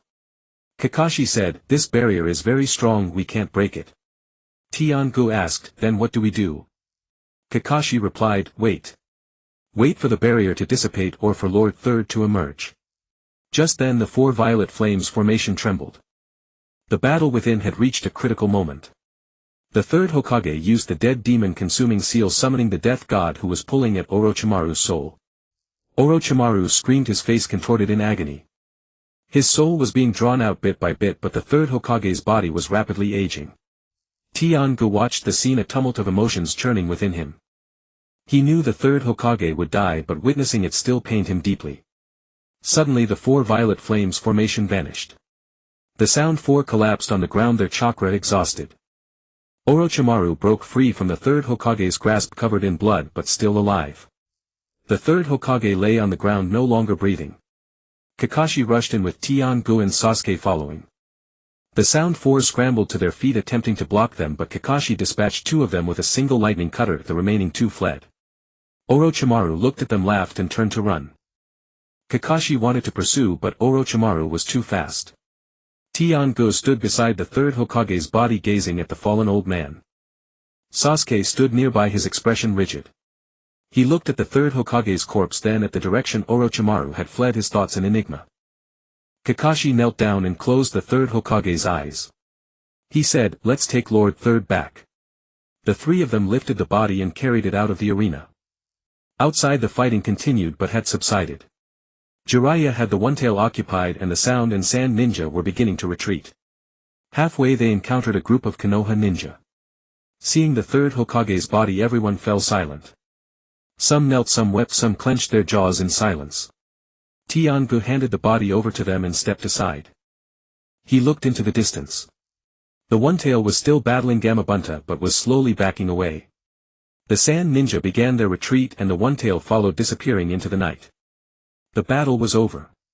Konoha had won but also lost. They had won the war but lost the Hokage. Tian-gu stood still, gazing at the devastated village, the streets strewn with corpses and the people kneeling on the ground weeping. His heart was calm yet turbulent. He recalled his life before the transmigration, those mundane, uneventful days. Back then he thought them boring, meaningless. Now he realized that peace was a blessing. But he had no regrets. Since he was here, he would live well. He would protect Tenten, protect his adoptive parents, protect those he cared about. He turned and walked toward the shelter. Halfway there he encountered someone. It was Tenten. She stood at a street corner drenched in blood, but not her own. She held a kunai in her hand, her gaze resolute. Seeing Tian-gu, she ran over and threw herself into his arms. "You scared me to death." Tian-gu held her. "Why did you come out?" Tenten said, "I was worried about you. I snuck out, Mom and Dad don't know." Tian-gu said, "You're injured, you shouldn't be running around." Tenten replied, "I'm fine." She looked up at him. "Where did you go just now?" Tian-gu said, "I went to check the arena." Tenten asked, "What did you see?" Tian-gu was silent for a moment. "Lord Third Hokage sacrificed himself." Tenten froze. She opened her mouth but no words came. Tian-gu said, "Let's go home." They walked homeward. The streets were littered with rubble and bodies. Tenten clutched the hem of Tian-ji's robe, silent. When they reached home, the house was still standing but the windows were shattered and a large hole gaped in the wall. Tian Yuan and Keiko sat inside it. Seeing Tian-gu and Tenten return, Keiko rushed over and embraced them. "You scared me to death." Keiko sobbed. Tian Yuan stood nearby, his eyes reddened. Tian-gu said, "It's okay, we're back." That night the village of Konoha was filled with weeping. Some had lost husbands, some wives, some parents, some children. The third Hokage's body was laid to rest in the Hokage building and villagers came to pay their respects. Tian-gu did not go. He sat at home gazing at the moon through the window, contemplating the road ahead. He knew this was only the beginning. Harder battles lay ahead, stronger enemies to face. But he was not afraid. He had his golden finger, his hard work and the people he cherished. He would grow stronger, strong enough to protect everyone. The next day news spread. The third Hokage had fallen, Orochimaru had escaped and the Sand and Sound ninja had retreated. Konoha entered a state of emergency. The Council of Elders began deliberating on the next Hokage. Tian-gu stepped outside and saw people everywhere clearing the rubble. He joined in helping to move stones, carry bodies and rescue the wounded. Ten came too. Her injuries had not healed, but she insisted on helping. Tian-gu could not dissuade her, so he let her do lighter tasks. By noon they encountered Rock Lee. By noon they encountered Xiao Li. Xiao Li lay on a stretcher, his body wrapped in bandages, but he was still conscious. Seeing Tian-gu and Tian, he grinned and said, "Tian-gu, Tian, are you two alright?" Tian-gu replied, "We're fine. How about you?" Xiao Li said, "I'm fine, just can't move. The doctor said I'll have to lie in bed for a few months, but I don't think it'll take that long." Tian-gu looked at him filled with admiration. This man, despite suffering such severe injuries, could still smile. Tian said, "Xiao Li, you need to rest and recover properly. Don't move around." Xiao Li replied, "I know." He paused. "I lost Tagara, but I have no regrets. I used the 8 gates technique and had him completely on the defensive. If he hadn't transformed into a monster, I might have won." Tian-gu said, "You were already incredible." Xiao Li laughed. "I'll become even more formidable. Once I recover, I'll continue training and grow stronger." The stretcher was carried away and Xiao Li waved goodbye. Tian watched his back and said, "Xiao Li is truly a monster." Tian-gu said, "He is a genius of hard work." In the afternoon, Tian-gu went to the Hokage building. He wanted to see the situation and learn what would happen next. Outside the Hokage building, many people had gathered waiting for news. Tian-gu stood among the crowd listening to the discussions around him. Someone said, "Lady Tsunade should return to take the position." Someone else said, "Lord Jiraiya would be more suitable." Another said, "Lord Danzo also has the qualifications." Various opinions were voiced, but no one knew the final outcome. Tian-gu stood for a while, then turned and left. He knew that Konoha would experience a period of chaos and then Tsunade would return to assume the role. But he couldn't say anything, he could only wait. On his way home he encountered Ning Ci. Ning Ci stood by the street staring blankly at the distant ruins. Tian-gu approached and said, "Ning Ci, what are you thinking about?" Ning Ci turned around, saw him and said, "Thinking about many things." Tian-gu asked, "Like what?" Ning Ci paused for a moment. "Like the main house and the branch house, like fate, like rebellion." Tian-gu said, "You're still thinking about those things?" Ning Ci replied, "How could I not?" He paused. "I saw the third Hokage's death and the deaths of so many people. Suddenly I feel that those resentments don't seem so important anymore." Tian-gu looked at him without speaking. Ning Ci said, "But saying it's unimportant doesn't make it go away.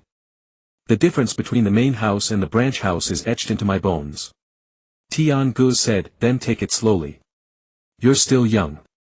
You have plenty of time to figure things out." Ning Ci smiled slightly. "You sound like an old man." Tian-gu also smiled. "Maybe I've just experienced a lot." The two stood by the street watching the sunset slowly descend. Golden light fell upon the ruins, casting a warm glow over the shattered village. Ning Ci said, "What do you plan to do next?" Tian-gu said, "Continue training and become stronger." Ning Ci said, "Me too." He paused. "Tian-gu, just how strong are you really?" Tian-gu looked at him and said, "Strong enough to beat you."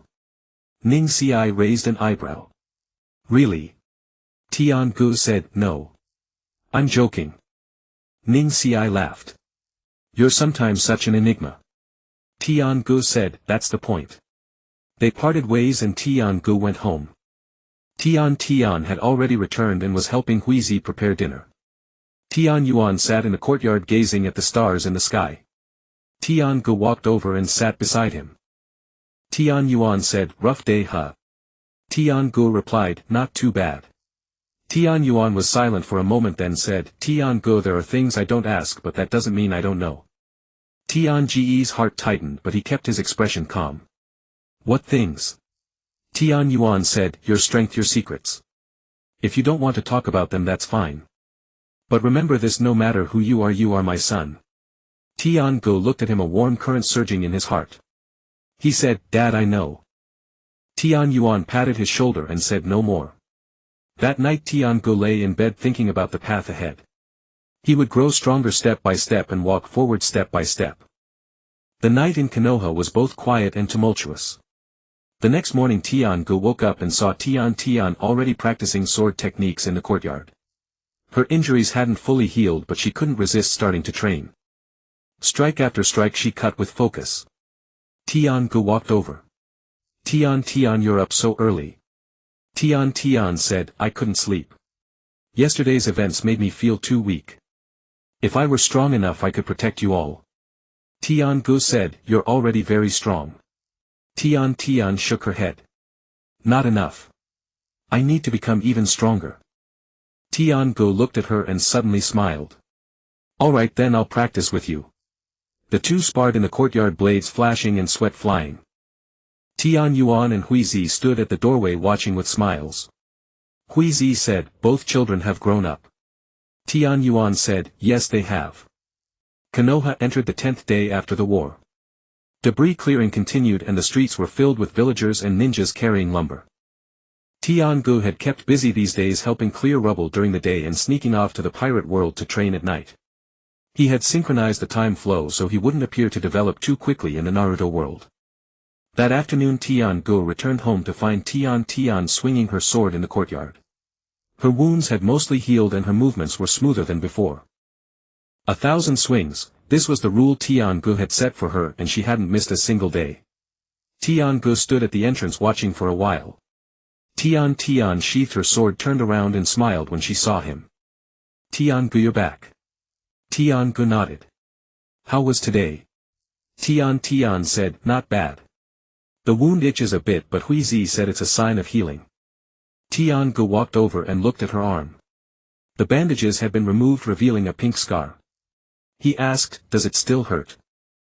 Tian shook her head. No pain. She paused. Tian-gu, I want to increase my training intensity. Tian-gu looked at her. Why?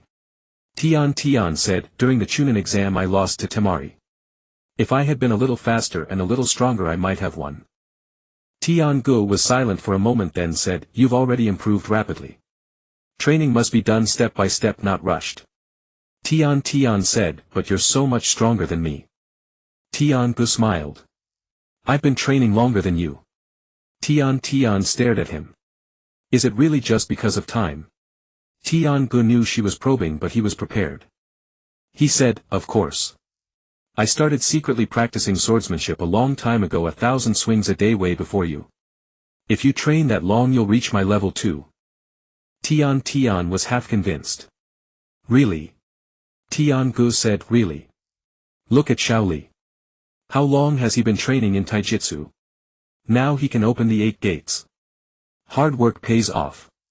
Tian thought about it and found it reasonable. She said, then I'll keep training. Tian-gu patted her head. Train but don't forget to eat. What did Huizi make? Tian said, she made your favorite dishes. The two went inside. Huizi was setting the table. Seeing Tian-gu she said, back. Perfect timing, let's eat.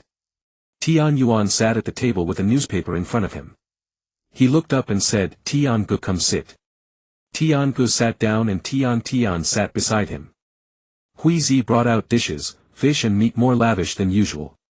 Tian-gu said, what's the occasion? Huizi said, no occasion. I just wanted you to eat well.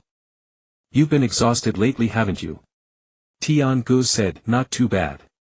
After dinner Tian washed the dishes. Tian-gu sat in the courtyard. Tian Yuan came over and sat beside him. Tian Yuan said, Tian-gu, there's something I want to ask you. Tian's heart tightened but he kept his expression calm. What is it?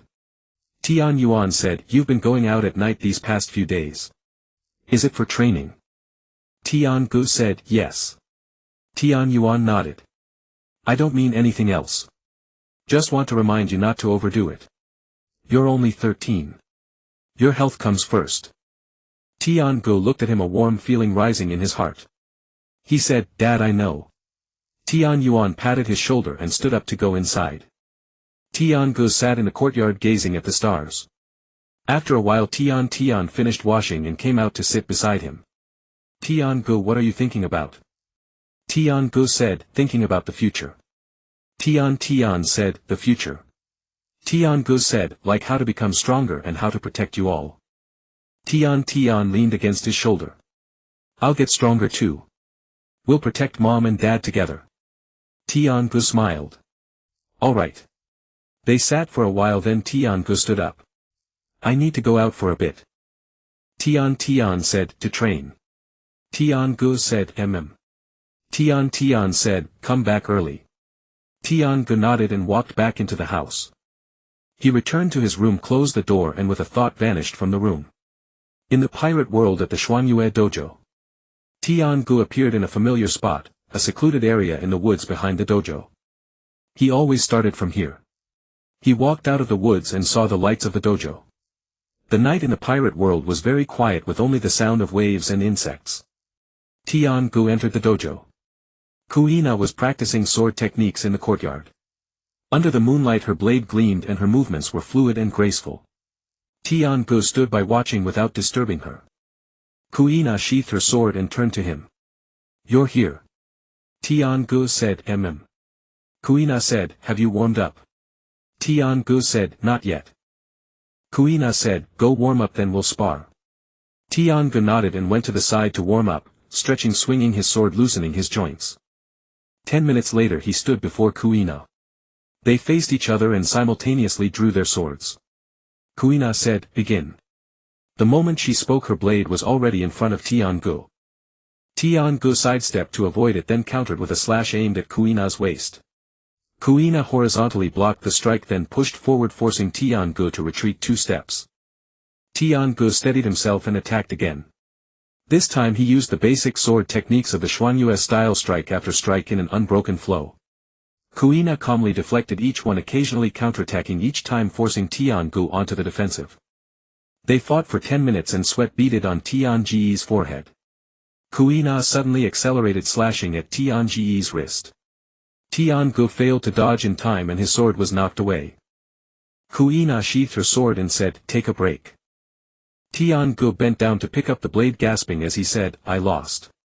Kuina asked, do you know where you lost? Tiangu thought for a moment and replied, was it my speed? Kuina shook her head. No. Tiangu said, then my strength. Kuina said, not that either. Tiangu asked, then what was it?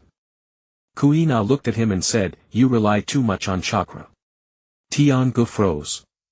Kuina continued, every one of your strikes is infused with chakra. This gives you greater power and speed, but it also makes you neglect the art of swordsmanship itself. In my attacks just now, every defense you made relied on chakra to enhance your body's reactions rather than on the prediction and technique of swordsmanship.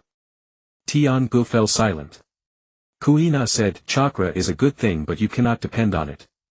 The foundation of swordsmanship is something that can be performed even without chakra. Your current swordsmanship without chakra is nothing but a hollow facade. Tiangu asked, then what should I do? Kuina replied, start from the basics. Begin with the most fundamental swings without chakra, relying purely on physical strength. Only when you can defeat me without chakra will you have passed the test. Tiangu nodded. Alright. Kuina said, that's enough for today. Starting tomorrow you will swing your blade 2,000 times a day without chakra. We'll spar again in half a month. Tiangu said, understood.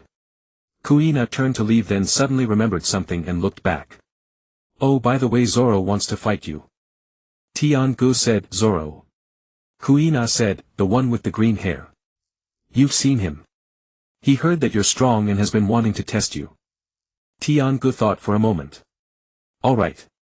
Kuina said, tomorrow afternoon at the dojo. She left. Tiangu stood there watching her figure disappear. Then he took a deep breath and began swinging his blade. 1 swing, 2 swings, 3 swings. No chakra, purely relying on bodily strength. At first it felt easy, but after 100 swings his arms began to ache. After 200 his breathing became erratic. By 300 his movements started to falter. Tiangu gritted his teeth and continued. He knew Kuina was right, he had indeed become too dependent on chakra. Having trained in the world of pirates for so long, he had always used chakra to enhance his body, neglecting the fundamentals. Now it was time to make up for that. 500 swings, 600, 700. Tiangu's arms felt like lead, each swing requiring every ounce of his strength. But he didn't stop. He knew this hardship was nothing. Compared to Rock Lee's physical training, this was a breeze. At 1,000 swings he finally gave out, collapsing onto the ground gasping for air. Footsteps approached. Tian-gu looked up and saw a figure walking toward him. Under the moonlight the green hair was unmistakable, it was Zoro. Zoro stopped in front of him looking down. "You're Tian-gu?" Tian-gu nodded. "That's me." Zoro said, "Kuina said you'd fight me." Tian-gu stood up shaking his sore arms. "Now." Zoro said, "Now." Tian-gu looked at him. This 13-year-old Zoro had a serious look in his eyes radiating fighting spirit. Tian-gu knew his personality, if he didn't agree Zoro would keep pestering him. Tian-gu said, "Alright, let's fight." The two walked to the open space in front of the dojo and stood facing each other. Zoro drew his 3 swords, 2 in his hands and 1 in his mouth. 3-sword style, his signature. Tian-gu drew his short sword holding it with one hand. Zoro said, "You're not using 2 swords. Tian-gu replied, "1 is enough." Zoro frowned, feeling slighted. He said, "Then watch out." As soon as the words left his mouth he charged. 3 swords slashed at Tian-gu simultaneously, fast and from tricky angles. Tian-gu sidestepped the first blade, blocked the second with his sword and dodged the third, the one in Zoro's mouth, aimed at his leg. He leaped to avoid it, landing and striking back with a reverse thrust toward Zoro's chest. Zoro parried with 2 swords and the sword in his mouth slashed again. Tian-gu stepped back evading the strike, then launched a quick counterattack. They exchanged blows for over a dozen moves. Tian-gu noticed that Zoro's swordsmanship was solid, each strike carried real power without chakra staying within normal limits of speed and strength. If he used chakra he could win easily. But recalling Kuina's words, he decided to fight purely with swordsmanship without chakra. As a result he immediately felt the pressure. Zoro's 3-sword style was troublesome, 3 blades attacking from different directions, hard to defend against. Tian-gu had only 1 sword. Each time he blocked 2 blades the third would slip through, forcing him to rely on body movement to dodge. After 5 minutes Tian-gu had a few cuts, all superficial, not serious. Zoro also had a few wounds, none deep. Zoro stepped back panting. "You're strong." Tian-gu said, "So are you." Zoro said, "Again." He charged again, faster this time. Tian-gu met him and they clashed once more. Blades flashed, clanging incessantly. After another 10 minutes both were exhausted. Zoro's technique began to falter and Tian-gu's defenses started showing gaps. Finally they struck at each other simultaneously, their swords colliding midair with a sharp ring. Both staggered back, gasping for breath. Zoro said, "A draw." Tian-gu said, "A draw." Zoro sheathed his swords and said, "Next time I'll win." Tian-gu smiled. "Alright, I'll be waiting." Zoro turned and walked away, then stopped and looked back. "You weren't going all out earlier, were you?" Tian-gu asked. "How did you know?" Zoro said, "I could tell. Your breathing was steady the whole time, not like me panting like this." Tian-gu said, "You noticed?" Zoro said, "Yeah. Next time use your full strength.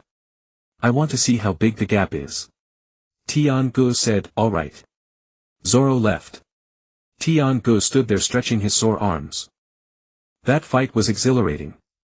Although he didn't use chakra he gained a lot. He realized his foundation was indeed lacking, many movements were not executed properly and he had been compensating with chakra. He decided that for the next period in the world of pirates he would only train the basics without chakra. 2,000 swings a day plus sparring with Zoro should help him rebuild his foundation. The next afternoon Tian-gu arrived at the dojo again. Kuina was teaching a few children swordsmanship. She nodded at Tian-gu.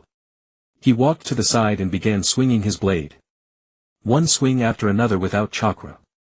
In the morning he had already done 1,000 swings in the world of Naruto and now he continued. After completing 2,000 his arms were sore but his heart felt at ease. Kuina walked over and asked, "How does it feel?" Tian-gu said, "Harder than I imagined." Kuina said, "Of course it's hard. Chakra gave you a shortcut and now you have to make up for it, so naturally it takes twice the effort." Tian-gu said, "I know." Kuina asked, "Did Zoro fight you yesterday?" Tian-gu said, "We fought. It was a draw." Kuina said, "He trained even harder than usual this morning, saying he wants to defeat you." Tian-gu smiled. "He's interesting." Kuina said, he's a swordsmanship genius more talented than you. Tian-gu said, I know. Kuina looked at him. Aren't you jealous? Tian-gu said, no. I have my own path and he has his. Kuina nodded and said no more. In the afternoon Zoro came again. Seeing Tian-gu he walked straight over. Fight me. Tian-gu said, alright. They sparred for another half hour and this time Tian-gu still didn't use chakra. Near the end both were exhausted sitting on the ground gasping. Zoro said, you still didn't use your full strength. Tian-gu said, no. Suolong asked, when will you use it? Jenga replied, when you are stronger. Suolong glared at him. You underestimate me. Jenga said, it's not underestimation but respect. Showing you the gap now might dampen your confidence. Suolong was silent for a moment then said, you're right. I'm not strong enough yet. Let me train for a while longer and then I'll fight you. Jenga said, alright. The two sat for a while. Suolong stood up and left. Jenga also rose and continued swinging his blade. In the days that followed Jenga traveled between two worlds daily. During the day he helped with reconstruction in the Hua-ing world, at night he practiced swordplay in the Hai-Zai world. Tian occasionally asked what he was busy with and he always brushed it off with training. Half a month later Jenga sparred with Gu Yaina again. This time he still didn't use chakra but his movements were much smoother than half a month ago. He could anticipate Gu Yaina's attacks and defuse them with technique rather than relying on reflexes to dodge. After 20 minutes Gu Yaina sheathed her sword. Progress. Jenga panted, not enough. Gu Yaina said, of course it's not enough but you're on the right track. Keep training and in half a year you should be ready. Jenga nodded. Gu Yaina added, Suolong has been improving rapidly too. He said next time he'll force you to use your full strength. Jenga smiled. I'm waiting. Leaving the dojo Jenga returned to the Hua-ing world. It was still night. He lay on the bed reflecting on the gains of the past half-month. His foundation had been partially restored, his swordsmanship was more solid but there was still a long way to go before he could become a true master. The next morning Jenga got up to find Tian already practicing with her sword in the courtyard. She spotted Jenga and said, Jenga, are you free today? Jenga replied, nothing planned. What's up? Tian said, I want to buy some things. Come with me. Jenga said, sure. After breakfast they headed out into the streets. The streets were livelier than a few days ago, the rubble had mostly been cleared and some shops had reopened. Jianyuan's Tianbao pavilion was also under reconstruction and had been temporarily closed. Tian led Jenga to a fabric shop, picked out several bolts of cloth and said she wanted to make clothes. Jenga stood by watching, feeling that this kind of life was quite pleasant. After buying the fabric Tian dragged him to a pastry shop and bought 2 packs of snacks. She said, the red bean cakes here are really good. Try one. Jenga took a bite, it was indeed delicious. He said, pretty good. Tian said, of course I picked them. They walked while eating, passing by the Hokage building where a crowd had gathered at the entrance. Curious, Tian pulled Jenga over to see. Inside the crowd several jonin were entering the Hokage building. Jenga recognized Nailiang Luzhou, the man with the ponytail. Along with Shan Zhonghai and Xiu Dao Dingzhua, all heads of the major clans. Tian said, what are they doing? Jenga replied, probably a meeting to discuss the next Hokage. Tian said, oh. She wasn't very interested in these matters. Just as they were about to leave they saw a man emerge from the Hokage building. The man wore a kimono, half his face wrapped in bandages, his eyes dark and gloomy. Jenga's heart stirred, he recognized this man. Tuansang. Tuansang walked past the crowd, not even glancing at them, and strode away. Jenga watched his back, thinking about what this man had done in the original story. He was the root of Mai, and also its cancer. But for now he was still beyond Jenga's ability to deal with. Tian said, who is that? He looks terrifying. Jenga said, just a jonin. Don't worry about him. The two left the Hokage building and headed home. Inside the Hokage building, Nailiang Luzhou sat in the meeting room, flanked by Shan Zhonghai, Qiu Dao Dingzhua, and the elders Shui Humen Yen and Xuanqin Xiaochun. Luzhou said, the third Hokage-sama has been gone for half a month. The village needs a new Hokage. I've called everyone here today to discuss this matter. Shui Humen Yen said, Lord Jiraiya is the third disciple, powerful, respected, and the most suitable candidate. Zhuanqin Xiaochun added, I also endorse Lord Jiraiya. Lu Jiu said, Lord Jiraiya is still in the village. I spoke with him but he said he doesn't want to be Hokage. Shui Humen Yen frowned. Why? Lu Jiu replied, he said he's not suited for it and he has more important things to do. Zhuanqin Xiaochun said, what could be more important? Lu Jiu said, he didn't say. After a moment of silence Shan Zhonghai spoke, then we'll have to find Lady Tsunade. Shui Humen Yen said, Lady Tsunade left the village years ago. Can we even find her? Lu Jiu said, we have to try. Zhuanqin Xiaochun asked, who will go? Lu Jiu said, Lord Jiraiya is the best choice. He and Lady Tsunade were teammates, he knows her whereabouts. Shui Humen Yen said, is he willing to go? Lu Jiu said, I'll talk to him. After the meeting Lu Jiu found Jiraiya. Jiraiya was sitting on a rooftop drinking with several empty bottles beside him. Lu Jiu jumped onto the roof and sat next to him. Jiraiya said, here to persuade me to become Hokage again. Lu Jiu said, no, I'm asking you to find Lady Tsunade. Jiraiya glanced at him. Find Tsunade? Lu Jiu said, the village needs a Hokage. If you won't take the role we have to ask Lady Tsunade to return. Jiraiya was silent for a moment. I don't know where she is either. Haven't seen her in years. Lu Jiu said, still you're more likely to find her than us wandering aimlessly. You were teammates, you know her. Jiraiya sighed. Fine, I'll go. But I have one condition. Lu Jiu said, what condition? Jiraiya said, if I can't find her don't push me to be Hokage when I come back. Lu Jiu smiled. Alright, I promise. Jiraiya stood up brushing off the dust. I'll leave tomorrow then. Lu Jiu said, so soon? Jiraiya said, the sooner I find her the sooner I can return. He paused. I'll take Naruto with me. Lu Jiu said, Naruto? Jiraiya said, yes, I plan to take him as my apprentice. I'll teach him along the way. Lu Jiu thought for a moment. That's good. He'll be safer with you than in the village. The next morning Jiraiya left Mai with Naruto.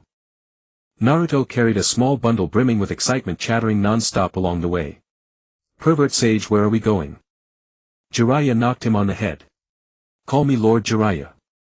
Naruto held his head. Pervert sage. Jiraiya couldn't be bothered to argue. We're going to find a beautiful big sister.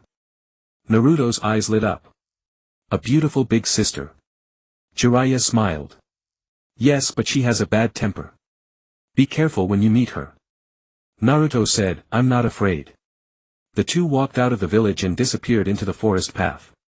At the same time, in the underground base of the root organization in my village, Tuansang sat in a dim room facing several masked ninjas. He said, the third Hokage is dead. The village needs a new Hokage. Jiraiya doesn't want the position and has gone to find Tsunade.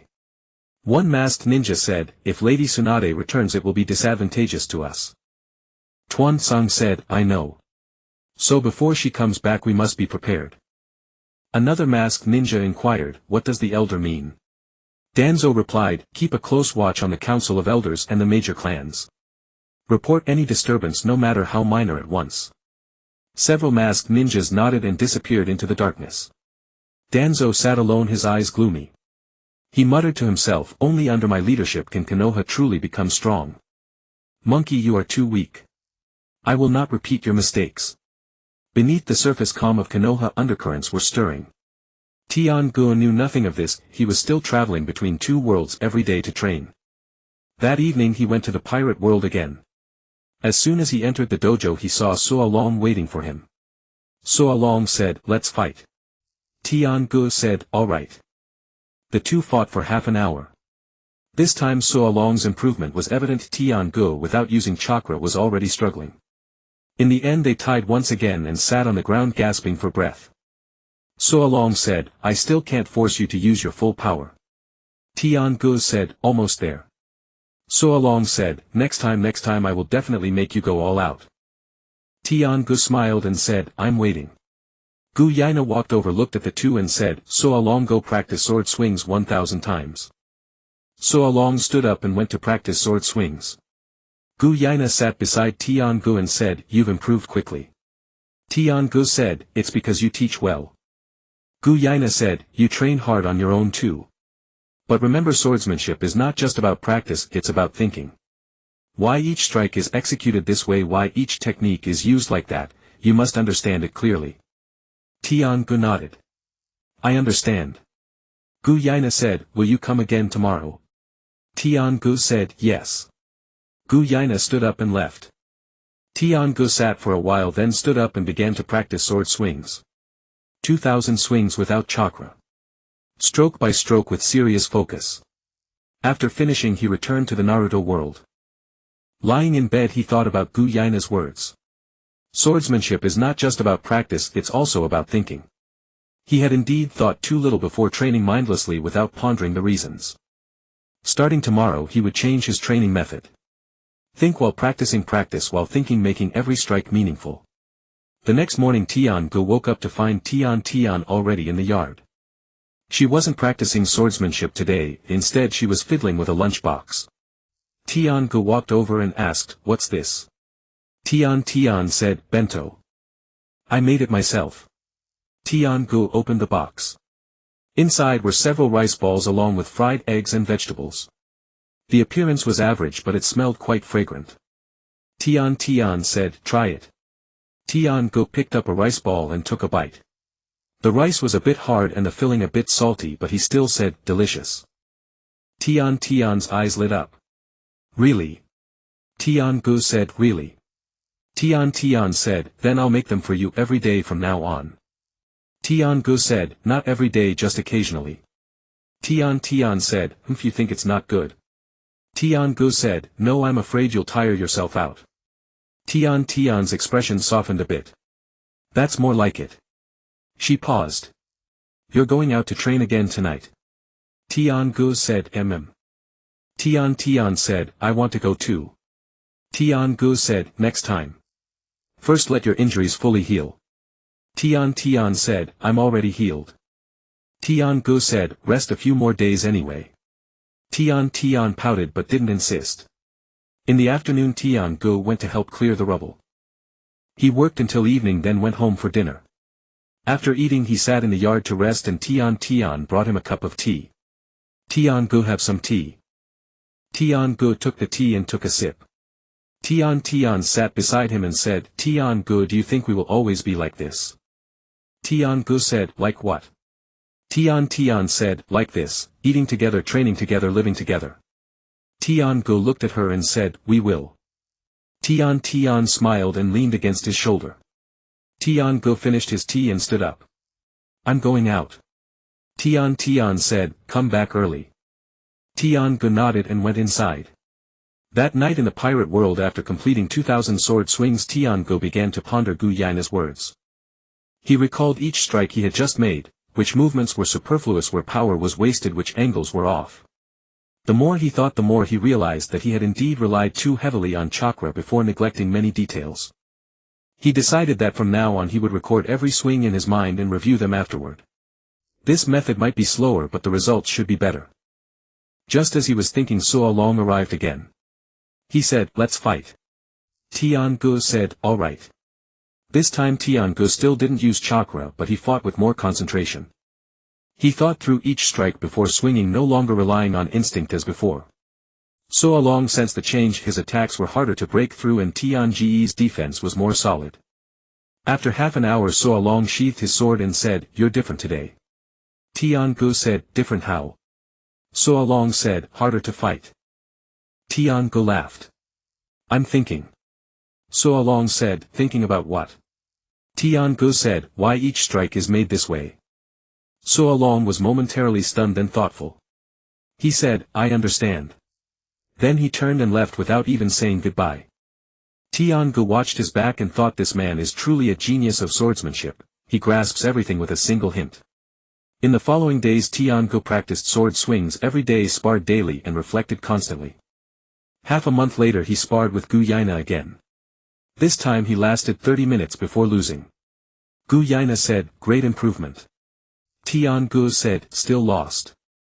Gu Yaina said, "It's normal to lose to me." "How long have you been training?" how long have I been training? Tian-gu said, true. Gu Yaina said, keep practicing. In another 6 months you should be able to have a real match with me. Tian-gu nodded. Leaving the dojo he returned to the Naruto world. Lying in bed he thought about his gains during this period. His foundation had become much more solid, his swordsmanship more refined, and his use of chakra more efficient. Before chakra guided the sword, now the sword led the chakra. The feeling was completely different. He decided to continue training this way until his foundation was thoroughly solidified.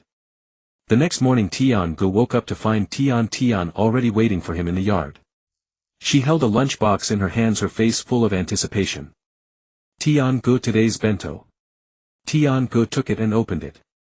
It was better than last time, the rice balls were more tightly packed and the filling was just right. Tian asked, is it good? Tian-gu said, delicious. Tian smiled happily. After finishing breakfast Tian-gu said, let's go pick up a mission today. We've rested long enough, it's time to get moving. Tian said, okay. The two arrived at the mission center. The ninja in charge of distributing missions was a chunin named Chu Yun. He saw Tian-gu and Tian and asked, are your injuries healed? Tian-gu said, yes. Chu Yun flipped through the mission book and said, there's a C-rank mission, escort a merchant to the tea country. Will you take it? Tian-gu said, yes. Chu Yun said, alright, depart tomorrow morning. Here are the mission details, take a look. Tian-gu took the mission slip. It stated that the client was a tea merchant and they were to escort him from the fire country to the tea country, a journey of about 5 days. The reward was 50,000 ryo. Tian said, 50,000 ryo, that's quite a lot. Tian-gu said, The two returned home and began to prepare. Dried rations, water, ninja tools and spare clothes were all packed. Huizi knew they were going on a mission and felt a little worried, but she said nothing and only reminded them to be careful. That evening Tian-gu visited the One Piece world again. He told Kuina that he might not come for the next few days. Kuina said, go ahead. We can train when you return. Tian-gu replied, Zoro, who was nearby, overheard and said, we'll spar when you get back. Tian-gu smiled. Alright. Back in the Naruto world Tian-gu lay on his bed thinking about the mission tomorrow. The land of tea, he recalled that nothing major happened in the original story, so it should be a simple escort mission. But he couldn't let his guard down. There were many rogue ninjas and bandit groups, so caution was necessary. The next morning Tian-gu and Tenten arrived at the village gate. The client was already waiting. He was a middle-aged man in his 40s, plump, dressed in merchant's clothing with a horse-drawn carriage parked nearby. Seeing them, the client came forward. Are you two the ninjas taking the mission? Tian-gu said yes. The client smiled. Wonderful. I'm Yamada. I'm counting on you this time. Tian-gu said, Mr. Yamada, is there anything we need to watch out for on the road? Yamada replied, nothing special, but there have been bandit groups active near the land of tea recently, so I hired ninjas for protection. Tian-gu said, understood. The three of them boarded the carriage and it slowly rolled out of the village. Tenten sat inside looking out the window at the scenery, a bit excited. Tian-gu sat beside the driver and chatted with Yamada. Yamada was talkative, going on and on about his tea leaves, his business, his wife and his children. Tian-gu listened, occasionally replying with a word or two. Tenten got bored inside the carriage and simply closed her eyes to sleep. After half a day of travel nothing happened on the road. At noon they rested in a small town, ate something and continued on. In the afternoon Tian-gu noticed something unusual. There were hoof prints by the roadside and they looked very fresh. He told Yamada to stop the carriage and got off to check. Tenten also came down. Tian-gu, what's wrong? Tian-gu said, hoof prints, many of them. It must be a group of riders. Yamada tensed up. Bandits. Tian-gu said, not sure, but let's be careful. He looked around and added, there's a slope ahead. Let's speed up and get past it first. Yamada nodded and urged the horse to go faster. They had barely gone a few hundred meters when the sound of hoofbeats came from behind.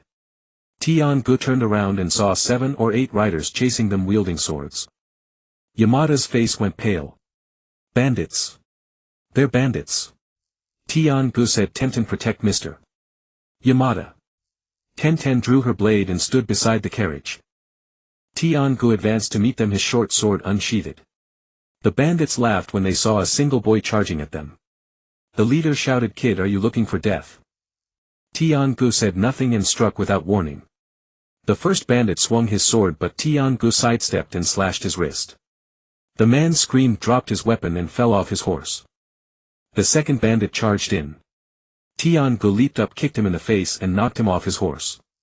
The third tried to flee, but Tiangu caught up and slashed the horse's leg. The horse collapsed and the bandit was thrown off, crashing into a tree and lying still. The remaining 5 bandits were stunned. They hadn't expected this kid to be so formidable. The leader yelled, "All together now." The 5 of them rushed in, but Tiangu remained calm, taking them down one by one. The first was struck in the shoulder and fell with a scream. The second was stabbed in the thigh and rolled on the ground, clutching his leg. The third was hit on the back of the head with the flat of the blade and passed out. The fourth tried to run, but Tiangu caught him and slashed his back. He lay on the ground screaming. The fifth was so terrified he knelt and begged for mercy. Tiangu stood before him and asked, "Who sent you?" The man stammered it. "It was our boss. He heard a merchant was passing by and told us to come." Tiangu said, "Where is your boss?" The man said, Up on the mountain." Tiangu looked back. Yamada and Tenten were still by the carriage. Yamada was pale as a ghost, but Tenten was quite calm. Tiangu said, "Tenten, stay here and guard them. I'll go check the mountain." Tenten said, "Tiangu, be careful." Tiangu nodded and followed the bandit up the mountain. On the mountain was a small wooden cabin with 2 men standing at the entrance. When they saw Tiangu and the bandit approaching, they became alert. One said, "Third brother, what's going on?" The bandit said, He took down all of us by himself." The 2 men's faces changed. They drew their swords. Tiangu wasted no words and attacked directly. The 2 bandits were knocked down in an instant. Tiangu pushed open the door of the cabin. Inside sat a bald, burly man drinking with a woman in his arms. Seeing Tiangu, the bald man froze for a moment, then set down his cup and stood up. He asked, "Who are you?" Tiangu said, "The merchant's guard." The bald man laughed. "A guard? Just you alone?" Tiangu said, "One is enough." The bald man picked up his sword. "Kid, do you know who I am?" "Everyone around here knows the name Mountain Bear." Tiangu said, "I don't, and I don't care." Mountain Bear flew into a rage and swung his sword. Tiangu sidestepped the attack, then struck back, slashing the man's wrist. Mountain Bear's sword clattered to the ground and he stood frozen, stunned by the boy's speed. Tiangu slashed his leg as well, and Mountain Bear fell to his knees howling in pain. Tiangu said, "Tell your men to scram and never target this merchant again. Otherwise next time it won't just be a cut on the hand or leg." Mountain Bear was drenched in sweat from the pain, nodding frantically. Yes, I won't dare, I won't dare." Tiangu turned and walked out of the cabin. Down below, Tenten and Yamada were still waiting. When they saw Tiangu coming down, Yamada was so moved that tears streamed down his face. "Benefactor, thank you so much, benefactor." Tiangu said, "It's nothing. Let's go." The carriage resumed its journey, and this time the road was smooth with no more bandits. 5 days later they arrived in the land of tea and safely delivered Yamada to his destination. Yamada was endlessly grateful and gave them an extra 20,000 ryo as a reward. Tenten held the money, her eyes narrowing into slits with joy. "Tiangu, 70,000 ryo. We're rich." Tiangu smiled. "Let's treat Mom and Dad to a meal when we get back." Tenten said, "Sounds good." On the way back, Tenten said, "Tiangu, the way you took on all those bandits by yourself was so cool." Tiangu said it was nothing special. Tenten asked, "When will I become as strong as you?" Tiangu replied, "A few more years of practice." At the mission assignment counter, Izumo took the mission slip, glanced at it, then looked up at Tiangu and Tenten. "The Land of Tea escort mission is completed successfully. Did the client have any complaints?" Tiangu shook his head. "No, it went smoothly." Izumo stamped the register, took an envelope from the drawer and pushed it across. 70,000 ryo, the reward plus the client's gratuity. Count it if you like. Tenten grabbed the envelope, opened it right in front of Izumo and pulled out the banknotes, counting them one by one. Izumo couldn't help but laugh. "What, afraid the village will shortchange you?" Tenten didn't look up. "Not afraid of the village shortchanging me, afraid of counting wrong." After confirming it was 70,000 ryo, she pocketed the banknotes with satisfaction and flashed Izumo a smile. Thanks brother Izumo. Izumo waved his hand. Alright. Go rest. You've worked hard these past few days. The two walked out of the mission center. Tian pressed the silver notes into Tianji's hands. You keep them. Tian-gu took them. You don't want to keep them. Tian shook her head. I'm afraid I'll lose them if I hold on to them. I trust you with the money. Tian-gu carefully tucked the silver notes away and they headed home. As they passed the market, Tian suddenly tugged at his sleeve. Tian-gu, let's buy some good food tonight and treat mom and dad to a nice meal. Tian-gu looked at her. Using your mission reward. Tian said with righteous indignation, of course. I did my part too, you know. They strolled through the market buying fish, meat, vegetables and even some pastries. Tian picked everything with great care, haggling with the vendors until she saved a few hundred silver taels. She was as delighted as if she had won a huge bargain. When they got home, Huizi was hanging laundry in the yard. Seeing them return laden with bags, she was taken aback. What's all this? Tian raised the vegetables in her hand. Mom, we're treating tonight, celebrating our first successful mission. Huizi broke into a smile. Alright. I'll cook. Tian carried the groceries into the kitchen. I'll help you. Tian-gu sat in the yard. Tian Yuan came out of the house and sat down beside him. Mission went smoothly. Tian-gu nodded. Pretty smooth. We ran into a band of thieves and dealt with them. Tian Yuan studied Tianji's profile in silence for a moment. Tian-gu, you're becoming more and more like a true ninja. Tian-gu turned his head. Dad, what do you mean? Tian Yuan gave a soft smile. Nothing much. Just that you've grown up. He stood up. I'll go help Huizi with the cooking. You rest. Dinner was lavish. The family gathered around the table. Tian kept piling food onto Tianji's plate, barely eating anything herself. Huizi teased her. Tian, eat some yourself. Don't just look after Tian-gu. Tian replied, he worked harder today. He needs to eat more. Tian Yuan sipped his wine, his eyes brimming with fondness as he watched the two children. After dinner, Tian insisted on washing the dishes. Tian-gu sat in the yard to digest his meal. When Tian finished and came out, she sat down beside him. Tian-gu, do you think we can always be like this? Tian-gu tilted his head to look at her. Why ask that again? Tian leaned against his shoulder. I just feel that this is really nice.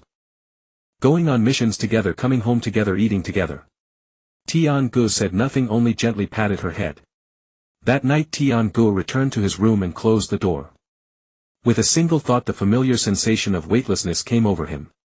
The world of pirates, Shimatsuki Dojo. Tian-gu walked out of the woods, moonlight spilling over the dojo's roof. As he reached the entrance of the yard, he heard the sound of a blade being swung. Kuina was practicing swordsmanship. Under the moonlight, her silhouette was both graceful and fierce, each strike carrying an indescribable rhythm. Tian-gu stood at the gate watching without disturbing her. Kuina sheathed her sword and turned around. You're here. Tian-gu stepped inside. Training so late. Kuina slid her sword back into its scabbard. I have to teach students during the day, so only the evenings are free for personal practice. She looked at Tian-gu. How's the foundation work I mentioned last time? Tian-gu drew his short blade. I can give it a try. They stood in the yard and drew their swords simultaneously. This time Tian-gu still did not use chakra, relying solely on physical strength and swordsmanship technique. Kuina's attacks were even sharper than before, but Tianji's defense was also more solid. Blades flashed and the clang of metal rang out crisp and clear in the night. After 20 minutes Kuina stepped back and sheathed her sword. Improvement. Tian-gu was breathing hard. Still can't beat you. Kuina shook her head. You lasted 20 minutes under me, that's already impressive. For your information, Zoro can't even last 5 minutes. Tian-gu was stunned. Zoro fights you. Kuina nodded. He challenges me every day, loses every day and comes back every day. That guy is as stubborn as a bull. Tian-gu chuckled. That's just who he is. Kuina looked at Tiangu and suddenly asked, what do you plan to practice next? Tiangu thought for a moment. I want to learn more advanced swordsmanship techniques. Kuina was silent for a while then said, starting tomorrow I'll teach you the advanced techniques of the Shimatsuki style. Tiangu stared at her. Really? Kuina nodded. Your foundation is solid enough. You can move on to advanced techniques. But remember, advanced techniques put more strain on the body. Practice carefully.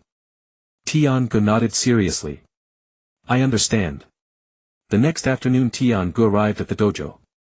Kuina was already waiting in the yard and beside her stood another person. Zoro. Upon seeing Tiangu, Zoro walked straight over. Spar with me.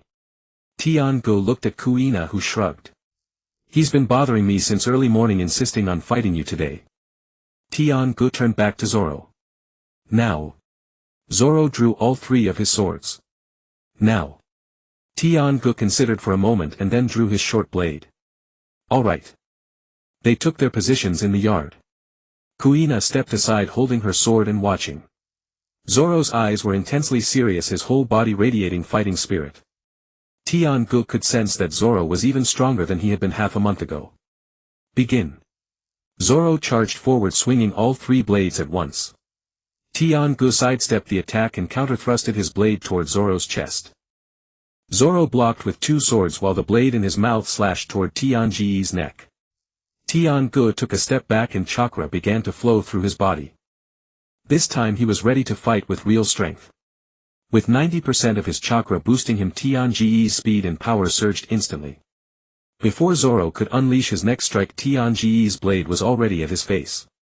Zoro's pupils contracted. He desperately raised all three swords to block. With a deafening clang, Zoro was knocked back 5 or 6 paces, his swords nearly flying from his hands. He steadied himself, gasping, and looked at Tiangu. Is this your real strength? Tiangu did not pursue him. He stood still. Still want to fight? Zoro gritted his teeth. Fight. He charged again, this time using the three-sword style secret technique Demon Slash. All three blades descended from different angles with terrifying speed. Tiangu did not dodge. He met the attack with a single slash. The moment their blades clashed, Zoro felt as if he had struck an iron plate. A tremendous force sent him flying backward once more. This time he couldn't keep his footing. He landed hard on the ground, his three swords scattered around him. Tiangu sheathed his blade, walked over and extended a hand. Zoro looked at him, refused the hand, picked himself up, gathered his swords and returned them to their sheaths. Too much of a gap.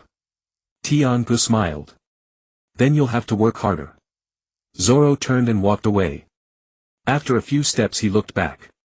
Next time I'll make you use your full power. Tiangu nodded. I'll be waiting. Zoro left. Kuina walked over and gazed at his retreating figure. That guy will definitely become a great swordsman one day. Tiangu said, I know. Kuina turned to Tiangu. You too. Tiangu was startled. Me? Kuina nodded. You're calmer than him, more thoughtful. Zoro trains with instinct and passion. You train with your mind.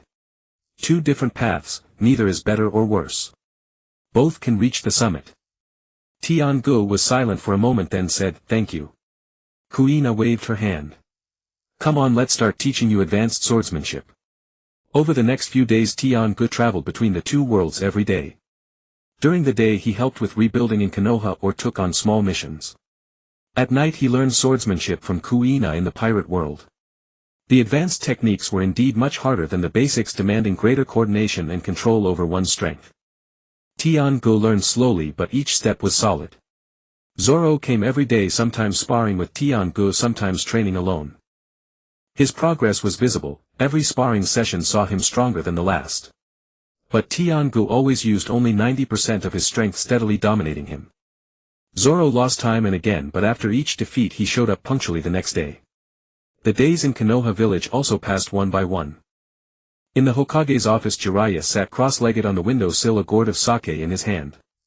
Nara Shikaku stood behind the desk looking at him with helplessness. Jiraiya-sama, when do you plan to depart? Jiraiya took a sip of sake. What's the rush? I need to prepare. Shikaku said, the village cannot be without a Hokage for too long. Jiraiya sighed, jumped down from the windowsill and said, fine. I'll leave tomorrow. He paused. I'll take Naruto with me. Shikaku nodded. Naruto's safety. Jiraiya waved his hand. Don't worry. He'll be safer with me than in the village. Early the next morning Jiraiya stood at the village gate with an excited Naruto beside him. Pervy Sage, where exactly are we going? Jiraiya knocked him on the head. Call me Jiraiya-sama. Naruto held his head. Pervy Sage. Jiraiya couldn't be bothered to argue. He strode forward. To find a beautiful big sister. Naruto's eyes lit up, a beautiful big sister. Like Tsunade-sama. Jiraiya paused mid-step and turned to look at him. You know Tsunade? Naruto said proudly, of course I know her, one of the legendary Sannin Tsunade-sama. Jiraiya smiled, that's right, we're going to find her. The two left the village and entered a forest path. Naruto chattered endlessly, asking questions about everything. Jiraiya replied occasionally, but most of the time he was lost in thought. After walking for half a day they stopped to rest by a small river. Jiraiya sat on a rock and took out some dry provisions. Naruto played in the water, then suddenly ran over. Pervy Sage, teach me a jutsu. Jiraiya glanced at him, what do you want to learn? Naruto thought for a moment, something powerful, something that can beat Sasuke. Jiraiya laughed, beat Sasuke? That Uchiha brat. Naruto nodded firmly, yeah. Jiraiya thought for a moment, then pulled out a spherical object from his pocket and tossed it to Naruto. Naruto caught it and looked at it, what's this? Jiraiya said, break this ball and I'll teach you a powerful jutsu. Naruto was stunned, break it. How? Jiraiya, legs crossed, said, use chakra. Naruto stared at the ball and tried to channel chakra into it. The ball didn't react. He increased the chakra but still nothing. Jiraiya watched him struggle without saying a word, closing his eyes to rest. Naruto struggled for a long time but the ball remained intact. He grew anxious and went off to try again. As dusk fell Naruto still hadn't managed to break the ball. He returned dejectedly and handed the ball back to Jiraiya. Jiraiya took it, continue tomorrow. In the days that followed they traveled and trained together. Naruto fiddled with the ball every day but couldn't break it no matter what. He tried every method, even biting it and smashing it with rocks, but the ball remained utterly unmoved. One evening they stopped at a small town. After dinner Naruto took out the ball again and started practicing. Jiraiya sat nearby drinking sake, watching Naruto try again and again. Suddenly the ball in Naruto's hand trembled and a few fine cracks appeared on its surface. Jiraiya's eyes brightened. Naruto stared blankly at the ball, pervy sage it. It cracked. Jiraiya walked over, took the ball, examined it, then tossed it back, keep going. Encouraged, Naruto practiced even more vigorously. After a few more days the ball finally shattered. Naruto rushed to Jiraiya holding the broken pieces, pervy sage, I broke it. Now teach me a powerful jutsu. Jiraiya took the fragments, nodded, alright, I'll teach you a jutsu called the Rasengan. Naruto jumped up excitedly, Rasengan. Is it strong? Jiraiya extended his hand, chakra gathering in his palm, forming a spinning sphere. He pressed it against a nearby tree and with a boom the trunk exploded into a large hole. Naruto's eyes went wide, so cool. Jiraiya dispersed the chakra. The principle of this jutsu is to concentrate chakra in your palm and make it spin at high speed. What you just did with the ball used a similar principle. Now you need to make the chakra spin directly without the ball. Naruto nodded firmly, I understand. And so he began to train. Day 1 failure. Day 2 failure. Day 3 still failure. Naruto's chakra always scattered in his palm, unable to form a spinning sphere. He scratched his head in frustration but couldn't figure out the trick. Jiraiya wasn't worried. He ate and drank as usual along the way, occasionally offering a few pointers. That night they camped out in the wild. Naruto sat by the fire staring blankly at his palm. Jiraiya lay nearby, eyes closed, still thinking. Naruto hummed, pervy sage, why can't I gather it? Jiraiya opened his eyes, do you know the shadow clone technique? Naruto nodded, yes. Jiraiya said, the shadow clone has a trait, the experiences of the clone are transmitted to the original when it's dispelled. Think about it, what if you train with multiple shadow clones? Naruto was stunned for a moment, then shot up, right. Why didn't I think of that? He immediately created a dozen shadow clones forming a circle all simultaneously starting to gather chakra. The original joined in beside them. A dozen Narutos tried at once, their chakra fluctuations intertwining. Suddenly the chakra in one of the clones began to spin, forming an unstable sphere. The clone shouted excitedly, "I did it."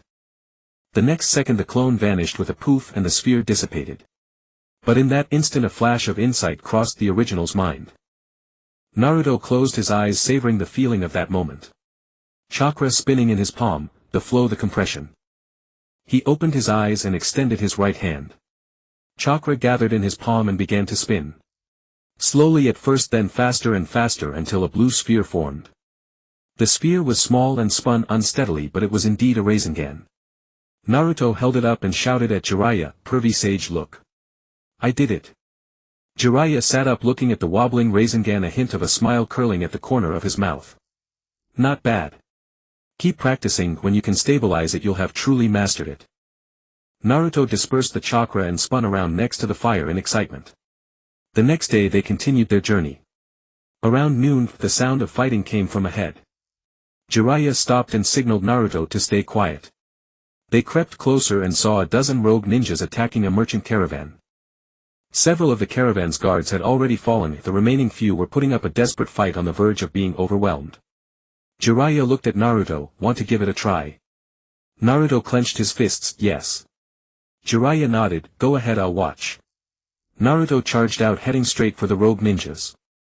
The leader of the rogue ninjas sneered when he saw him, "Kid, you're asking for death." Naruto ignored him and threw a punch. The ninja dodged and swung a blade at Naruto. Naruto sidestepped, formed a Rasengan in his palm and pressed it into the ninja's chest. With a boom the ninja flew backward, hit a tree and lay still. The other ninjas were stunned, they hadn't expected this kid to be so strong. "Get him together." 7 or 8 ninjas rushed at Naruto simultaneously. Though he had learned the Rasengan he was still a beginner and couldn't control it well. After using it twice his chakra began to run low. Jiraiya stood at a distance watching without intervening. He wanted to see how long Naruto could hold out. Surrounded by several ninjas, Naruto was hard-pressed, taking multiple hits. Yet he gritted his teeth and refused to retreat. Straining with all his might he unleashed another Rasengan, felling one ninja, but exhaustion drove him to his knees. The remaining ninjas sneered as they closed in. At that moment Jiraiya moved. He appeared beside Naruto in an instant, striking each ninja with a single palm, sending them flying. The ninjas collapsed to the ground, groaning in pain, too terrified to rise again. Jiraiya looked down at Naruto.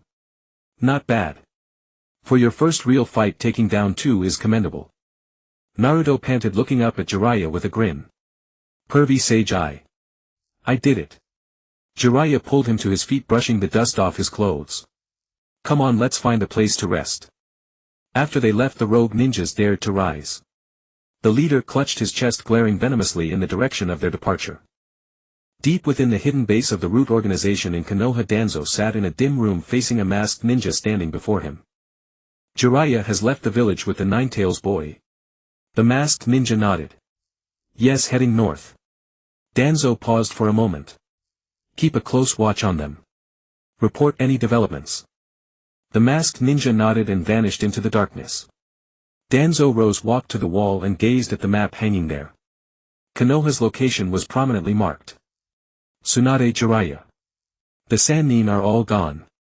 Now who in Konoha can stand against me? A faint smile curled at the corner of his lips. A few days later at the Konoha Mission Center. Tian-gu and Tenten had just completed a minor mission when Izumo called them over. "Tian-gu, there's a new mission specifically requesting you, Niji and Lee." Tian-gu took the mission scroll and examined it. A C-rank mission, escort a merchant to the land of rivers.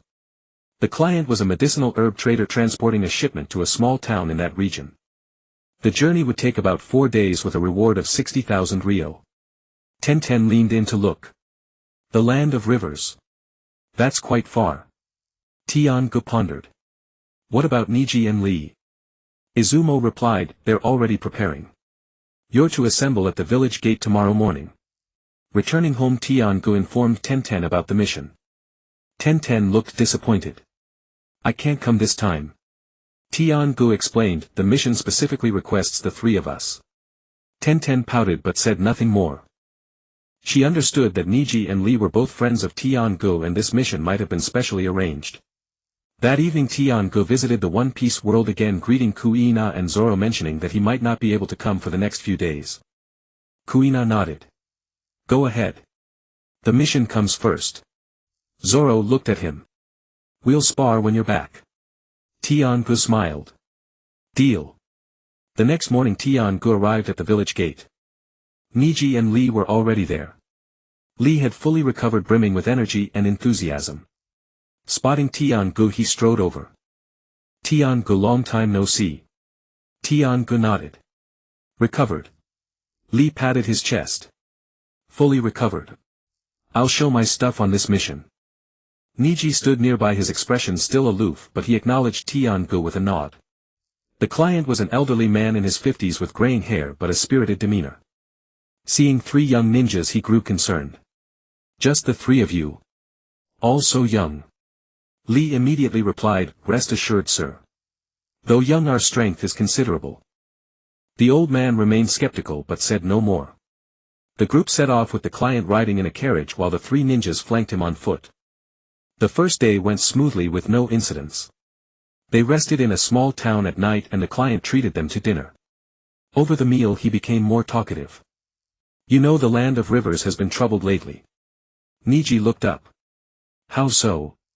The old man lowered his voice. I've heard of unidentified figures operating there, seemingly ninjas but not from any official village. They've raided several merchant caravans, looting the goods and killing everyone. Lee frowned. That audacious. The old man sighed. That's why I hired you for protection. This batch of herbs is crucial. If I lose it, I'd be ruined. Tian-gu remained silent, mentally noting the information. The next day they continued their journey. In the afternoon they entered a mountainous region flanked by dense forests with poor visibility. Niji suddenly halted. Lee turned to him. What's wrong? Niji closed his eyes, sensing. Someone's ahead, lying in ambush. Tian-gu drew his blade. How many? Niji replied, 6. They appear to be rogue ninjas. The old man paled at the news. Lee cracked his knuckles, excitement gleaming. Finally a chance to stretch my limbs. Tian-gu said, Lee, protect the old man. Niji and I will take the lead. Niji nodded and the 2 charged into the forest. The 6 ambushers, realizing they'd been discovered, abandoned stealth and rushed out. The leader was a burly bald man wielding 2 large blades. Seeing Tian-gu and Niji approach, he grinned. 2 brats. Is Konoha scraping the bottom of the barrel? Tian-gu said nothing, striking directly with his sword. The bald man raised his blades to block. The clang of metal echoed and his expression shifted. The force behind the strike was immense, nearly splitting his hands. You, before he could finish, Tian-gu's second strike descended. He barely parried, but then came the third, fourth, each faster and heavier than the last. He had no chance to counter, forced entirely onto the defensive. Meanwhile Niji faced 3 ninjas with ease. His gentle fist combined with the Byakugan rendered their attacks futile. With a palm strike each he neutralized all 3, sending them to the ground. The bald man, seeing his comrades fall, panicked. He desperately blocked one of Tian-gu's strikes and turned to flee. Tian-gu didn't pursue. Instead he bent down, picked up a stone and hurled it. The stone struck the bald man on the back of his head, sending him sprawling face first, motionless. Tian-gu walked over and nudged him. The bald man turned over, his face bloodied, eyes filled with terror. Don't kill me. Tian-gu crouched down. Who sent you? The bald man stammered, There's a place called the Black Market. Someone put a bounty on the merchant's goods. Tian-gu frowned. Black Market. The bald man nodded. In the land of rivers there's an underground black market. Anyone can go there and any job can be taken. We took the job from there. Tian-gu stood up and looked at Niji. Niji approached, speaking quietly. The black market, I've seen it in the Hyuga clan's intelligence. It's a very covert organization. Tian-gu nodded, then addressed the bald man. Tell your men to stop this. If there's a next time I'll cut you down. The bald man nodded frantically. Tian-gu turned and walked back. Ning Xiai followed, glancing over his shoulder at the fallen ninjas. Just letting them go. Tian Gu said, they're just small fry. Killing them makes no difference. What matters is that black market. Back at the carriage Shaoli was guarding the old man. Seeing them return Shaoli approached. All settled. Tian-gu nodded. A few rogue ninjas small fry. The old man sighed in relief but his face remained grim. Were they after me? Tian-gu replied, yes. Someone has placed a bounty on your goods. Sir, have you offended anyone in Chuan country? The old man thought for a moment and shook his head. I'm just a merchant. I wouldn't have made any enemies. Tian-gu didn't press further but he already had a suspicion. This black market was no simple matter. Over the next 2 days they encountered 2 more ambushes. The first was a bandit gang, all of whom Shaoli single-handedly dispatched. Shaoli's taijutsu was a massacre against these ordinary men. With 1 punch per man, 1 kick per man, the bandits couldn't even touch his sleeve. The second group consisted of 3 rogue ninjas slightly stronger than the previous ones. But with Tian-gu and Ning Xiai working together they were finished within minutes. 4 days later they reached their destination and safely delivered the old man. He expressed his gratitude profusely and gave them an extra 20,000 Rio as a reward. On the way back Shaoli was exuberant, constantly talking about how smooth and exhilarating the mission had been. Ning Xiai still wore his usual expression but he spoke a little more than usual. Yet Tianji's mind was preoccupied with the black market. The underground black market in Chuan country specialized in such murderous and thieving dealings. He had a vague feeling that something larger and more powerful might be involved behind it. Back in Mai they submitted the mission report and Tian-gu returned home. Tian was practicing swordsmanship in the courtyard. Seeing him return she immediately ran over. Tian-gu, you're back. Tian-gu nodded. The mission went smoothly. Tian looked at him and suddenly asked, you don't look well. What happened? Tian-gu shook his head. Nothing. Just something I encountered on the road, thinking about it. Tian said, what is it? Tian-gu thought for a moment and told her about the black market. After hearing it Tian frowned. An underground black market. I think I've heard Dad mention it. Tian-gu was startled. Dad knows. Tian said, Dad travels far and wide for business, he knows many things. Should we go ask him? The 2 found Tian Yuan, who was organizing goods in the shop. After listening to Tianji's account he was silent for a moment. The underground black market does exist. Not only in Chuan country but also in the Fire country. Those places handle all sorts of shady deals. Assassins, bandits, rogue ninjas, all kinds of people. Tian-gu said, Dad, do you know their background? Tian Yuan shook his head. No. Such places are very secretive, outsiders can't find them. And the forces behind them are complex. Some say certain daimyo secretly support them, others say they're controlled by rogue ninja organizations. Tian-gu fell into thought. Tian Yuan looked at him. Tian-gu, you want to investigate this? Tian-gu said, I'm a bit interested. Tian Yuan patted his shoulder. You can investigate but be careful. Those waters run deep. That night lying in bed Tian-gu pondered the black market. He knew that the world of Naruto had many underground organizations, some even connected to the Akatsuki. Could this black market be related to those factions? But with so few clues thinking was useless. He decided to set it aside for now and revisit the matter when the opportunity arose. With a flicker of thought he once again arrived in the world of One Piece.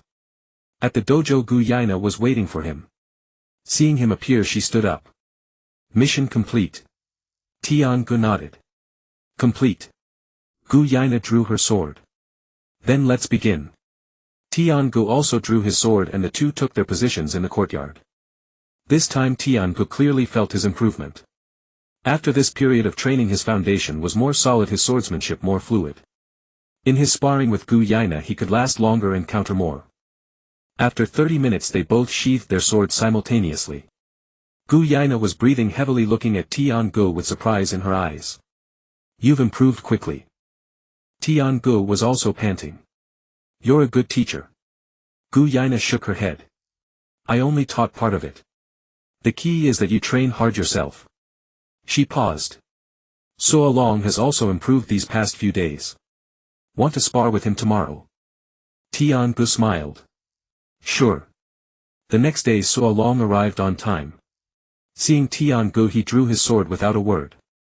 Tian-gu also drew his sword. This time he again used 90% of his strength. They fought for 20 minutes and once again So Long was sent flying. But this time after hitting the ground he quickly got up and charged again. Tian-gu looked at him with a hint of admiration. This man truly never gave up. After another 10 minutes So Long finally exhausted himself, falling to his knees and gasping for air. Tian-gu sheathed his sword, walked over and extended his hand. So Long looked at his hand and this time he finally took it. Next time I'll definitely win.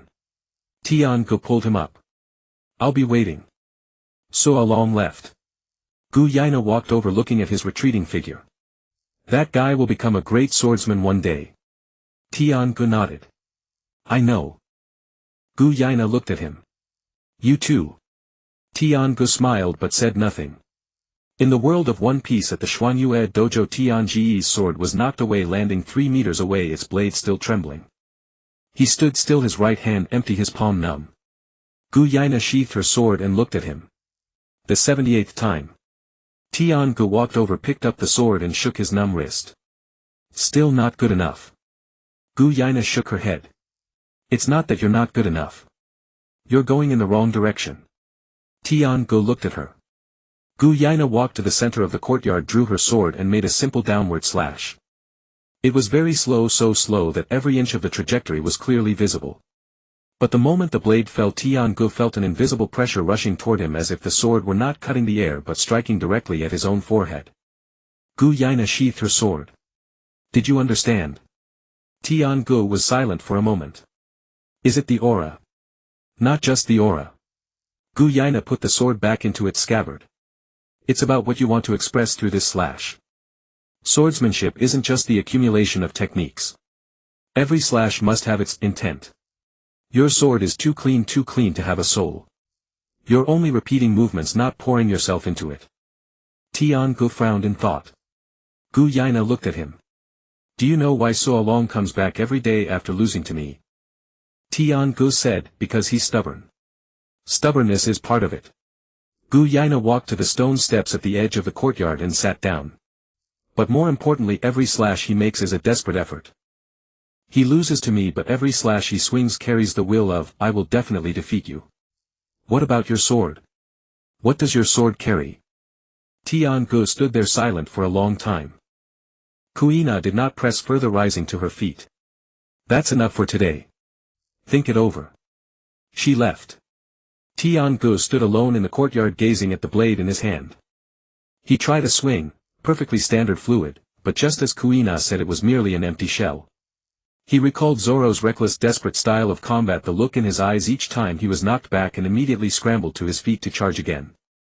That kind of look, he truly did not possess it. Tian-gu sheathed his blade, sat on the stone steps and began to ponder. What exactly was the essence of the sword? After much thought he remembered the martial arts novels from his past life, always speaking of sword intent and sword heart. He used to dismiss them as mystical nonsense, but now it seemed they might actually exist. He needed to find his own intent. But how? Suddenly he recalled Zoro's later training method. That green-haired fellow, to enhance his strength, tied weights to his blades and swung them day after day until his arms could no longer lift. Such pure, grueling practice, though crude, was undeniably effective. Weights allowed one to feel the sword's weight more acutely. Perhaps they could also help one understand what he truly wished to express through the blade. Tian-gu rose, left the dojo and headed to the nearby blacksmith. The next afternoon he returned to the dojo with 2 swords. One was his own short blade wrapped with several coils of iron bound tightly with hemp rope. The other was an identical short blade prepared for Tian. Kuina raised an eyebrow at the swords in his hand. What is this? Tian-gu lifted the blade and gave it a shake. Weights. I want to try training with added weight and see if it brings a different sensation. Kuina walked over, took the blade and hefted it. How much extra? Tian-gu replied, 5 jin. Kuina returned the blade. Show me a swing. Tian-gu took the blade, took a deep breath and swung. The blade, now 5 jin heavier, felt far more cumbersome. The movement was noticeably sluggish, the trajectory no longer smooth. Kuina watched for a moment, then nodded. An interesting idea. Weights can indeed help the body imprint the sword's weight more deeply, and they place greater stress on your muscles. Train consistently, and after removing the weight both speed and power will increase. Tian-gu said, back in my hometown a friend of mine trained this way. Kuina asked, the green-haired one. Tian-gu paused, then realized she meant Zoro. He smiled. Yeah, that guy. Kuina thought for a moment. This method works, but be careful. Weight training can easily damage tendons and bones. Progress gradually. Tian-gu nodded. I know. That evening Tian-gu returned to the Naruto world. The next morning he brought the other weighted blade to Tian-Tian. Tian-Tian was practicing sword swings in the courtyard, still not finished with her 1,000 strikes. Seeing the blade in Tian-Ji's hand, she paused. What is this? Tian-gu handed it to her. Try it. Tian-Tian took the blade and her hand sank, she nearly dropped it. Her eyes widened. This heavy? Tian-gu said, I added 5 gene of weight. Starting today use this blade for training. Tian-Tian attempted a swing, but the movement was clearly distorted, crooked, nearly twisting her back. She steadied herself and swung again, still crooked. Tian-gu, this is too hard. Tian-gu looked at her. Do you think my training is easy? Tian-Tian was taken aback. Tian-gu continued, I've trained for 7 years, 1,000 swings every day without a single break. Do you think I was born this strong? Tian-Tian fell silent. Tian-gu walked over and adjusted her stance. When you swing, keep your waist stable, relax your shoulders and distribute force evenly through your arms. The weight will magnify your mistakes, but it will also magnify your progress. Persist, and in 6 months you'll see the difference. Tian-Tian bit her lip and nodded firmly. Then she began to swing. The first swing was crooked. The second was still crooked. The third nearly sent the blade flying. By the 10th her arms were trembling. By the 20th sweat beaded on her forehead. By the 50th she stopped, gasping for breath. Tian-gu stood by, watching, not intervening. Some paths one must walk alone. Tian-Tian caught her breath and continued. 100, 200, 300. At 500 her arms could no longer lift, the blade's tip dragged on the ground and she bent over, panting heavily. Tian-gu walked over and took the blade from her. That's enough for today. Continue tomorrow. Tian-Tian looked up, her face drenched in sweat, but a fire of defiance burned in her eyes. Tomorrow I'll make it to 600. Tian-gu patted her head. Good. In the days that followed, Tian-gu shuttled between the two worlds daily with his weighted blade. In the One Piece world he swung 2,000 weighted strikes, then sparred with Kuina. In the Naruto world he accompanied Tian-Tian in her swings, observing her progress. Tian-Tian's improvement was visible. On the first day she could only manage 500. The second day she barely reached 600. The third day she broke 700. On the 5th day she could already swing 900 times and her movements were becoming fluid. Tian-gu watched with a sense of relief. This girl truly had a stubborn streak. Half a month later Tian-gu sparred with Kuina again. This time he still used the weighted blade, but the feeling was entirely different. The blade remained heavy, but the trajectory of his swings had become smooth, each strike carrying a deep, substantial weight. Not a physical weight, but something indescribable. Kuina blocked his strike, surprise flickering in her eyes. You found it. Panting, Tian-gu sheathed his blade. Just a feeling, I can't articulate it yet. Kuina nodded. Then keep training. When you can articulate it you will have truly entered the gate. Tian-gu looked at his blade, the iron coils wrapped around it gleaming from the sweat that had soaked them. He suddenly understood a little. The so-called intent might be something that seeps into the blade through the endless repetition of daily swings. In a small town outside Konohagakure, Jiraiya led Naruto into a tavern. As soon as he entered, Naruto collapsed onto the table. Pervert sage, how much longer do we have to search? Jiraiya knocked him on the head. Call me Jiraiya-sama. And it's only been a month, losing patience already. Naruto rubbed his head, grumbling, but every time it's a false lead, every time we come up empty. Jiraiya sat across from him and ordered 2 bowls of noodles from the owner. While waiting he looked at Naruto. Kid, do you know why I still check every false lead? Naruto shook his head. Jiraiya said, because sometimes even false leads hide real clues. Besides, finding someone takes fate, you can't rush it. Naruto slumped over the table listless. Fate. The noodles arrived and Naruto sat up to eat. Halfway through he heard a conversation from the next table. Did you hear? There's a woman over in Shorten Street lately incredibly lucky at gambling, never loses. Another person said, never loses. That makes her a gambling goddess, doesn't it? Yeah, I heard she's quite pretty but has a bad temper. Anyone who tries to welch on a bet gets punched flying. Naruto's ears perked up and he looked at Jiraiya. Jiraiya had heard it too, pausing with his bowl of noodles in hand. They exchanged glances. After finishing their meal they immediately set off for Shorten Street. Upon arrival they inquired and learned that a woman indeed frequented the casinos, always winning, with a great figure and a diamond-shaped mark on her forehead. Naruto was excited. Pervy Sage, is this for real this time? Jiraiya was also thrilled and he took Naruto to search everywhere. But after scouring every casino in the Shortening Street they couldn't find that woman. Finally a casino owner told them that the woman had left 3 days ago and no one knew where she went. Naruto slumped to the ground completely deflated. Jiraiya stood beside him watching the sunset, saying nothing. After a long while Naruto looked up. Pervy Sage, will we ever find her? Jiraiya looked down at him and for once spoke seriously. Naruto, do you know what Tsunade means to me? Naruto shook his head. Jiraiya gazed into the distance. She was my teammate and the woman I loved. But that's not why I'm looking for her. I'm looking for her because the village needs her. The third Hokage is dead. Konoha needs a Hokage. Some things are more important than your personal feelings. Naruto fell silent. Jiraiya patted him on the shoulder, his face reverting to that carefree expression. Alright, don't be so down. Come on, I'll teach you an advanced application of the Rasengan. Naruto stood up, perking up. What advanced application? Jiraiya extended his hand, chakra gathering in his palm to form a Rasengan. Then he extended his other hand, chakra coalescing into another Rasengan. 2. Jiraiya nodded. This is just the first step. The more advanced techniques involve enlarging the Rasengan or adding a change in chakra nature.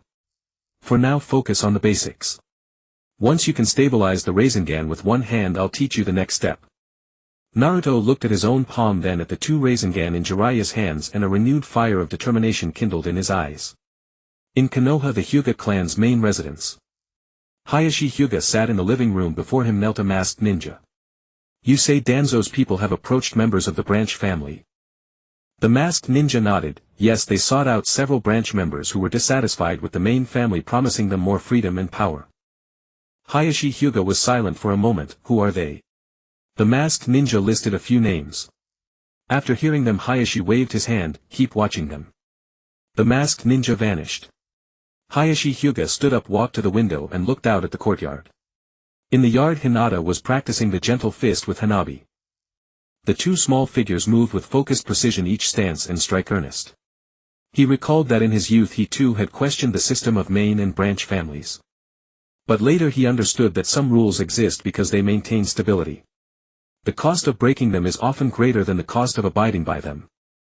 Now someone was trying to exploit the branch family's grievances. He had to be vigilant. Jinga rested at home for 3 days. During those 3 days he spent mornings practicing swordsmanship with Tenten, afternoons helping clear rubble, and nights training in the pirate world. His days were orderly and fulfilling.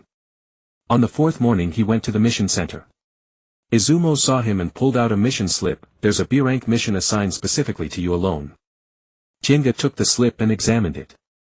Investigate the black market in the land of rivers. Reward 120,000 Ryo. Difficulty B-rank. Izumo said, this mission is a bit special.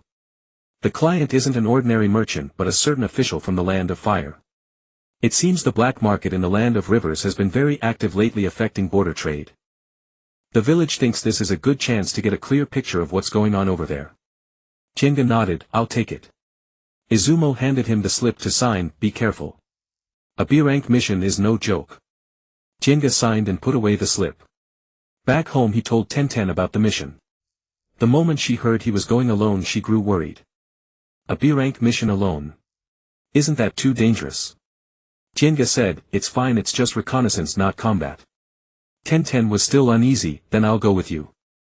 Jinga shook his head. The mission is assigned to me alone, I can't bring anyone else. Tenten bit her lip and was silent for a long time. Jinga walked over and patted her head. Don't worry, I'll be back soon. 1010 looked up, her eyes a little red. Then you must be careful. Tienga nodded. The next morning Tienga left Konoha heading toward the Land of Rivers.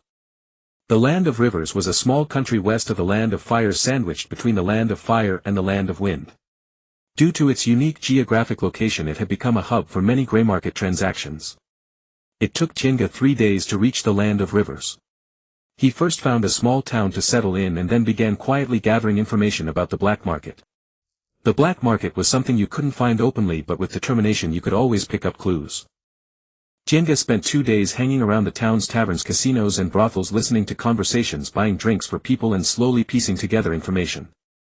The black market was located in a valley in the Land of Rivers with a very hidden entrance that required a guide to enter.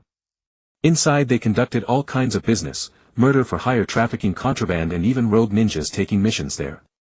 Tienga also learned that the black market was controlled by an organization. The organization was very mysterious and no one knew its name, only that its members were extremely powerful, so much so that even rogue ninjas dared not provoke them. On the 5th night Tienga found the entrance to the black market.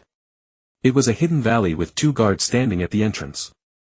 Tienga observed from the shadows for a while, noting the guards' shift-change pattern, then slipped in during the gap. The valley was brightly lit with dozens of wooden huts scattered along a main road.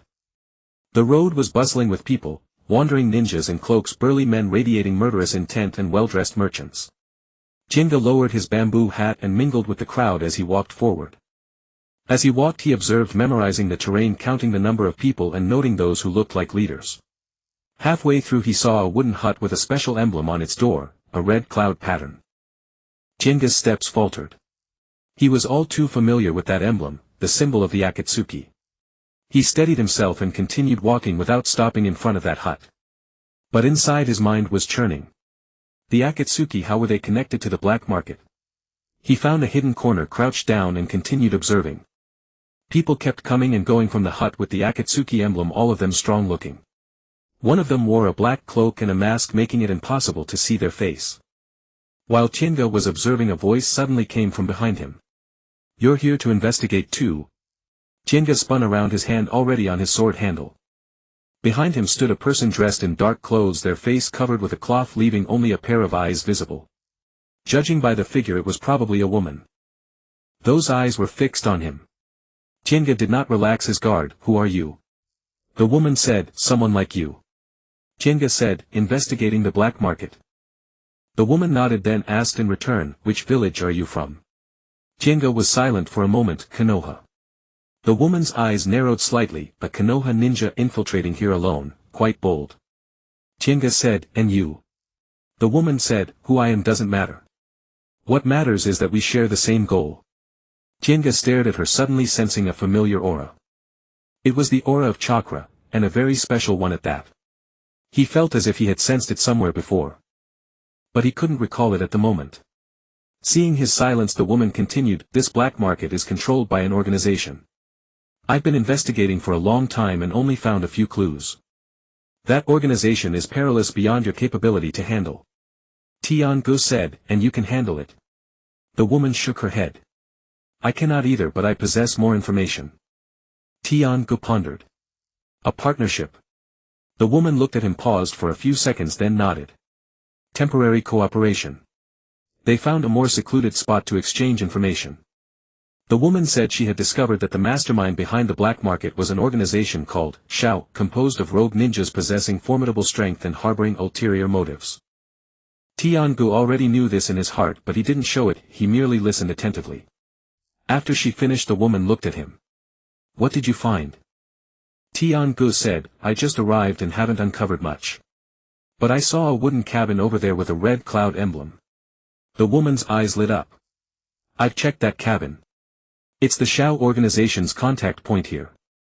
There's a person in charge, a full member of the Shao organization." Tian-gu asked, "What level of strength?" The woman replied, "Very strong, at least at the Jonin level. I tried to get close and almost got caught." Tian-gu thought for a moment. "If we join forces, can we take him down?" The woman shook her head. "No, he has several accomplices around him. Moreover, once a fight breaks out, the entire black market will swarm us." Tian-gu fell silent. He knew the woman was right, now was not the time to act. The woman said, I suggest you return first and bring the intelligence back. I'll keep an eye on things. If there's any progress I'll find a way to contact you. Tian-go looked at her.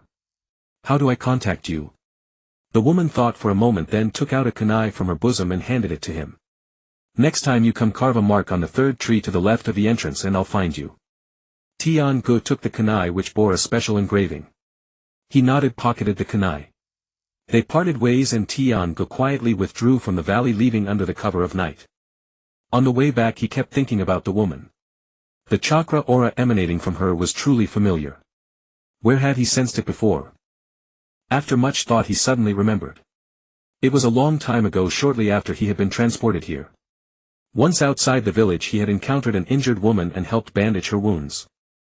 That woman had the same chakra aura back then. But how could she be here? Tian-go couldn't figure it out and could only set aside his doubts for now. A few days later he returned to Muyi and went straight to the Hokage's office. After listening to his report, Niliang Lujio's expression turned grave. The Shao organization, are you certain? Tian-go nodded. I saw the emblem with my own eyes and their contact point. Lujio stood up and paced back and forth in the office. After a moment he stopped. Don't publicize this matter. I'll arrange personnel to continue the investigation. You've done well. Mission accomplished. Tian-go nodded, ready to leave. Lujio called him back. Wait, be careful these days. Having investigated this you might be targeted. Tian-ge's heart stirred. He nodded. I understand. Leaving the Hokage's office, Tian-go headed home. Halfway there he suddenly stopped, then continued walking as if nothing had happened. Someone was tailing him. The person was hiding very discreetly, undetectable to ordinary people. But Tian-ge's perception, honed through training in the pirate world, was far keener than an average person's. He sensed a pair of eyes fixed on him. He didn't turn around or show any abnormality, he simply followed his usual route home. Over the next few days that feeling of being watched persisted. Sometimes on the street, sometimes near home, sometimes at the mission center. They changed their methods, but Tian-go could always sense them. He didn't make a fuss or tell anyone, he just went about his business as usual. But inwardly he was on guard. One evening after returning from training in the pirate world, he had just lain down when he felt someone outside the window.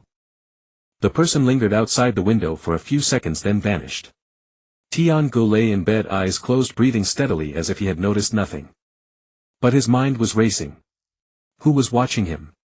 Tuan Zhang's people? Or the Shao organization? Whichever it was, it meant he had been marked.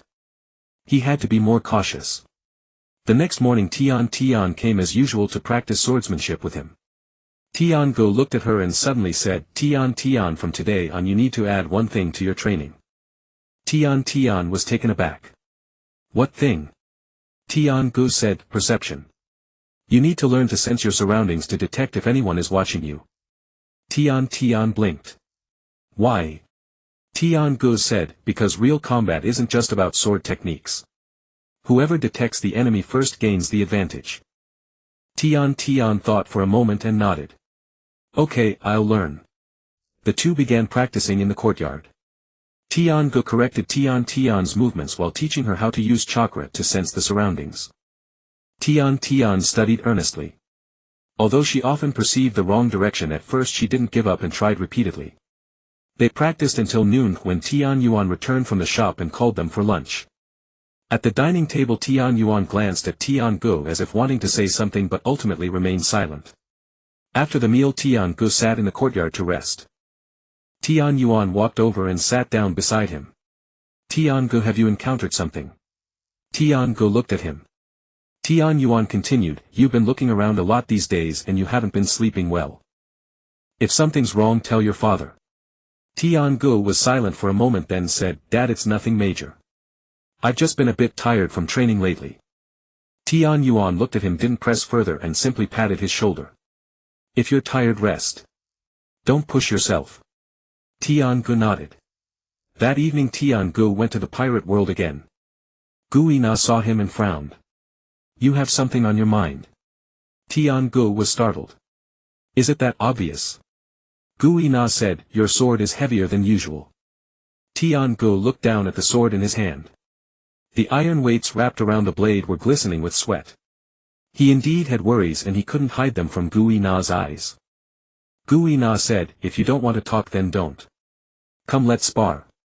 The two took their positions in the courtyard and drew their swords simultaneously. The bout lasted a long time until both were exhausted until the moon rose high in the sky. Finally they sheathed their swords at the same time and sat on the ground gasping for breath. Gui-na said, "Your sword is heavier than before." Tian-gu replied, "I added weights." Gui-na shook her head. "Not that kind of heaviness. It's the heaviness in your heart." Tian-gu was silent. Gui-na looked at him. "No matter what you encounter, remember the sword is your heart. When the heart is disturbed, the sword is disturbed. When the heart is steady, the sword is steady." Tian-gu looked at her and suddenly asked, "Have you ever had a moment when your heart was disturbed?" Gui-na was silent for a while, then said, "Yes, I have." Tian-gu asked, "How did you steady it?" Gui-na stood up, dusted off her clothes and said, "Practice the sword. Keep practicing until your arms can't lift, until your mind can't think of anything, then your heart will naturally steady itself." She turned and left, leaving Tian-gu sitting alone in the courtyard. Tian-gu sat for a long time, then rose and began to swing his blade. 1 swing, 2 swings, 3 swings. After 1,000 swings his arm began to tremble. After 2,000 swings his mind could no longer hold any thought, only the motion of the blade continued. He stopped, looked up at the moon. His heart was steady. The next day Tian-gu returned to the world of Naruto. The sensation of being watched lingered, but he no longer cared. He did what he had to do: train, spar with Tian, occasionally take a minor mission. He would not let those people disrupt his life. Let them watch if they wished. What would they see? A young ninja diligently training every day, an ordinary man who only wanted to protect his family. As for the true secrets, they would never glimpse them. That night Tian-gu lay in bed with closed eyes.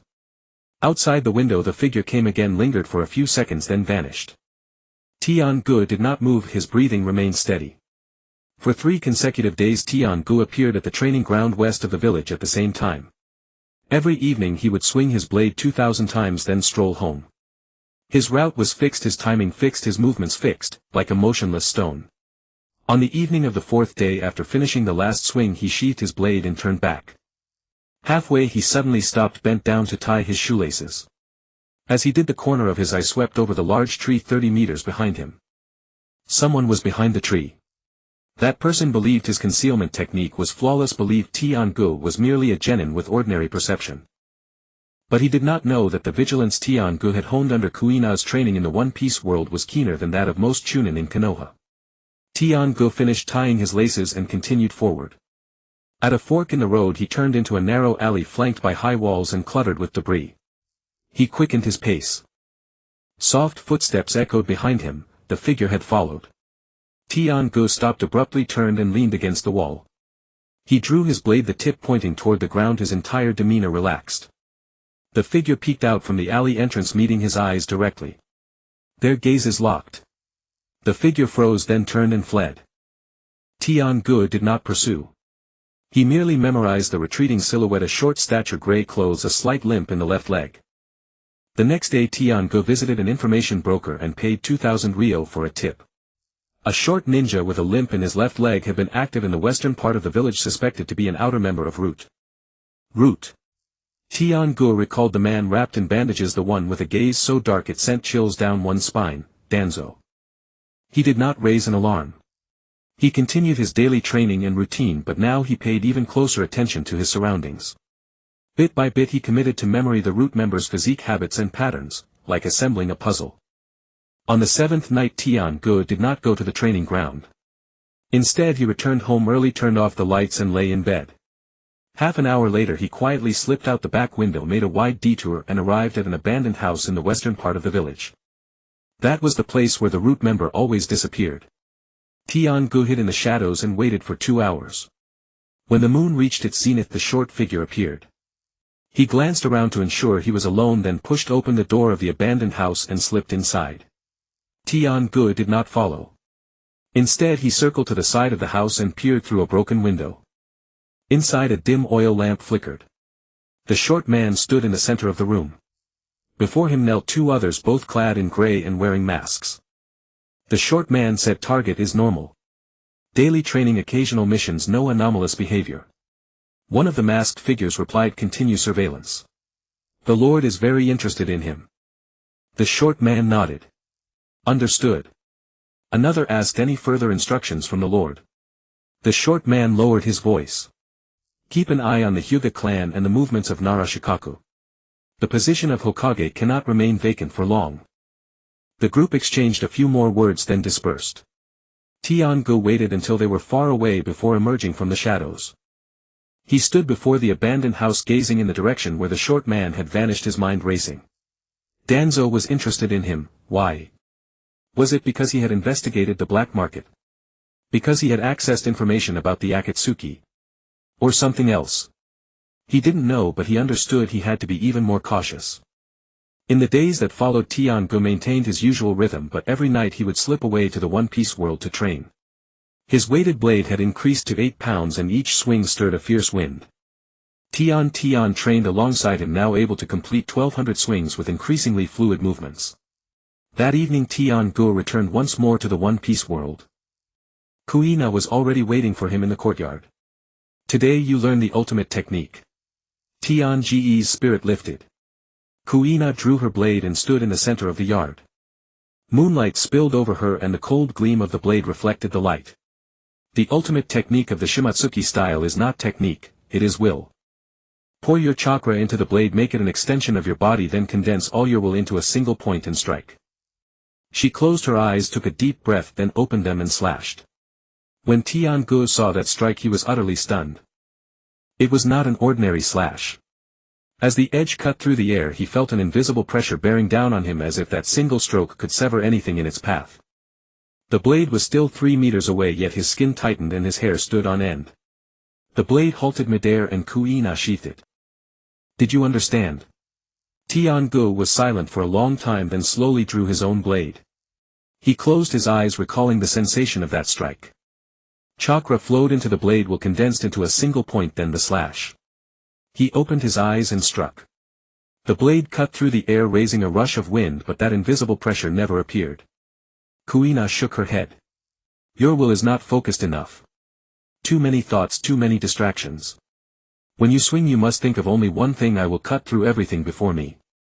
Tian-gu took a deep breath and swung again. Still no success. Kuina did not grow impatient, she demonstrated again and again, correcting him each time.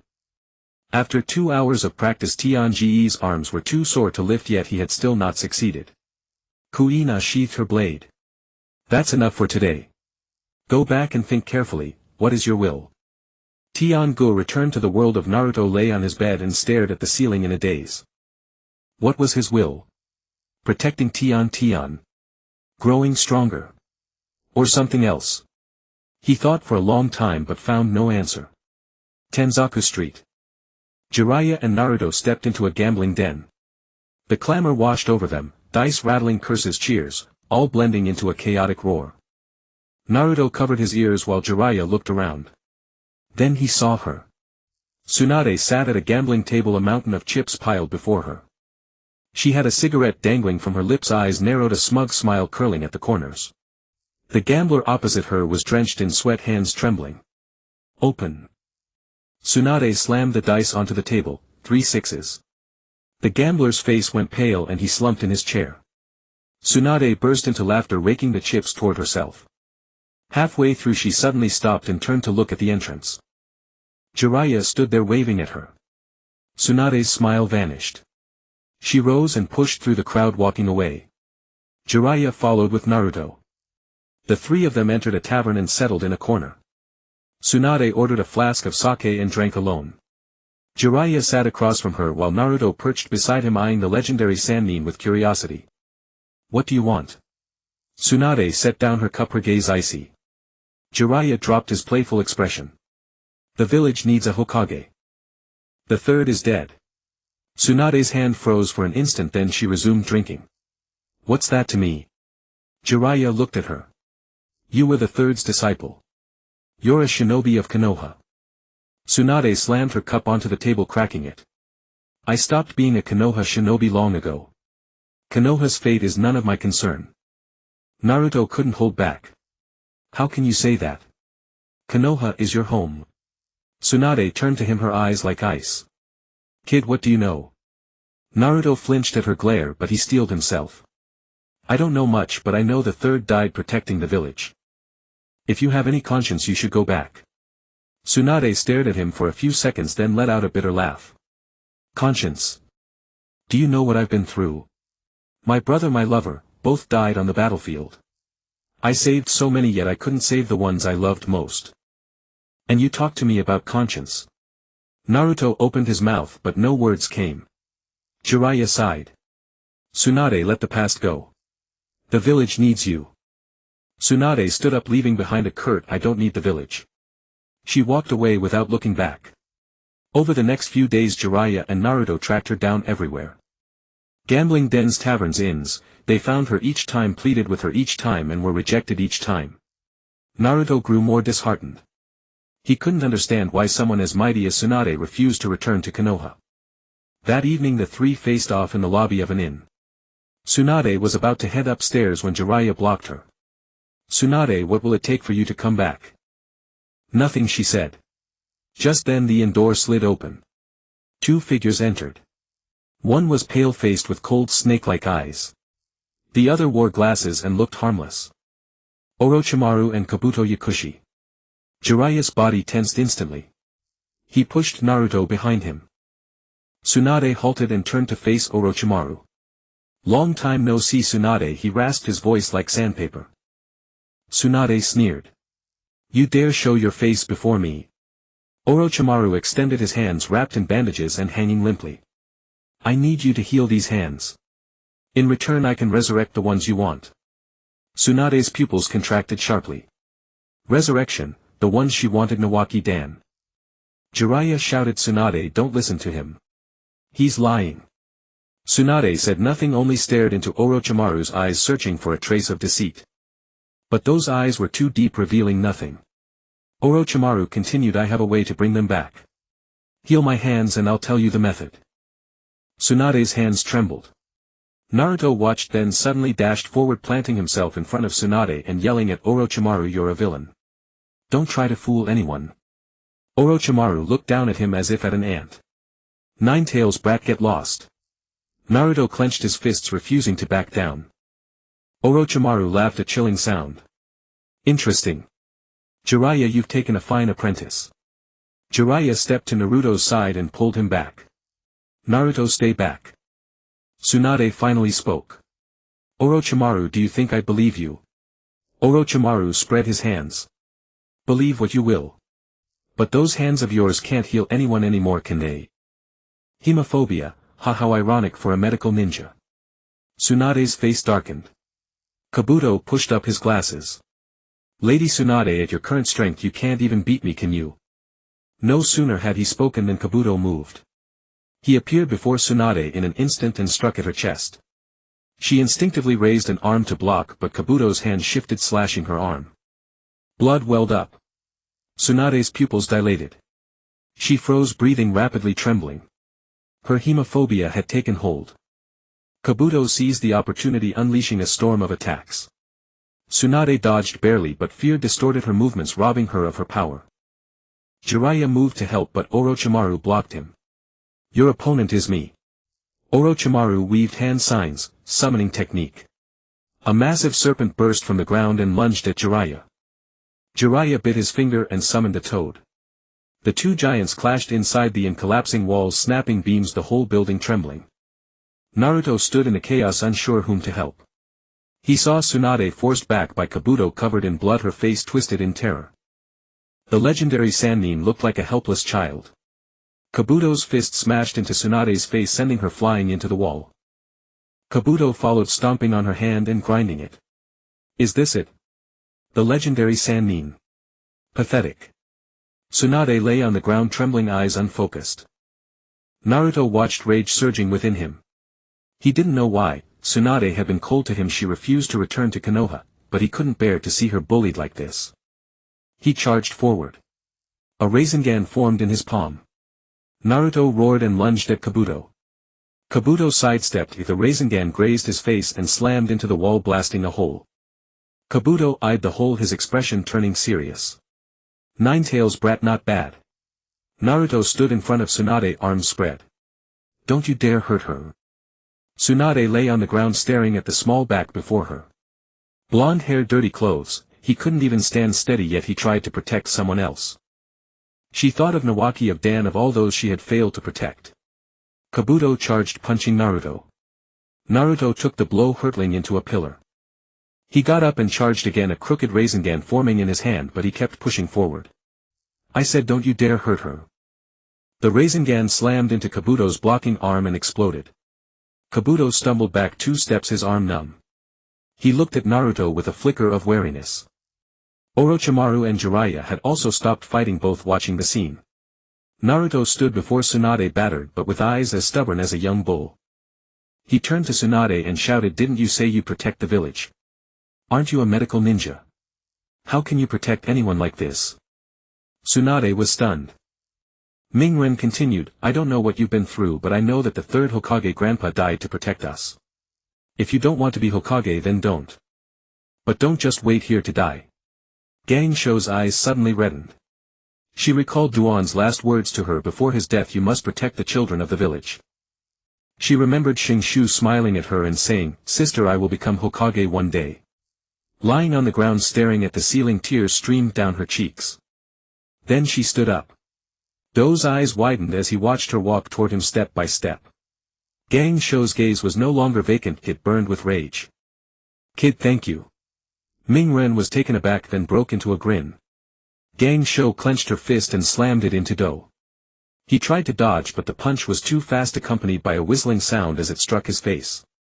With a thunderous crash, Do was sent flying, smashing through 3 walls and embedding himself in the 4th. Deshiwan's expression changed.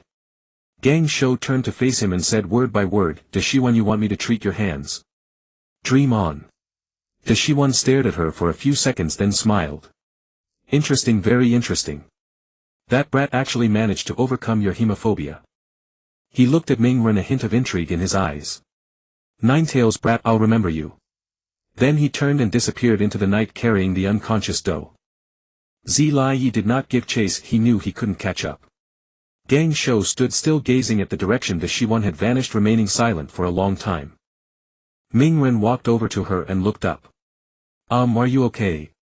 Gang Shou looked down at him, then suddenly reached out and ruffled his hair. His golden hair was tousled into a mess and Mingren dodged in protest. Gang Shou smiled a gentle smile. Ziyi approached, looking at her. Gang Shou. She interrupted him, I know. I'm going back to Muyi. Ziyi was stunned for a moment, then laughed. Mingren jumped up beside him. Great. Gang Shou grandma is going to be Hokage. Gang Shou slapped him on the head, nearly sending him into the ground. Who are you calling grandma? Mingren crawled out of the hole, rubbing his head, and said pitifully, that's what the pervert sage calls you. Ziyi quickly averted his gaze from Gang Shou. Under the moonlight the 3 stood together just like many years ago. Muyi Village Hokage office. Niliang Lujio was processing documents when a sudden knock came. An Umbu ninja entered and whispered a few words in his ear. Lujio's expression changed. He put down the documents and looked out the window. The Akatsuki collecting tailed beasts. He pondered for a moment, then said, inform the other ninja villages that Muyi has important intelligence to share. Also strengthen the protection of Mingren. The Umbu ninja nodded and vanished. Lujio stood up, walked to the window. Muyi looked peaceful under the night sky, but he knew an undercurrent was stirring. When Tiangu returned home, Tian was already asleep. He tiptoed into the room, lay down on the bed and stared at the ceiling.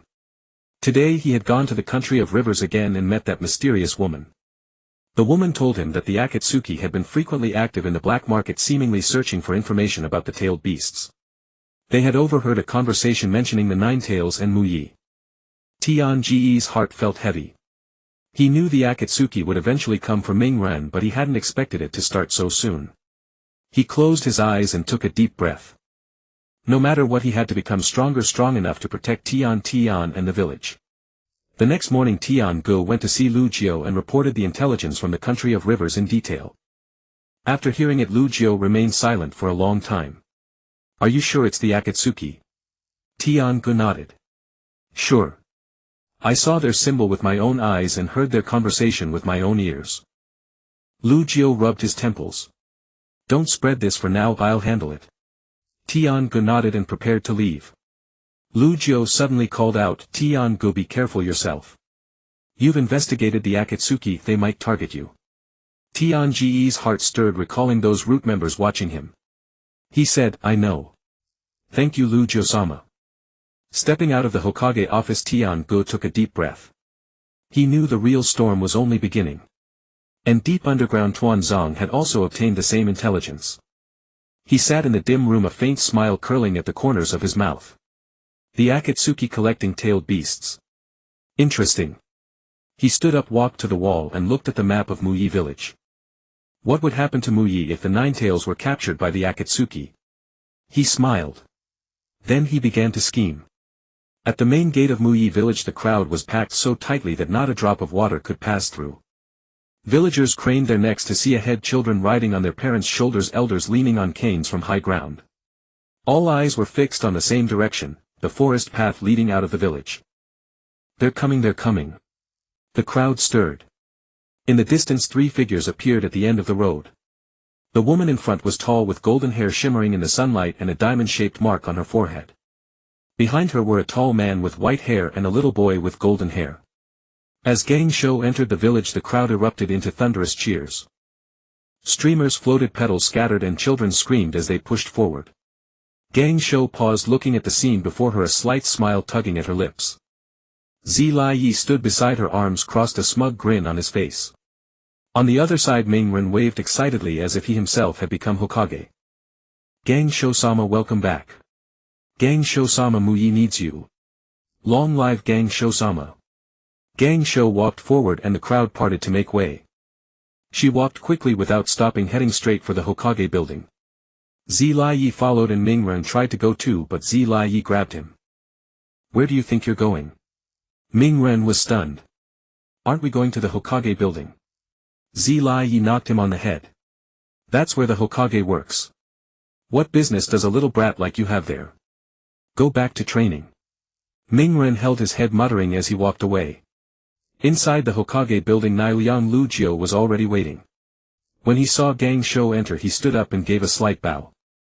Gang Shou-sama, welcome back. Gang Shou waved her hand, walked behind the desk and plopped down. She glanced at the mountain of documents piled on the desk and frowned. So much. Lu Jiu smiled wryly. After the third Hokage's death many matters have piled up. The Council of Elders handled some, but major decisions require the Hokage's signature. Gang Shou sighed, picked up a document and flipped through it. Then she looked up at Lu Jiu. Tell me everything about the Akatsuki intelligence. Lu Jiu's expression turned serious. He recounted Tianji's findings in full, including the black market contact points, the Akatsuki's goal of collecting tailed beasts and their possible target, the Ninetails of Muyi. After listening, Gang Shou remained silent for a long time. She stood up, walked to the window and looked out at the village. Strengthen security, especially Ming Ren's protection. Also send people to contact the other ninja villages and share this intelligence. The Akatsuki is not just Muyi's problem, it's a threat to all ninja villages. Lu Jiu nodded. I've already sent people to handle it. Gang Shou turned to him.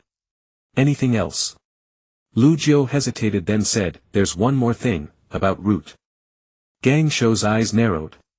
Lu Jiu said, Tuanzong-sama has been active lately, contacting many ninjas who are dissatisfied with the current situation. Also he has been sending people to secretly monitor the movements of the major clans. Tsunade said nothing, merely fixing Shikaku with a steady gaze. After a long moment she finally spoke. Keep an eye on him. Shikaku nodded and withdrew from the office. Tsunade stood by the window gazing at the distant Hokage rock. The third Hokage's statue still stood there, his benevolent smile frozen in stone. She murmured, old man, you left me quite a mess. Jinga stood in the center of the training ground completing the final slash. 2,000 strikes, finished. He sheathed his blade and flexed his aching arms. The weighted sword had been increased to 10 jin, making each swing increasingly strenuous, yet the results were palpable. Once the weights were removed an ordinary blade felt as light as paper, and his swings were so swift that even he was astonished. He did not head home immediately, instead he stood still waiting as usual. 5 minutes later the sensation of being watched vanished. That person had left. Jinga walked back slowly, his mind churning. Recently the one surveilling him had changed, from that lame short man to a pair, one tall and one short. These two were more professional than the previous ones, hiding more covertly and trailing from a greater distance. Had it not been for the vigilance honed by Kuina in the pirate world, he would never have detected them. Danzo's interest in him was growing. He wondered why. Was it because he had investigated the black market? Or because he had come into contact with intel about the Akatsuki? Or perhaps Danzo simply found him suspicious and wanted to uncover his secrets. Whatever the reason, being targeted by such a man was never a good thing. Jinga returned home to find Tiantian practicing with her sword in the yard. Her weighted blade had also been increased, now at 6 Jin, and her swings were already taking shape. Seeing Jinga return, she stopped. "Jinga, why are you so late today?"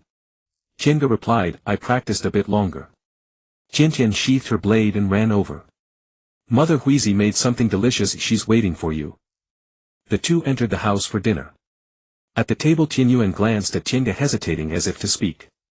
Jinga knew what he wanted to ask, but he simply lowered his head and ate, saying nothing. After dinner Tiantian went to wash the dishes. Jinga sat in the yard and Tianyuan approached. "Jinga, is something going on lately?" Jinga looked at him. Tianyuan said, "These past few days when you come back you keep looking behind you. Has someone been looking for you?" Jinga shook his head. "It's nothing, Dad. Don't worry." Tianyuan patted his shoulder. "If something's wrong, tell your father. I may be just a merchant, but I've traveled far and wide over the years and I know quite a few people." Jinga nodded. That night he lay in bed, not immediately going to the pirate world but waiting. An hour later a faint rustle came from outside the window. That person had arrived. Jinga didn't move, continuing to feign sleep. The person lingered outside the window for the time it takes to burn half a stick of incense, then left. Jinga opened his eyes, a decision made in his heart. The next day he went to the mission center and accepted a mission investigating the rogue ninja incident at the border of the Land of Fire. B-rank solo execution. Izumo handed him the mission slip and advised him to be careful. Jinga nodded and set off that same day. The border of the Land of Fire was a stretch of continuous mountain ranges. Beyond the mountains lay the Land of Rivers. Following the clues in the mission intelligence, Jinga headed into the mountains. After 2 days of travel he discovered traces of the rogue ninja in a valley. An abandoned mine shaft with fresh footprints at the entrance. Jinga did not rashly enter, instead he observed from the shadows. After an hour of watching he realized something was amiss. Those coming and going were not just rogue ninja, there were others. They wore black robes embroidered with red clouds. The Akatsuki. Jinga's heartbeat quickened. He steadied his breathing and continued to watch. Those people came and went, seemingly moving something. After a while a person wearing the same robe emerged from the mine shaft and the others all bowed their heads in deference. That was a leader. Jinga memorized that person's appearance, a gaunt face, a sinister gaze like a venomous snake. He quickly searched his memory and recalled who this was. Orochimaru. No, Orochimaru was a member of the Akatsuki, but he should have defected by now. Or was this another member? Jinga wasn't sure. He decided to follow and see. Those people left the mine shaft, heading deeper along the mountain path.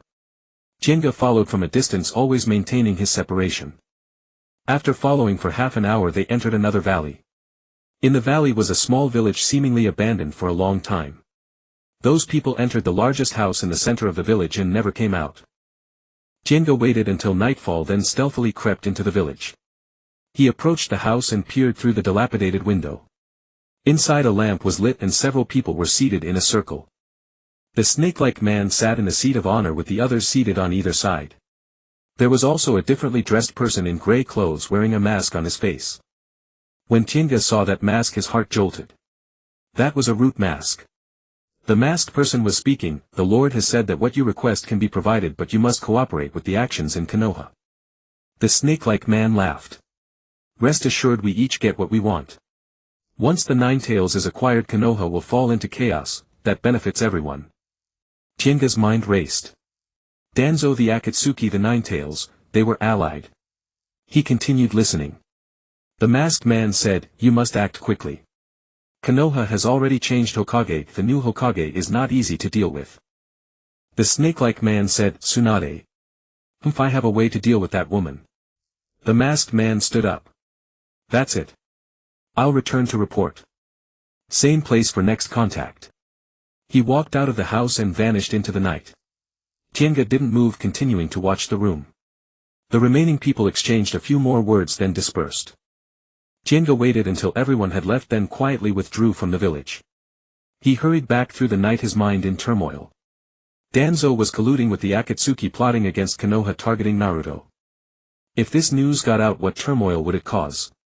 But the problem was, could he speak? Would anyone believe him? Danzo was the leader of Root, a high-ranking figure in Konoha, while he was merely a genin.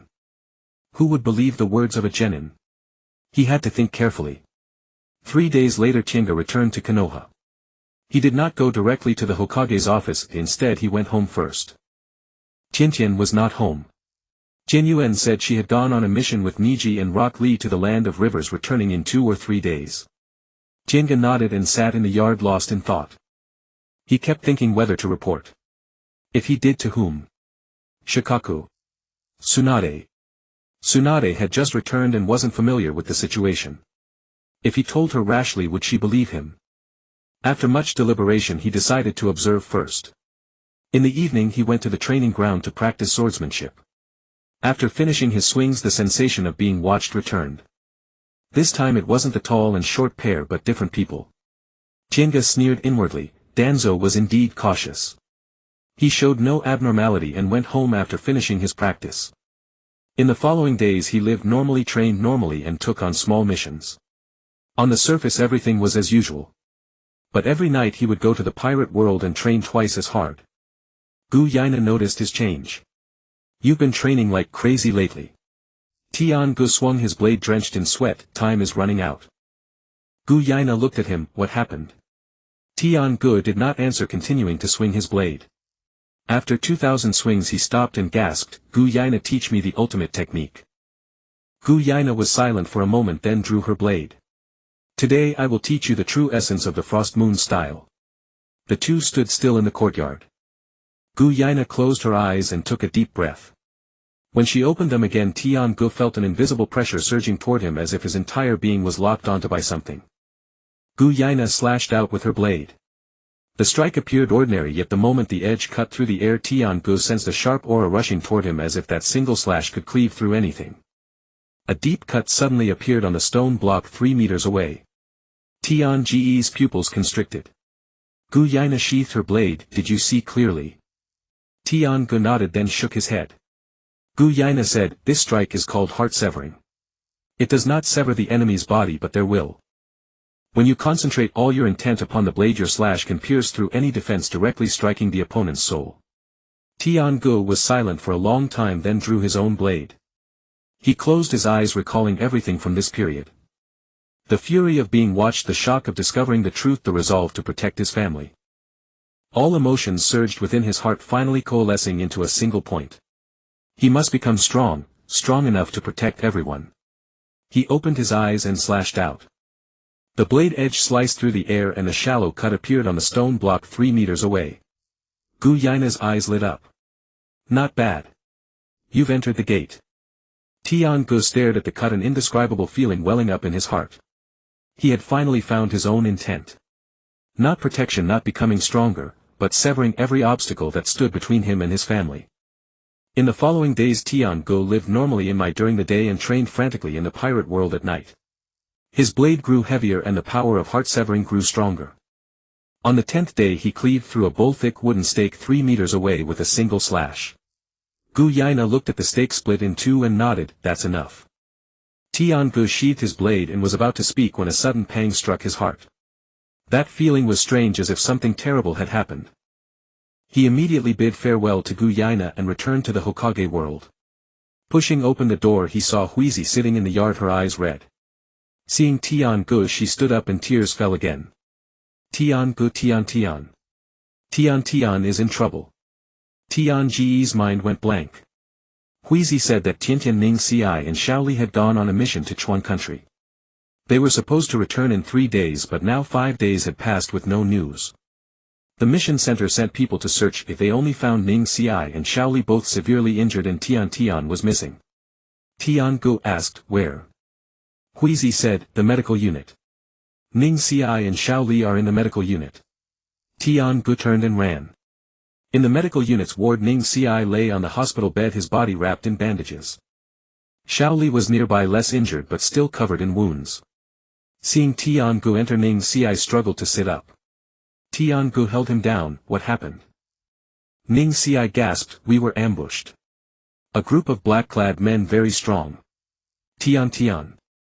She covered our retreat and was taken by them. Tian Ge's hands clenched, his nails digging into his flesh.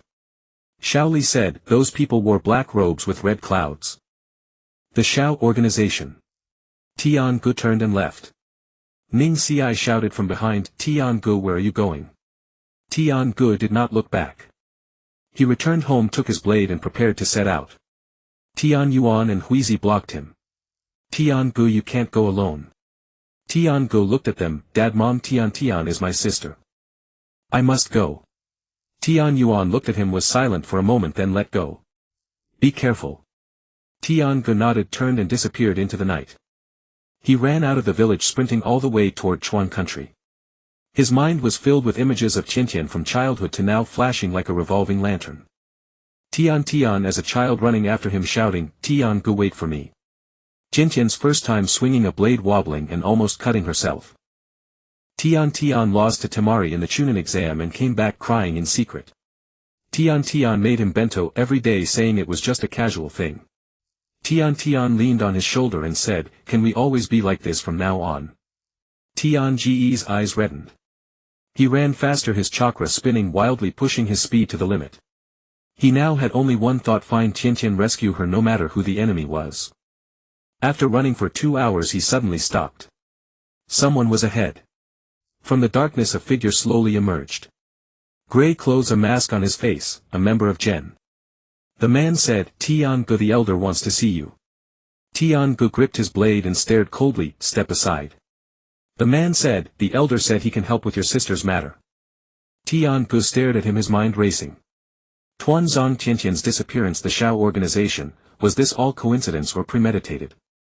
The man continued, the elder knows who captured your sister and where they are. If you cooperate with him he can help you rescue Tian. Tian Gu was silent for a moment, then said, lead the way. The man turned and vanished into the darkness. Tian Gu followed. He did not know what lay ahead nor what conditions Tuanzong would propose. But he knew that for Tian he would do anything. The night was deep, 2 figures disappeared one after another into the forest. Tian Gu followed the Gen member through the dense woods for half an hour. Along the way neither spoke, only the sound of footsteps and the crisp snap of broken branches. Tian Ge's hand remained on the hilt of his blade, his mind quickly calculating all possibilities. If this was a trap, if Tuanzong wanted to eliminate him here, how would he escape? But the man simply led the way in silence, occasionally glancing back to confirm Tian Gu was still following. After another quarter of an hour they arrived at a cliff. The Gen member pressed a few spots on an unremarkable stone wall which silently slid open, revealing a downward passage. Enter, the man said. Tian Gu glanced at him and stepped into the passage. Oil lamps flickered on both sides, casting wavering shadows on the rough stone walls. After about 50 steps the space opened up before him. It was a vast underground chamber, like a naturally formed cave that had been artificially modified. Many doorways were carved into the surrounding rock walls, with Gen members coming and going. In the center of the cave stood a stone table behind which sat a person. Shimura Tuanzong. He wore a gray kimono, his right eye and right arm wrapped in bandages, his exposed left eye as sharp as an eagle's. Seeing Tian Gu enter he raised a hand and waved. The Gen member who had led the way immediately withdrew. Sit, Tuanzong pointed to the stone stool across the table. Tian Gu did not sit standing in place, staring directly into Tuanzong's eyes. Tuanzong did not insist, he leaned back in his chair and said leisurely, your sister was captured by the Xiao organization. Tian Ge's hand tightened on the hilt. I know where she is, Tuanzong continued. As long as you work for me I can help you rescue her. Tian Gu stared at him silent for a few seconds, then asked, why help me? Tuanzong laughed an ugly laugh, his bandaged face twisting, not helping you, a transaction. I need people, you need power. You have great potential, more than I imagined. Join Jen, serve me and you will get what you want. Tian-gu said, what if I refuse? Tuan Song's gaze turned cold. Then your sister will have to fend for herself. And you and your foster parents, do you think the Shao organization will let you off? Tian-gu said nothing. Tuan Song stood up, walked over to him and began pacing slowly around him. You were already being watched by the Shao organization when you were investigating the black market. They captured your sister to lure you out. Do you think you can save her alone? You have no idea where they are, how many there are, or what their strength is. Without me you'll die together with her. Tian-gu was silent for a long time, then spoke, where is Tian? Tuan Song stopped and looked at him. In the northern valley of Chuan country there's an abandoned mine. That's a stronghold for the Shao organization's outer members. The ones who took your sister are a pair, one uses a blade, the other ninjutsu. Their orders were to capture you alive and hand you both over to the higher-ups. Tian-gu asked, how do you know all this? Tuan Song didn't answer, only said, do you accept? Tian-gu looked into his eyes and said deliberately, I agree to join Jen, but only if Tian returns safely. Tuan Song nodded with satisfaction. Good. Go now. Bring her back. After you rescue her, report to Jen. Tian-gu turned and left. Tuan Song called after him, remember you are already a member of Jen. If you leak anything about Jen you know the consequences. Tian-gu paused for a moment, then continued walking out. Stepping out of the cliff, Tian-gu took a deep breath. He touched the short blade in his pocket, a token from Gui Na. He had no intention of truly serving Tuan Song, but for now he needed Tuan Song's intelligence. Northern part of Chuan country, the valley. Following the location Tuan Song had given him, Tian-gu trekked through the mountains for 2 days. On the evening of the 3rd day he finally found the abandoned mine. The entrance was large, pitch black, like a giant gaping mouth. He hid in the shadows to observe and spotted 2 guards at the entrance. 2 men in black robes with red clouds leaned against the rock wall chatting. They were outer members of the Shao organization, likely not very strong. Tian-gu was about to creep closer when suddenly someone tapped his shoulder. He spun around, his blade already half drawn. Behind him stood a woman in dark clothes, face covered with a cloth, only her eyes visible. It was the mysterious woman he had met at the black market. What are you doing here? Tian-gu whispered. She lowered her voice too. I've been following you. I said I'd find you when there was progress. Tian-gu frowned. How did you know I'd be here? She said, I found out where Tian was being held and was about to rescue her when I saw you heading this way. You went with that masked man, so I followed. Tian-gu stared at her.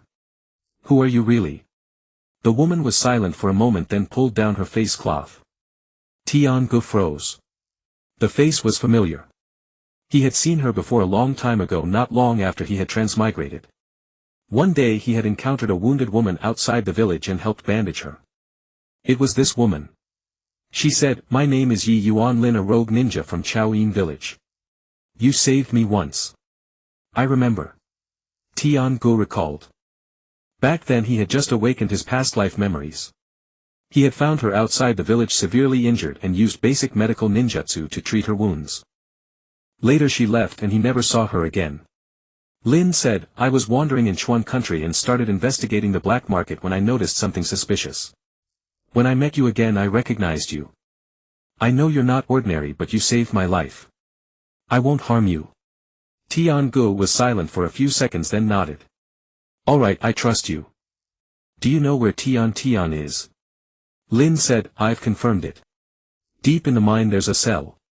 Tian is locked in there. The guards are that pair. The man is called Luo Cha, uses a blade, the woman is Mo Luo, uses genjutsu and poison. They're strong elite outer members of the Shao organization. Tian-gu asked, can you hold off one of them? Lin nodded. Yes, I'll take Mo Luo. Tian-gu drew his blade. Then let's move. They crept toward the entrance. The 2 guards were still chatting, completely unaware of the approaching danger. Tian-gu and Lin exchanged a glance and struck simultaneously. Tian-gu cut down the one on the left with a single slash, while Lin knocked out the one on the right with a palm strike. They dragged the bodies into the shadows and slipped into the mine. The tunnel was deep, lit by torches casting a dim light. Tian Gu and Lin followed the passage, turning several times until they emerged into an open space. It seemed to be the main chamber of the mine with several branching tunnels around it. In the center stood a man and a woman. The man was tall and burly, carrying a huge blade on his back, its width as wide as an adult's arm. The woman was seductive, scantily clad, playing with a few poison needles in her hand. Luo Cha and Mo Luo. Luo Cha spotted Tian Gu and grinned. "You're here. Faster than expected." Tian Gu stared at him. "Where is Tian?" Mo Luo giggled. "That little girl. Don't worry, she's alive. Our boss said to capture you alive and send you both up. Neither of you siblings will escape." Tian Ji's blade was already drawn. Luo Cha pulled out his massive sword and slammed it into the ground, cracking the floor. "Kid, do you know who I am? I'm Luo Cha, ranked 3rd among the Shao organization's outer members. I've killed 5 Jonin with this blade. You're just a genin, what gives you the right to fight me?" Tian Gu said nothing, only tightened his grip on the blade and stepped forward. Luo Cha laughed. "Brave, huh? Then I'll play with you." He swung his huge blade and charged at Tian Gu, the wind howling as the sword arced toward Tian Ji's head. Tian Gu sidestepped and countered with a thrust to Luo Cha's ribs. Luo Cha blocked with the flat of his blade, clang, sparks flew. Luo Cha blinked. The force of that strike was astonishing, numbing his arm. He looked at the short blade in Tian Ji's hand and frowned. "Interesting." He swung again, faster and more vicious this time. The huge blade swept horizontally as if to cleave Tian Gu in two. Instead of dodging, Tian Gu raised his blade to meet it. A deafening clang. The ground beneath Tian Ji's feet cracked, but he didn't budge an inch. Luo Cha's expression changed. He felt as if his blade had struck an iron plate, the impact stinging his palm. And Tian Ji's eyes, calm, terrifyingly calm, like a wolf staring at its prey. Luo Cha roared and swung repeatedly, each strike faster and heavier than the last. Tian Gu parried each one calmly, meeting every blow solidly. Their blades clashed, sparks flying, and loose stones from the surrounding rock walls rattled down. After 30-odd exchanges, Luo Cha began to pant. He couldn't believe that this kid, who looked only 13 or 14, possessed greater strength than his own. "Who the hell are you?" Luo Cha stepped back, eyes wide. Tian Gu didn't answer, just said, "You've swung enough. Now it's my turn." As soon as the words left his mouth, Tian Gu moved. His speed suddenly surged too fast for Luo Cha to follow. A slash came, Luo Cha barely blocked it, but the force was twice as strong, sending him sliding back 3 meters. The second slash, the third, the fourth. Each faster and heavier than the last. Luo Cha was completely on the defensive, struggling to block without a single chance to counterattack. He felt like a small boat tossed in a storm, about to be swallowed at any moment. "Impossible, impossible, you're just a genin, how can you be this strong?" Luo Cha screamed wildly, fear creeping into his eyes for the first time. Tian Ji's 5th slash came down and Luo Cha's blade snapped. The broadsword snapped in two, one half flying off to embed itself in the rock wall. Luo Cha stared blankly at the broken blade in his hand, still reeling when Tian Ji's 6th stroke descended. This strike did not cleave him, it merely halted 3 inches before his neck. The chill emanating from the blade froze Luo Cha rigid, his every muscle locked in terror. Tian Gu asked, "Where is Tian?" Luo Cha stammered, in the cell inside. "Turn left at the 3rd fork at the end." Tian Gu sheathed his blade and turned away without a word. Luo Cha exhaled in relief, then felt a cold kiss at his throat. He looked down to see a thin crimson line etched across his neck. The line swelled, blood gushing forth. He clutched his throat, eyes wide, and collapsed. Tian Gu did not look back. He had long since ceased to be a man of soft heart. Elsewhere, the battle between Lin and Mo Luo was nearing its end. Mo Luo's illusions proved useless against Lin, and his poison needles never found their mark. Lin's footwork was swift as a phantom, weaving around Mo Luo until she seized an opening and struck his chest with a palm. Mo Luo spat blood and crumpled to the ground. Lin glanced at Tian Gu. "Done." Tian Gu nodded and headed toward the left passage. After several dozen paces, he spotted the cell. Behind the iron bars, Tian huddled in a corner, battered and bruised, her clothes torn but alive. Tian heard footsteps and looked up. The moment she saw Tian Gu, tears streamed down her face. "Tian Gu." He shattered the lock with a single blow of his blade, rushed in and embraced her. Tian buried herself in his chest, trembling, unable to speak, sobbing uncontrollably. Tian gently patted her back. "It's all right. I've come to take you home." Tian nodded through her tears. Lin stood at the doorway, a flicker of complex emotion in her eyes. Tian lifted Tian and carried her out of the cell. Lin urged, "Hurry, it's not safe here.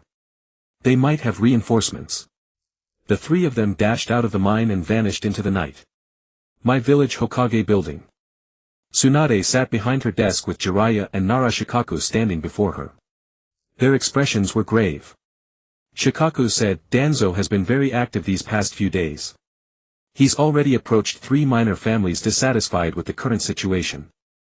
His men are moving all over the village, spreading unfavorable rumors about you." Jiraiya snorted, "That old fox has always wanted to be Hokage. He held back a bit when the third was alive, but now he's completely dropped the pretense."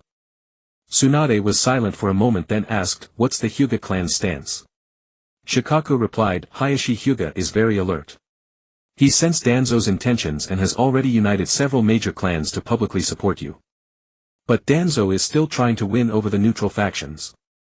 Tsunade rose and walked to the window. Outside my village was brightly lit, seemingly peaceful, but she knew the undercurrents were stirring. Jiraiya came to her side. "What do you plan to do?" Tsunade said, "Wait for him to make a move." Jiraiya frowned. "Wait for him to make a move? By then it'll be too late." Tsunade shook her head. "No, it won't be too late. What he wants is the position of Hokage. As long as he hasn't acted yet, we cannot touch him. He has been operating in this village for decades with his root members scattered everywhere. A rash move would cause chaos. Let him strike first, then we'll have grounds to deal with him." Shikaku nodded. "Lady Tsunade is right. For now we must wait and strengthen our defenses." Jiraiya sighed and fell silent. 3 days later Tian-go brought Tian back to Mai. Tian's injuries were not severe, mostly superficial wounds that would heal in a few days. But she was traumatized, clinging to Tian's hand without letting go. At home Huizi held Tian and wept for a long time. Tian Yuan stood nearby, his eyes red as well. That evening Tian-go sat in the courtyard gazing at the moon. Tian came out of the house and sat beside him. "Tian-go, how did you find me?" Tian-go said, "Someone told me where you were." Tian looked at him. "Who?" Tian-go was silent for a moment. "Danzo." Tian froze. "That old man with the bandages. Why would he help you?" Tian-go did not answer.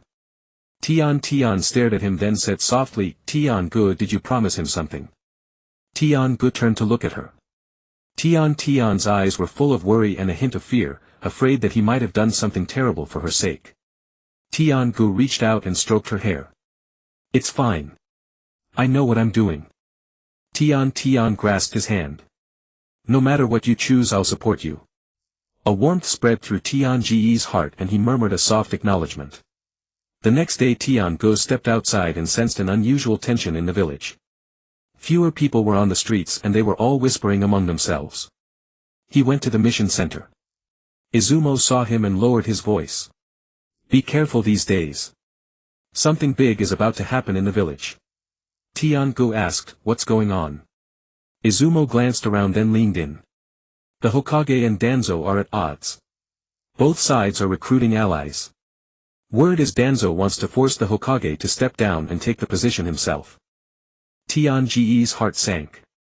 He returned home and sat in the courtyard pondering all day. Should he reveal Danzo's collusion with the Akatsuki? If he did, Danzo would surely target him and his family. If he didn't and Danzo's scheme succeeded, what would become of Mai? That evening Tian brought him a cup of tea and sat beside him. "Still thinking?" Tian-go nodded. Tian asked, "About what?" Tian-go was silent for a long time, then said, Tian, if I do something that puts our whole family in danger, will you still support me?" Tian looked at him seriously. "Whatever you do, you must have your reasons. No matter how dangerous, we'll face it together." Tian-go gazed at her and in his heart he made a decision. The next morning Tian-go went to the Hokage building. 2 ANBU blocked the entrance to the Hokage's office. Who are you? Tian-gu said, Tian-gu genin. I have an important report that must be delivered personally to the Hokage. The Anbu exchanged glances and one went inside to announce him. A moment later he emerged and said, you may enter. Tian-gu stepped into the office. Tsunade sat behind her desk with Jiraiya and Narashikaku standing beside her. All three fixed their eyes on him. Tsunade said, you are Tian-gu, the adopted son of Tian's family. Tian-gu nodded. Yes. Tsunade said, what intelligence do you have? Tian-gu took a deep breath then spoke. I wish to report the leader of the root organization Shimura Danzo. He has colluded with the Akatsuki and intends to harm my. The air in the office froze. Jiraiya's eyes narrowed. Shikaku's expression shifted. Tsunade stared at Tian-gu silent for a few seconds then said, what evidence do you have? Tian-gu reached into his pocket, pulled out an object and placed it on the desk. It was a ring, black in base engraved with a strange pattern. He turned it over revealing a mark etched on the inner side. That was the mark of root. Tsunade picked up the ring, examined it closely then handed it to Shikaku. Shikaku studied it and nodded. It's a root insignia. Every root member carries such a mark for identification. Tsunade turned to Tian-gu. Where did you get this ring? Tian-gu said, I took it from a peripheral Akatsuki member when I rescued Tian. The man was called Luo Cha. I searched him before he died. This ring should be a token Danzo gave them to prove their partnership. Jiraiya frowned. Are you sure it's from Danzo? Tian-gu said, not entirely, but when I was investigating in the Chuan country I overheard an Akatsuki member say that someone inside my was cooperating with them. Later I personally witnessed a root member meeting with them in the black market. The ring-bearing root's mark inside is unlikely to be a coincidence. Tsunade was silent for a long time. Shikaku interjected, if this is true the situation is grave. Danzo as a high-ranking official of my conspiring with external enemies, that is treason. Tsunade rose and walked to the window, her back to them. She gazed at the village outside for a long while before saying, Tian-gu, do you know the risks of reporting Danzo? Tian-gu nodded. I do. Tsunade turned around. If your accusation is false you will be severely punished. If it is true then Danzo will do everything in his power to silence you including your family. Are you prepared for that? Tian-gu met her gaze. I am. Behind him Tian appeared at the door, her eyes fixed on him. She had followed him without his knowledge. Tian-gu was startled. Tian walked and stood beside him and took his hand. She looked at Tsunade. Lady Hokage, I believe Tian-gu. What he says is true. I hope you will investigate thoroughly. Tsunade looked at the two of them then nodded slowly. Very well, I will look into this. But you must be careful. From now on you are under the protection of the Hokage's office. Tian-gu and Tian left the Hokage building. As they walked home Tian said, Tian-gu, you're not afraid. Tian-gu replied, I am afraid. But I'm even more afraid of losing you. Tian tightened her grip on his hand. A few days later Tsunade summoned him to the office again. Tian-gu, I've sent people to investigate. The information you provided has been partially verified. We have found evidence that Danzo has indeed been in contact with the Akatsuki. However, the evidence is not yet sufficient to take action against him directly. Tian-gu asked, what should I do? Tsunade said, continue to stay alert. If you discover anything new, report it immediately. I will also have people protect you and your family in secret. Tian-gu bowed. Thank you, Lady Hokage. That night Tian-gu sat in the courtyard once more. Tian came over and sat beside him. Tian-gu, is it really okay?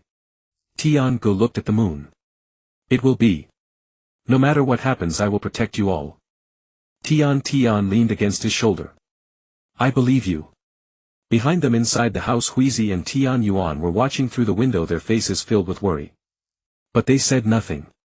The next day the village was abuzz with rumors. Someone had leaked the news that Danzo was being investigated for treason. The entire village was in turmoil. In the root headquarters Danzo sat in the shadows, his expression unreadable. He had anticipated this. He said coldly, that boy. I underestimated him. But it's all right. I have a backup plan. He stood up, a cruel smile curling the corner of his mouth. Let the game begin. Meanwhile, Tian-gu received a letter. It was a mission assignment, a high-risk mission to the Land of Rain. The order bore the seal of the Hokage. But Tian-gu sensed something was off. He looked at the envelope again and noticed a faint, almost invisible mark in the corner, the symbol of root. Tian-gu said, I know. Tsunade turned to face him. Danzo has been entrenched in Konoha for decades and Root's men are everywhere. If what you say is true, he will stop at nothing to eliminate you. If it's false, I won't go easy on you either. Tian-gu met her gaze. Every word I spoke is true. Tsunade stared at him for a few seconds, then nodded. All right, I'll handle this. Go back for now and act as if nothing happened. If Danzo's men ask, say you came to report a mission. Understood. Tian-gu nodded. Understood. He turned and left. As he reached the door, Tsunade called out. Tian-gu. He turned back. Tsunade said, I heard about your sister. I'm glad she was rescued. Tian-gu hesitated for a moment, then nodded and walked out of the office. After the door closed, Jiraiya looked at Tsunade. Do you believe him? Tsunade said, he has no reason to lie. Besides, this ring is indeed from Root. Shikaku said, if it's true, we need to prepare to act. Once Danzo realizes his scheme is exposed, he might strike preemptively. Tsunade sat back in her chair, tapping her fingers on the desk. Jiraiya, go find Hayashi Hyuga and have him prepare. Shikaku, keep an eye on Danzo's men. Report any unusual movement immediately. The two nodded and left. Tsunade sat alone in the office, staring at the ring in her hand, her expression complex. Danzo, what are you planning? Tian-gu returned home to find Tenten practicing with her sword in the yard. She stopped when she saw him. Tian-gu, where did you go? Tian-gu said, to report a mission at the Hokage Tower. Tenten looked at him as if wanting to say something but holding back. Finally she said, Mother Hui made something delicious. She's waiting for you. Tian-gu walked over and patted her head. All right, let's eat. At the dinner table, Tian Yuan and Huizi said nothing, only silently kept piling food onto the two children's plates. Tian-gu ate with his head down, but his mind was on what was to come. The air in the Hokage's office felt frozen. Tsunade sat behind her desk, her fingers tapping lightly, each tap as if striking a heart. Jiraiya leaned against the window, arms crossed, his gaze cold.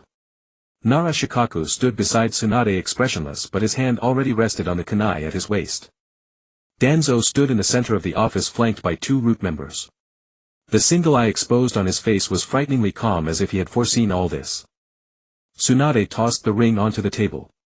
It rolled a few times and stopped at Danzo's feet. Danzo, do you recognize this? Danzo glanced down, then looked up, a faint smile curling at the corner of his mouth. An ordinary ring. What's so special about it? Tsunade stood up, both hands on the desk, leaning forward with an imposing aura. This was found on a member of the Akatsuki. Inside it's engraved with Root's mark. What's your explanation? Danzo was silent for a few seconds, then laughed, a low raspy sound. Tsunade, you've barely become Hokage and you already want to come after me. Find a better excuse. What can a single ring prove? Anyone could engrave Root's mark and frame someone. Such a tactic is too childish. Jiraiya sneered. Frame? Who would frame you? Danzo turned to Jiraiya, his gaze sharp. Anyone could. I've been in Konoha for decades and have made many enemies. You're willing to listen to a mere genin's one-sided story and convict me? What's that genin's name? Tian-gu. What is he? An orphan of mediocre talent who suddenly became so strong. Don't you find him suspicious? Tsunade narrowed her eyes. What are you trying to say? Danzo took a step forward. I'm saying that Tian-gu is trouble. His strength has grown too fast, far beyond the scope of an ordinary genin. He often goes out late at night with mysterious movements. His sister was captured by the Akatsuki and he rescued her alone. Don't you find that strange? In my view, he is the one colluding with the Akatsuki. Shikaku spoke. Lord Danzo, do you have any evidence for what you say? Danzo looked at him. No evidence, but you have no evidence to prove my guilt either. A ring, a genin's words, and you want to bring down a Konoha elder. Tsunade, you're too green. Tsunade stared at him silent for a few seconds then sat back down. She waved her hand. That's all for today. Danzo, I hope you remember that the Hokage of Konoha is me, not you. Keep your route in line. Danzo nodded slightly and turned to leave. At the door he paused and said without looking back, Tsunade, you will regret this. The door closed. Jiraiya walked over to Tsunade. Just letting him go like that. Tsunade shook her head. What else can we do? He's right. We don't have solid evidence. He can easily shift the blame for that ring. Shikaku said, he will certainly fight back. With Danzo's nature he won't just sit and wait. Tsunade stood up and walked to the window. I know. Jiraiya, go contact Hayashi Hyuga and have him prepare. Shikaku, keep an eye on Root's men. Report any unusual movement immediately. The two nodded and left. Tsunade gazed out the window at Konoha village, her expression grave. Danzo, what exactly are you planning? Tian-gu was walking home when he suddenly stopped. That feeling of being watched had returned, and it wasn't just one person. He continued walking without changing his expression, but his hand had already rested on his sword hilt. Turning a corner he slipped into an alley and broke into a run. Hurried footsteps sounded behind him. Tian-gu reached the end of the alley, vaulted over a wall and landed in someone's yard. He crouched in a corner holding his breath. A few seconds later 3 masked Root members swept over the wall looking around. Where is he? Split up. The Lord said he must be eliminated. Tianji's heart sank. Danzo had indeed made his move. Instead of engaging he took advantage of their dispersal, quietly climbed over the wall and took a long detour back home. Pushing open the door he saw Tenten practicing with her sword in the yard.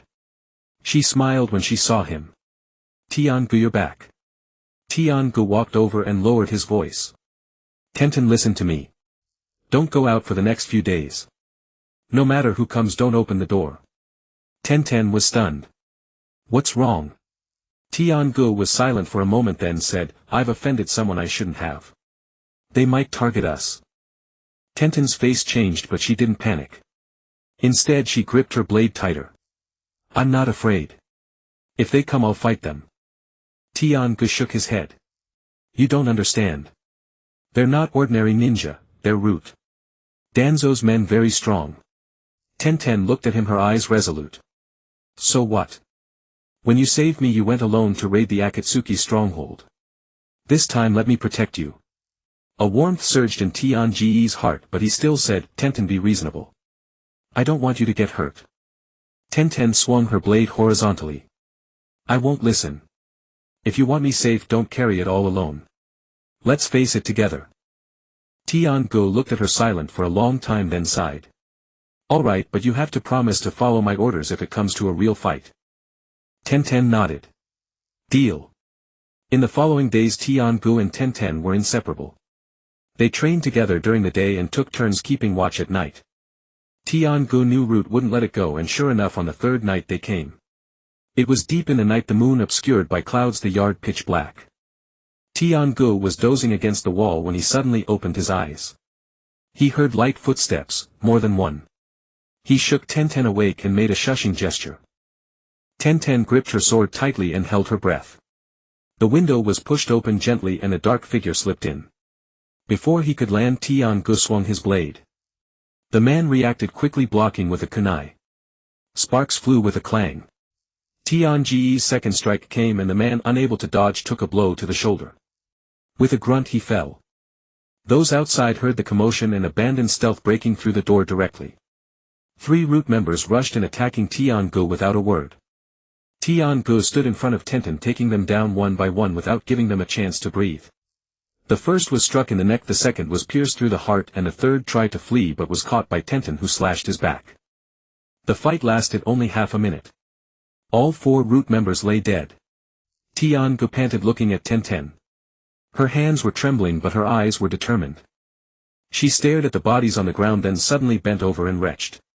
Tian-gu walked over and gently patted her back. First kill. Tenten nodded, pale-faced.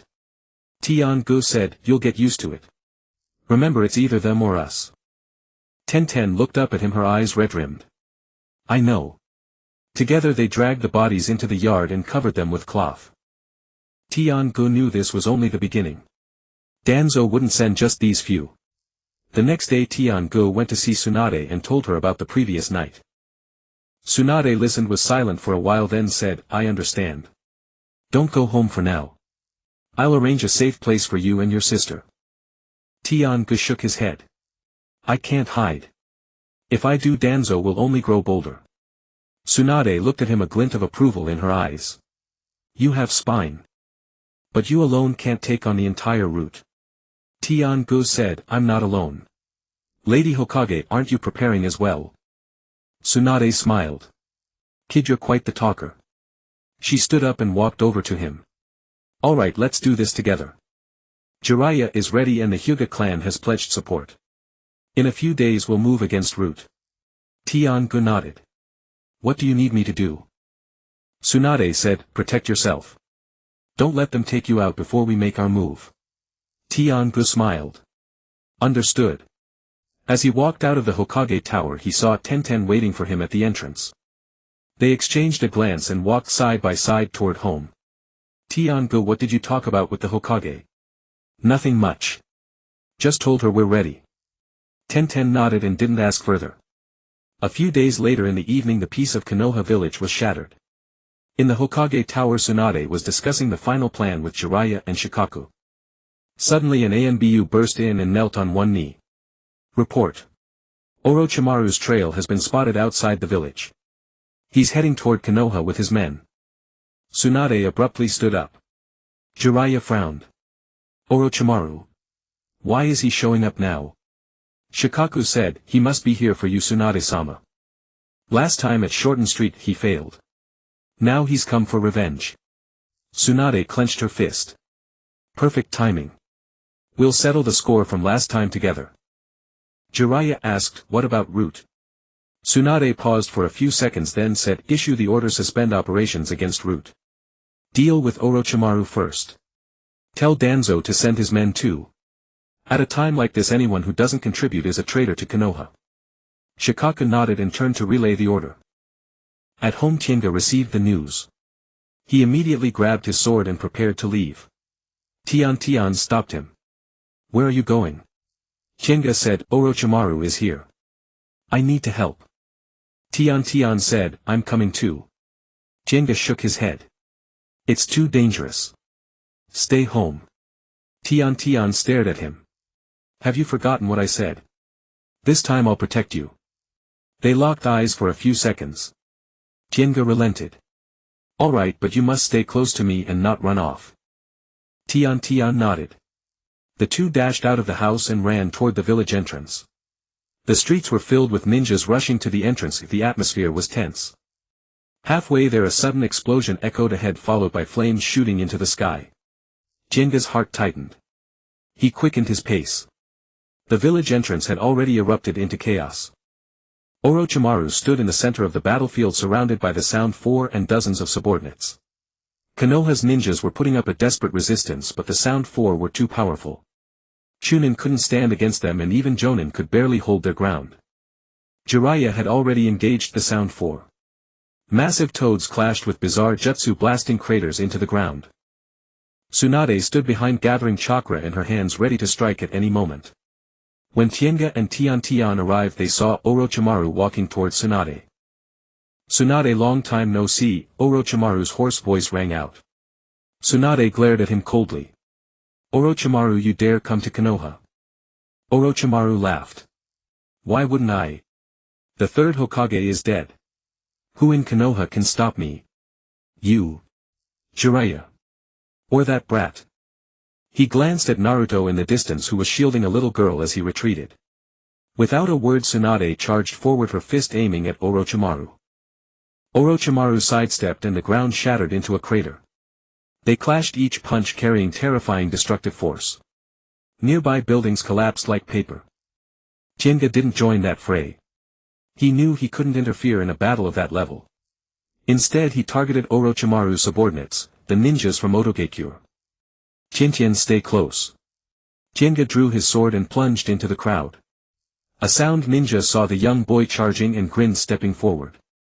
Before he could act, Tenga's blade was already there. A single cut to the throat. The sound ninja's eyes widened as he fell. Another sound ninja rushed from the side. Tian met him. Their swords clashed. Tian was knocked back a step, but she quickly steadied herself and slashed back, cutting into the man's arm. The man screamed. Jinga's blade was already upon him, piercing his chest. Their coordination grew sharper. Jinga overwhelmed head-on while Tian finished the job. Though the sound ninjas outnumbered them, they couldn't withstand Jinga's blade. 1/1 kill. 1/1 kill. Jinga mowed down the enemies like cutting grass. After half an hour of fighting, Jinga was drenched in blood, all of it from his enemies. Panting, he looked toward the center of the battlefield. Tsunade and Jiraiya had already forced Orochimaru onto the defensive. The sound four were scattered, some dead, some wounded. Orochimaru surveyed the corpses strewn across the ground, his expression dark. He knew he couldn't gain the upper hand today. With a cold snort, he formed hand seal, summoning a massive serpent to block Tsunade and Jiraiya, then turned and fled. Orochimaru, don't run. Jiraiya started to give chase but was stopped by Tsunade. Don't bother. You won't catch him. Jiraiya halted, cursing bitterly. The battle was over.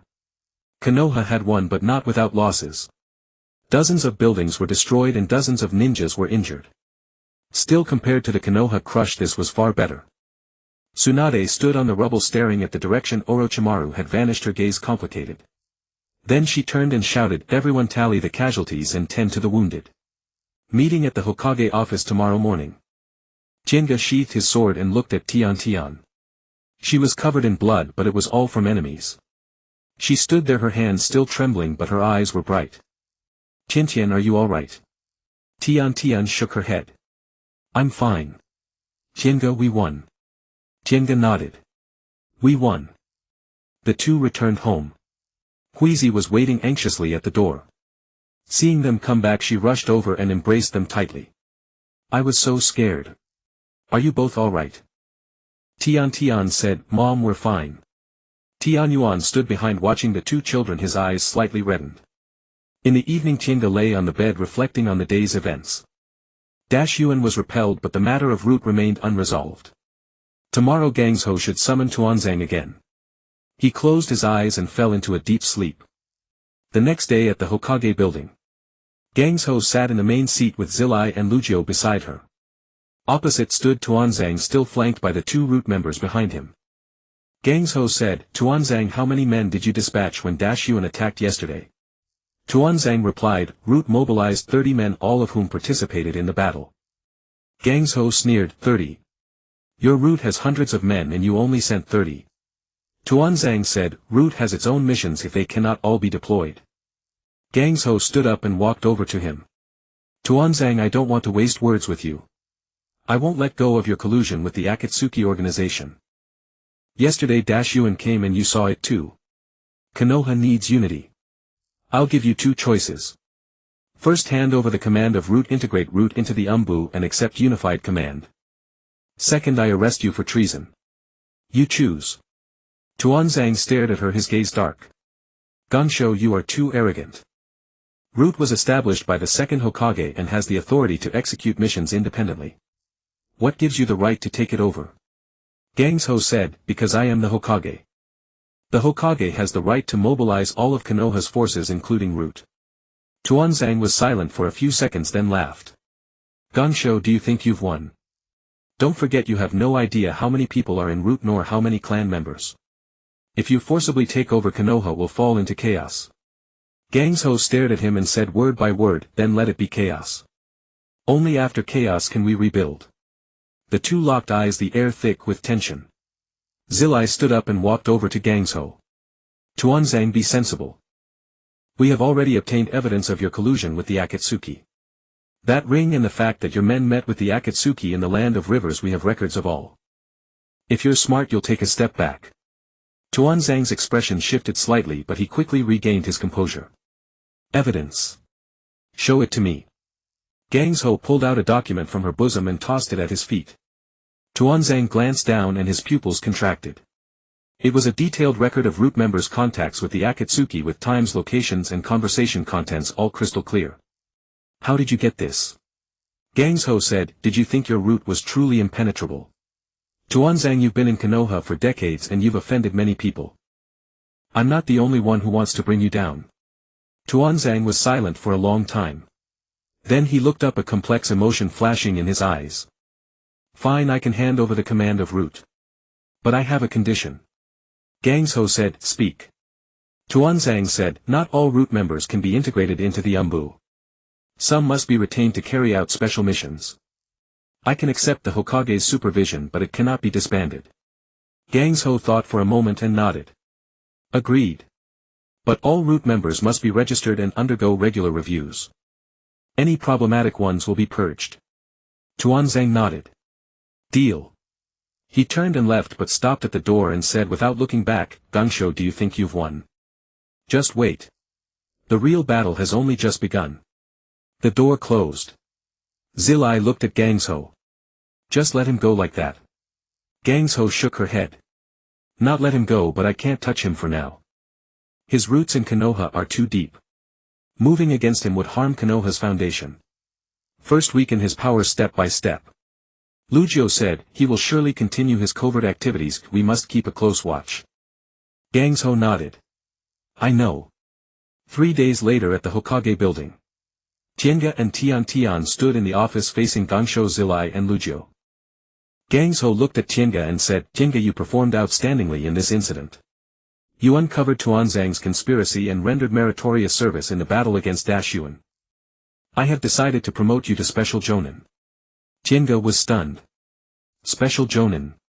Gangzhou nodded. Special Jonin enjoy Jonin treatment and carry out special missions. Your strength is sufficient, but you still lack experience. From now on, learn more from Zilai. Zilai laughed beside him. Kid, aren't you going to thank the Hokage-sama? Tiange bowed. Thank you, Hokage-sama. Gangzhou then turned to Tian. Tian, your performance in the battle was also commendable. You are promoted to Chunin. Continue to work hard. Tian jumped up with joy. Great. I'm a Chunin now. Tiange looked at her, a smile curling at the corners of his mouth. Walking out of the Hokage building, Tian held Tiange's hand and chattered incessantly. Tiange listened, occasionally responding. The sunlight fell on them warm and gentle. Tiange, do you think we'll always be like this? Tiange looked at her. Like what? Tian said, like this, going on missions together, growing stronger together, protecting Konoha together. Tiange nodded. Yes, we will. Tian smiled, her eyes curving into crescents. In the distance on the Hokage monument, the statue of the third Hokage silently watched over the village. Deep underground, Tuanzang stood by the wall gazing at the map hanging on it. Behind him stood a root member wearing a mask. Master, what should we do next? Tuanzang was silent for a few seconds, then said, let the undercover agents continue their infiltration. Tell Dashuan I remember what happened last time. Also keep an eye on that Tiange. He is more useful than I imagined. The masked man nodded and disappeared into the darkness. Tuanzang looked at the location of Konoha on the map and murmured, Gangzhou, do you think you've won? Just wait. The real battle has only just begun. A faint smile curled at the corner of his mouth, looking particularly sinister under the dim light. Suizhu stood at the entrance of the mission center, clutching a mission slip in his hand. Catch a cat. He stared at those two words for a long time, his fingers pressing so hard that the paper wrinkled. Beside him, Xiaoying and Mingren were excitedly discussing something. Mingren's voice was so loud that it could be heard throughout the mission center. This mission is to help an old lady find her cat. Easy. We'll be done in no time. Xiaoying also laughed. Yeah, I heard that cat is the old lady's treasure. If we find it, there will definitely be a generous reward. Suizhu did not respond. He turned and walked outside. Mingren called after him, Suizhu, where are you going? We haven't finished accepting the mission. Suizhu replied without looking back, you go ahead. I'm not going. Mingren was stunned and chased after him. Why not? Wouldn't it be faster with 3 of us? Suizhu stopped and turned to look at him, his eyes as cold as a winter lake. Catch a cat. Walk a dog. Help people find things. Is this the kind of mission we do? Is this the life of a Konoha genin? Mingren felt a bit uneasy under his gaze, but still said, missions are not about their size. The third Hokage said, no matter what the mission, we must take it seriously. Suozhu sneered. The third Hokage is dead. Mingren's face changed. Xiaoying rushed out and grabbed Mingren. Suozhu, how can you say that? Suozhu ignored her and turned to leave. After a few steps he stopped and said without looking back, you can keep playing house. I'm done. He disappeared at the end of the street. Mingren stood there clenching his fists wanting to chase after him, but Xiaoying held him back. Let him cool down. Mingren bit his lip and said nothing. That night Suozhu sat on a rock by the Nanha River watching the flowing water. The river carried away fallen leaves and silt but could not carry away the hatred in his heart. He closed his eyes and the scene surfaced in his mind again, the Uzibo clan's compound flowing with blood, his parents lying in a pool of blood, that man standing amidst the corpses, his Sharingan eyes red as blood. My foolish little brother. That man's voice clung to him like a curse. Suozhu opened his eyes and clenched his fists. He had been in Konoha for so long doing those boring missions every day, catching cats, walking dogs, finding things, his strength improving at a pitifully slow pace. What good was it to have learned Chidori? What good was it to have trained in chakra nature transformation? He was still far from that man. Dashuin. That name surfaced in his mind again. The sound ninja had approached him several times saying that Orochimaru could grant him power, could make him grow stronger quickly. He knew Orochimaru bore ill intentions, knew that man was a poisonous snake, but what did it matter? As long as he could obtain power, as long as he could kill that man, he was willing to pay any price. Footsteps came from behind. Sasuke didn't turn around, he already knew who it was. Sasuke-kun. It was Karen, the red-haired woman who often appeared near him. She was one of Orochimaru's subordinates from the Sound Village.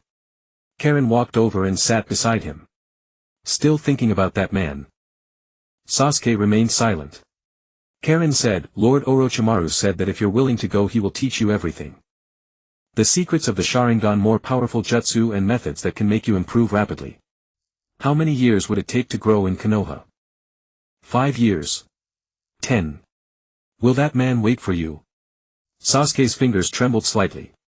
Karen stood up and placed a map on a stone. This is the route. If you've decided, follow this. We'll wait for you at the Valley of the End. Someone will receive you. She left the map and vanished into the darkness. Sasuke stared at the map for a long time. Then he picked it up and put it in his pocket. The next day an unusual tension hung over Konoha. Tian-gu was sparring with Tenten in the training ground, both drenched in sweat. Suddenly hurried footsteps approached from afar. Several ANBU ninja rushed past them, their expressions tense. Tenten lowered her blade and gazed toward the direction the ANBU had disappeared. What's going on? Tian-gu frowned, a suspicion forming in his mind. He calculated the time, it was about that moment. Sure enough, half an hour later news arrived. Uchiha Sasuke had defected, escorted by the Sound Four, and had already left the village. When Tian-gu and Tenten arrived at the mission center, a crowd had already gathered. Shikamaru stood in the center, his expression grave. Naruto clenched his fists, trembling all over. Sakura's eyes were red, struggling to hold back tears. Tsunade's voice rang out from the crowd, Shikamaru, you'll lead the team. Form a 5-man squad to pursue Sasuke. Choose your own members. Shikamaru nodded and turned to survey the people around him. His gaze swept past Naruto, Sakura, then settled on Choji and Niji. Choji, Niji, you're coming with me. Anyone else volunteer? Naruto rushed forward, I'll go. Sakura also stepped forward, me too. Shikamaru glanced at them and nodded. Good. Just the 5 of us. The rest stay on standby, ready to provide backup. Tian-gu stood at the edge of the crowd watching everything unfold. He knew the outcome of this pursuit from the original story, knew they would fail, knew Sasuke would eventually go to Orochimaru. But he did not move, nor did he speak. Tenten whispered beside him, Tian-gu, aren't you going? Tian-gu shook his head. I'm not suited for it. I'm not close enough to Sasuke, going might make things worse. Tenten looked into his eyes as if wanting to say something, but in the end only nodded. The pursuit squad set off. 5 figures, 5 silhouettes disappearing into the forest path outside the village. Tian-gu stood still, watching the direction they had vanished, contemplating what would happen next. Choji would lose to Jirobo, Niji to Kadama, and Naruto would fight Sasuke at the Valley of the End and still lose. But he could not say a word. That evening Tian-gu sat in the courtyard gazing at the moon. Tenten came out of the house and sat beside him. Tian-gu, do you think they'll bring Sasuke back? Tian-gu was silent for a moment then said, I don't know. Tenten leaned against his shoulder. If I ran away one day would you come after me? Tian-gu turned to look at her. Try it and see. Tenten laughed a bright laugh. At the valley of the end Naruto and Sasuke stood facing each other. The massive waterfall thundered behind them, mist swirling in the air. Moonlight filtered through the mist casting a hazy glow over everything. Sasuke's eyes had already transformed into the Sharingan, three tomos slowly rotating in the crimson pupils. He looked at Naruto with a complex expression. Why did you chase after me? Naruto panted, covered in wounds, but his eyes were as stubborn as a bull's. Because you're my friend. Sasuke let out a bitter laugh. Friend? Naruto, you're too naive. Do you think everything in this world can be solved with the word friend? Naruto clenched his fists. I don't know if it can solve it, but I know I can't watch you walk to your death. Don't you know what kind of person Orochimaru is? He'll devour you completely and in the end you'll gain nothing. Sasuke shook his head. So what? As long as I can kill that man I don't care about anything. The two fell silent for a few seconds, then moved simultaneously. Naruto charged forward, throwing a punch at Sasuke. Sasuke sidestepped and kicked Naruto in the stomach. Naruto was knocked back a few steps, then charged again. They exchanged blows, each strike aimed at vital points, yet both held back some strength. Sasuke looked at Naruto's stubborn face, a surge of irritation rising within him. Why? Why is it like this? He's just a dead last, inferior in every way. Why does he keep sticking like a stubborn piece of candy that won't come off? He stepped back, formed hand seals and Chidori gathered in his palm, lightning crackling illuminating his face. Naruto stopped, took a deep breath and formed a Rasengan in his hand. The blue orb and the white lightning faced off the air between them, distorting. Naruto, after this move we're done for good. Sasuke, I will bring you back no matter what. The two dashed forward simultaneously, Chidori and Rasengan colliding. A thunderous roar erupted, light exploded outward, trees uprooted by the shockwave and the waterfall's flow reversed from the blast. When the light faded, both lay on the ground covered in blood. Sasuke rose first. He stood over Naruto, looking down at him. Naruto lay on the ground, eyes half open, wanting to move but unable to. Sasuke stared at him for a long time, then turned and walked step by step into the darkness. After a few steps he paused and said without looking back, Naruto, thank you. Then he disappeared into the darkness. Naruto lay on the ground, tears streaming down his cheeks mingling with the blood. 3 days later the pursuit squad returned to Konoha. None of the 5 were unscathed. Choji lay on a stretcher wrapped in bandages, unconscious. Niji was supported as he walked, his face pale. Shikamaru had a wound on his face, his eyes weary. Sakura's eyes were red, silently following behind. Naruto was carried back, his eyes open but hollow and frightening. Tsunade stood at the village entrance watching them. She did not scold, only said, take them to the medical unit first. Tend to their injuries. Tian-gu stood among the crowd looking at Naruto's hollow eyes and sighed inwardly. He knew that from this moment on Naruto would truly begin to grow. That evening Tian-gu sat in the courtyard reflecting on the day's events. Tenten came out of the house and handed him a cup of tea. What are you thinking about? Tian-gu took the tea. Thinking about Sasuke. Tenten sat beside him. Do you think he was wrong? Tian-gu thought for a moment. There's no right or wrong, only choices. He chose his path just as we chose ours. The next day Tian-gu went to the Hokage building to report on his mission. Just as he reached the entrance he heard arguing from inside. Gangsho, is this the ninja you've trained? You can't even retrieve a single rogue ninja, you've disgraced Muyi. Tuan Zhang's voice was dripping with sarcasm. Gangsho's voice grew colder. Tuan Zhang, stop making snide remarks here.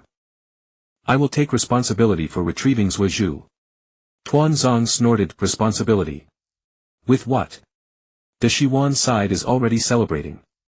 I think Muyi needs a more resolute leader. Tian-gu pushed the door open.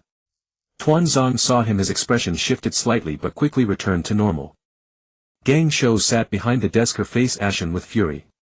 Tian-gu walked up to Gangsho and placed the mission slip on the table. Hokage-sama, the mission is complete.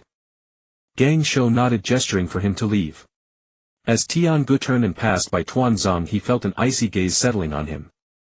He did not look back, walking straight out. Stepping out of the Hokage building, Tian-gu took a deep breath. He knew that Tuanzong would not let the matter rest. Zhuozhu's defection would surely be used by Tuanzong to attack Gang Shou. Sure enough, in the following days various rumors began circulating in the village. Some said Gang Shou was incompetent, allowing Zhuozhu to defect. Some said the pursuit team was too weak, disgracing Mu Yi. Others said it was time to replace the Hokage with a firmer one. Gang Shou bore immense pressure, but she said nothing, silently handling all sorts of affairs. Tian-gu continued his training and missions as usual. He knew that his current strength was not enough to change anything, but one day he would become powerful enough to protect everyone he wanted to protect. At night he went to the pirate world again. Gui Na was already waiting for him in the courtyard. Gui Na drew her sword. Come, continue training. The two sparred in the courtyard. Blades flashed, sweat flew. After an hour Tian-gu stopped panting and said, Gui Na, to what lengths can a person go for revenge? Gui Na sheathed her sword, pondered for a moment and said, they can go to any lengths, even sacrificing themselves. But in the end such people often gain nothing. Tian-gu was silent. Gui Na looked at him. Is there someone you want to take revenge on? Tian-gu shook his head. No. I just want to protect those I care about. Gui Na nodded. That's enough. Protecting is harder than revenge, but also more meaningful. Tian-gu smiled. Thank you. In the Hokage's office, Gang Shou pushed a document across the desk to Tian-gu. There's a mission for you. Tian-gu took the document and opened it. Tian came over to look as well. Sha'in village escorting an envoy, Kazekage inauguration ceremony. Several keywords jumped out. Tian looked up. Kazekage. That way AI Luo. Gang Shou nodded, leaning back in her chair, arms crossed. Sha'in has a new Kazekage, the same one-tailed Jinchuriki who almost killed Little Li during the Chunin exam. He has proactively reached out to Mu Yi, hoping to mend relations. This is crucial for both villages, so this escort mission must be foolproof. Tian-gu closed the document. When do we leave? Gang Shou said, tomorrow morning. The envoy is already in the village. His name is Yu Liang, a high-ranking member of Sha'in. You are to escort him safely back to Sha'in, then attend the Kazekage inauguration ceremony to represent Mu Yi and offer congratulations. Tian-gu nodded while Tian was eager beside him. Gang Shou looked at them, her expression turning serious. Be careful on the road. Although Sha'in wants to repair relations now, there are inevitably those who don't want to see this happen. The Akatsuki has been active lately, he might run into trouble. Tian-gu said, understood. As they left the Hokage building, Tian excitedly grabbed Tianji's sleeve. Tian-gu, we're going to Sha'in. I've never been there. Tian-gu glanced at her. Don't get too excited. This is a mission, not a trip. Tian pouted. I know, but I can look around a bit, can't I? They went home to prepare. Huizi, hearing they were going on a long journey, busied herself packing things, muttering about precautions. Tian Yuan sat nearby, occasionally chiming in to remind them to be careful. The next morning the two met Yu Liang at the village gate. He was a middle-aged man in his 40s, dressed in Sha'in attire with a gentle smile on his face. Seeing Tian-gu and Tian, he gave a slight bow. I am honored to have the ninja of Mu Yi escort me. Thank you. Tian-gu returned the bow. You're welcome, Mr. Yu Liang. This is our mission. The three set off. Along the way Yu Liang was very talkative, describing the customs of Sha'in and the changes in Wai Luo. Tian-gu listened, occasionally asking questions, while Tian eagerly inquired about various details. After 2 days they entered a barren wilderness. The vegetation was sparse with exposed rocks everywhere. Tian-gu suddenly stopped. Tian became alert. What's wrong? Tian-gu looked into the distance. Someone's coming, more than one. Yu Liang's face changed. Enemies. Tian-gu didn't answer, he simply drew his sword. Soon 5 figures rushed out from behind the rocks surrounding them. The leader was a bald man with a scar on his face, wielding 2 axes. Well, a fat sheep, the man grinned, revealing a few gold teeth. Leave the merchant and your money, and you 2 brats can scram. Tian gripped her sword handle, looking at Tian-gu. Tianji's face was expressionless as he calmly said, 5 seconds. The bald man was stunned. What? Tian-gu didn't explain, he simply moved. In the first second he appeared before the leftmost enemy and slashed his wrist. The man screamed, his weapon dropped and he fell to his knees, clutching his wrist. In the second Tian-gu was already behind the second enemy, striking the back of his neck with the flat of his blade. The man's eyes rolled back and he collapsed. In the third enemy had just raised his sword when Tian-ji's blade pierced his shoulder. With a twist and a flick the entire arm was disabled. In the fourth enemy turned to run, but Tian-gu caught up and kicked him in the back of the knee. The man fell face first onto the rocks, blood streaming from his face. In the fifth Tian-gu stood before the bald man, the tip of his sword at his throat. 5 seconds, 5 men all down. The bald man's eyes bulged, his body trembling. He stared at Tian-gu, his lips quivering, trying to speak but unable to form words. All his earlier arrogance had vanished, replaced by sheer terror. Tian-gu looked at him. Before robbing, you'd better check who you're dealing with. The bald man dropped to his knees, kowtowing frantically. Spare me, master, spare me. I was blind. I'll never do it again. Tian-gu sheathed his sword. Get lost. The bald man scrambled away, not even bothering with his subordinates. Tian watched his retreating back and couldn't help but laugh. Yu Liang watched in stunned amazement. He knew that the ninja dispatched by Mu Yi wouldn't be weak, but he hadn't expected them to be this strong. 5 men, 5 seconds, all taken care of. Who exactly was this young man named Tian-gu? Tian-gu turned to him. Mr. Yu Liang, let's continue. Yu Liang snapped back to reality, nodding repeatedly, yes, yes. The rest of the journey was trouble-free. 3 days later they arrived at Shayin village.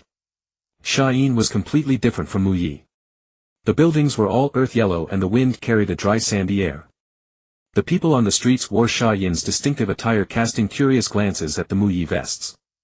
Yu Liang led them to a building in the center of the village. This is the Kazekage office. Let me announce you first. Please wait a moment.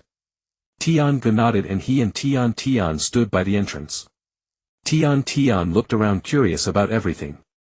After a while Yu Liang came out and gestured for them to enter. The Kazekage requests your presence. The two entered the office, walked through a corridor and arrived at a door. Yu Liang pushed it open and stepped aside. In the office a red-haired youth stood by the window. He turned around, revealing the face that had once struck fear into Mu Yi. What ai Luo? But he was completely different now. The crazed, bloodthirsty What ai Luo was gone, replaced by a calm, introspective young man. His eyes were as peaceful as still water, the character, love, still on his forehead, but his entire aura had undergone a radical transformation. Welcome to Shayin. What ai Luo's voice was also calm. Envoys from Mu Yi. Tian-gu bowed slightly. Kazekage-sama, on behalf of Mu Yi, I congratulate you on your inauguration. What ai Luo nodded, gesturing for them to sit. Tian was a bit nervous, but Tian-gu was perfectly at ease. They sat down and What ai Luo personally poured tea. Regarding the Chunin exam, I've always wanted an opportunity to apologize, What ai Luo said. I did many wrong things back then and hurt ninja from Mu Yi. Especially that Li Luo-ku, he was very strong, I had to use many tricks to win. Tian-gu said, that's all in the past. Besides, you had your own difficulties at the time. What ai Luo looked at him, a flicker of surprise in his eyes. Few people ever said that, most only saw his murderous side. After a moment of silence What ai Luo spoke, I'd like to talk to you alone if that's all right. Tian looked at Tian-gu, who nodded. Tian wait outside for me. Tian stood up and left. After the door closed What ai Luo walked to the window, his back to Tian-gu. The Akatsuki has been very active lately. Tian's heart stirred. What ai Luo continued, they've already captured the Jinchuriki of 2 smaller nations. Next it could be me or the Ninetails of Mu Yi. Tian-gu said, you're worried they'll come to Shayin. What ai Luo turned to face him, not worried, certain. I know I'm the one-tailed Jinchuriki and the Akatsuki's goal is to collect the tailed beasts. They'll come sooner or later. They'll come sooner or later. Tian-gu remained silent. Gaara walked up to him and said, I summoned you here to tell you that Konoha and Suna need to cooperate. Alone neither village can withstand the Akatsuki. If the Akatsuki come for me, I hope Konoha will provide support. Tian-gu looked at him earnestly and replied, I will convey your words to the Hokage. Gaara nodded and added, there is another matter concerning you. Tian-gu was startled. Me? Gaara said, I have heard about your deeds. Investigating the black market, rescuing your sister, exposing Root's conspiracy. You are no ordinary shinobi. Tian-gu grew wary inwardly but remained composed outwardly. You flatter me, Lord Kazekage. Gaara gazed at him with profound eyes. No need to be tense. I am not trying to pry into your secrets. I merely wish to say that you are capable, responsible and trustworthy. If anything arises in the future you may come to me. Tian-gu paused for a few seconds then nodded. Thank you. They exchanged a few more words before Tian-gu took his leave. Tenten was waiting outside. Seeing him emerge she immediately approached. What did he say? Took so long. Tian-gu replied, nothing much. Just asked me to deliver a message to the Hokage. Tenten was half convinced but refrained from further inquiry. In the afternoon Tian-gu and Tenten strolled through Suna village. When they reached a training ground they saw two people sparring. One had blonde hair and carried a massive 3-star fan, the other had dark hair and was wrapped in puppets. Temari and Kenkuro. Temari noticed them first and halted her movements. She stared at Tenten for a moment then suddenly smiled. It's you, the little girl with the blade from the Chunin exams. Tenten recognized her as well. Yes, it's me. Temari walked over scrutinizing Tenten. You're much stronger now. Your aura is steadier and your eyes are sharper. Tenten replied, so are you. You've grown more proficient with the 3-star fan. Temari laughed heartily. Seems you haven't been slacking off. How about another match? Tenten looked at Tian-gu who nodded. Sure, just a spar. They took their positions on the training ground. Temari unfurled her 3-star fan and Tenten drew her blade. Kenkuro stood nearby, arms crossed, watching the spectacle. Begin. Temari swung her fan and a furious gale howled, whipping up a cloud of sand. Tenten advanced instead of retreating, charging against the wind. Her blade tore through the wind curtain, closing in on Temari. Temari turned her fan sideways to block the strike, then thrust it forward to push Tenten back. Tenten used the momentum to leap into the air and slash downward. Temari sidestepped and a deep fissure split the ground where she had stood. Her eyes lit up. Excellent swordsmanship. They exchanged over a dozen moves, attacking and parrying. Tenten grew fiercer with each strike, her blade flowing smoothly and her movements agile. Temari was no less formidable, wielding her fan with wind release techniques combined with taijutsu, making the battle evenly matched. Finally Temari forced Tenten back with a fan sweep and sheathed her weapon. Enough. If we go on it'll be dark. Tenten also put away her blade, panting, her face flushed with excitement. Temari walked over and patted her on the shoulder. Great improvement. Next time we meet I might not be able to beat you. Tenten smiled. You're very strong too. They exchanged grins, all previous hostility vanishing. Kenkuro approached, his eyes gleaming as he stared at the blade in Tian-gu's hand. Could I take a look at your sword? Tian-gu handed it over. Kenkuro took it and examined it closely. The blade was slender, the edge razor sharp and the hilt wrapped with anti-slip cord. He weighed it in his hand and tried a couple of swings. Fine blade, Kenkuro said. Better than many I've seen. Did you forge it yourself? Tian-gu shook his head. It was a gift. Kenkuro returned the sword and suddenly said, how about a match with me? Tian-gu looked at him. A puppet user against a blade. Kenkuro nodded. Don't worry, it's just a friendly bout. I won't really hurt you. Tian-gu considered for a moment then nodded. All right. They took their places in the center of the training ground. Kenkuro produced 2 scrolls and unfurled them, summoning the puppets Crow and Black Ant. Tian-gu drew his blade and assumed a ready stance. Begin. With a flick of Kenkuro's fingers, Crow attacked from the flank while Black Ant charged straight ahead. The 2 puppets worked in perfect coordination, one striking high, the other low. Tian-gu remained calm, blocking Crow with his blade, sidestepping Black Ant and then striking back, landing a blow on Black Ant. The puppet stumbled back a few steps but quickly recovered and lunged again. Kenkuro's puppetry was delicate and precise, the 2 puppets moved as if alive, their attacks flowing in an unending stream. Tian-gu parried and observed, searching for an opening. After more than 30 exchanges he finally found his chance. He sliced Crow away, turned swiftly and struck the flat of his blade against Black Ant's joint. One of Black Ant's arms instantly went limp, hanging useless. Kenkuro was taken aback.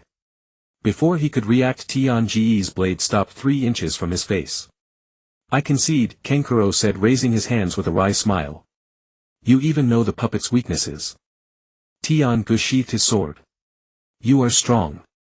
I just happen to know that the joints are the weak points. Kankuro packed away his puppets and walked over. Where did you learn that blade technique?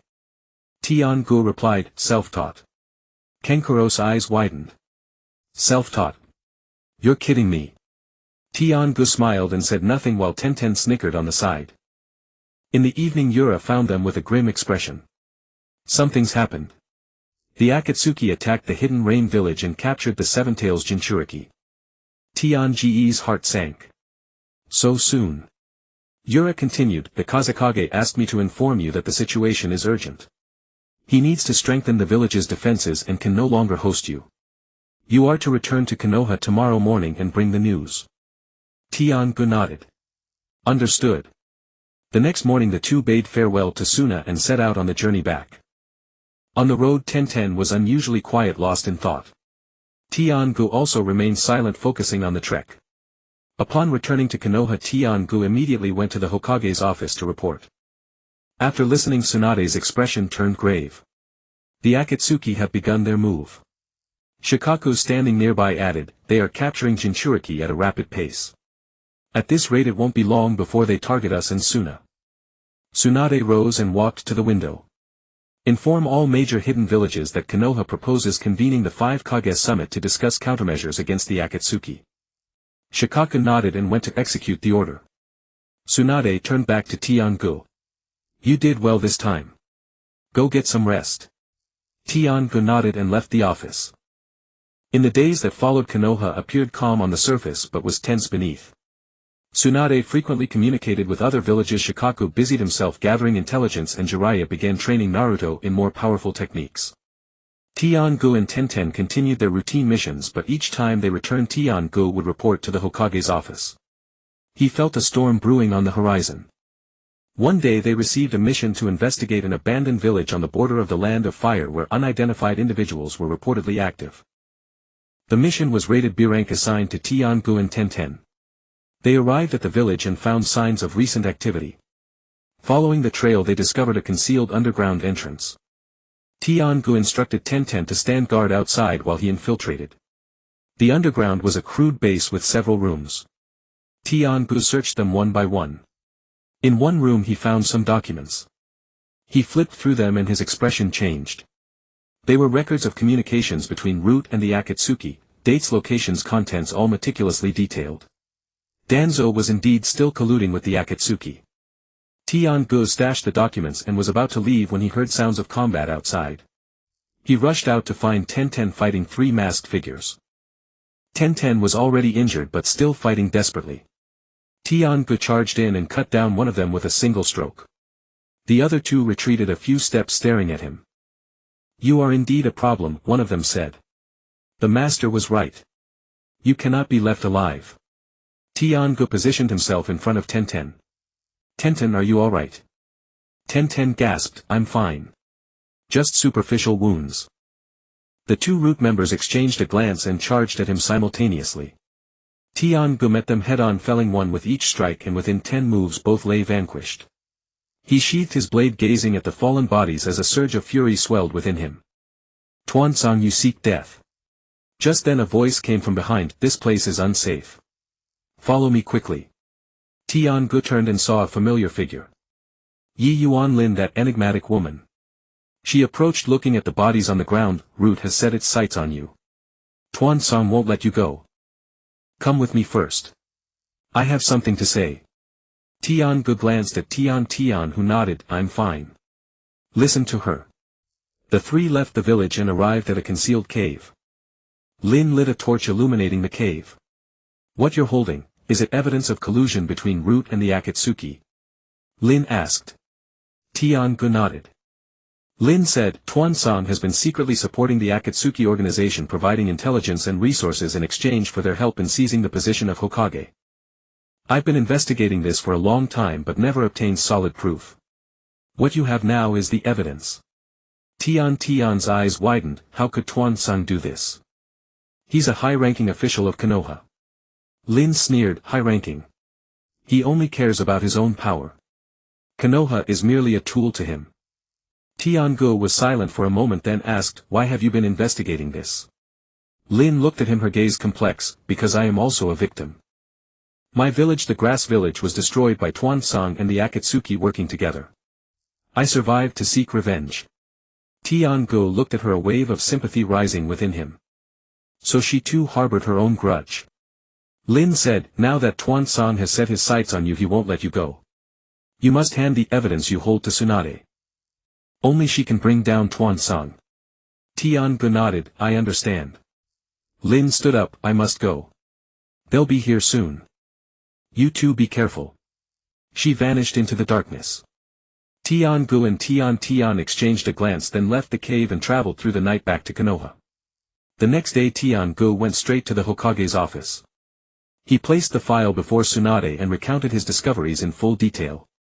After reading the file, Tsunade's face turned ashen. She rose, slammed her fist onto the desk, and cracks split across its surface. Tuansong, you deserve to die.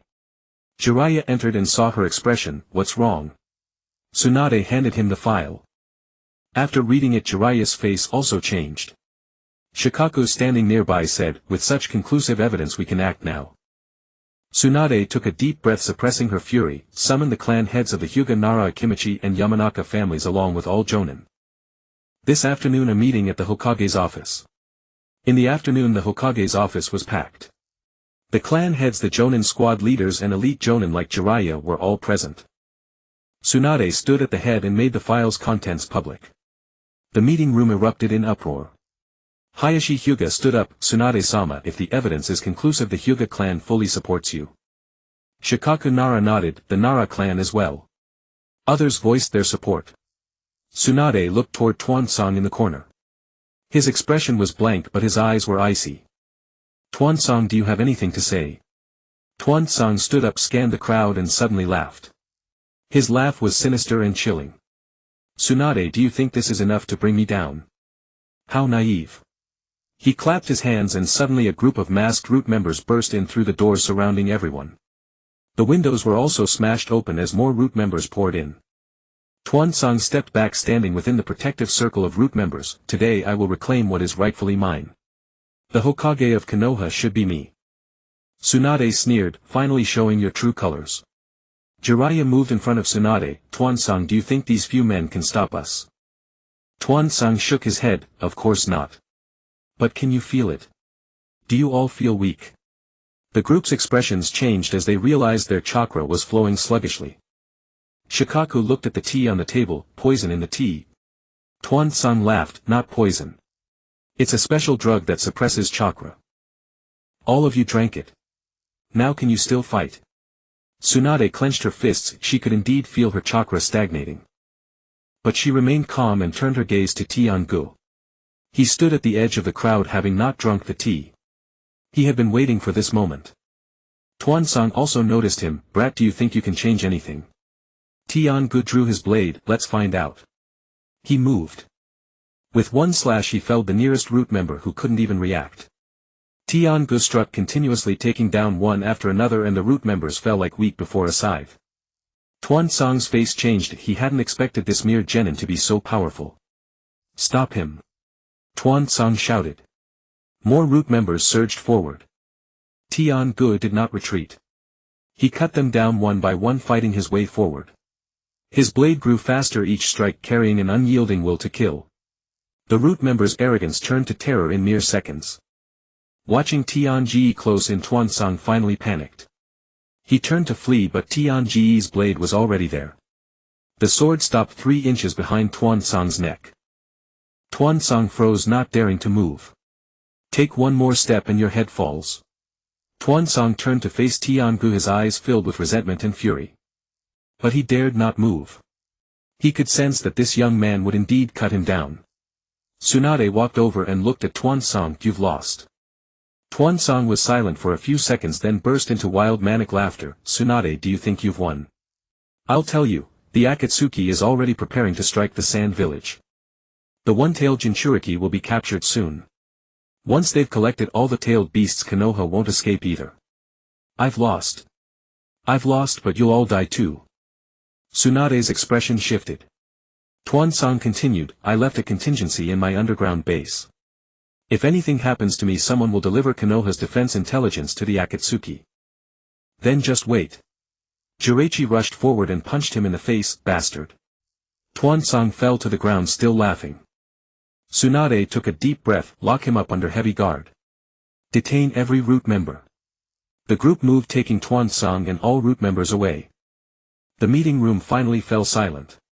Tian ran to Tianji's side, looking him over. Tian-gu, are you alright? Tian-gu shook his head, I'm fine. Tsunade walked over and looked at him, you saved everyone.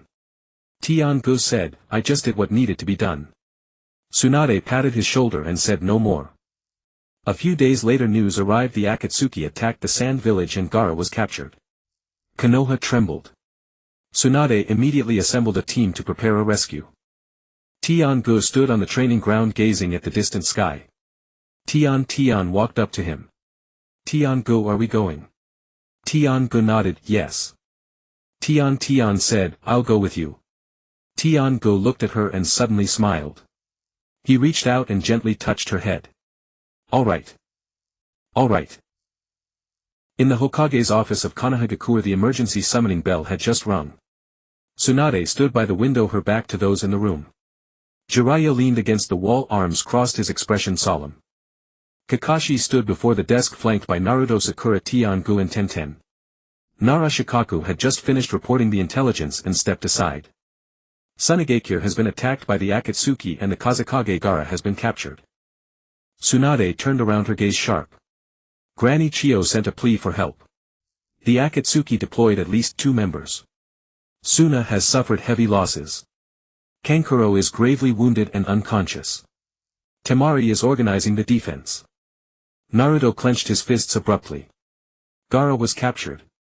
Tsunade nodded. I'm sending a rescue team now. Kakashi will lead.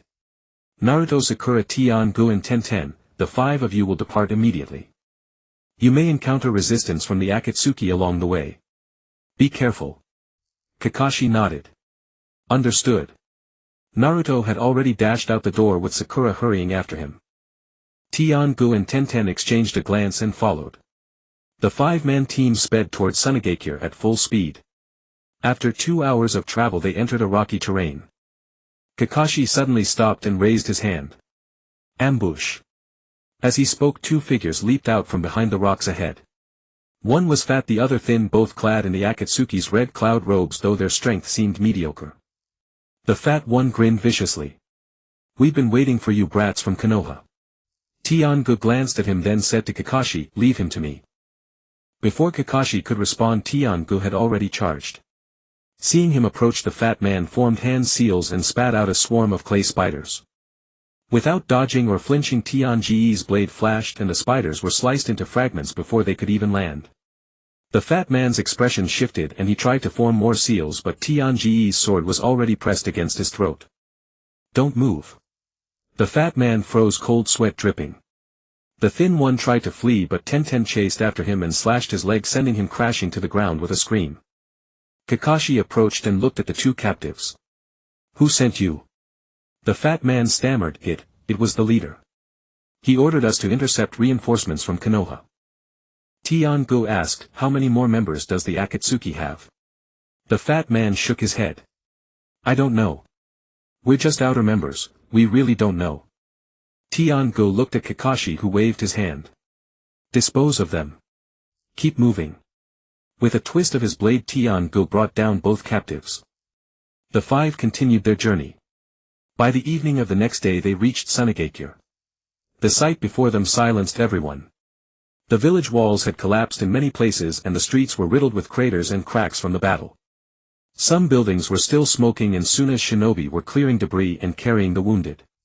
Temari stood in the center of the village directing operations. Seeing the Konoha team, she hurried over. You're here. Kakashi asked, what's the situation? Temari's eyes were rimmed red, but she fought back tears. Kankuro is badly injured. He's still unconscious. Gaara was taken by those 2 Akatsuki, one uses explosives, the other controls puppets. They headed northwest. We can't catch up now. Naruto rushed forward. I'll go after them. Temari blocked him. Do you even know where they are? Charging blindly will only get you killed. Kakashi said, Temari is right. We need information. Temari, do you know any Akatsuki hideouts? Temari shook her head. No, but my father might. He had been investigating the Akatsuki and left behind some materials. Granny Chio is organizing them. She said to wait until you arrive to discuss the plan. The group entered Suna's shelter where Granny Chio sat at a table with several maps spread before her. Seeing the Konoha team, she looked up. You're here. No time for pleasantries.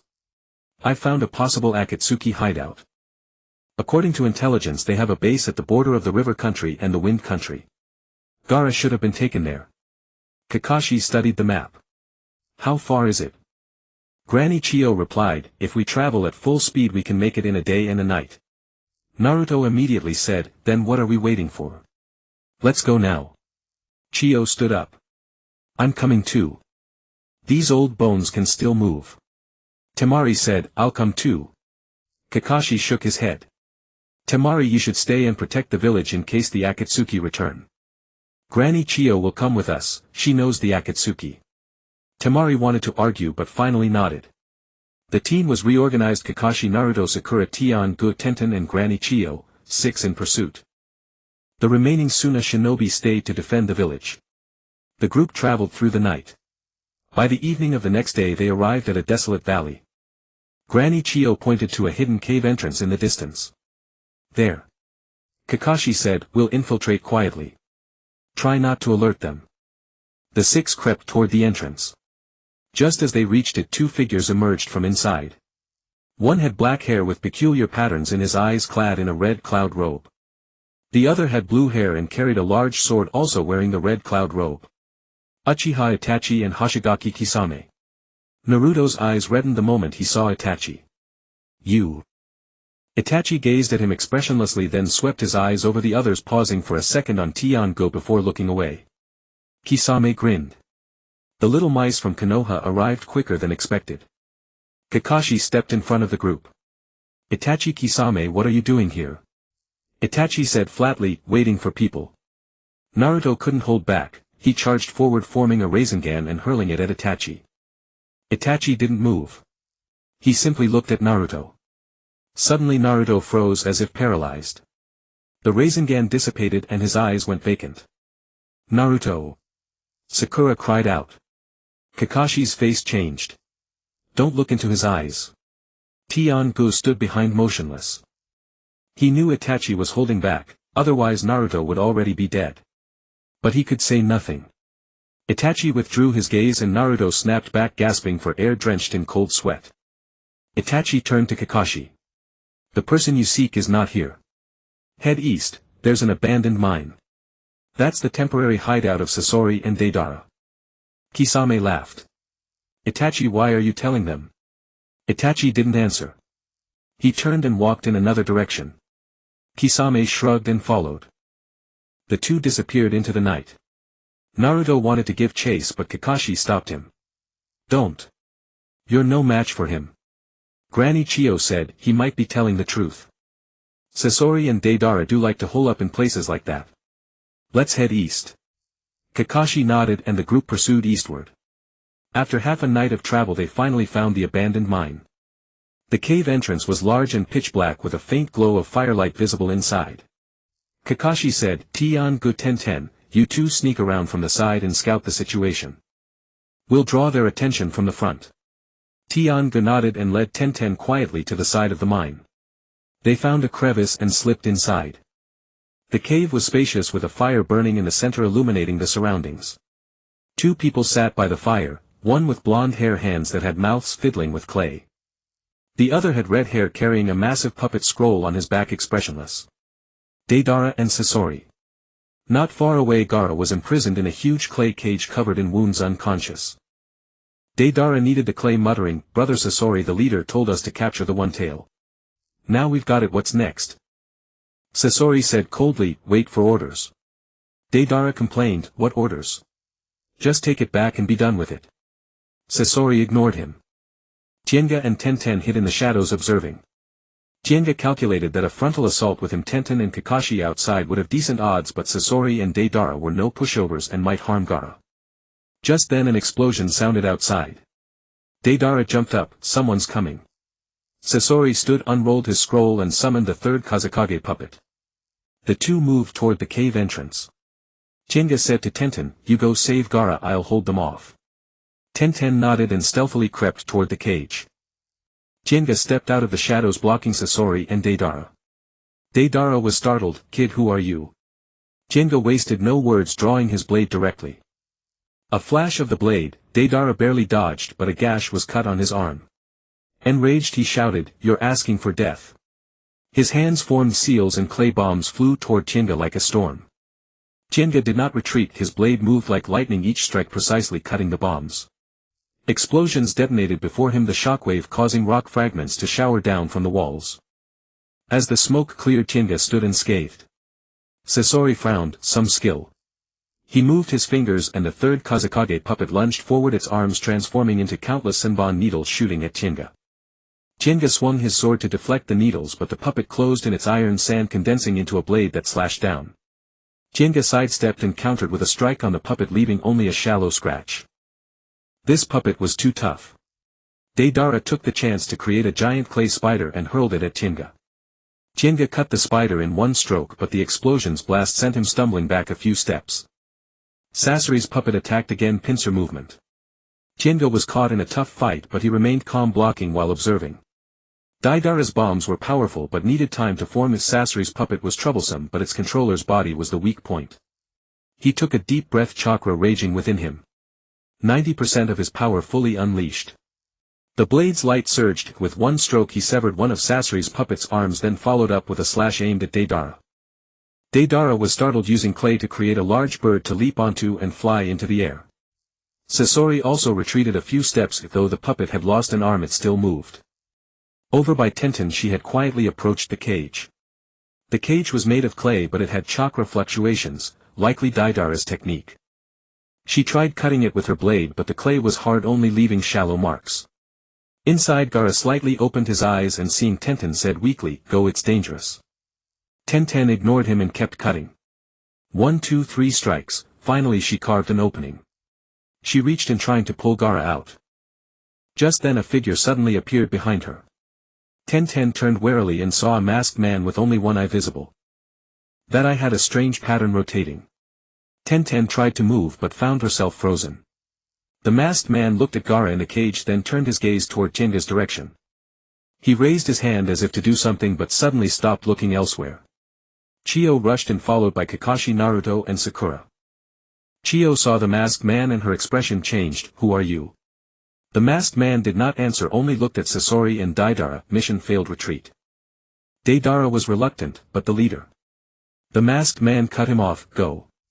He raised his hand and a distorted suction force appeared, pulling Sasori and Deidara in, vanishing. The restraints on Tenten also lifted. She gasped for air. The masked man looked at Jianga, a flicker of interest in that eye, then he too disappeared. Kakashi rushed over. "Tenten, are you all right?" Tenten shook her head. "I'm fine, but Gaara." Everyone looked at the cage. Chiyo approached, examined Gaara's condition and said gravely, "He's alive, but his chakra has been heavily drained. He needs immediate treatment." Naruto ran over, looking at Gaara, his eyes reddening. "Gaara." Chiyo said, "Take him back to the village. I have a way to save him." They carried Gaara and traveled back to Sunagakure overnight. After returning, Chiyo led them to a secret chamber. She laid Gaara on a stone platform and took out a scroll. This is a forbidden technique, reincarnation of the living soul. It exchanges the caster's life to revive the dead. Gaara still has a breath, but without chakra he won't last a day. Naruto rushed forward. "You're going to use yourself to save him." Chiyo smiled. "This old woman has lived long enough. Exchanging for the Kazekage's life is worth it." Naruto grabbed her hand. "No, there must be another way." Chiyo shook her head. "There is no other way. Time is short. All of you leave." Everyone was pushed out. The door closed and the chamber glowed with light. After a while the door opened. Chiyo walked out, pale and unsteady but with a smile on her face. Behind her, Gaara slowly emerged, weak but awake. Naruto rushed over and hugged him tightly. "Thank goodness." Gaara froze for a moment then gently patted his back. Jinga stood nearby watching. Tenten walked up to him and whispered, "Jinga, why do you think Naruto could save Gaara?"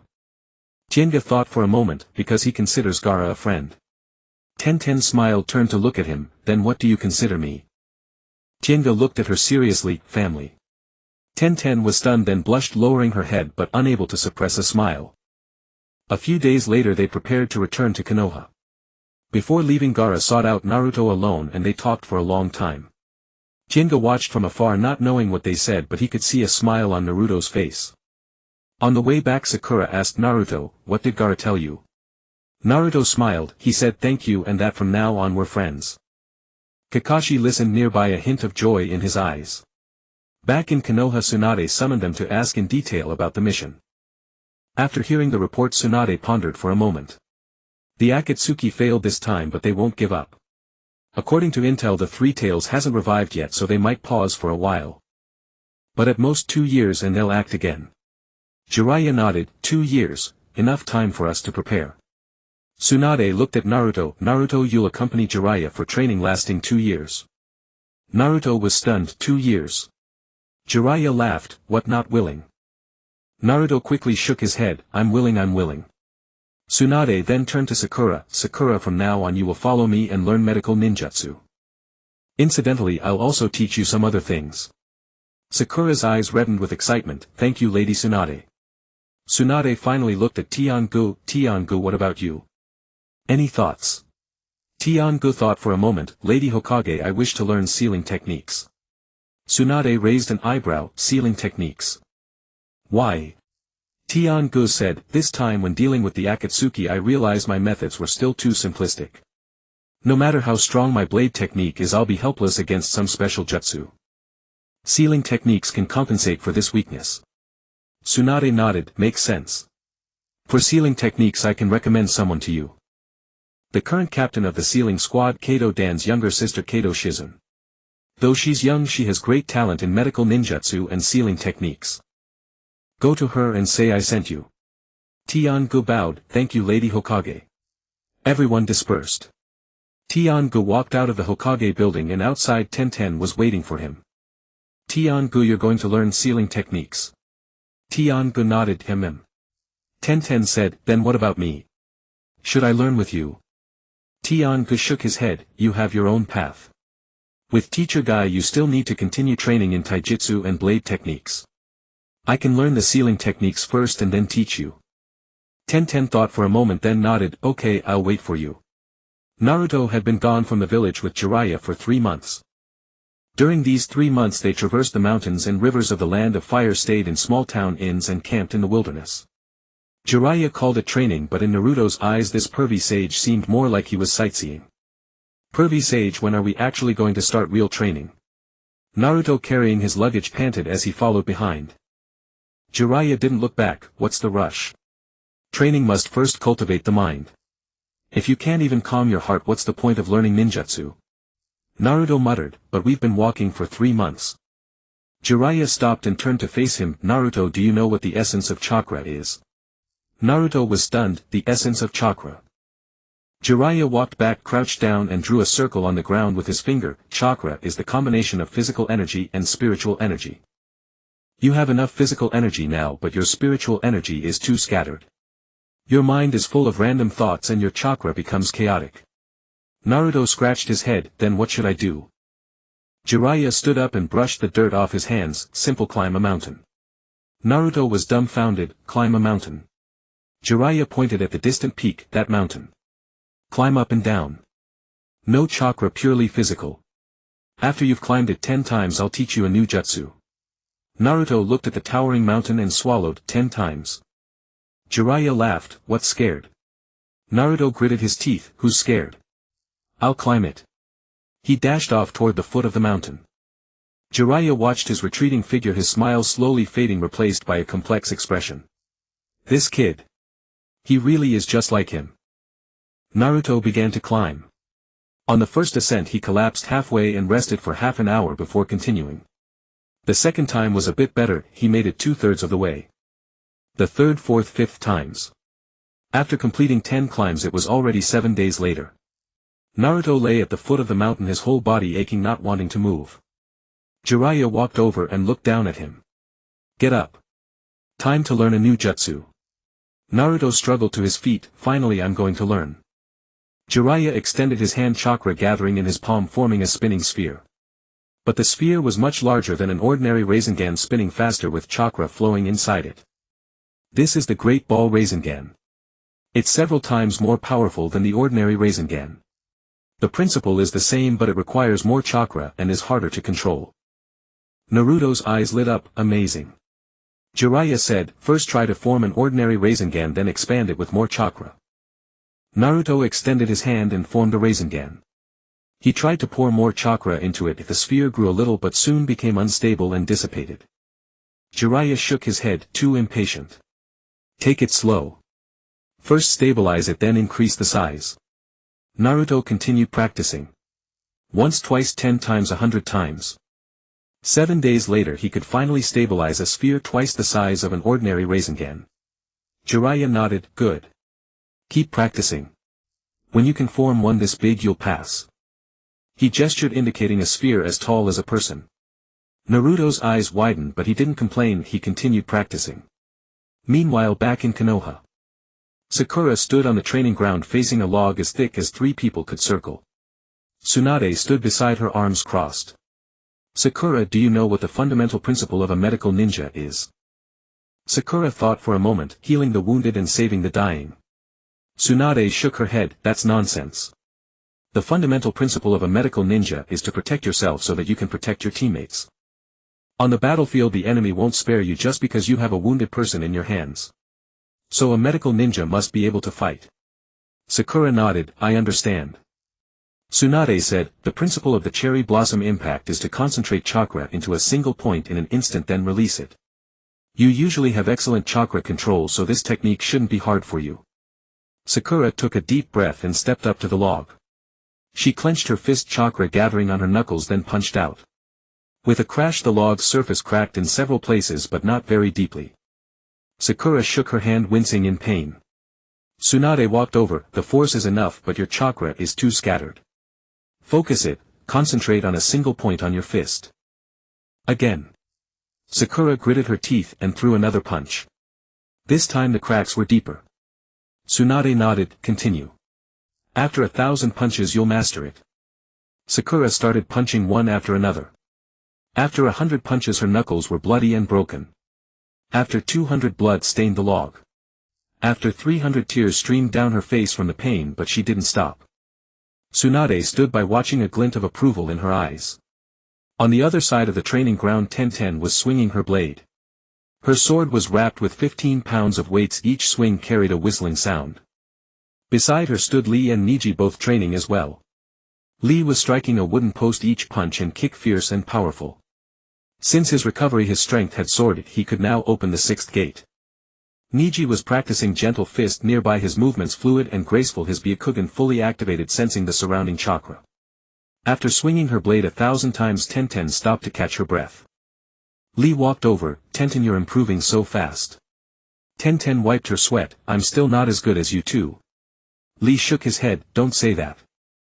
Your blade technique is becoming more and more refined. Last mission you took down 3 rogue ninja by yourself. I saw it. Tenten smiled, that's just because they were weak.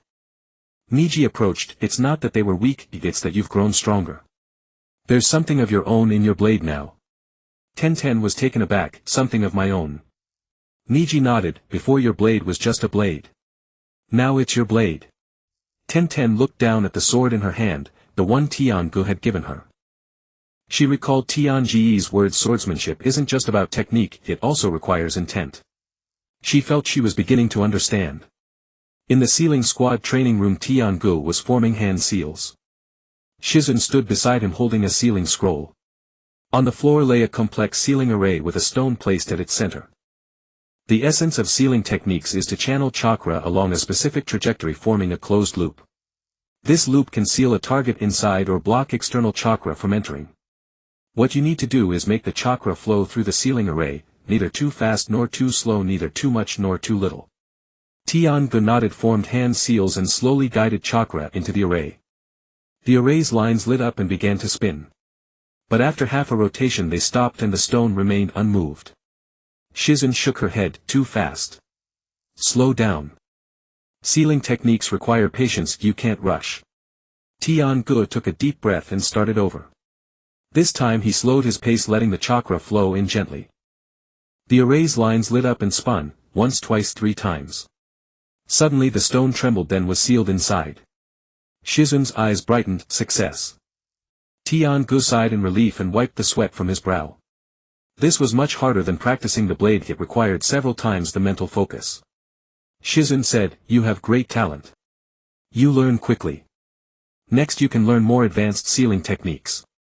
Tian-gu nodded, but his mind was elsewhere. He had already decided to go to that world.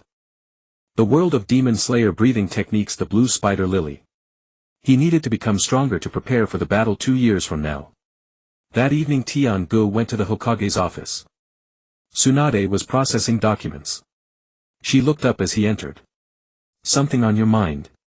Tian-gu said, "Lady Hokage, I'd like to request a long-term mission." Tsunade put down her pen. "What kind of mission?" Tian-gu said, "Gathering intelligence abroad. Regarding the Akatsuki, I want to investigate in various countries, maybe I'll find some clues." Tsunade stared at him for a few seconds. "Just you alone?" Tian-gu nodded. "One person is more convenient." Tsunade thought for a moment. "All right, I'll approve a 1-year mission. After 1 year, whether you found anything or not, you must return." Tian-gu bowed. "Thank you, Lady Hokage." As he walked out of the Hokage building, Tenten was waiting outside. Seeing him come out, she approached. "Tian-gu, are you really leaving?" Tian-gu looked at her, a warmth surging in his heart. He reached out and patted her head. "Train hard. I want to see you stronger when I return in a year." Tenten nodded firmly. Early the next morning Tian-gu left Konoha. At the village gate he turned back for a glance. The gate of Konoha stood serene in the morning light. He took a deep breath and focused his mind. Time and space shifted. He opened his eyes once more and before him lay an unfamiliar sky. The air was crisp and cool, carrying the scent of the mountain forest. Tian-gu looked around. He stood at the edge of a dense forest with rolling mountains stretching into the distance. The sun had just risen, its morning light filtering through the leaves. He looked up at the distant peak, the tallest of them all, Yinsu Mountain. Tian-gu began his journey. After walking for 2 hours the terrain grew steeper and the trees thicker. He did not hurry up the mountain but instead found a secluded spot at the foot and used the transformation technique to take on the appearance of an ordinary ronin. In this world there was no chakra, and being a shinobi would draw too much attention, better to keep a low profile. The next day at noon he climbed to the slope deep within Yinsu Mountain. Blue spider lilies. Under the direct sunlight the sea of blue flowers was breathtakingly beautiful. The petals were as thin as cicada wings, with blue veins clearly visible, shimmering with a dreamlike luster in the noon sun. Tian-gu crouched down to examine them closely. The stems were slender with no particular scent. He took out a prepared sealing scroll and began to pick them. 1 flower 2 10 100. He selectively picked only the fullest blooms and soon the scroll had sealed hundreds of them. Only when he felt it was enough did he stop. By the time he descended the mountain, dusk had fallen. Tian-gu found a cave to spend the night, and the next day he continued his search for the next target. He needed to collect demon blood. Over the following month Tian-gu traveled between villages gathering information about demon sightings. He encountered several low-level demons, but he did not rush to kill them. Instead he first observed their patterns of behavior. On the 7th night he encountered his first suitable prey in an abandoned village. It was a medium-sized demon with a green face and fangs, its arms thick and muscular, squatting on the ground gnawing at something. Tian-gu did not startle it. Instead he quietly circled behind it and struck suddenly. With one slash he severed its limbs. The demon screamed and fell, flesh buds writhing at the stumps as it began to regenerate. Tian-gu crouched down and took out a syringe he had prepared earlier. There were no syringes in this world, but he had brought a dozen from Konoha sealed in a sealing scroll. He grabbed the demon by the hair and plunged the needle into its carotid artery, drawing a full tube of blood. The demon struggled, cursing, "Damn human, what are you doing?" Tian-gu ignored it, poured the blood into a small glass bottle, sealed it with a sealing talisman and stored it in the scroll. Then he stood up and beheaded the demon with a single slash. Watching the corpse turn to ashes, Tian-gu put away the syringe and continued on his way. Such scenes repeated themselves more than a dozen times over the month. He encountered all kinds of demons, some shouted, some begged for mercy, some threatened. Tiangu paid them no heed, he only wanted the blood, and after drawing it he killed them. Once he came across a cunning one that feigned death to ambush him, but after 3 consecutive slashes it was thoroughly subdued. On the 18th night he encountered a very powerful demon in a mountain village. That demon was extremely fast and strong. Tiangu had to exert some effort to subdue it. While drawing blood the demon sneered, "You collect our blood, do you want to become a demon? Let me tell you, without the demon king's blood you are nothing." Tiangu beheaded it with 1 slash, but the word stuck in his mind. A month later Tiangu stood atop a mountain taking stock of his harvest. 18 vials of demon blood covering various grades, more than enough. He took a deep breath and with a thought he departed from this world. Back in the world of Naruto, Tiangu did not immediately return to Konoha. Instead he found a secluded valley and began the next phase of his plan. He first located a cave and sealed the entrance with a massive boulder, leaving only a small ventilation hole. Then he took out all the demon blood from the scroll and poured it into a large glass jar he had prepared in advance. The 18 types of blood mixed together, turning a dark red and emitting a strange odor. Next he took out the blue spider lilies and used chakra to crush them completely, squeezing out the juice. The blue liquid mixed with the dark red blood, forming a bizarre purplish-black color. Tiangu looked at the jar before him and frowned. Injecting it like this? Too crude. He recalled the alchemical knowledge from his past life, perhaps he could refine it. He sat cross-legged, placed his hands on the jar and began to refine it with chakra. The chakra seeped into the liquid, starting to separate the impurities. The process was slow and required intense concentration. 1 day, 2 days, 3 days. The liquid in the jar grew clearer and clearer until finally only a small bowl of dark golden liquid remained, radiating a faint glow. It was done. Tiangu looked at the bowl of liquid and took a deep breath. The final step was to inject it into his body. He filled the syringe halfway and plunged the needle into his carotid artery. The liquid was slowly pushed in. At first there was no sensation, but after a few seconds his body began to heat up. The heat grew more intense, like being burned by fire. Tiangu gritted his teeth and endured, feeling his blood boil and every cell tremble. He clenched his fists, his nails digging into his flesh, blood dripping from between his fingers. But the wounds healed at a visible rate, the new skin tougher than before. This process lasted for an entire 2 hours. When the heat subsided, Tiangu opened his eyes and the entire world had changed.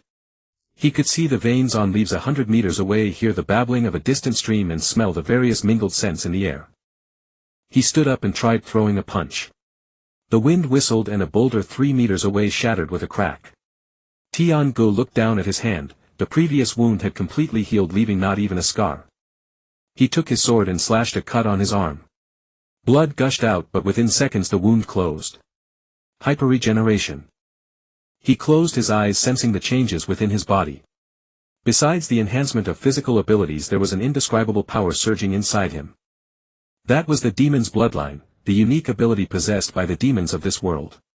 He tried to guide that power, letting it flow along the channels of chakra. Suddenly a thought flashed through his mind. Devouring evolution. This was a blood demon art that allowed him to devour the blood of other creatures and acquire their abilities and traits. The more he devoured, the faster he evolved. Tiangu opened his eyes, a smile spreading across his lips. It worked. He stood up and stretched his body. Now he possessed the demon's constitution, a long lifespan, hyperregeneration and the blood demon art. Yet he remained human, unafraid of sunlight, and retained his sanity. The only change was a faint, barely perceptible craving for flesh and blood that lingered in his mind. Tiangu frowned and suppressed that desire. In the days that followed he stayed in the valley, familiarizing himself with his new body and abilities. He discovered that the devouring evolution blood demon art was even more powerful than he had imagined.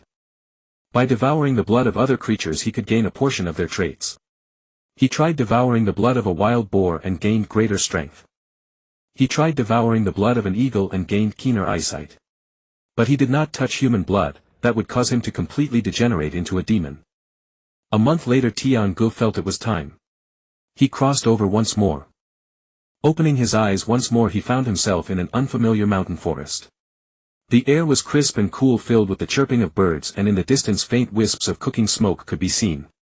Tian-gu stretched his body, feeling the surging power within him. Super speed regeneration and extended lifespan and the blood demon art's devouring evolution, these were secrets that must never be revealed. He made his way down the mountain path, and after walking for half an hour a small town emerged before him. The town was not large, but it bustled with people appearing quite lively. Tian-gu entered the town, found a tea house and sat down ordering a pot of tea. The tea house owner, a man in his 50s who was quite talkative, chatted with him while wiping the tables. "Where does the guest come from?" Tian-gu replied casually, "From the east, just wandering around looking for work." The owner sized him up. "You carry a blade, are you a ronin?" Tian-gu nodded. The owner lowered his voice, "Then you've come to the right place. There's work nearby just for men like you." Tian-gu's heart stirred. "What kind of work?" The owner glanced around, his voice dropping even lower. "Ever heard of the Demon Slayer Corps?" Tian-gu's heart skipped a beat, but his face remained impassive. "I've heard something about it." The owner said, "They're always recruiting specifically to kill those man-eating demons. It's dangerous, but the pay is decent. If you're interested, I can put in a good word for you." Tian-gu looked at him. "How do you know people from the Demon Slayer Corps?" The owner smiled. "They often operate around here and occasionally stop by my tea house for tea. They came by a few days ago, said they were short-handed and asked me to keep an eye out for suitable candidates." Tian-gu was silent for a few seconds, then said, "Please make the introduction." The owner nodded. "Wait here." The next afternoon a man came to the tea house. He was a young man in his early 20s, dressed in ordinary clothes but with a straight back and sharp eyes. He saw Tian-gu, walked over and sat down. "You're the one." Tian-gu nodded. The young man appraised him. "My name is Cun Tian from the Demon Slayer Corps. I heard you want to join." Tian-gu said yes. Cun Tian asked, "Do you know swordsmanship?" Tian-gu replied, "I know a little." Cun Tian thought for a moment. "Come with me. I'll take you to meet someone." The two left the town and walked for half a day, arriving at a dojo nestled in the mountains. The dojo was small but tidy, surrounded by lush bamboo. An old man stood in the center of the dojo, swinging his blade. His hair was gray but his back was straight, and every stroke carried the sound of wind. Cun Tian walked over and said respectfully, "Master Ci Wulang, I brought someone who wants to join." The old man sheathed his blade and turned around. His face was weathered, his eyes as sharp as an eagle's. He stared at Tian-gu for a few seconds, then spoke. "What's your name?" Tian-gu said, "Tian-gu." Sangdao Ci Wulang, the former thunder pillar and inheritor of thunder breathing, walked over and circled Tian-gu. "Learn swordsmanship." Tian-gu nodded some. Ci Wulang suddenly struck, slashing at Tian-gu. Tian-gu instinctively stepped back, drawing his blade to parry. Clang! The blades clashed. Tian-gu staggered back 3 steps while Ci Wulang stood unmoved. Ci Wulang sheathed his blade, a flicker of satisfaction in his eyes. "Decent reflexes. You have some foundation. Which breathing style do you want to learn?" Tian-gu said, "Thunder breathing." Ci Wulang raised an eyebrow. "Why this one?" Tian-gu replied, "I'm good at speed." Ci Wulang nodded. "All right, stay. Cun Tian, you can go." Cun Tian bowed and left. Ci Wulang led Tian-gu into the dojo and pointed to a simple room. "You'll stay here. Starting tomorrow you'll learn the breathing technique." Tian-gu nodded. The next morning Ci Wulang called him into the courtyard. "The foundation of the Demon Slayer Corps is total concentration breathing. Maintain a special breathing rhythm at all times, allowing more oxygen into your blood to enhance your physical abilities. Master this first." Tian-gu asked, "How do I practice?" Ci Wulang said, "Start with daily activities. Maintain it while walking, eating and even sleeping. When you can keep it up 24 hours without a break, then you'll start learning the sword forms." Tian-gu began practicing. At first it was difficult. He was used to normal breathing and would often forget.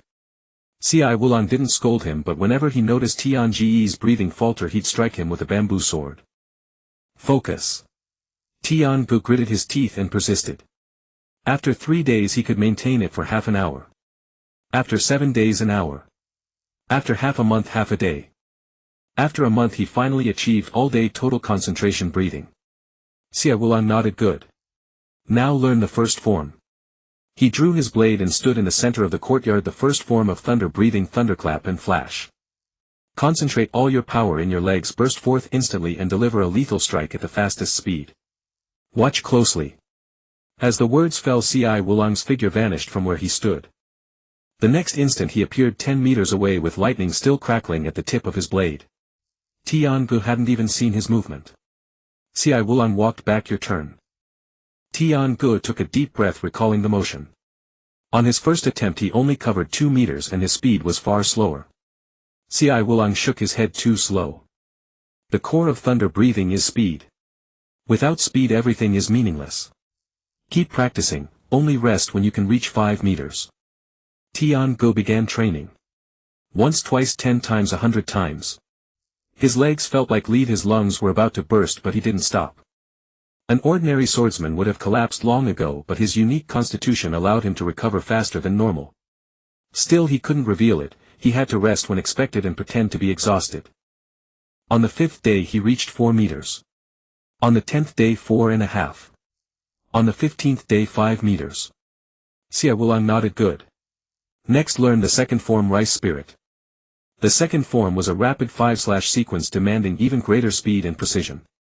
Tiangu practiced for another 20 days before barely mastering it. Then came the third form, Swarm of Mosquitoes. This technique turned the blade into countless tiny slashes as dense as a swarm of mosquitoes. Tiangu practiced for an entire month before grasping the fundamentals. 3 months later Tiangu had mastered the first 3 forms of thunder breathing. Ci Wulong looked at him and for once showed a smile. You've learned well. Faster than I expected. Tiangu said it's because the teacher taught well. Ci Wulong waved his hand. Enough flattery. Next learn the fourth form, Distant Thunder. The fourth form was a long-range attack slashing out a bolt of lightning to strike the enemy. Tiangu practiced for another month and mastered it. Then came the fifth form, Heat Lightning. This was the most powerful form of thunder breathing, concentrating all one's power into the blade to deliver a lightning-like strike. This form placed a heavy burden on the body, requiring a long rest after each use. Ci Wulong demonstrated it once and Tiangu memorized it, then began to practice. On his first attempt he unleashed Heat Lightning with decent power, but it left him thoroughly exhausted. He panted, sitting on the ground to rest. Ci Wulong watched nearby, noticing nothing unusual. Tiangu knew in his heart that he actually recovered quickly, but he couldn't show it. He rested when he should, pretended to be tired when necessary, just like an ordinary person. After half a month of practice he finally mastered the fifth form. Ci Wulong said, there is also the sixth form of thunder breathing, but it's a forbidden technique. It harms the body too much, so I usually don't teach it. Tiangu asked, how powerful is it? Ci Wulong said, very powerful, but using it once might cripple a hand or even cost you your life. Tiangu thought for a moment, I want to learn it. Ci Wulong looked at him, are you sure? Tiangu nodded. Ci Wulong was silent for a few seconds, then said, all right, I'll teach you. But you must promise me, never use it unless absolutely necessary. The sixth form, Thunder God. This was the ultimate secret of thunder breathing, concentrating all the body's power into a single point to unleash a strike beyond limits. Ci Wulong explained the essentials in detail, then said, watch closely. I'll demonstrate only once. He took a deep breath, his spiritual energy surging, and lightning erupted from his blade. With a fierce slash a massive bolt of lightning shot forth, instantly pulverizing a huge boulder more than 10 meters away. Ci Wulong sheathed his blade, swayed and nearly fell. Tiangu quickly steadied him. Ci Wulong gasped, see. That's the power. But the cost is high. My whole body aches now. Tiangu nodded. I remember. Then he began to practice on his own. But he didn't use his full strength, he only simulated the movements, slowly exploring. Ci Wulong guided him from the side, occasionally correcting his posture. Half a month later Tiangu said, Master, I want to try for real. Ci Wulong looked at him, hesitated for a moment, then nodded. Be careful. Tiangu took a deep breath, gathered his strength and slashed out fiercely. A bolt of lightning shot forth, slightly weaker than Ci Wulong's, but it still shattered a large rock. He sheathed his blade, panting, his face pale and forehead sweating. Ci Wulong hurried over. How do you feel? Tiangu waved his hand. I'm fine, just tired. Ci Wulong let out a sigh of relief. You kid have great talent. To achieve such power on your first try. But remember, use this move sparingly, it's harmful to the body. Tiangu nodded. 6 months passed and Tiangu had mastered all the sword forms of thunder breathing. Si Wulang looked at him, his eyes full of relief. You are ready to graduate. Tiangu bowed. Thank you, master. Si Wulang said, what are your plans for the future? Tiangu said, I want to go kill demons. Si Wulang nodded. Good, I'll arrange it for you. The next day Tiangu received a bronze plaque engraved with his name and rank. Gue ranked the lowest level but sufficient for him. His first independent mission was to investigate disappearances in a remote mountain village. When Tiangu arrived at the village, it was already dark. The villagers were hiding in their houses, afraid to go out. He found the village chief and asked about the situation. The village chief was an old man in his 60s, his hands trembling as he spoke. 3 days ago people started disappearing every night. 3 have gone missing already, all young girls. Tiangu asked, where did they disappear? The village chief pointed to the mountain behind the village. All over there, but no one dares to look. Tiangu nodded and entered the mountain alone. The mountain was pitch black, moonlight blocked by the leaves making it almost impossible to see his hand in front of his face. He slowed down, maintaining total concentration, breathing, and listened carefully to the surroundings. After walking for a quarter of an hour he heard chewing sounds ahead. He crept over quietly and saw a demon squatting on the ground gnawing on something. Beside it were scattered several pieces of clothing, all belonging to young women. Tiangu wasted no words and struck directly. First form thunderclap and flash. He instantly dashed in front of the demon and slashed at its neck. The demon reacted quickly, dodging sideways, but its shoulder was still cut open with a wound deep enough to see bone. The demon screamed in pain, the wound writhing with flesh buds as it healed. Damn human! The demon roared, lunging at him. Tiangu calmly executed second form rice soul. He unleashed 5 consecutive slashes, each one striking the demon. The demon's regeneration was fast, but Tiangu's blade was faster, strike after strike, giving it no chance to catch its breath. The demon was driven back step by step, its wounds accumulating. Finally it became afraid and turned to flee. Tiangu gave chase and executed third form thunder swarm. Countless tiny slashes rained down on the demon, slicing it into pieces. Watching the corpse turn to ashes, Tiangu sheathed his blade. He crouched down, rummaged through the ashes, and found a small object. It was the demon's token, proving he had completed the mission. Returning to the village, Tiangu told the village chief that the demon was dead. The chief was so moved that tears streamed down his aged face, and he insisted on keeping him for a meal. Tiangu politely declined and hurried back through the night. Si Wulang looked at the token he brought back and nodded. Your first mission was well done. Keep going. In the following days Tiangu traveled between various villages slaying evil demons. His mission completion rate was high and he quickly rose from the lowest Gue rank to Xin rank. Each time he carried out a mission he would carefully observe the demons' movements and study their weaknesses. After 3 months he had already slain over 20 demons. One day he received a special mission. The mission slip read only a few words: go to Qianchao and investigate the traces of demons. Mission rank Gung. When Tiangu arrived at Qianchao it was already evening. The city was larger than he had imagined, with bustling crowds on the streets, lively and bustling. He found a hotel to stay in and began his investigation. The next evening he encountered a person on the street. The person was dressed in black clothes, wearing a hat, and walked hurriedly with his head down. Tiangu glanced at him and suddenly felt something was wrong. That person had a faint aura of demonic energy. He quietly followed him. The man walked quickly and turned into a small alley. Tiangu followed him in but found the man had disappeared. He looked around and suddenly a voice came from behind him. Why are you following me? Tiangu turned around and saw the man standing right behind him. The hat had been removed, revealing a pale face. He was a middle-aged man with cold eyes and a sinister smile at the corner of his mouth. Tiangu gripped his blade. You are a demon. The man laughed. Good eyesight. But I am no ordinary demon. I am Gue Wushi Wutsan. Tiangu's heart shook. Gue Wushi Wutsan, the progenitor of all demons, the ultimate target that the Demon Slayer Corps had been searching for.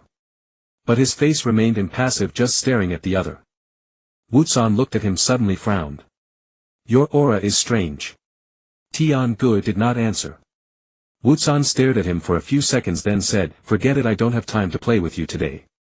With that his entire body dissolved into countless fragments and vanished into the darkness. Tian-gu stood there for a while waiting until he confirmed that Wusan was truly gone, then slowly relaxed his grip on the hilt. In that moment he had indeed felt pressure. That was an opponent far beyond his current ability to handle. He turned and left, returning to the hotel. Early the next morning he left Qianchao and continued his missions. The one-year term was nearly over. On this day Tian-gu returned to Cai Wulong's dojo to bid farewell to his master. Cai Wulong looked at him. Leaving? Tian-gu nodded. There's something at home, I have to go back.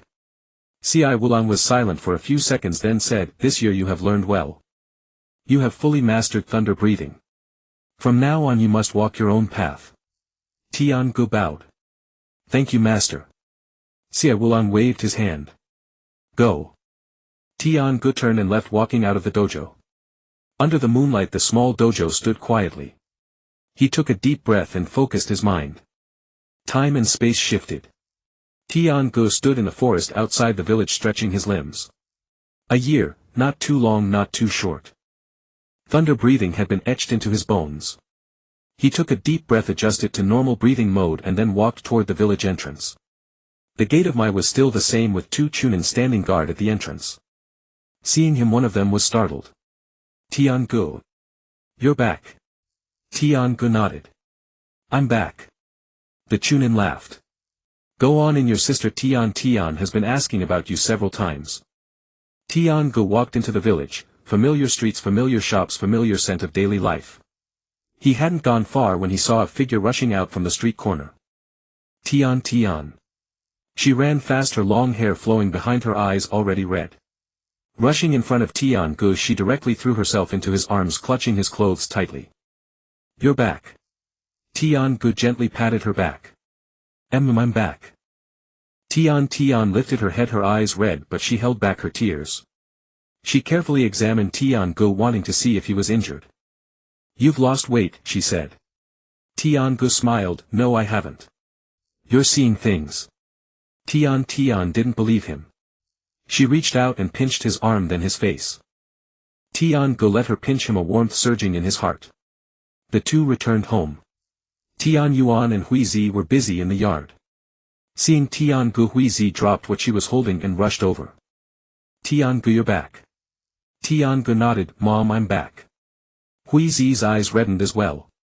She took his hand and looked him up and down. You've lost weight. You must have suffered out there. Tian Yuan stood behind, silent but with a smile in his eyes. That evening Hui Zi made a large table of dishes, all of Tian's favorites. The family sat together, chatting and laughing. Tian sat next to Tian-gu, constantly picking up food for him but eating little herself. After dinner Tian-gu sat in the yard. Tian brought a cup of tea and sat beside him. Tian-gu, where have you been this past year? Tian-gu said, I traveled around gathering information. Tian looked at him. Really? Tian-gu nodded. Really? Tian was silent for a few seconds, then said, you've become stronger. Tian's heart stirred. He looked at her. Tian said, I can feel it. The aura around you is different from before. Even though you say you just collected information, you must have gone through something. Tian-gu neither denied nor admitted it. He simply said, do you want to become stronger? Tian was stunned. What? Tian-gu looked at her. Do you want to become stronger? Tian nodded vigorously. Yes. Tian-gu stood up. Then starting tomorrow, train with me. Tian blinked. Train in what? Tian-gu said, you'll find out tomorrow. Early the next morning before dawn Tian was pulled out of bed by Tian-gu. So early? Tian rubbed her eyes, looking sleepy. Tian-gu expressionless. Training means waking up early. Come, let's go to the training ground. The two arrived at the third training ground where Tian usually practiced her blade. Tian-gu told her to warm up first, then stood in front of her. Do you know the breathing technique? Tian shook her head. Breathing technique? Isn't it just breathing? Tian-gu said, it's a different kind of breathing. It can greatly enhance your physical capabilities. I learned it this time outside. Tian's eyes lit up. You're going to teach me? Tian-gu nodded, but you need to be mentally prepared. It's very hard. Tian patted her chest. I'm not afraid of hardship. Tian-gu said, good. Start with total concentration breathing. For a whole day 24 hours maintain a special breathing rhythm at all times. Maintain it while walking, while eating, and even while sleeping. Tian was stunned even while sleeping. Tian nodded even while sleeping. Tian took a deep breath and began to practice. At first she thought it was simple, just breathing, what's so hard? But when she actually started she realized it was nothing like that. Normal breathing is subconscious, having to deliberately maintain a rhythm without interruption was exhausting. After half an hour of practice her breathing became disordered. Tian watched from the side, saying nothing, just pointing at the blade. Go slash the sword 1,000 times. Tian was stunned. Why? Tian said, if your mind wanders, train your body until you're too exhausted to be distracted. Tian gritted her teeth, picked up the blade and began slashing. 1 slash, 2 slashes, 3 slashes. After 500 slashes her arms ached. After 800 she was drenched in sweat.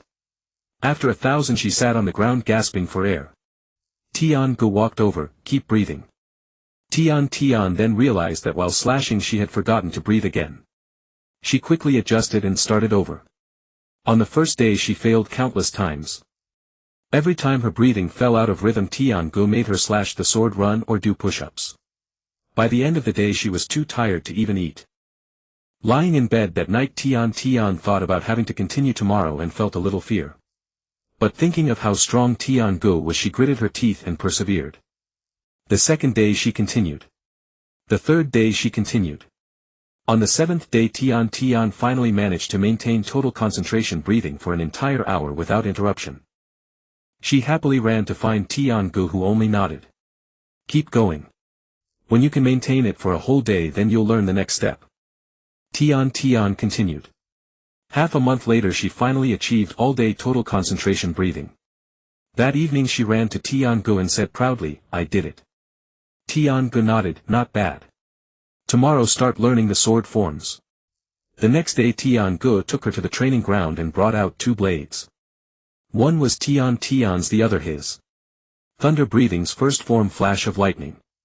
Concentrate all your power in your legs, burst instantly and deliver a lethal strike at the fastest speed. Watch closely. As the words fell Tian's figure vanished from the spot. The next moment he appeared 10 meters away with residual lightning still crackling on the tip of his blade.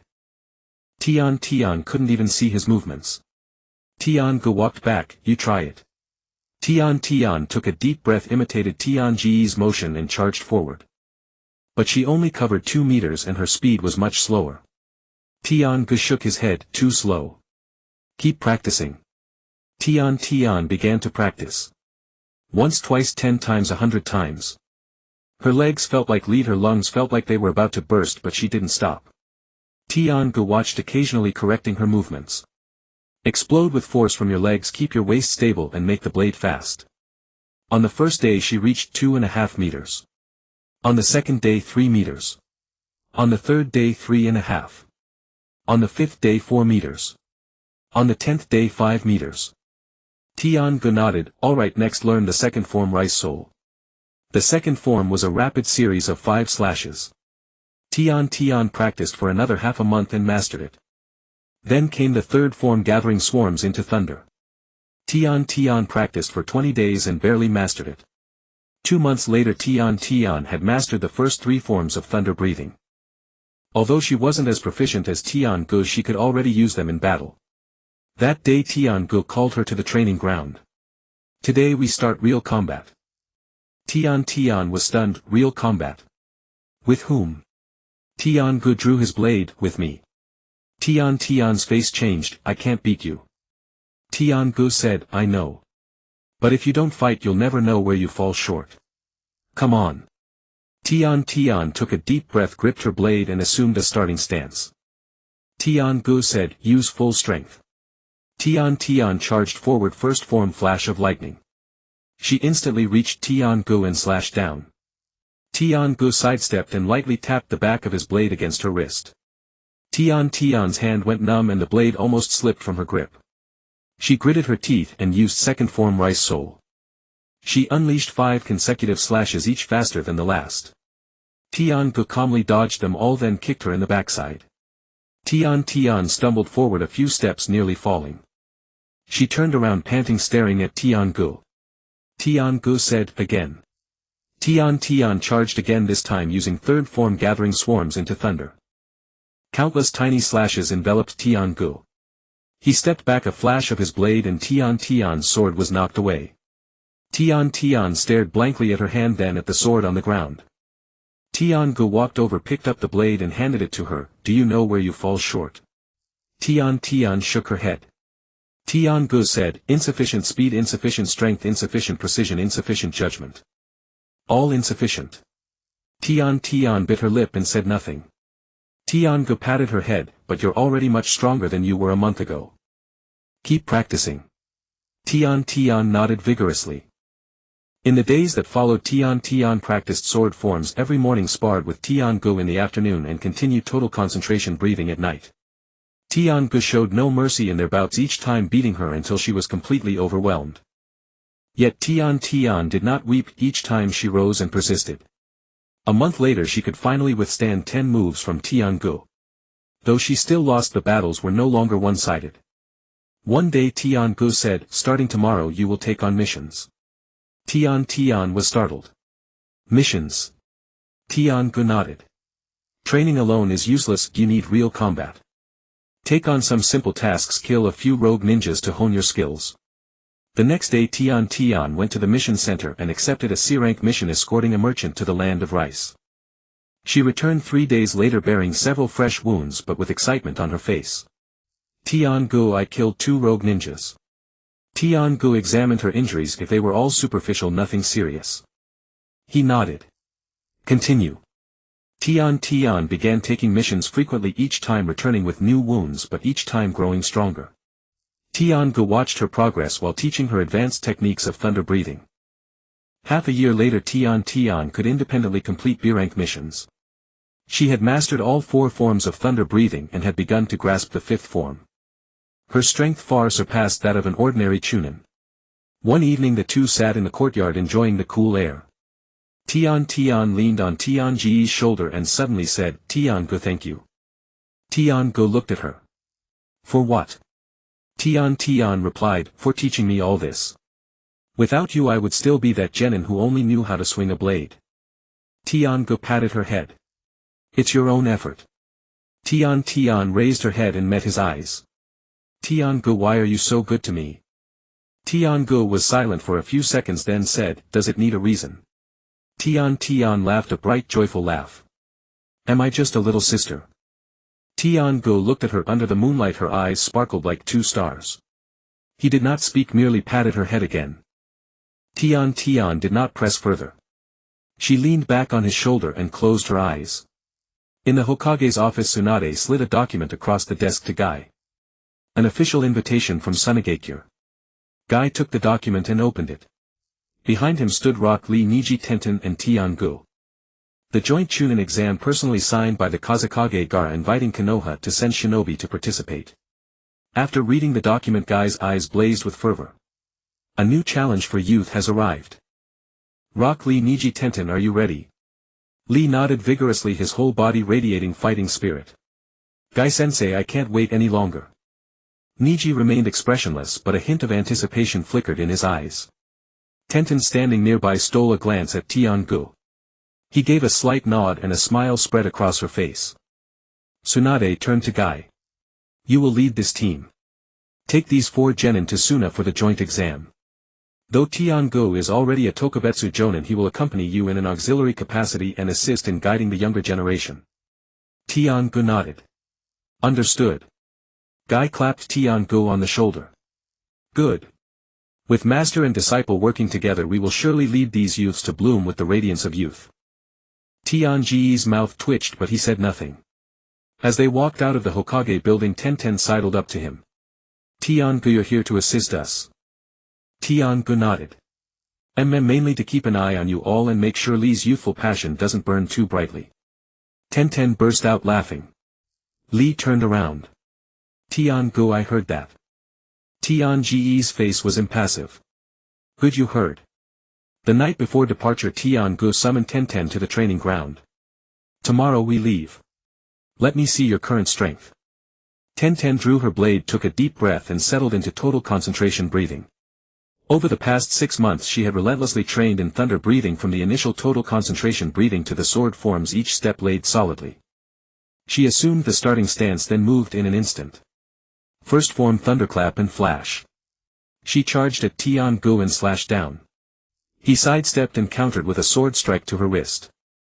Tenten's hand went numb, but her second strike followed immediately. Second form Rice Spirit, 5 consecutive slashes, each faster than the last.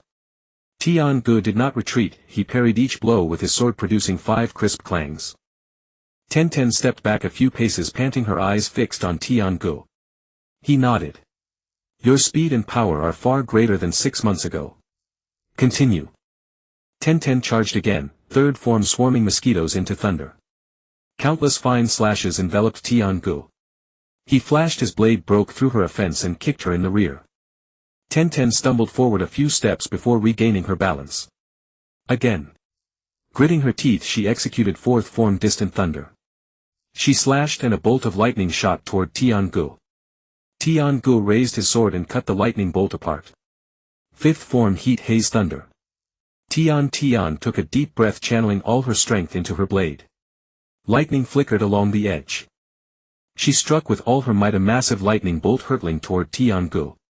Instead of blocking, he sidestepped. The bolt struck the ground, blasting a large crater. Tian-gu sheathed his sword and looked at her. Enough. You've mastered the first 5 forms. Though the power is still lacking, it's enough to handle an ordinary jonin. Tian panted, but a smile lit her face. Really? Tian-gu nodded. But during the exam be careful. Don't use your full power unless necessary, keep something in reserve.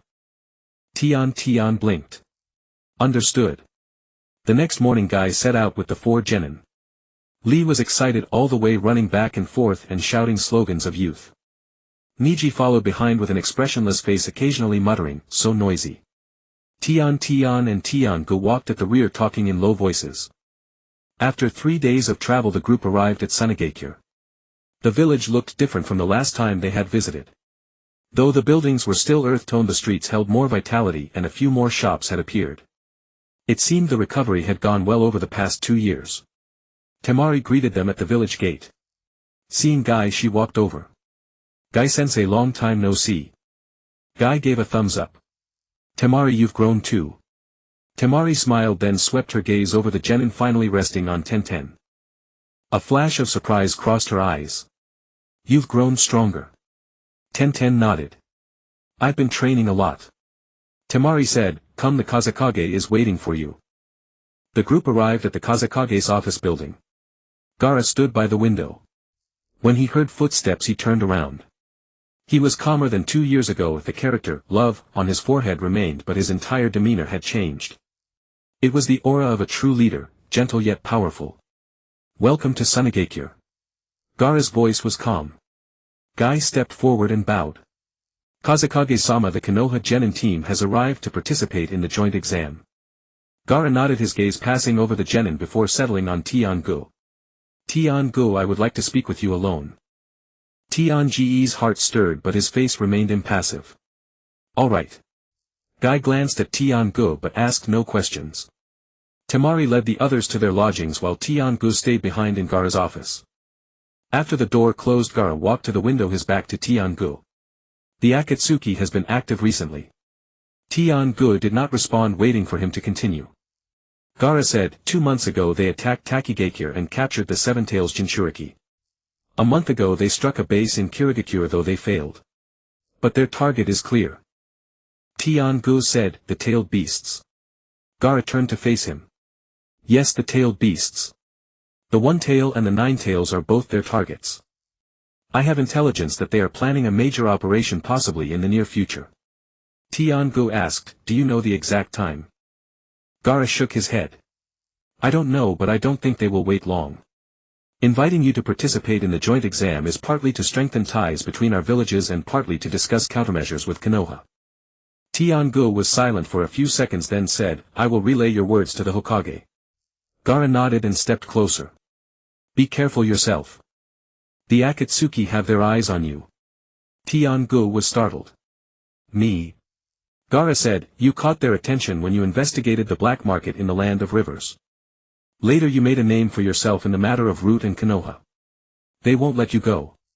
Tian-gu felt a chill but his expression remained unchanged. I understand. They exchanged a few more words and then Tian-gu took his leave. The exam venue was set at the training grounds outside Sunagakure. The vast field was divided into several areas. The participants included genin from Suna and Konoha numbering over 30 in total. Guy gathered the 4 genin. The first round is a written exam. Just perform normally. Remember, don't cheat but don't be too honest either. Lee raised his hand. Guy-sensei, what does not too honest mean? Guy thought for a moment. It means write what you should write and don't write what you shouldn't. Shaoli looked bewildered. Niji sighed, too lazy to explain. The first written exam began. Tian-gu as an assistant did not enter the exam hall but waited outside. He sat under the shade of a tree, eyes closed, perceiving the situation inside the exam hall. 2 hours later the examinees filed out one by one. Tenten looked relaxed, Niji remained expressionless, Shaoli was drenched in sweat and Sakura's expression was solemn. Tian-gu asked, how was it? Tenten said, not bad, should pass. Niji nodded, no problem. Shaoli scratched his head, I don't know, I just wrote whatever came to mind.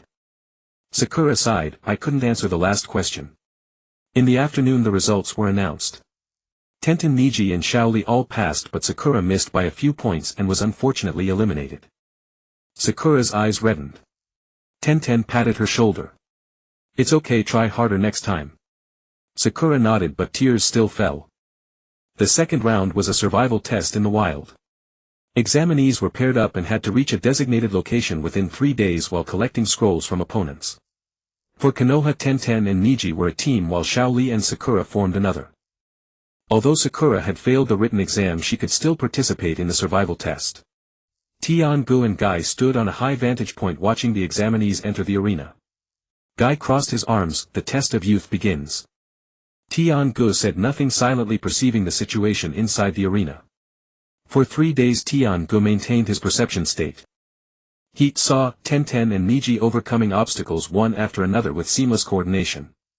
He saw Shaoli and Sakura stumbling along but still advancing smoothly. He saw many examinees eliminated, leaving the arena in tears. On the evening of the 3rd day both teams reached the designated location and collected enough scrolls. The 3rd round was a tournament. 8 people advanced including Tenten, Niji and Shaoli. The draw results: Tenten's first opponent was the younger brother of Sunagakure's Temari, a youth who wielded a fan. The youth stepped onto the platform, unfurled his fan and looked at Tenten. I heard you're quite strong. Let me see what you've got. Tenten drew her sword and assumed a starting stance. Guy shouted from the sidelines, Tenten, let your youth bloom. Tian-gu stood beside him without speaking. At the referee's signal the youth struck first. With a sweep of his fan a fierce gale howled, stirring up clouds of sand. Instead of retreating, Tenten advanced against the wind. The youth swung his fan repeatedly, sending blades of wind slicing toward Tenten. Tenten's blade flashed, shattering the wind blades, and in an instant she was in front of the youth. First form thunderclap and flash. Startled, the youth blocked with his fan. Clang! He was knocked back several steps. Before he could steady himself, Tenten's second strike arrived. Second form rice spirit, 5 consecutive strikes, each faster than the last. The youth blocked desperately but only managed to deflect 3, leaving 2 to land on his body. Though it was the flat of the blade, the pain made him wince. The youth stepped back, raised his hand and said, I surrender. Tenten sheathed her sword and applause erupted from the audience. Temari stood below the platform watching Tenten with astonishment. In just 2 years this girl had improved immensely. Niji's match also ended in an easy victory. His Kaiten combined with gentle fist prevented opponents from even getting close. Shaoli's match was even more intense, he kicked his opponent clean out of the arena. In the semi-finals Tenten faced a prodigy genin from Sunagakure, a master of the blade. The two squared off on the platform, tension thick in the air. Tian-gu watched from below. He knew this was Tenten's true test. The referee signaled the start. Both moved simultaneously. The Sunagakure genin was fast slashing at Tenten's neck. Tenten sidestepped and countered with a stab to his ribs. He parried with his blade and their swords clashed, sending sparks flying. After a dozen exchanges neither had the upper hand. Ten was secretly impressed, the opponent's swordsmanship was solid, each strike carrying a fierce edge. But she remained calm, adjusting her breathing and beginning to employ the sword forms of thunder breathing. Third form, swarm of flies. Countless tiny slashes enveloped the opponent. His face changed and he blocked desperately, but several cuts landed on his body, leaving streaks of blood. He stepped back, staring at Ten. What kind of swordsmanship is this? Ten didn't answer. She pressed on. Fourth form, distant thunder. A bolt of lightning shot forth. The opponent couldn't dodge in time. The lightning bolt struck him, sending him flying off the platform and crashing into the ground. The arena fell silent for a few seconds, then erupted into thunderous applause. Ten stood on the platform looking at Tian-gu. He nodded at her, a hint of a smile curling at the corner of his mouth. The finals were between Niji and Xiaoli. Both were from Konoha and the audience's enthusiasm was even higher. Niji looked at Xiaoli expressionless. I won't hold back. Xiaoli grinned, neither will I. They clashed, Niji's gentle fist against Xiaoli's strong fist, one technique and one power locked in a fierce battle. After 30-odd exchanges, Niji used Kaiten to block Xiaoli's attack, then struck a pressure point on Xiaoli's body. Xiaoli faltered and Niji pushed him out of the ring with a palm strike. Niji won. Xiaoli hit the ground but immediately jumped up, giving Niji a thumbs up. Good fight. Next time I'll win. Niji nodded and turned to leave the platform. On the final day of the exams, all qualifiers attended the award ceremony. The square in Sunagakure was crowded. Temari presided over the ceremony and Gaara personally presented the awards to the winners. Ten stood on the podium holding her certificate, feeling elated. She looked around trying to spot Tian-gu. Just then a strange laugh echoed from the sky. Ha ha ha, so many people, what a lively gathering. Everyone looked up and saw a giant white bird diving down from the clouds. Two figures stood on the bird's back, one with blonde hair and mouths on his hands, the other with red hair carrying a massive puppet. Deidara and Sasori. Deidara stood on the bird forming hand seals and tossed down several clay spiders. The spiders grew rapidly upon landing and then exploded. Boom. Boom. Boom. Several large craters blasted open in the square, sending the crowd scattering in panic. Gaara's expression changed and he immediately used sand to shield those nearby. He looked at Temari. Take them away. Temari nodded and organized the Sunagakure ninja to evacuate the crowd. Sasori leaped off the bird, unrolled a scroll and summoned the puppet of the third Kazekage. He stared coldly at Gaara. One-tailed Jinchuriki, come with us. Deidara also jumped down, standing beside Sasori, clay in hand. Sasori-san, is it really necessary for both of us to capture a Jinchuriki? Sasori ignored him, his gaze fixed on Gaara. Gaara-san had already formed a defensive barrier around him. He glared at the two Akatsuki members and said in a low voice, do you think you can run rampant in Sunagakure? Deidara laughed. Not running rampant, just capturing. Let's begin. As he spoke he waved his hand, sending dozens of clay spiders flying in all directions, causing explosions everywhere. The square turned into a sea of fire in an instant. Buildings collapsed and the ground cracked.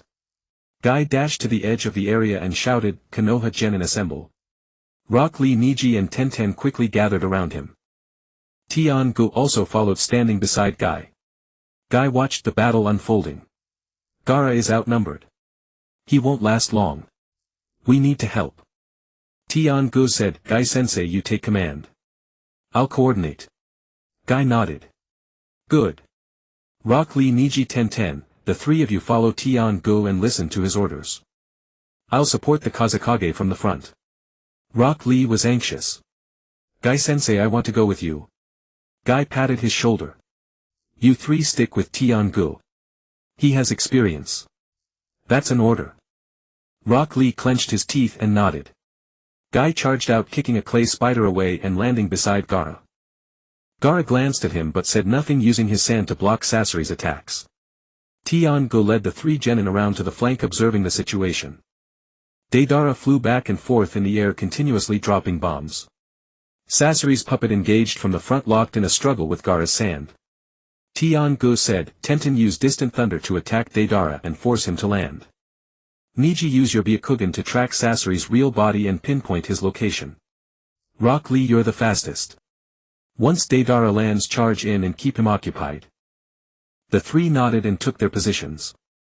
Tenten took a deep breath, focused all her energy and launched fourth form distant thunder. A bolt of lightning shot toward Deidara in the sky. Deidara was startled and dodged sideways, but Tenten's second strike followed immediately, then a third, a fourth, for consecutive lightning bolts forced him to land. Rock Lee seized the opportunity, dashing forward instantly and kicking at Deidara. Deidara created a wall of clay to block, but Rock Lee's leg strength was immense. He shattered the wall and landed a kick on Deidara. Deidara was sent flying backward, crashing to the ground. He got up covered in dust, his smile replaced by rage. "Brat, you're asking for death." He formed hand seals, creating a massive clay dragon. The dragon opened its mouth, spewing countless tiny bombs that rained down on Rock Lee. Rock Lee did not retreat. He used his taijutsu to dodge and block, but the sheer number of bombs left several wounds on his body. Tenten rushed over using third form swarm of flies, sending countless tiny slashes to meet the bombs.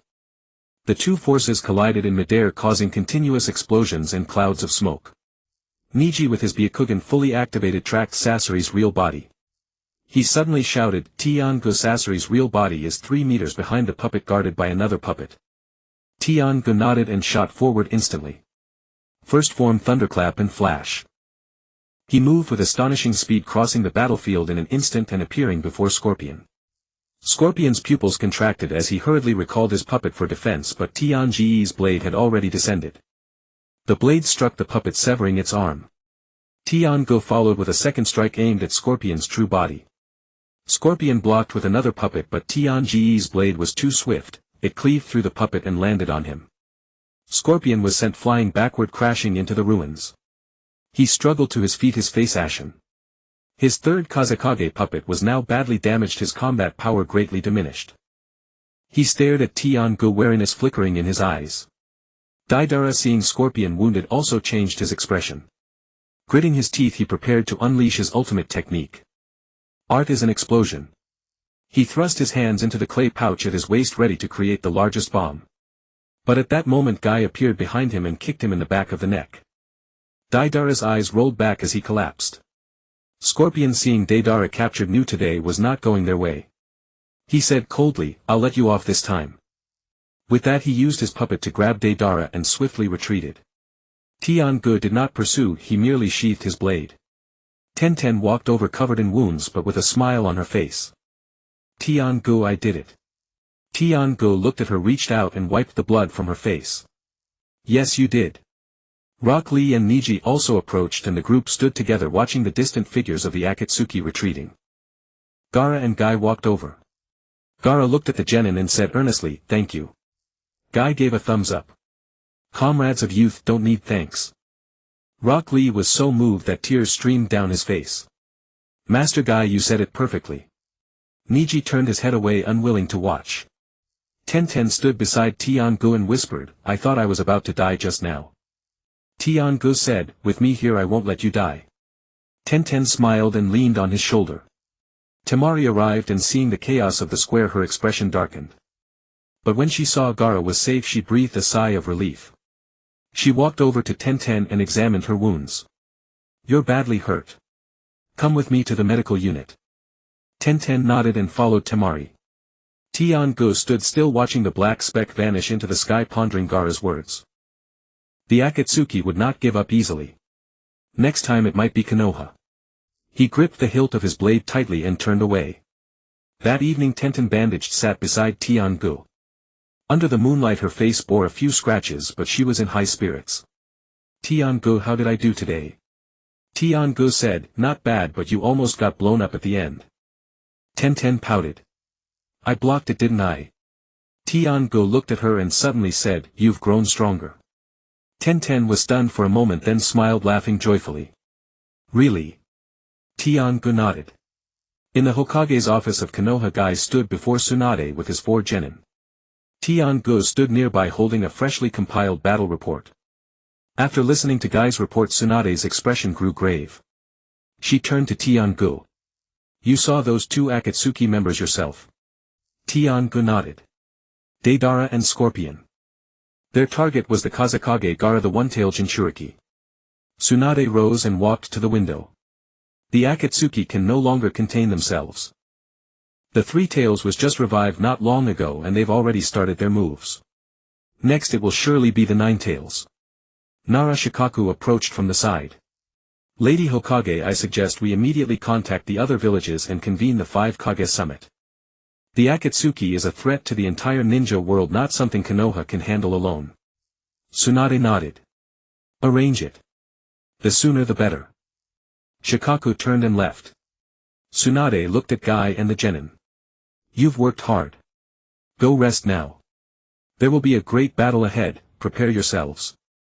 Guy gave a thumbs up. The battle of youth has only just begun. We'll be ready. Rock Lee followed suit with a thumbs up, flames burning in his eyes. Niji remained expressionless. Tenten glanced at Tian-gu and followed Guy out. Tian-gu stayed behind. Tsunade looked at him. Is there something you want to say? Tian-gu was silent for a few seconds, then said, the Akatsuki's strength far exceeds that of ordinary ninjas. They are collecting tailed beasts surely for some ulterior purpose. We need to prepare in advance. Tsunade nodded. I know. During your year of investigation outside, did you find any clues? Tian-gu said, all members of the Akatsuki are S-rank, missing Nin each with unique abilities. Deidara uses clay bombs, Scorpion uses puppet techniques. Also during my investigation in the Land of Rivers I encountered other members, one who uses genjutsu, another who uses water release. Their leader is said to possess the Rinnegan. Tsunade's pupils contracted. The Rinnegan. Tian-gu nodded. I heard it but I'm not sure. Tsunade was silent for a long time, then said, go back first and prepare well. In a few days the 5 Kage summit will take place. You will accompany me. Tian-gu was startled. Me? Tsunade said, you know the Akatsuki. I need you there to provide intelligence. Tian-gu nodded. Understood. As he walked out of the Hokage building, Tenten was waiting outside. Seeing him, she came over. Tian-gu, what did Lady Tsunade say to you? Tian-gu said, the 5 Kage summit is in a few days. I'm to go with her. Tenten's eyes lit up. What about me? Tian-gu looked at her. You're a Chunin now.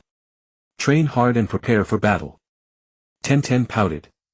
I want to go with you too. Tian-gu patted her head. There will be a chance later. The two returned home where Keiko had already prepared dinner. Tenryo sat at the table smiling when he saw them. Back. How did the Suna exam go? Tenten eagerly said, I made it to the finals and even fought the Akatsuki. Tenryo's expression changed. The Akatsuki. Tian-gu waved his hand. It's fine. It's been dealt with. Keiko pulled Tenten over worriedly. Are you hurt? Tenten said, just a few scratches. Already healed.